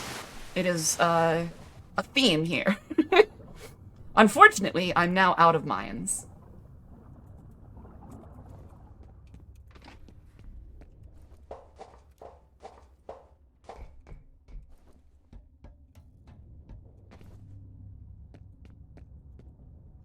Yeah, the pipe fuel can't melt the steel people.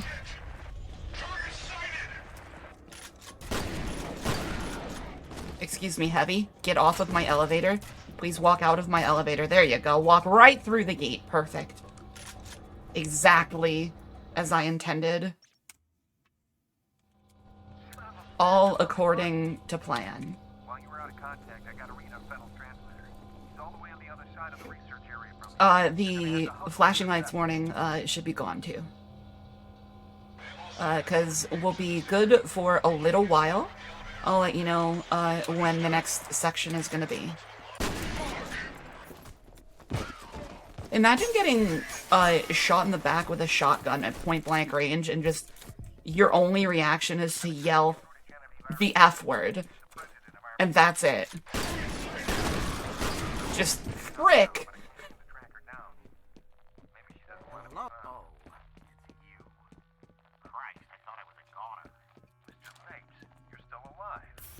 All according to Kakaiku.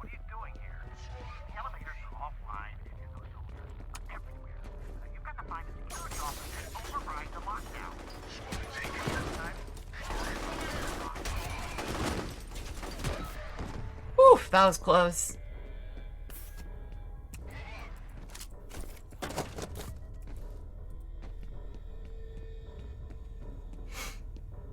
Fudgesicle, yeah. That would be exactly what I would yell out because I'm a say-so streamer. Honestly, same.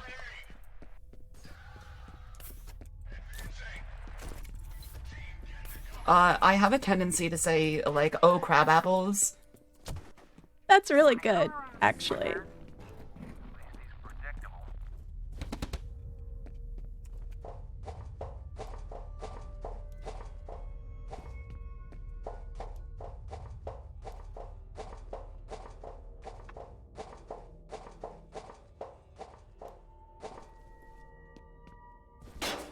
And it's the return of our not favorite person, Norton Mapes.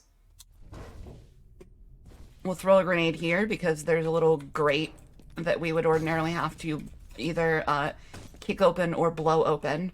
But we're skipping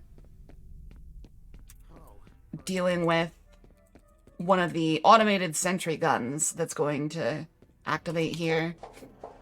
This game decided that it would just put some sentry turrets into the game, and we're gonna ignore each and every single one of them.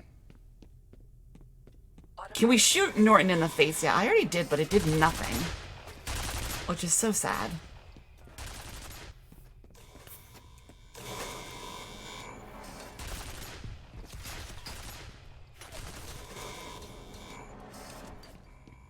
Like I said, this is basically Stormtrooper difficulty.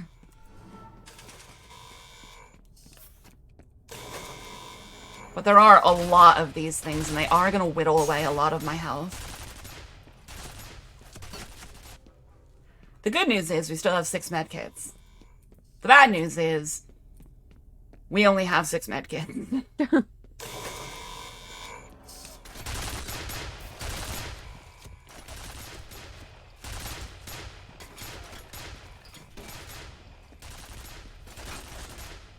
Please let me in. There we go. Perfect. It all worked out.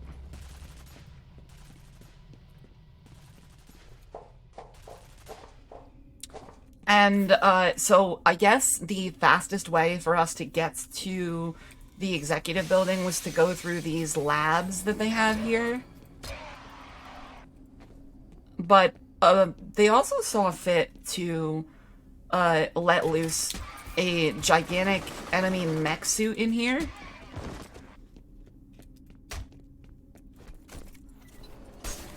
Which we are also going to ignore. As it shoots rockets at us.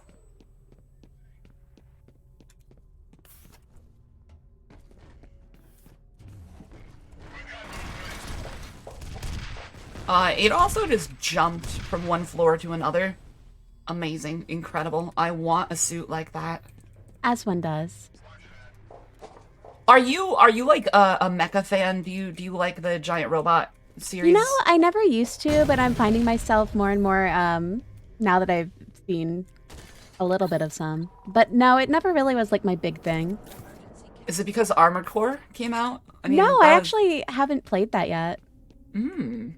Chad, what are your thoughts on Armored Core? Did you enjoy it?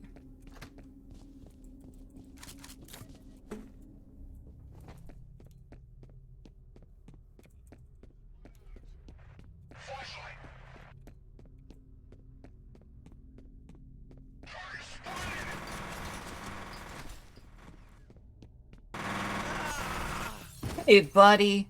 He's just hanging out. He's having a good time. Having a good time, having a good time. I can't help it. I need to break into song every so often. You know what? That's fair.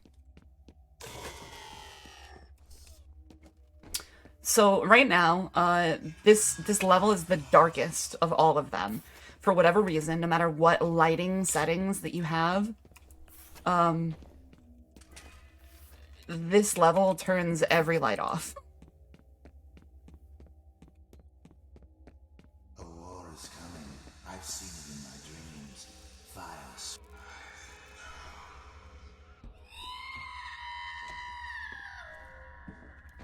We just skipped a cutscene by walking directly out of it. This way. Yeah. You're gonna need some help there, buddy. So Armacam is fighting against Paxton Fettel. Over there. And so that's what's happening right here. We step into a war zone, throw a grenade to kill exactly one man, and then just walk out. Precisely one man. Only one.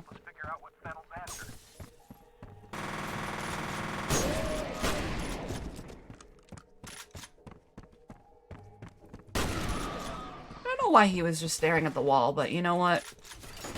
As long as he's not shooting at me, that's all that matters.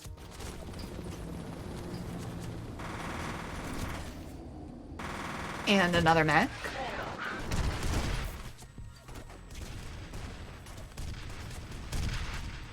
Thank you very much for the nice frag. Oh. Well, that is a lot of time loss.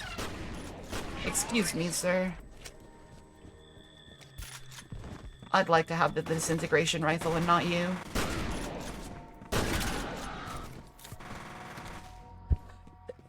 Oh my goodness, I have no idea why I'm sneezing so much. I'm so sorry, chat.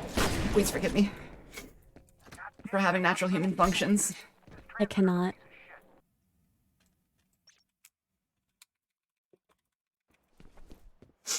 Extraction point or Perseus mandate? Perseus mandate.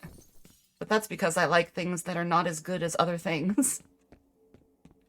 Perseus mandate is just not as good as extraction point is.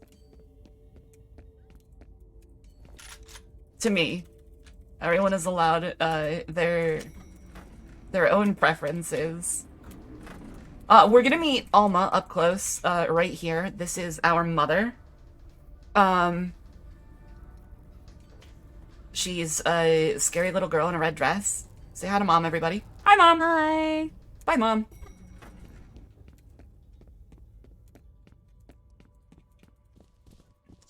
And we've gotten to Alice Wade's office, and we have to listen to her messages in order to move on. She's not here, though. But hopefully she's still okay. We're going to go find her, though.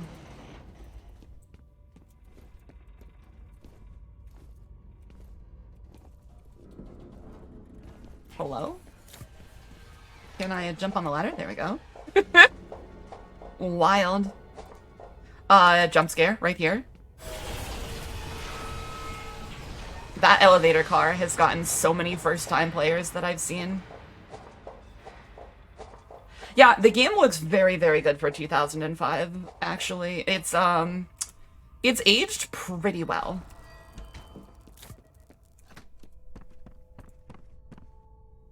This isn't even on the maximum settings as well.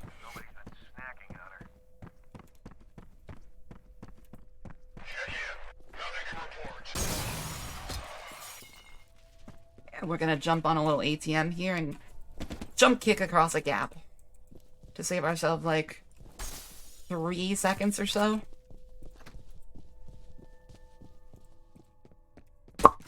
Got him. Got him.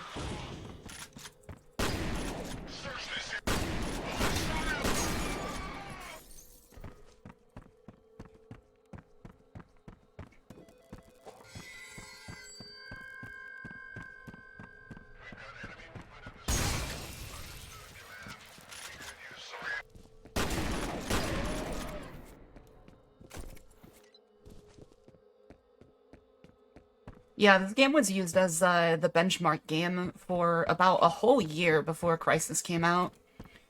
And so people would be like, "Oh man, your rig can run F.E.A.R. That's a nice rig."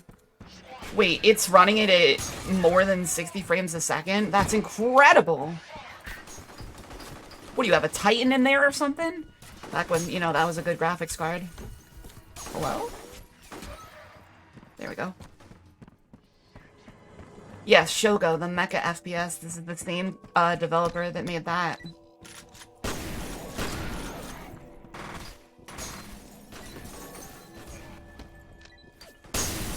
So I'm throwing a couple of mines down because there's a lot of enemies in this area.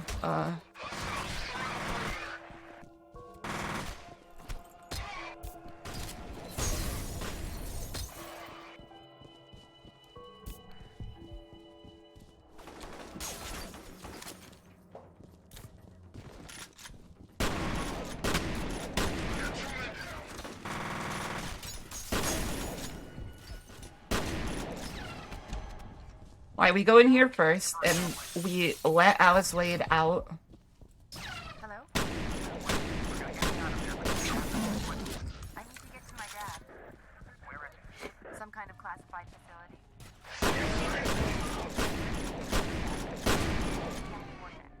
The instruments are all hidden, but I have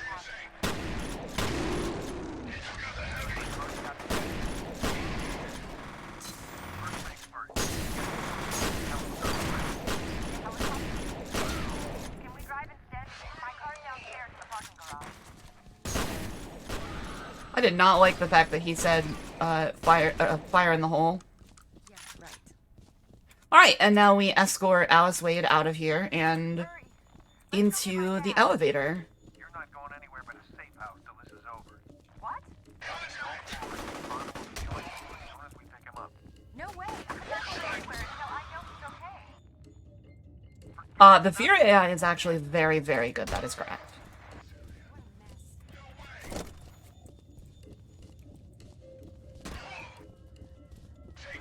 Hopefully, I got all of the ones that are in the way of Alice. Also, we're gonna take a look in a second, but Alice doesn't have shoes on. She's got them grippers out, you might say. Just out and about? Just hanging out. Them dogs is out. Oh my goodness. Yeah. I don't know how I'm gonna handle this. But she has the Skyrim boot foot problem where there's not like just actual toes, they're all just like melded together. Honestly, good for her. They're painted nicely though. But Maximums likes to say that Alice is not a human with those webbed feet. She's actually an otter. What are you doing? Hurry! Alice. This building is made of broken glass, duct tape, and snapped off rebar. Put some shoes on. You're gonna get tetanus. Here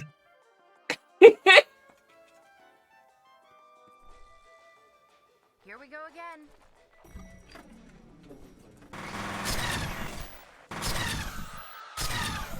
Come back! Nope. Where are you going now? I'm going to get some health kits. Do you have a problem with that? What if I do? What if you do? Yeah, well, what if I do? I'm not leaving the elevator again. Okay. Only because you asked so politely. No, I'm not. I didn't do anything. You don't have to kill everybody. Yes, I do. Or you're gonna get captured again. Alice. Alice. Sorry I freaked out. It's alright. Just not used to being shot at. That's okay. I'm not either. This is my first week on the job. What happened to the power? I'll wait here. I'm a fan of the banter with Alice.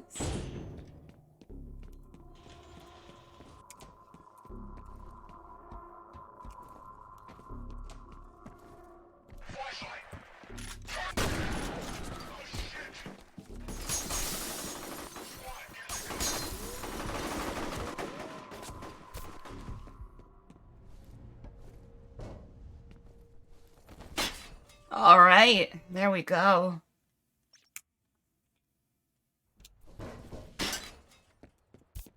There you are. How did we get separated? I remember the Alex, going out in the elevator. this place is a broken glass factory. I was arriving on Please, the top floor and you were gone. please put some shoes on. I mean, Oh, the it's evac probably chopper's here. fine.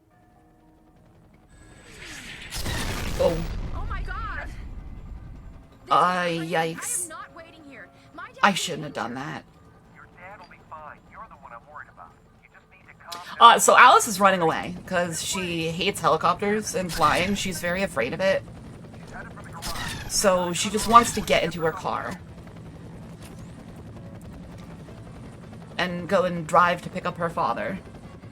Because she's worried about him, because everybody at Armacam is either being executed or very heavily armed and taking people hostage.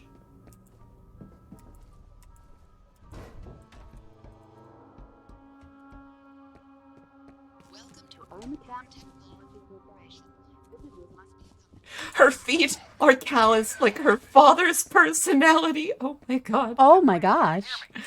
They're not wrong though.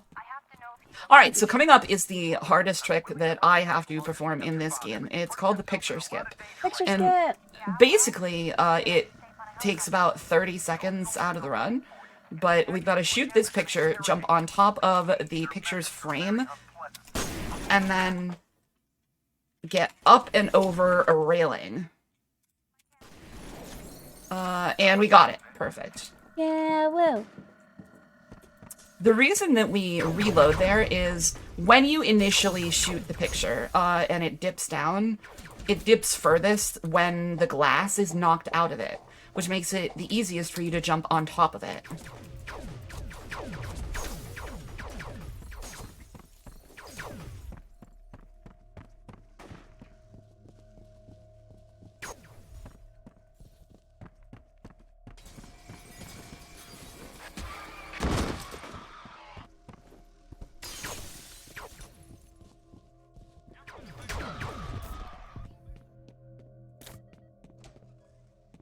Alright, and do a little quick save, and let's get the heck out of here.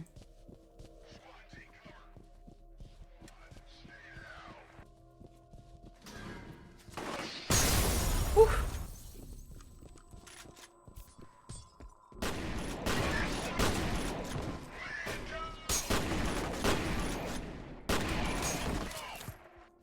We got him.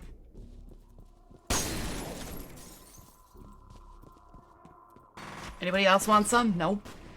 Nice. Here we go. Alright. So we're going down into the parking garage now. Because that's where we have to go and meet Alice. But she's gonna drive away from us because she's gotta get out of here. She can't possibly have protection. I'm sorry for the trouble, but I just made it to my car. Miss Wade, just wait a minute. Is 2112 a Rush reference? It is. They're my favorite band of all time. And an interesting piece of trivia is that yesterday, March 1st, is the anniversary of their first album being released in 1974. So, happy belated Rush Day, everybody.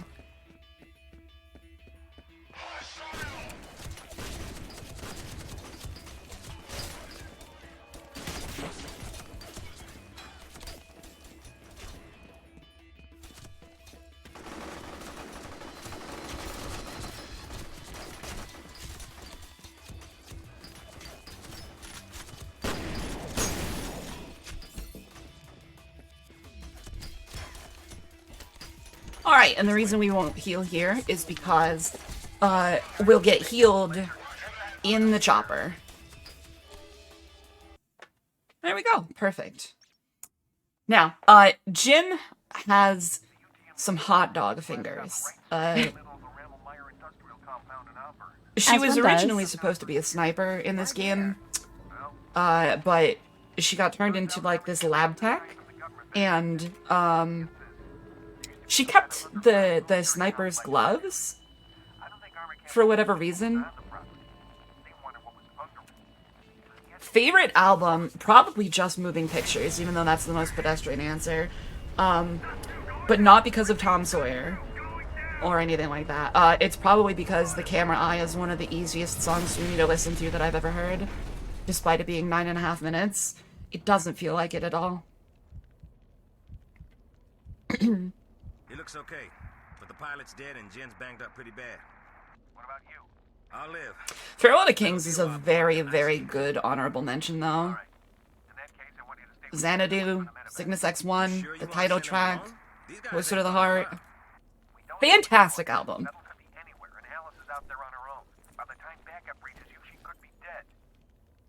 We're still a couple of clicks away from the Rammelmeyer compound, so you're gonna have to get there on foot. Got a lot of enemy movement in that area, so expect trouble. They probably want to make sure there weren't any survivors. Alright, so we're gonna be running through, oh my god, streamer. Remember the right way to go.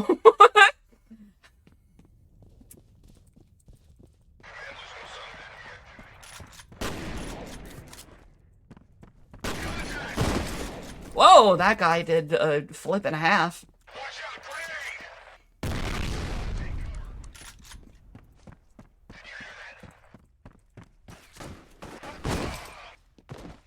Hey, we got him.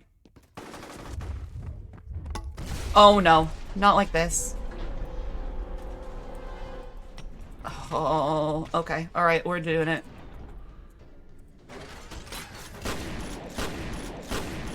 We're already behind. Alright, cool. Coming up, we're gonna do some fancy footwork across some windows, and we're gonna save ourselves about 35 seconds worth of time. Because, maybe even a little bit more than that, because ordinarily we would have to run across the rooftops and through a massive, hail of those, laser gun blasts. And instead, we're just gonna jump directly into the building that we need to go into. She told me so many things.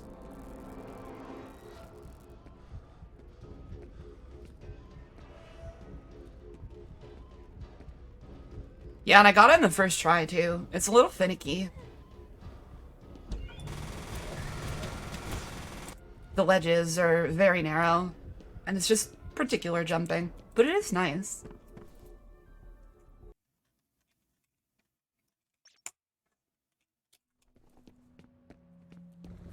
I'm so happy there's so many fans here.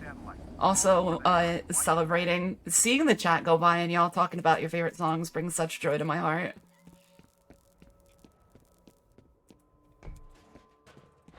Music is good.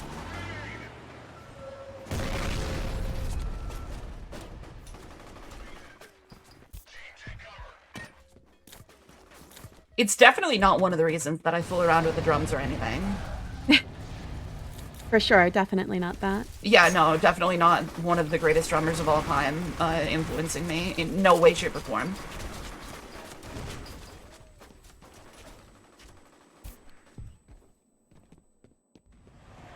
Hi, Scuffle.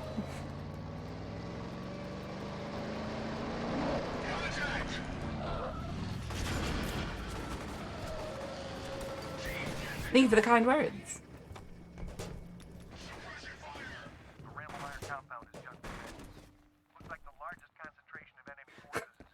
Will Fina hate me if I say I prefer Journey? Of course not. Everyone has different musical tastes. Everyone likes what they like. Yeah, rip Neil.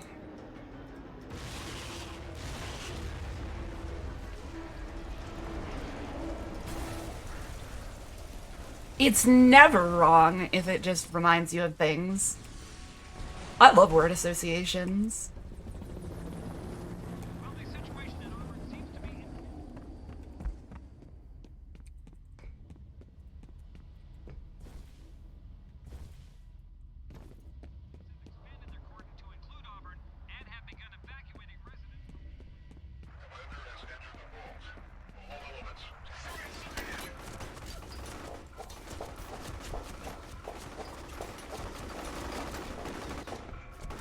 So we're trying to track down where Paxton Fettel took Alice Wade, because we did catch up to them, but they're still missing.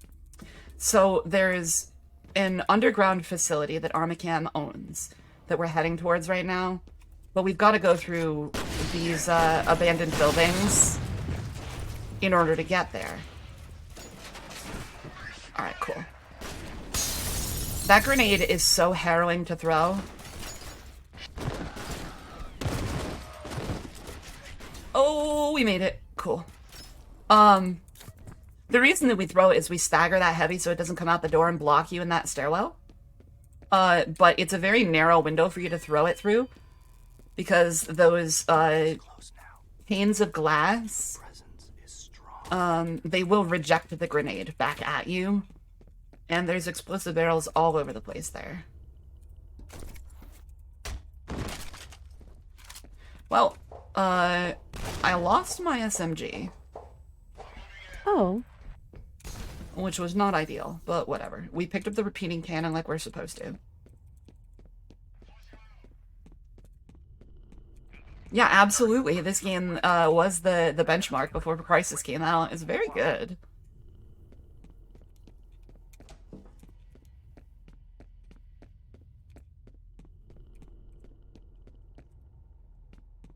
The little safety save here, because you can mess up that jump, and oh boy, it's a long run back. Hey, and more of those ninja guys. I was running on top of that enemy's head. That is why I was so high up in the air. He was running along the ground, trying to get out from under me so that he could attack me, and I just said no and ran on top of his head. Because that is what John F.E.A.R does.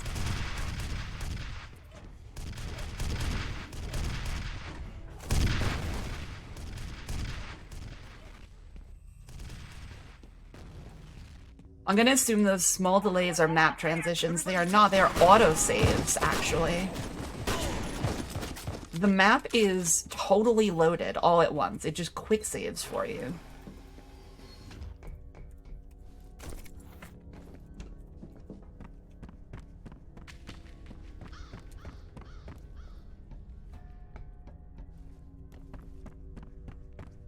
Yeah, John F.E.A.R TM.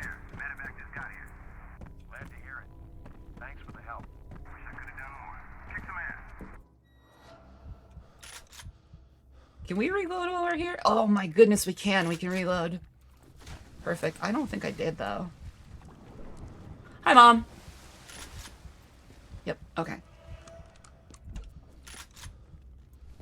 Now it ticked over to 12. If you reload the gun, there's a small point where your gun is out and it looks like you've fully reloaded, but you actually haven't until the ammo is updated. So if you put your gun away too fast, you have to reload it a second time.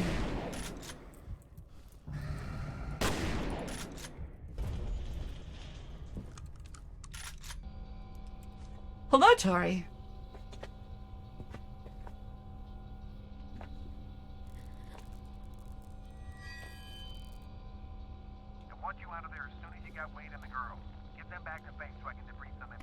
Oh. Good luck in there. Those were some good crackles.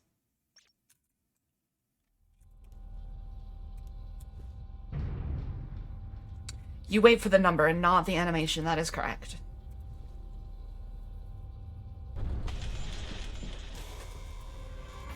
And we're only about a minute behind where I want to be for my very, very best PB. So that's not too bad, considering we are an hour and 2 minutes by the in-game time, not the real time that y'all are seeing. I was about to say, that's pretty good, actually. Mm-hmm.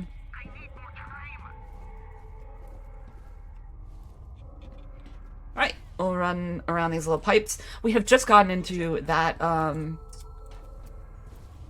that facility that we needed to get to. And Norton Mapes is here. He's trying to cover his boss's ass. And cover up what they were doing at this facility, which is making Paxton Fettel and the Point Man. And experimenting on Alma.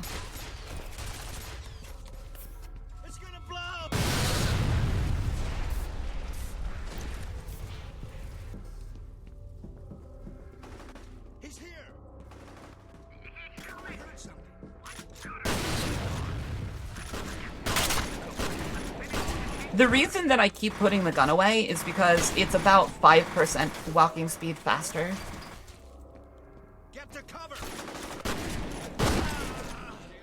Which, over the course of an hour-long game, is a considerable amount of time, actually.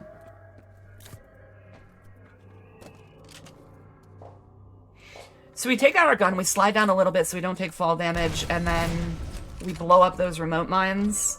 And the two guys that are right there with him.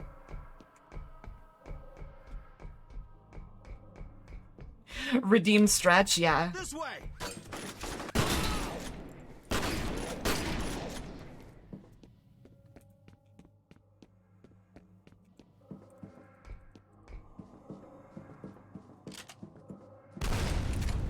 And that is the reason that we have that particular gun.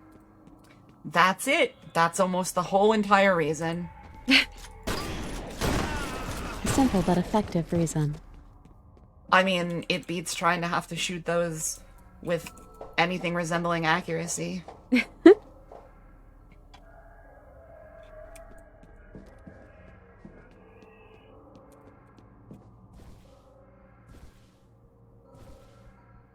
Is there like a huge skip in this run? No, there's not a particularly huge skip, but there are a couple that are about a minute to a minute and a half, something like that. And there's a few 30-35 second ones. A lot of it is economy of motion and knowing exactly where to go and what enemies are going to spawn where and do what.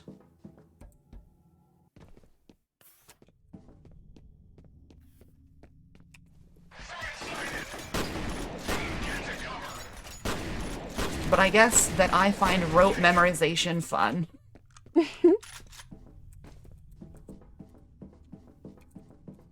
Alright, let's give a quick safety save. We're gonna do some fancy jumping here. And activate those computer panels from the back of them. Hey, we red misted that guy. Alright, we're in good shape for health and armor with our medkits as well. Sometimes things can get hairy here if you're just taking a lot of damage.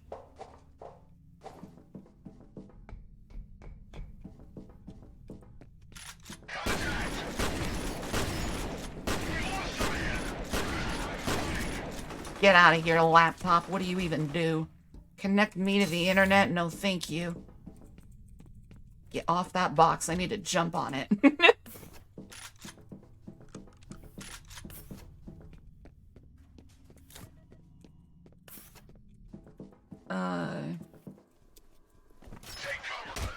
Get out of here. Alright, and we're going to also do some fancy jumping here. Probably the hardest jumps in the game. They're all very particular. But they're also very fun. Nope, I missed. Hey, we got there. It saves about 6 seconds if you hit it the first try, about 4 if you hit it the second.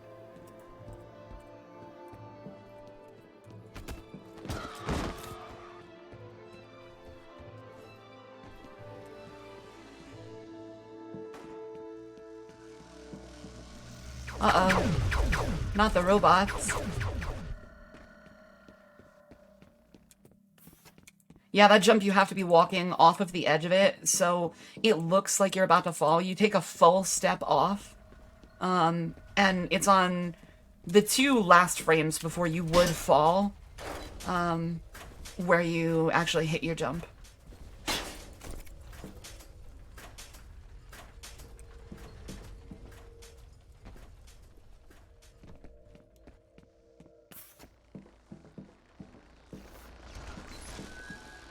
That's the thing about doing speedruns. You do anything a couple 100 times, it might look easy. That's difficult, though. That's the trick with speedrun. Just practice it 1,000 times. Yeah. And then it's super looks easy, but still isn't. Yes, you do. Professional help. It's a very satisfying run to do. Even when all of my splits are red like they are right now, doesn't matter. I'm having so much fun. You can hide behind Norton Mapes and they won't shoot you. Because for whatever reason, the little robots don't see Norton Mapes as a threat. So we're about to go and see Harlan Wade, and also Paxton Fettel.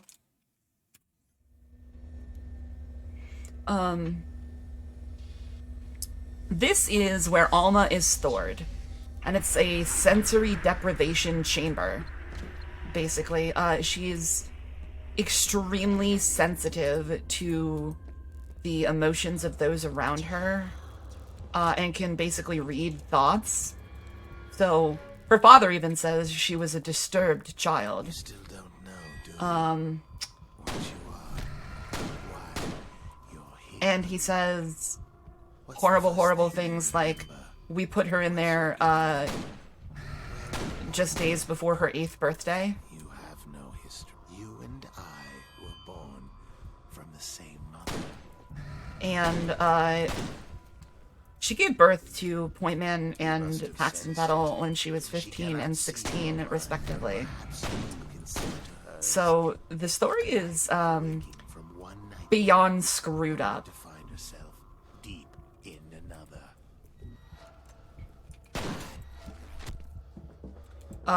And they mention a genetic reference. That would be Harlan Wade's DNA.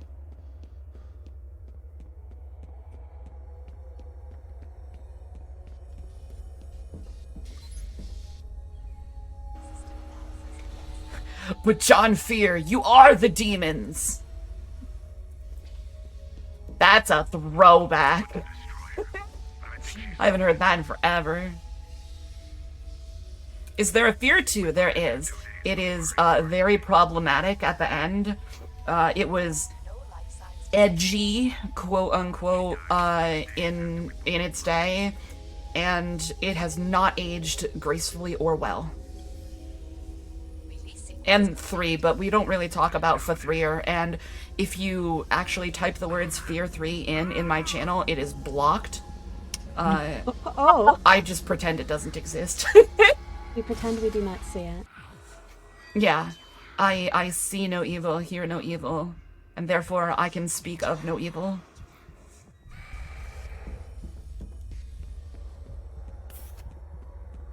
I mean, it's fun enough if you're playing co-op with somebody.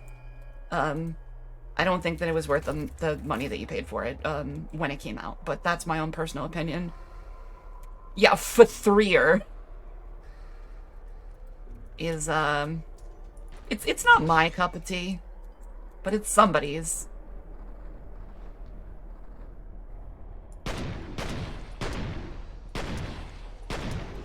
So these little ghosty boys are, I call them Alma's Wraiths. I think that that's the name for them. Or like shades or something. Let me know if you know in the chat what they actually are. But they are basically actual manifestations of Alma's psychic power. And her rage. she hasn't been trying to stop Point Man at all during this. Because Point Man was never directly interfering with her goals until now. Now she's trying to escape, and Point Man is trying to blow up the facility, and her with it. And so she's trying to stop him.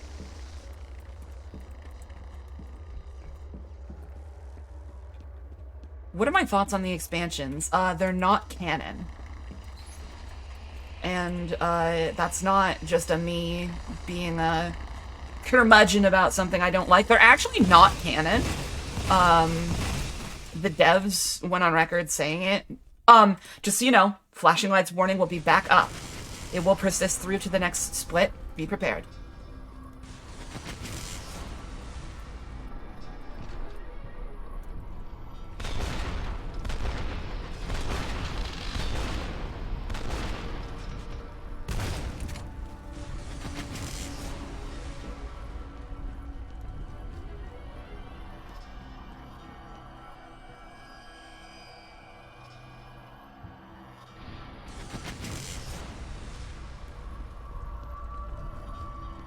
Thank you very much, Tech Crew, for putting that warning up. Gosh darn it. Kill me, please. There we go.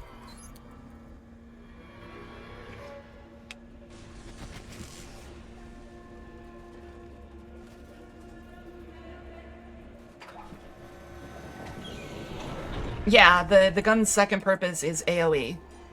Basically fires grenades.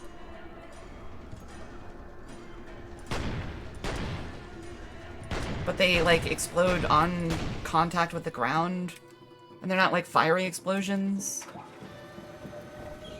Weird gun. We like it.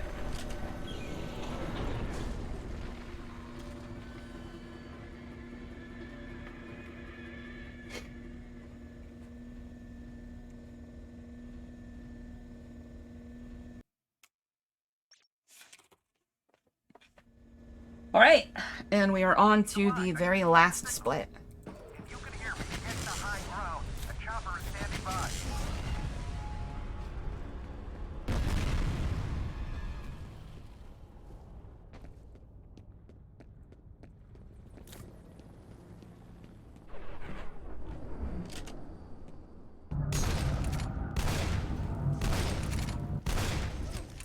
Oh, I'm caught on the edge. Of course I am.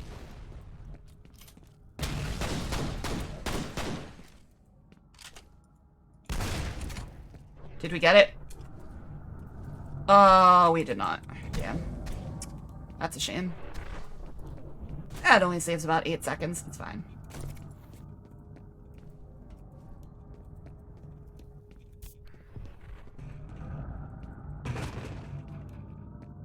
So Nicole, what are your thoughts on the game so far and what we've been experiencing?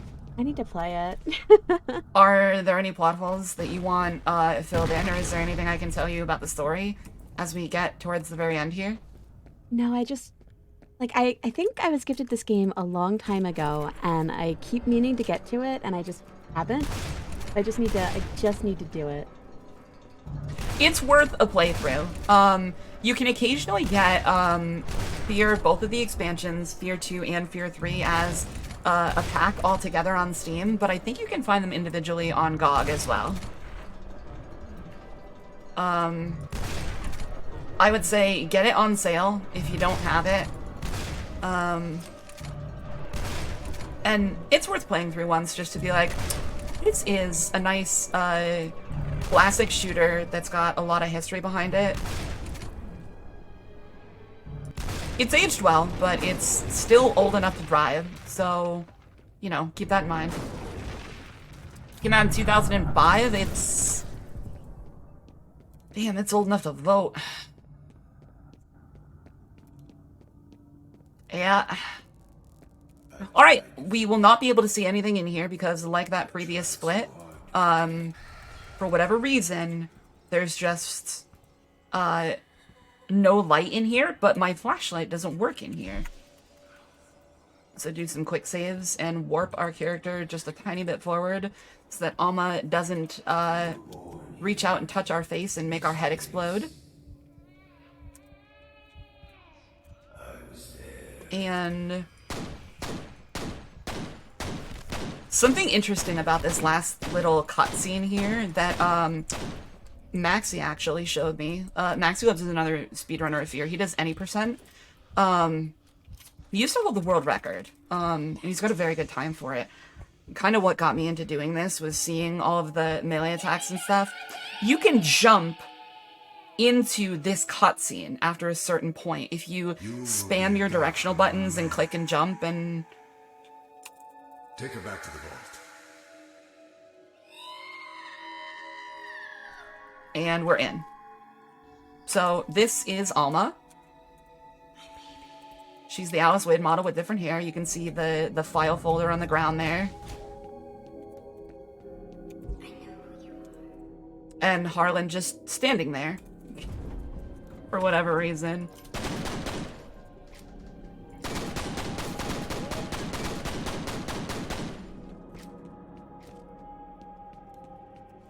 And we're gonna shoot at a nuclear explosion because it's the only way that John F.E.A.R. knows how to deal with any of this. Top scientists are missing though. And we think Armacam probably has something to do with that, huh? Shoot it, John F.E.A.R. Shoot the nuke! It's the only way to live!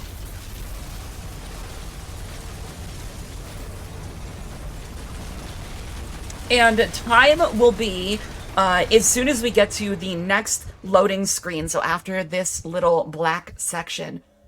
Be ready. And... time. Woo, yeah. GG. So that is our run of F.E.A.R. Glitchless. The time I have right now is 1 hour, 18 minutes, and 35 seconds, which is 10 seconds over the time that I had when I got the world record. That's hype. Yeah, it's a pretty respectable time. So thank you everyone for being here and for enjoying our hotfix and getting some hype going for Frost Fatales 2024. I hope that everybody will be able to make it and be able to check out some of the amazing games that we're going to be running. And I will actually be doing commentary for Astrid the Horror Girl's run of Trepang 2, the adventures of Trepangular Johnny, as we like to call it, which is the spiritual successor to F.E.A.R. Because we'll never get another F.E.A.R. game. And Alma takes down our helicopter, and that's the end of the game. So, in closing words, that's my F.E.A.R. run. I do that a whole bunch on my channel, so if you like that, and you like Metroidvanias and platformers and stuff, come and check me out at, here's my handle. Hi, everyone.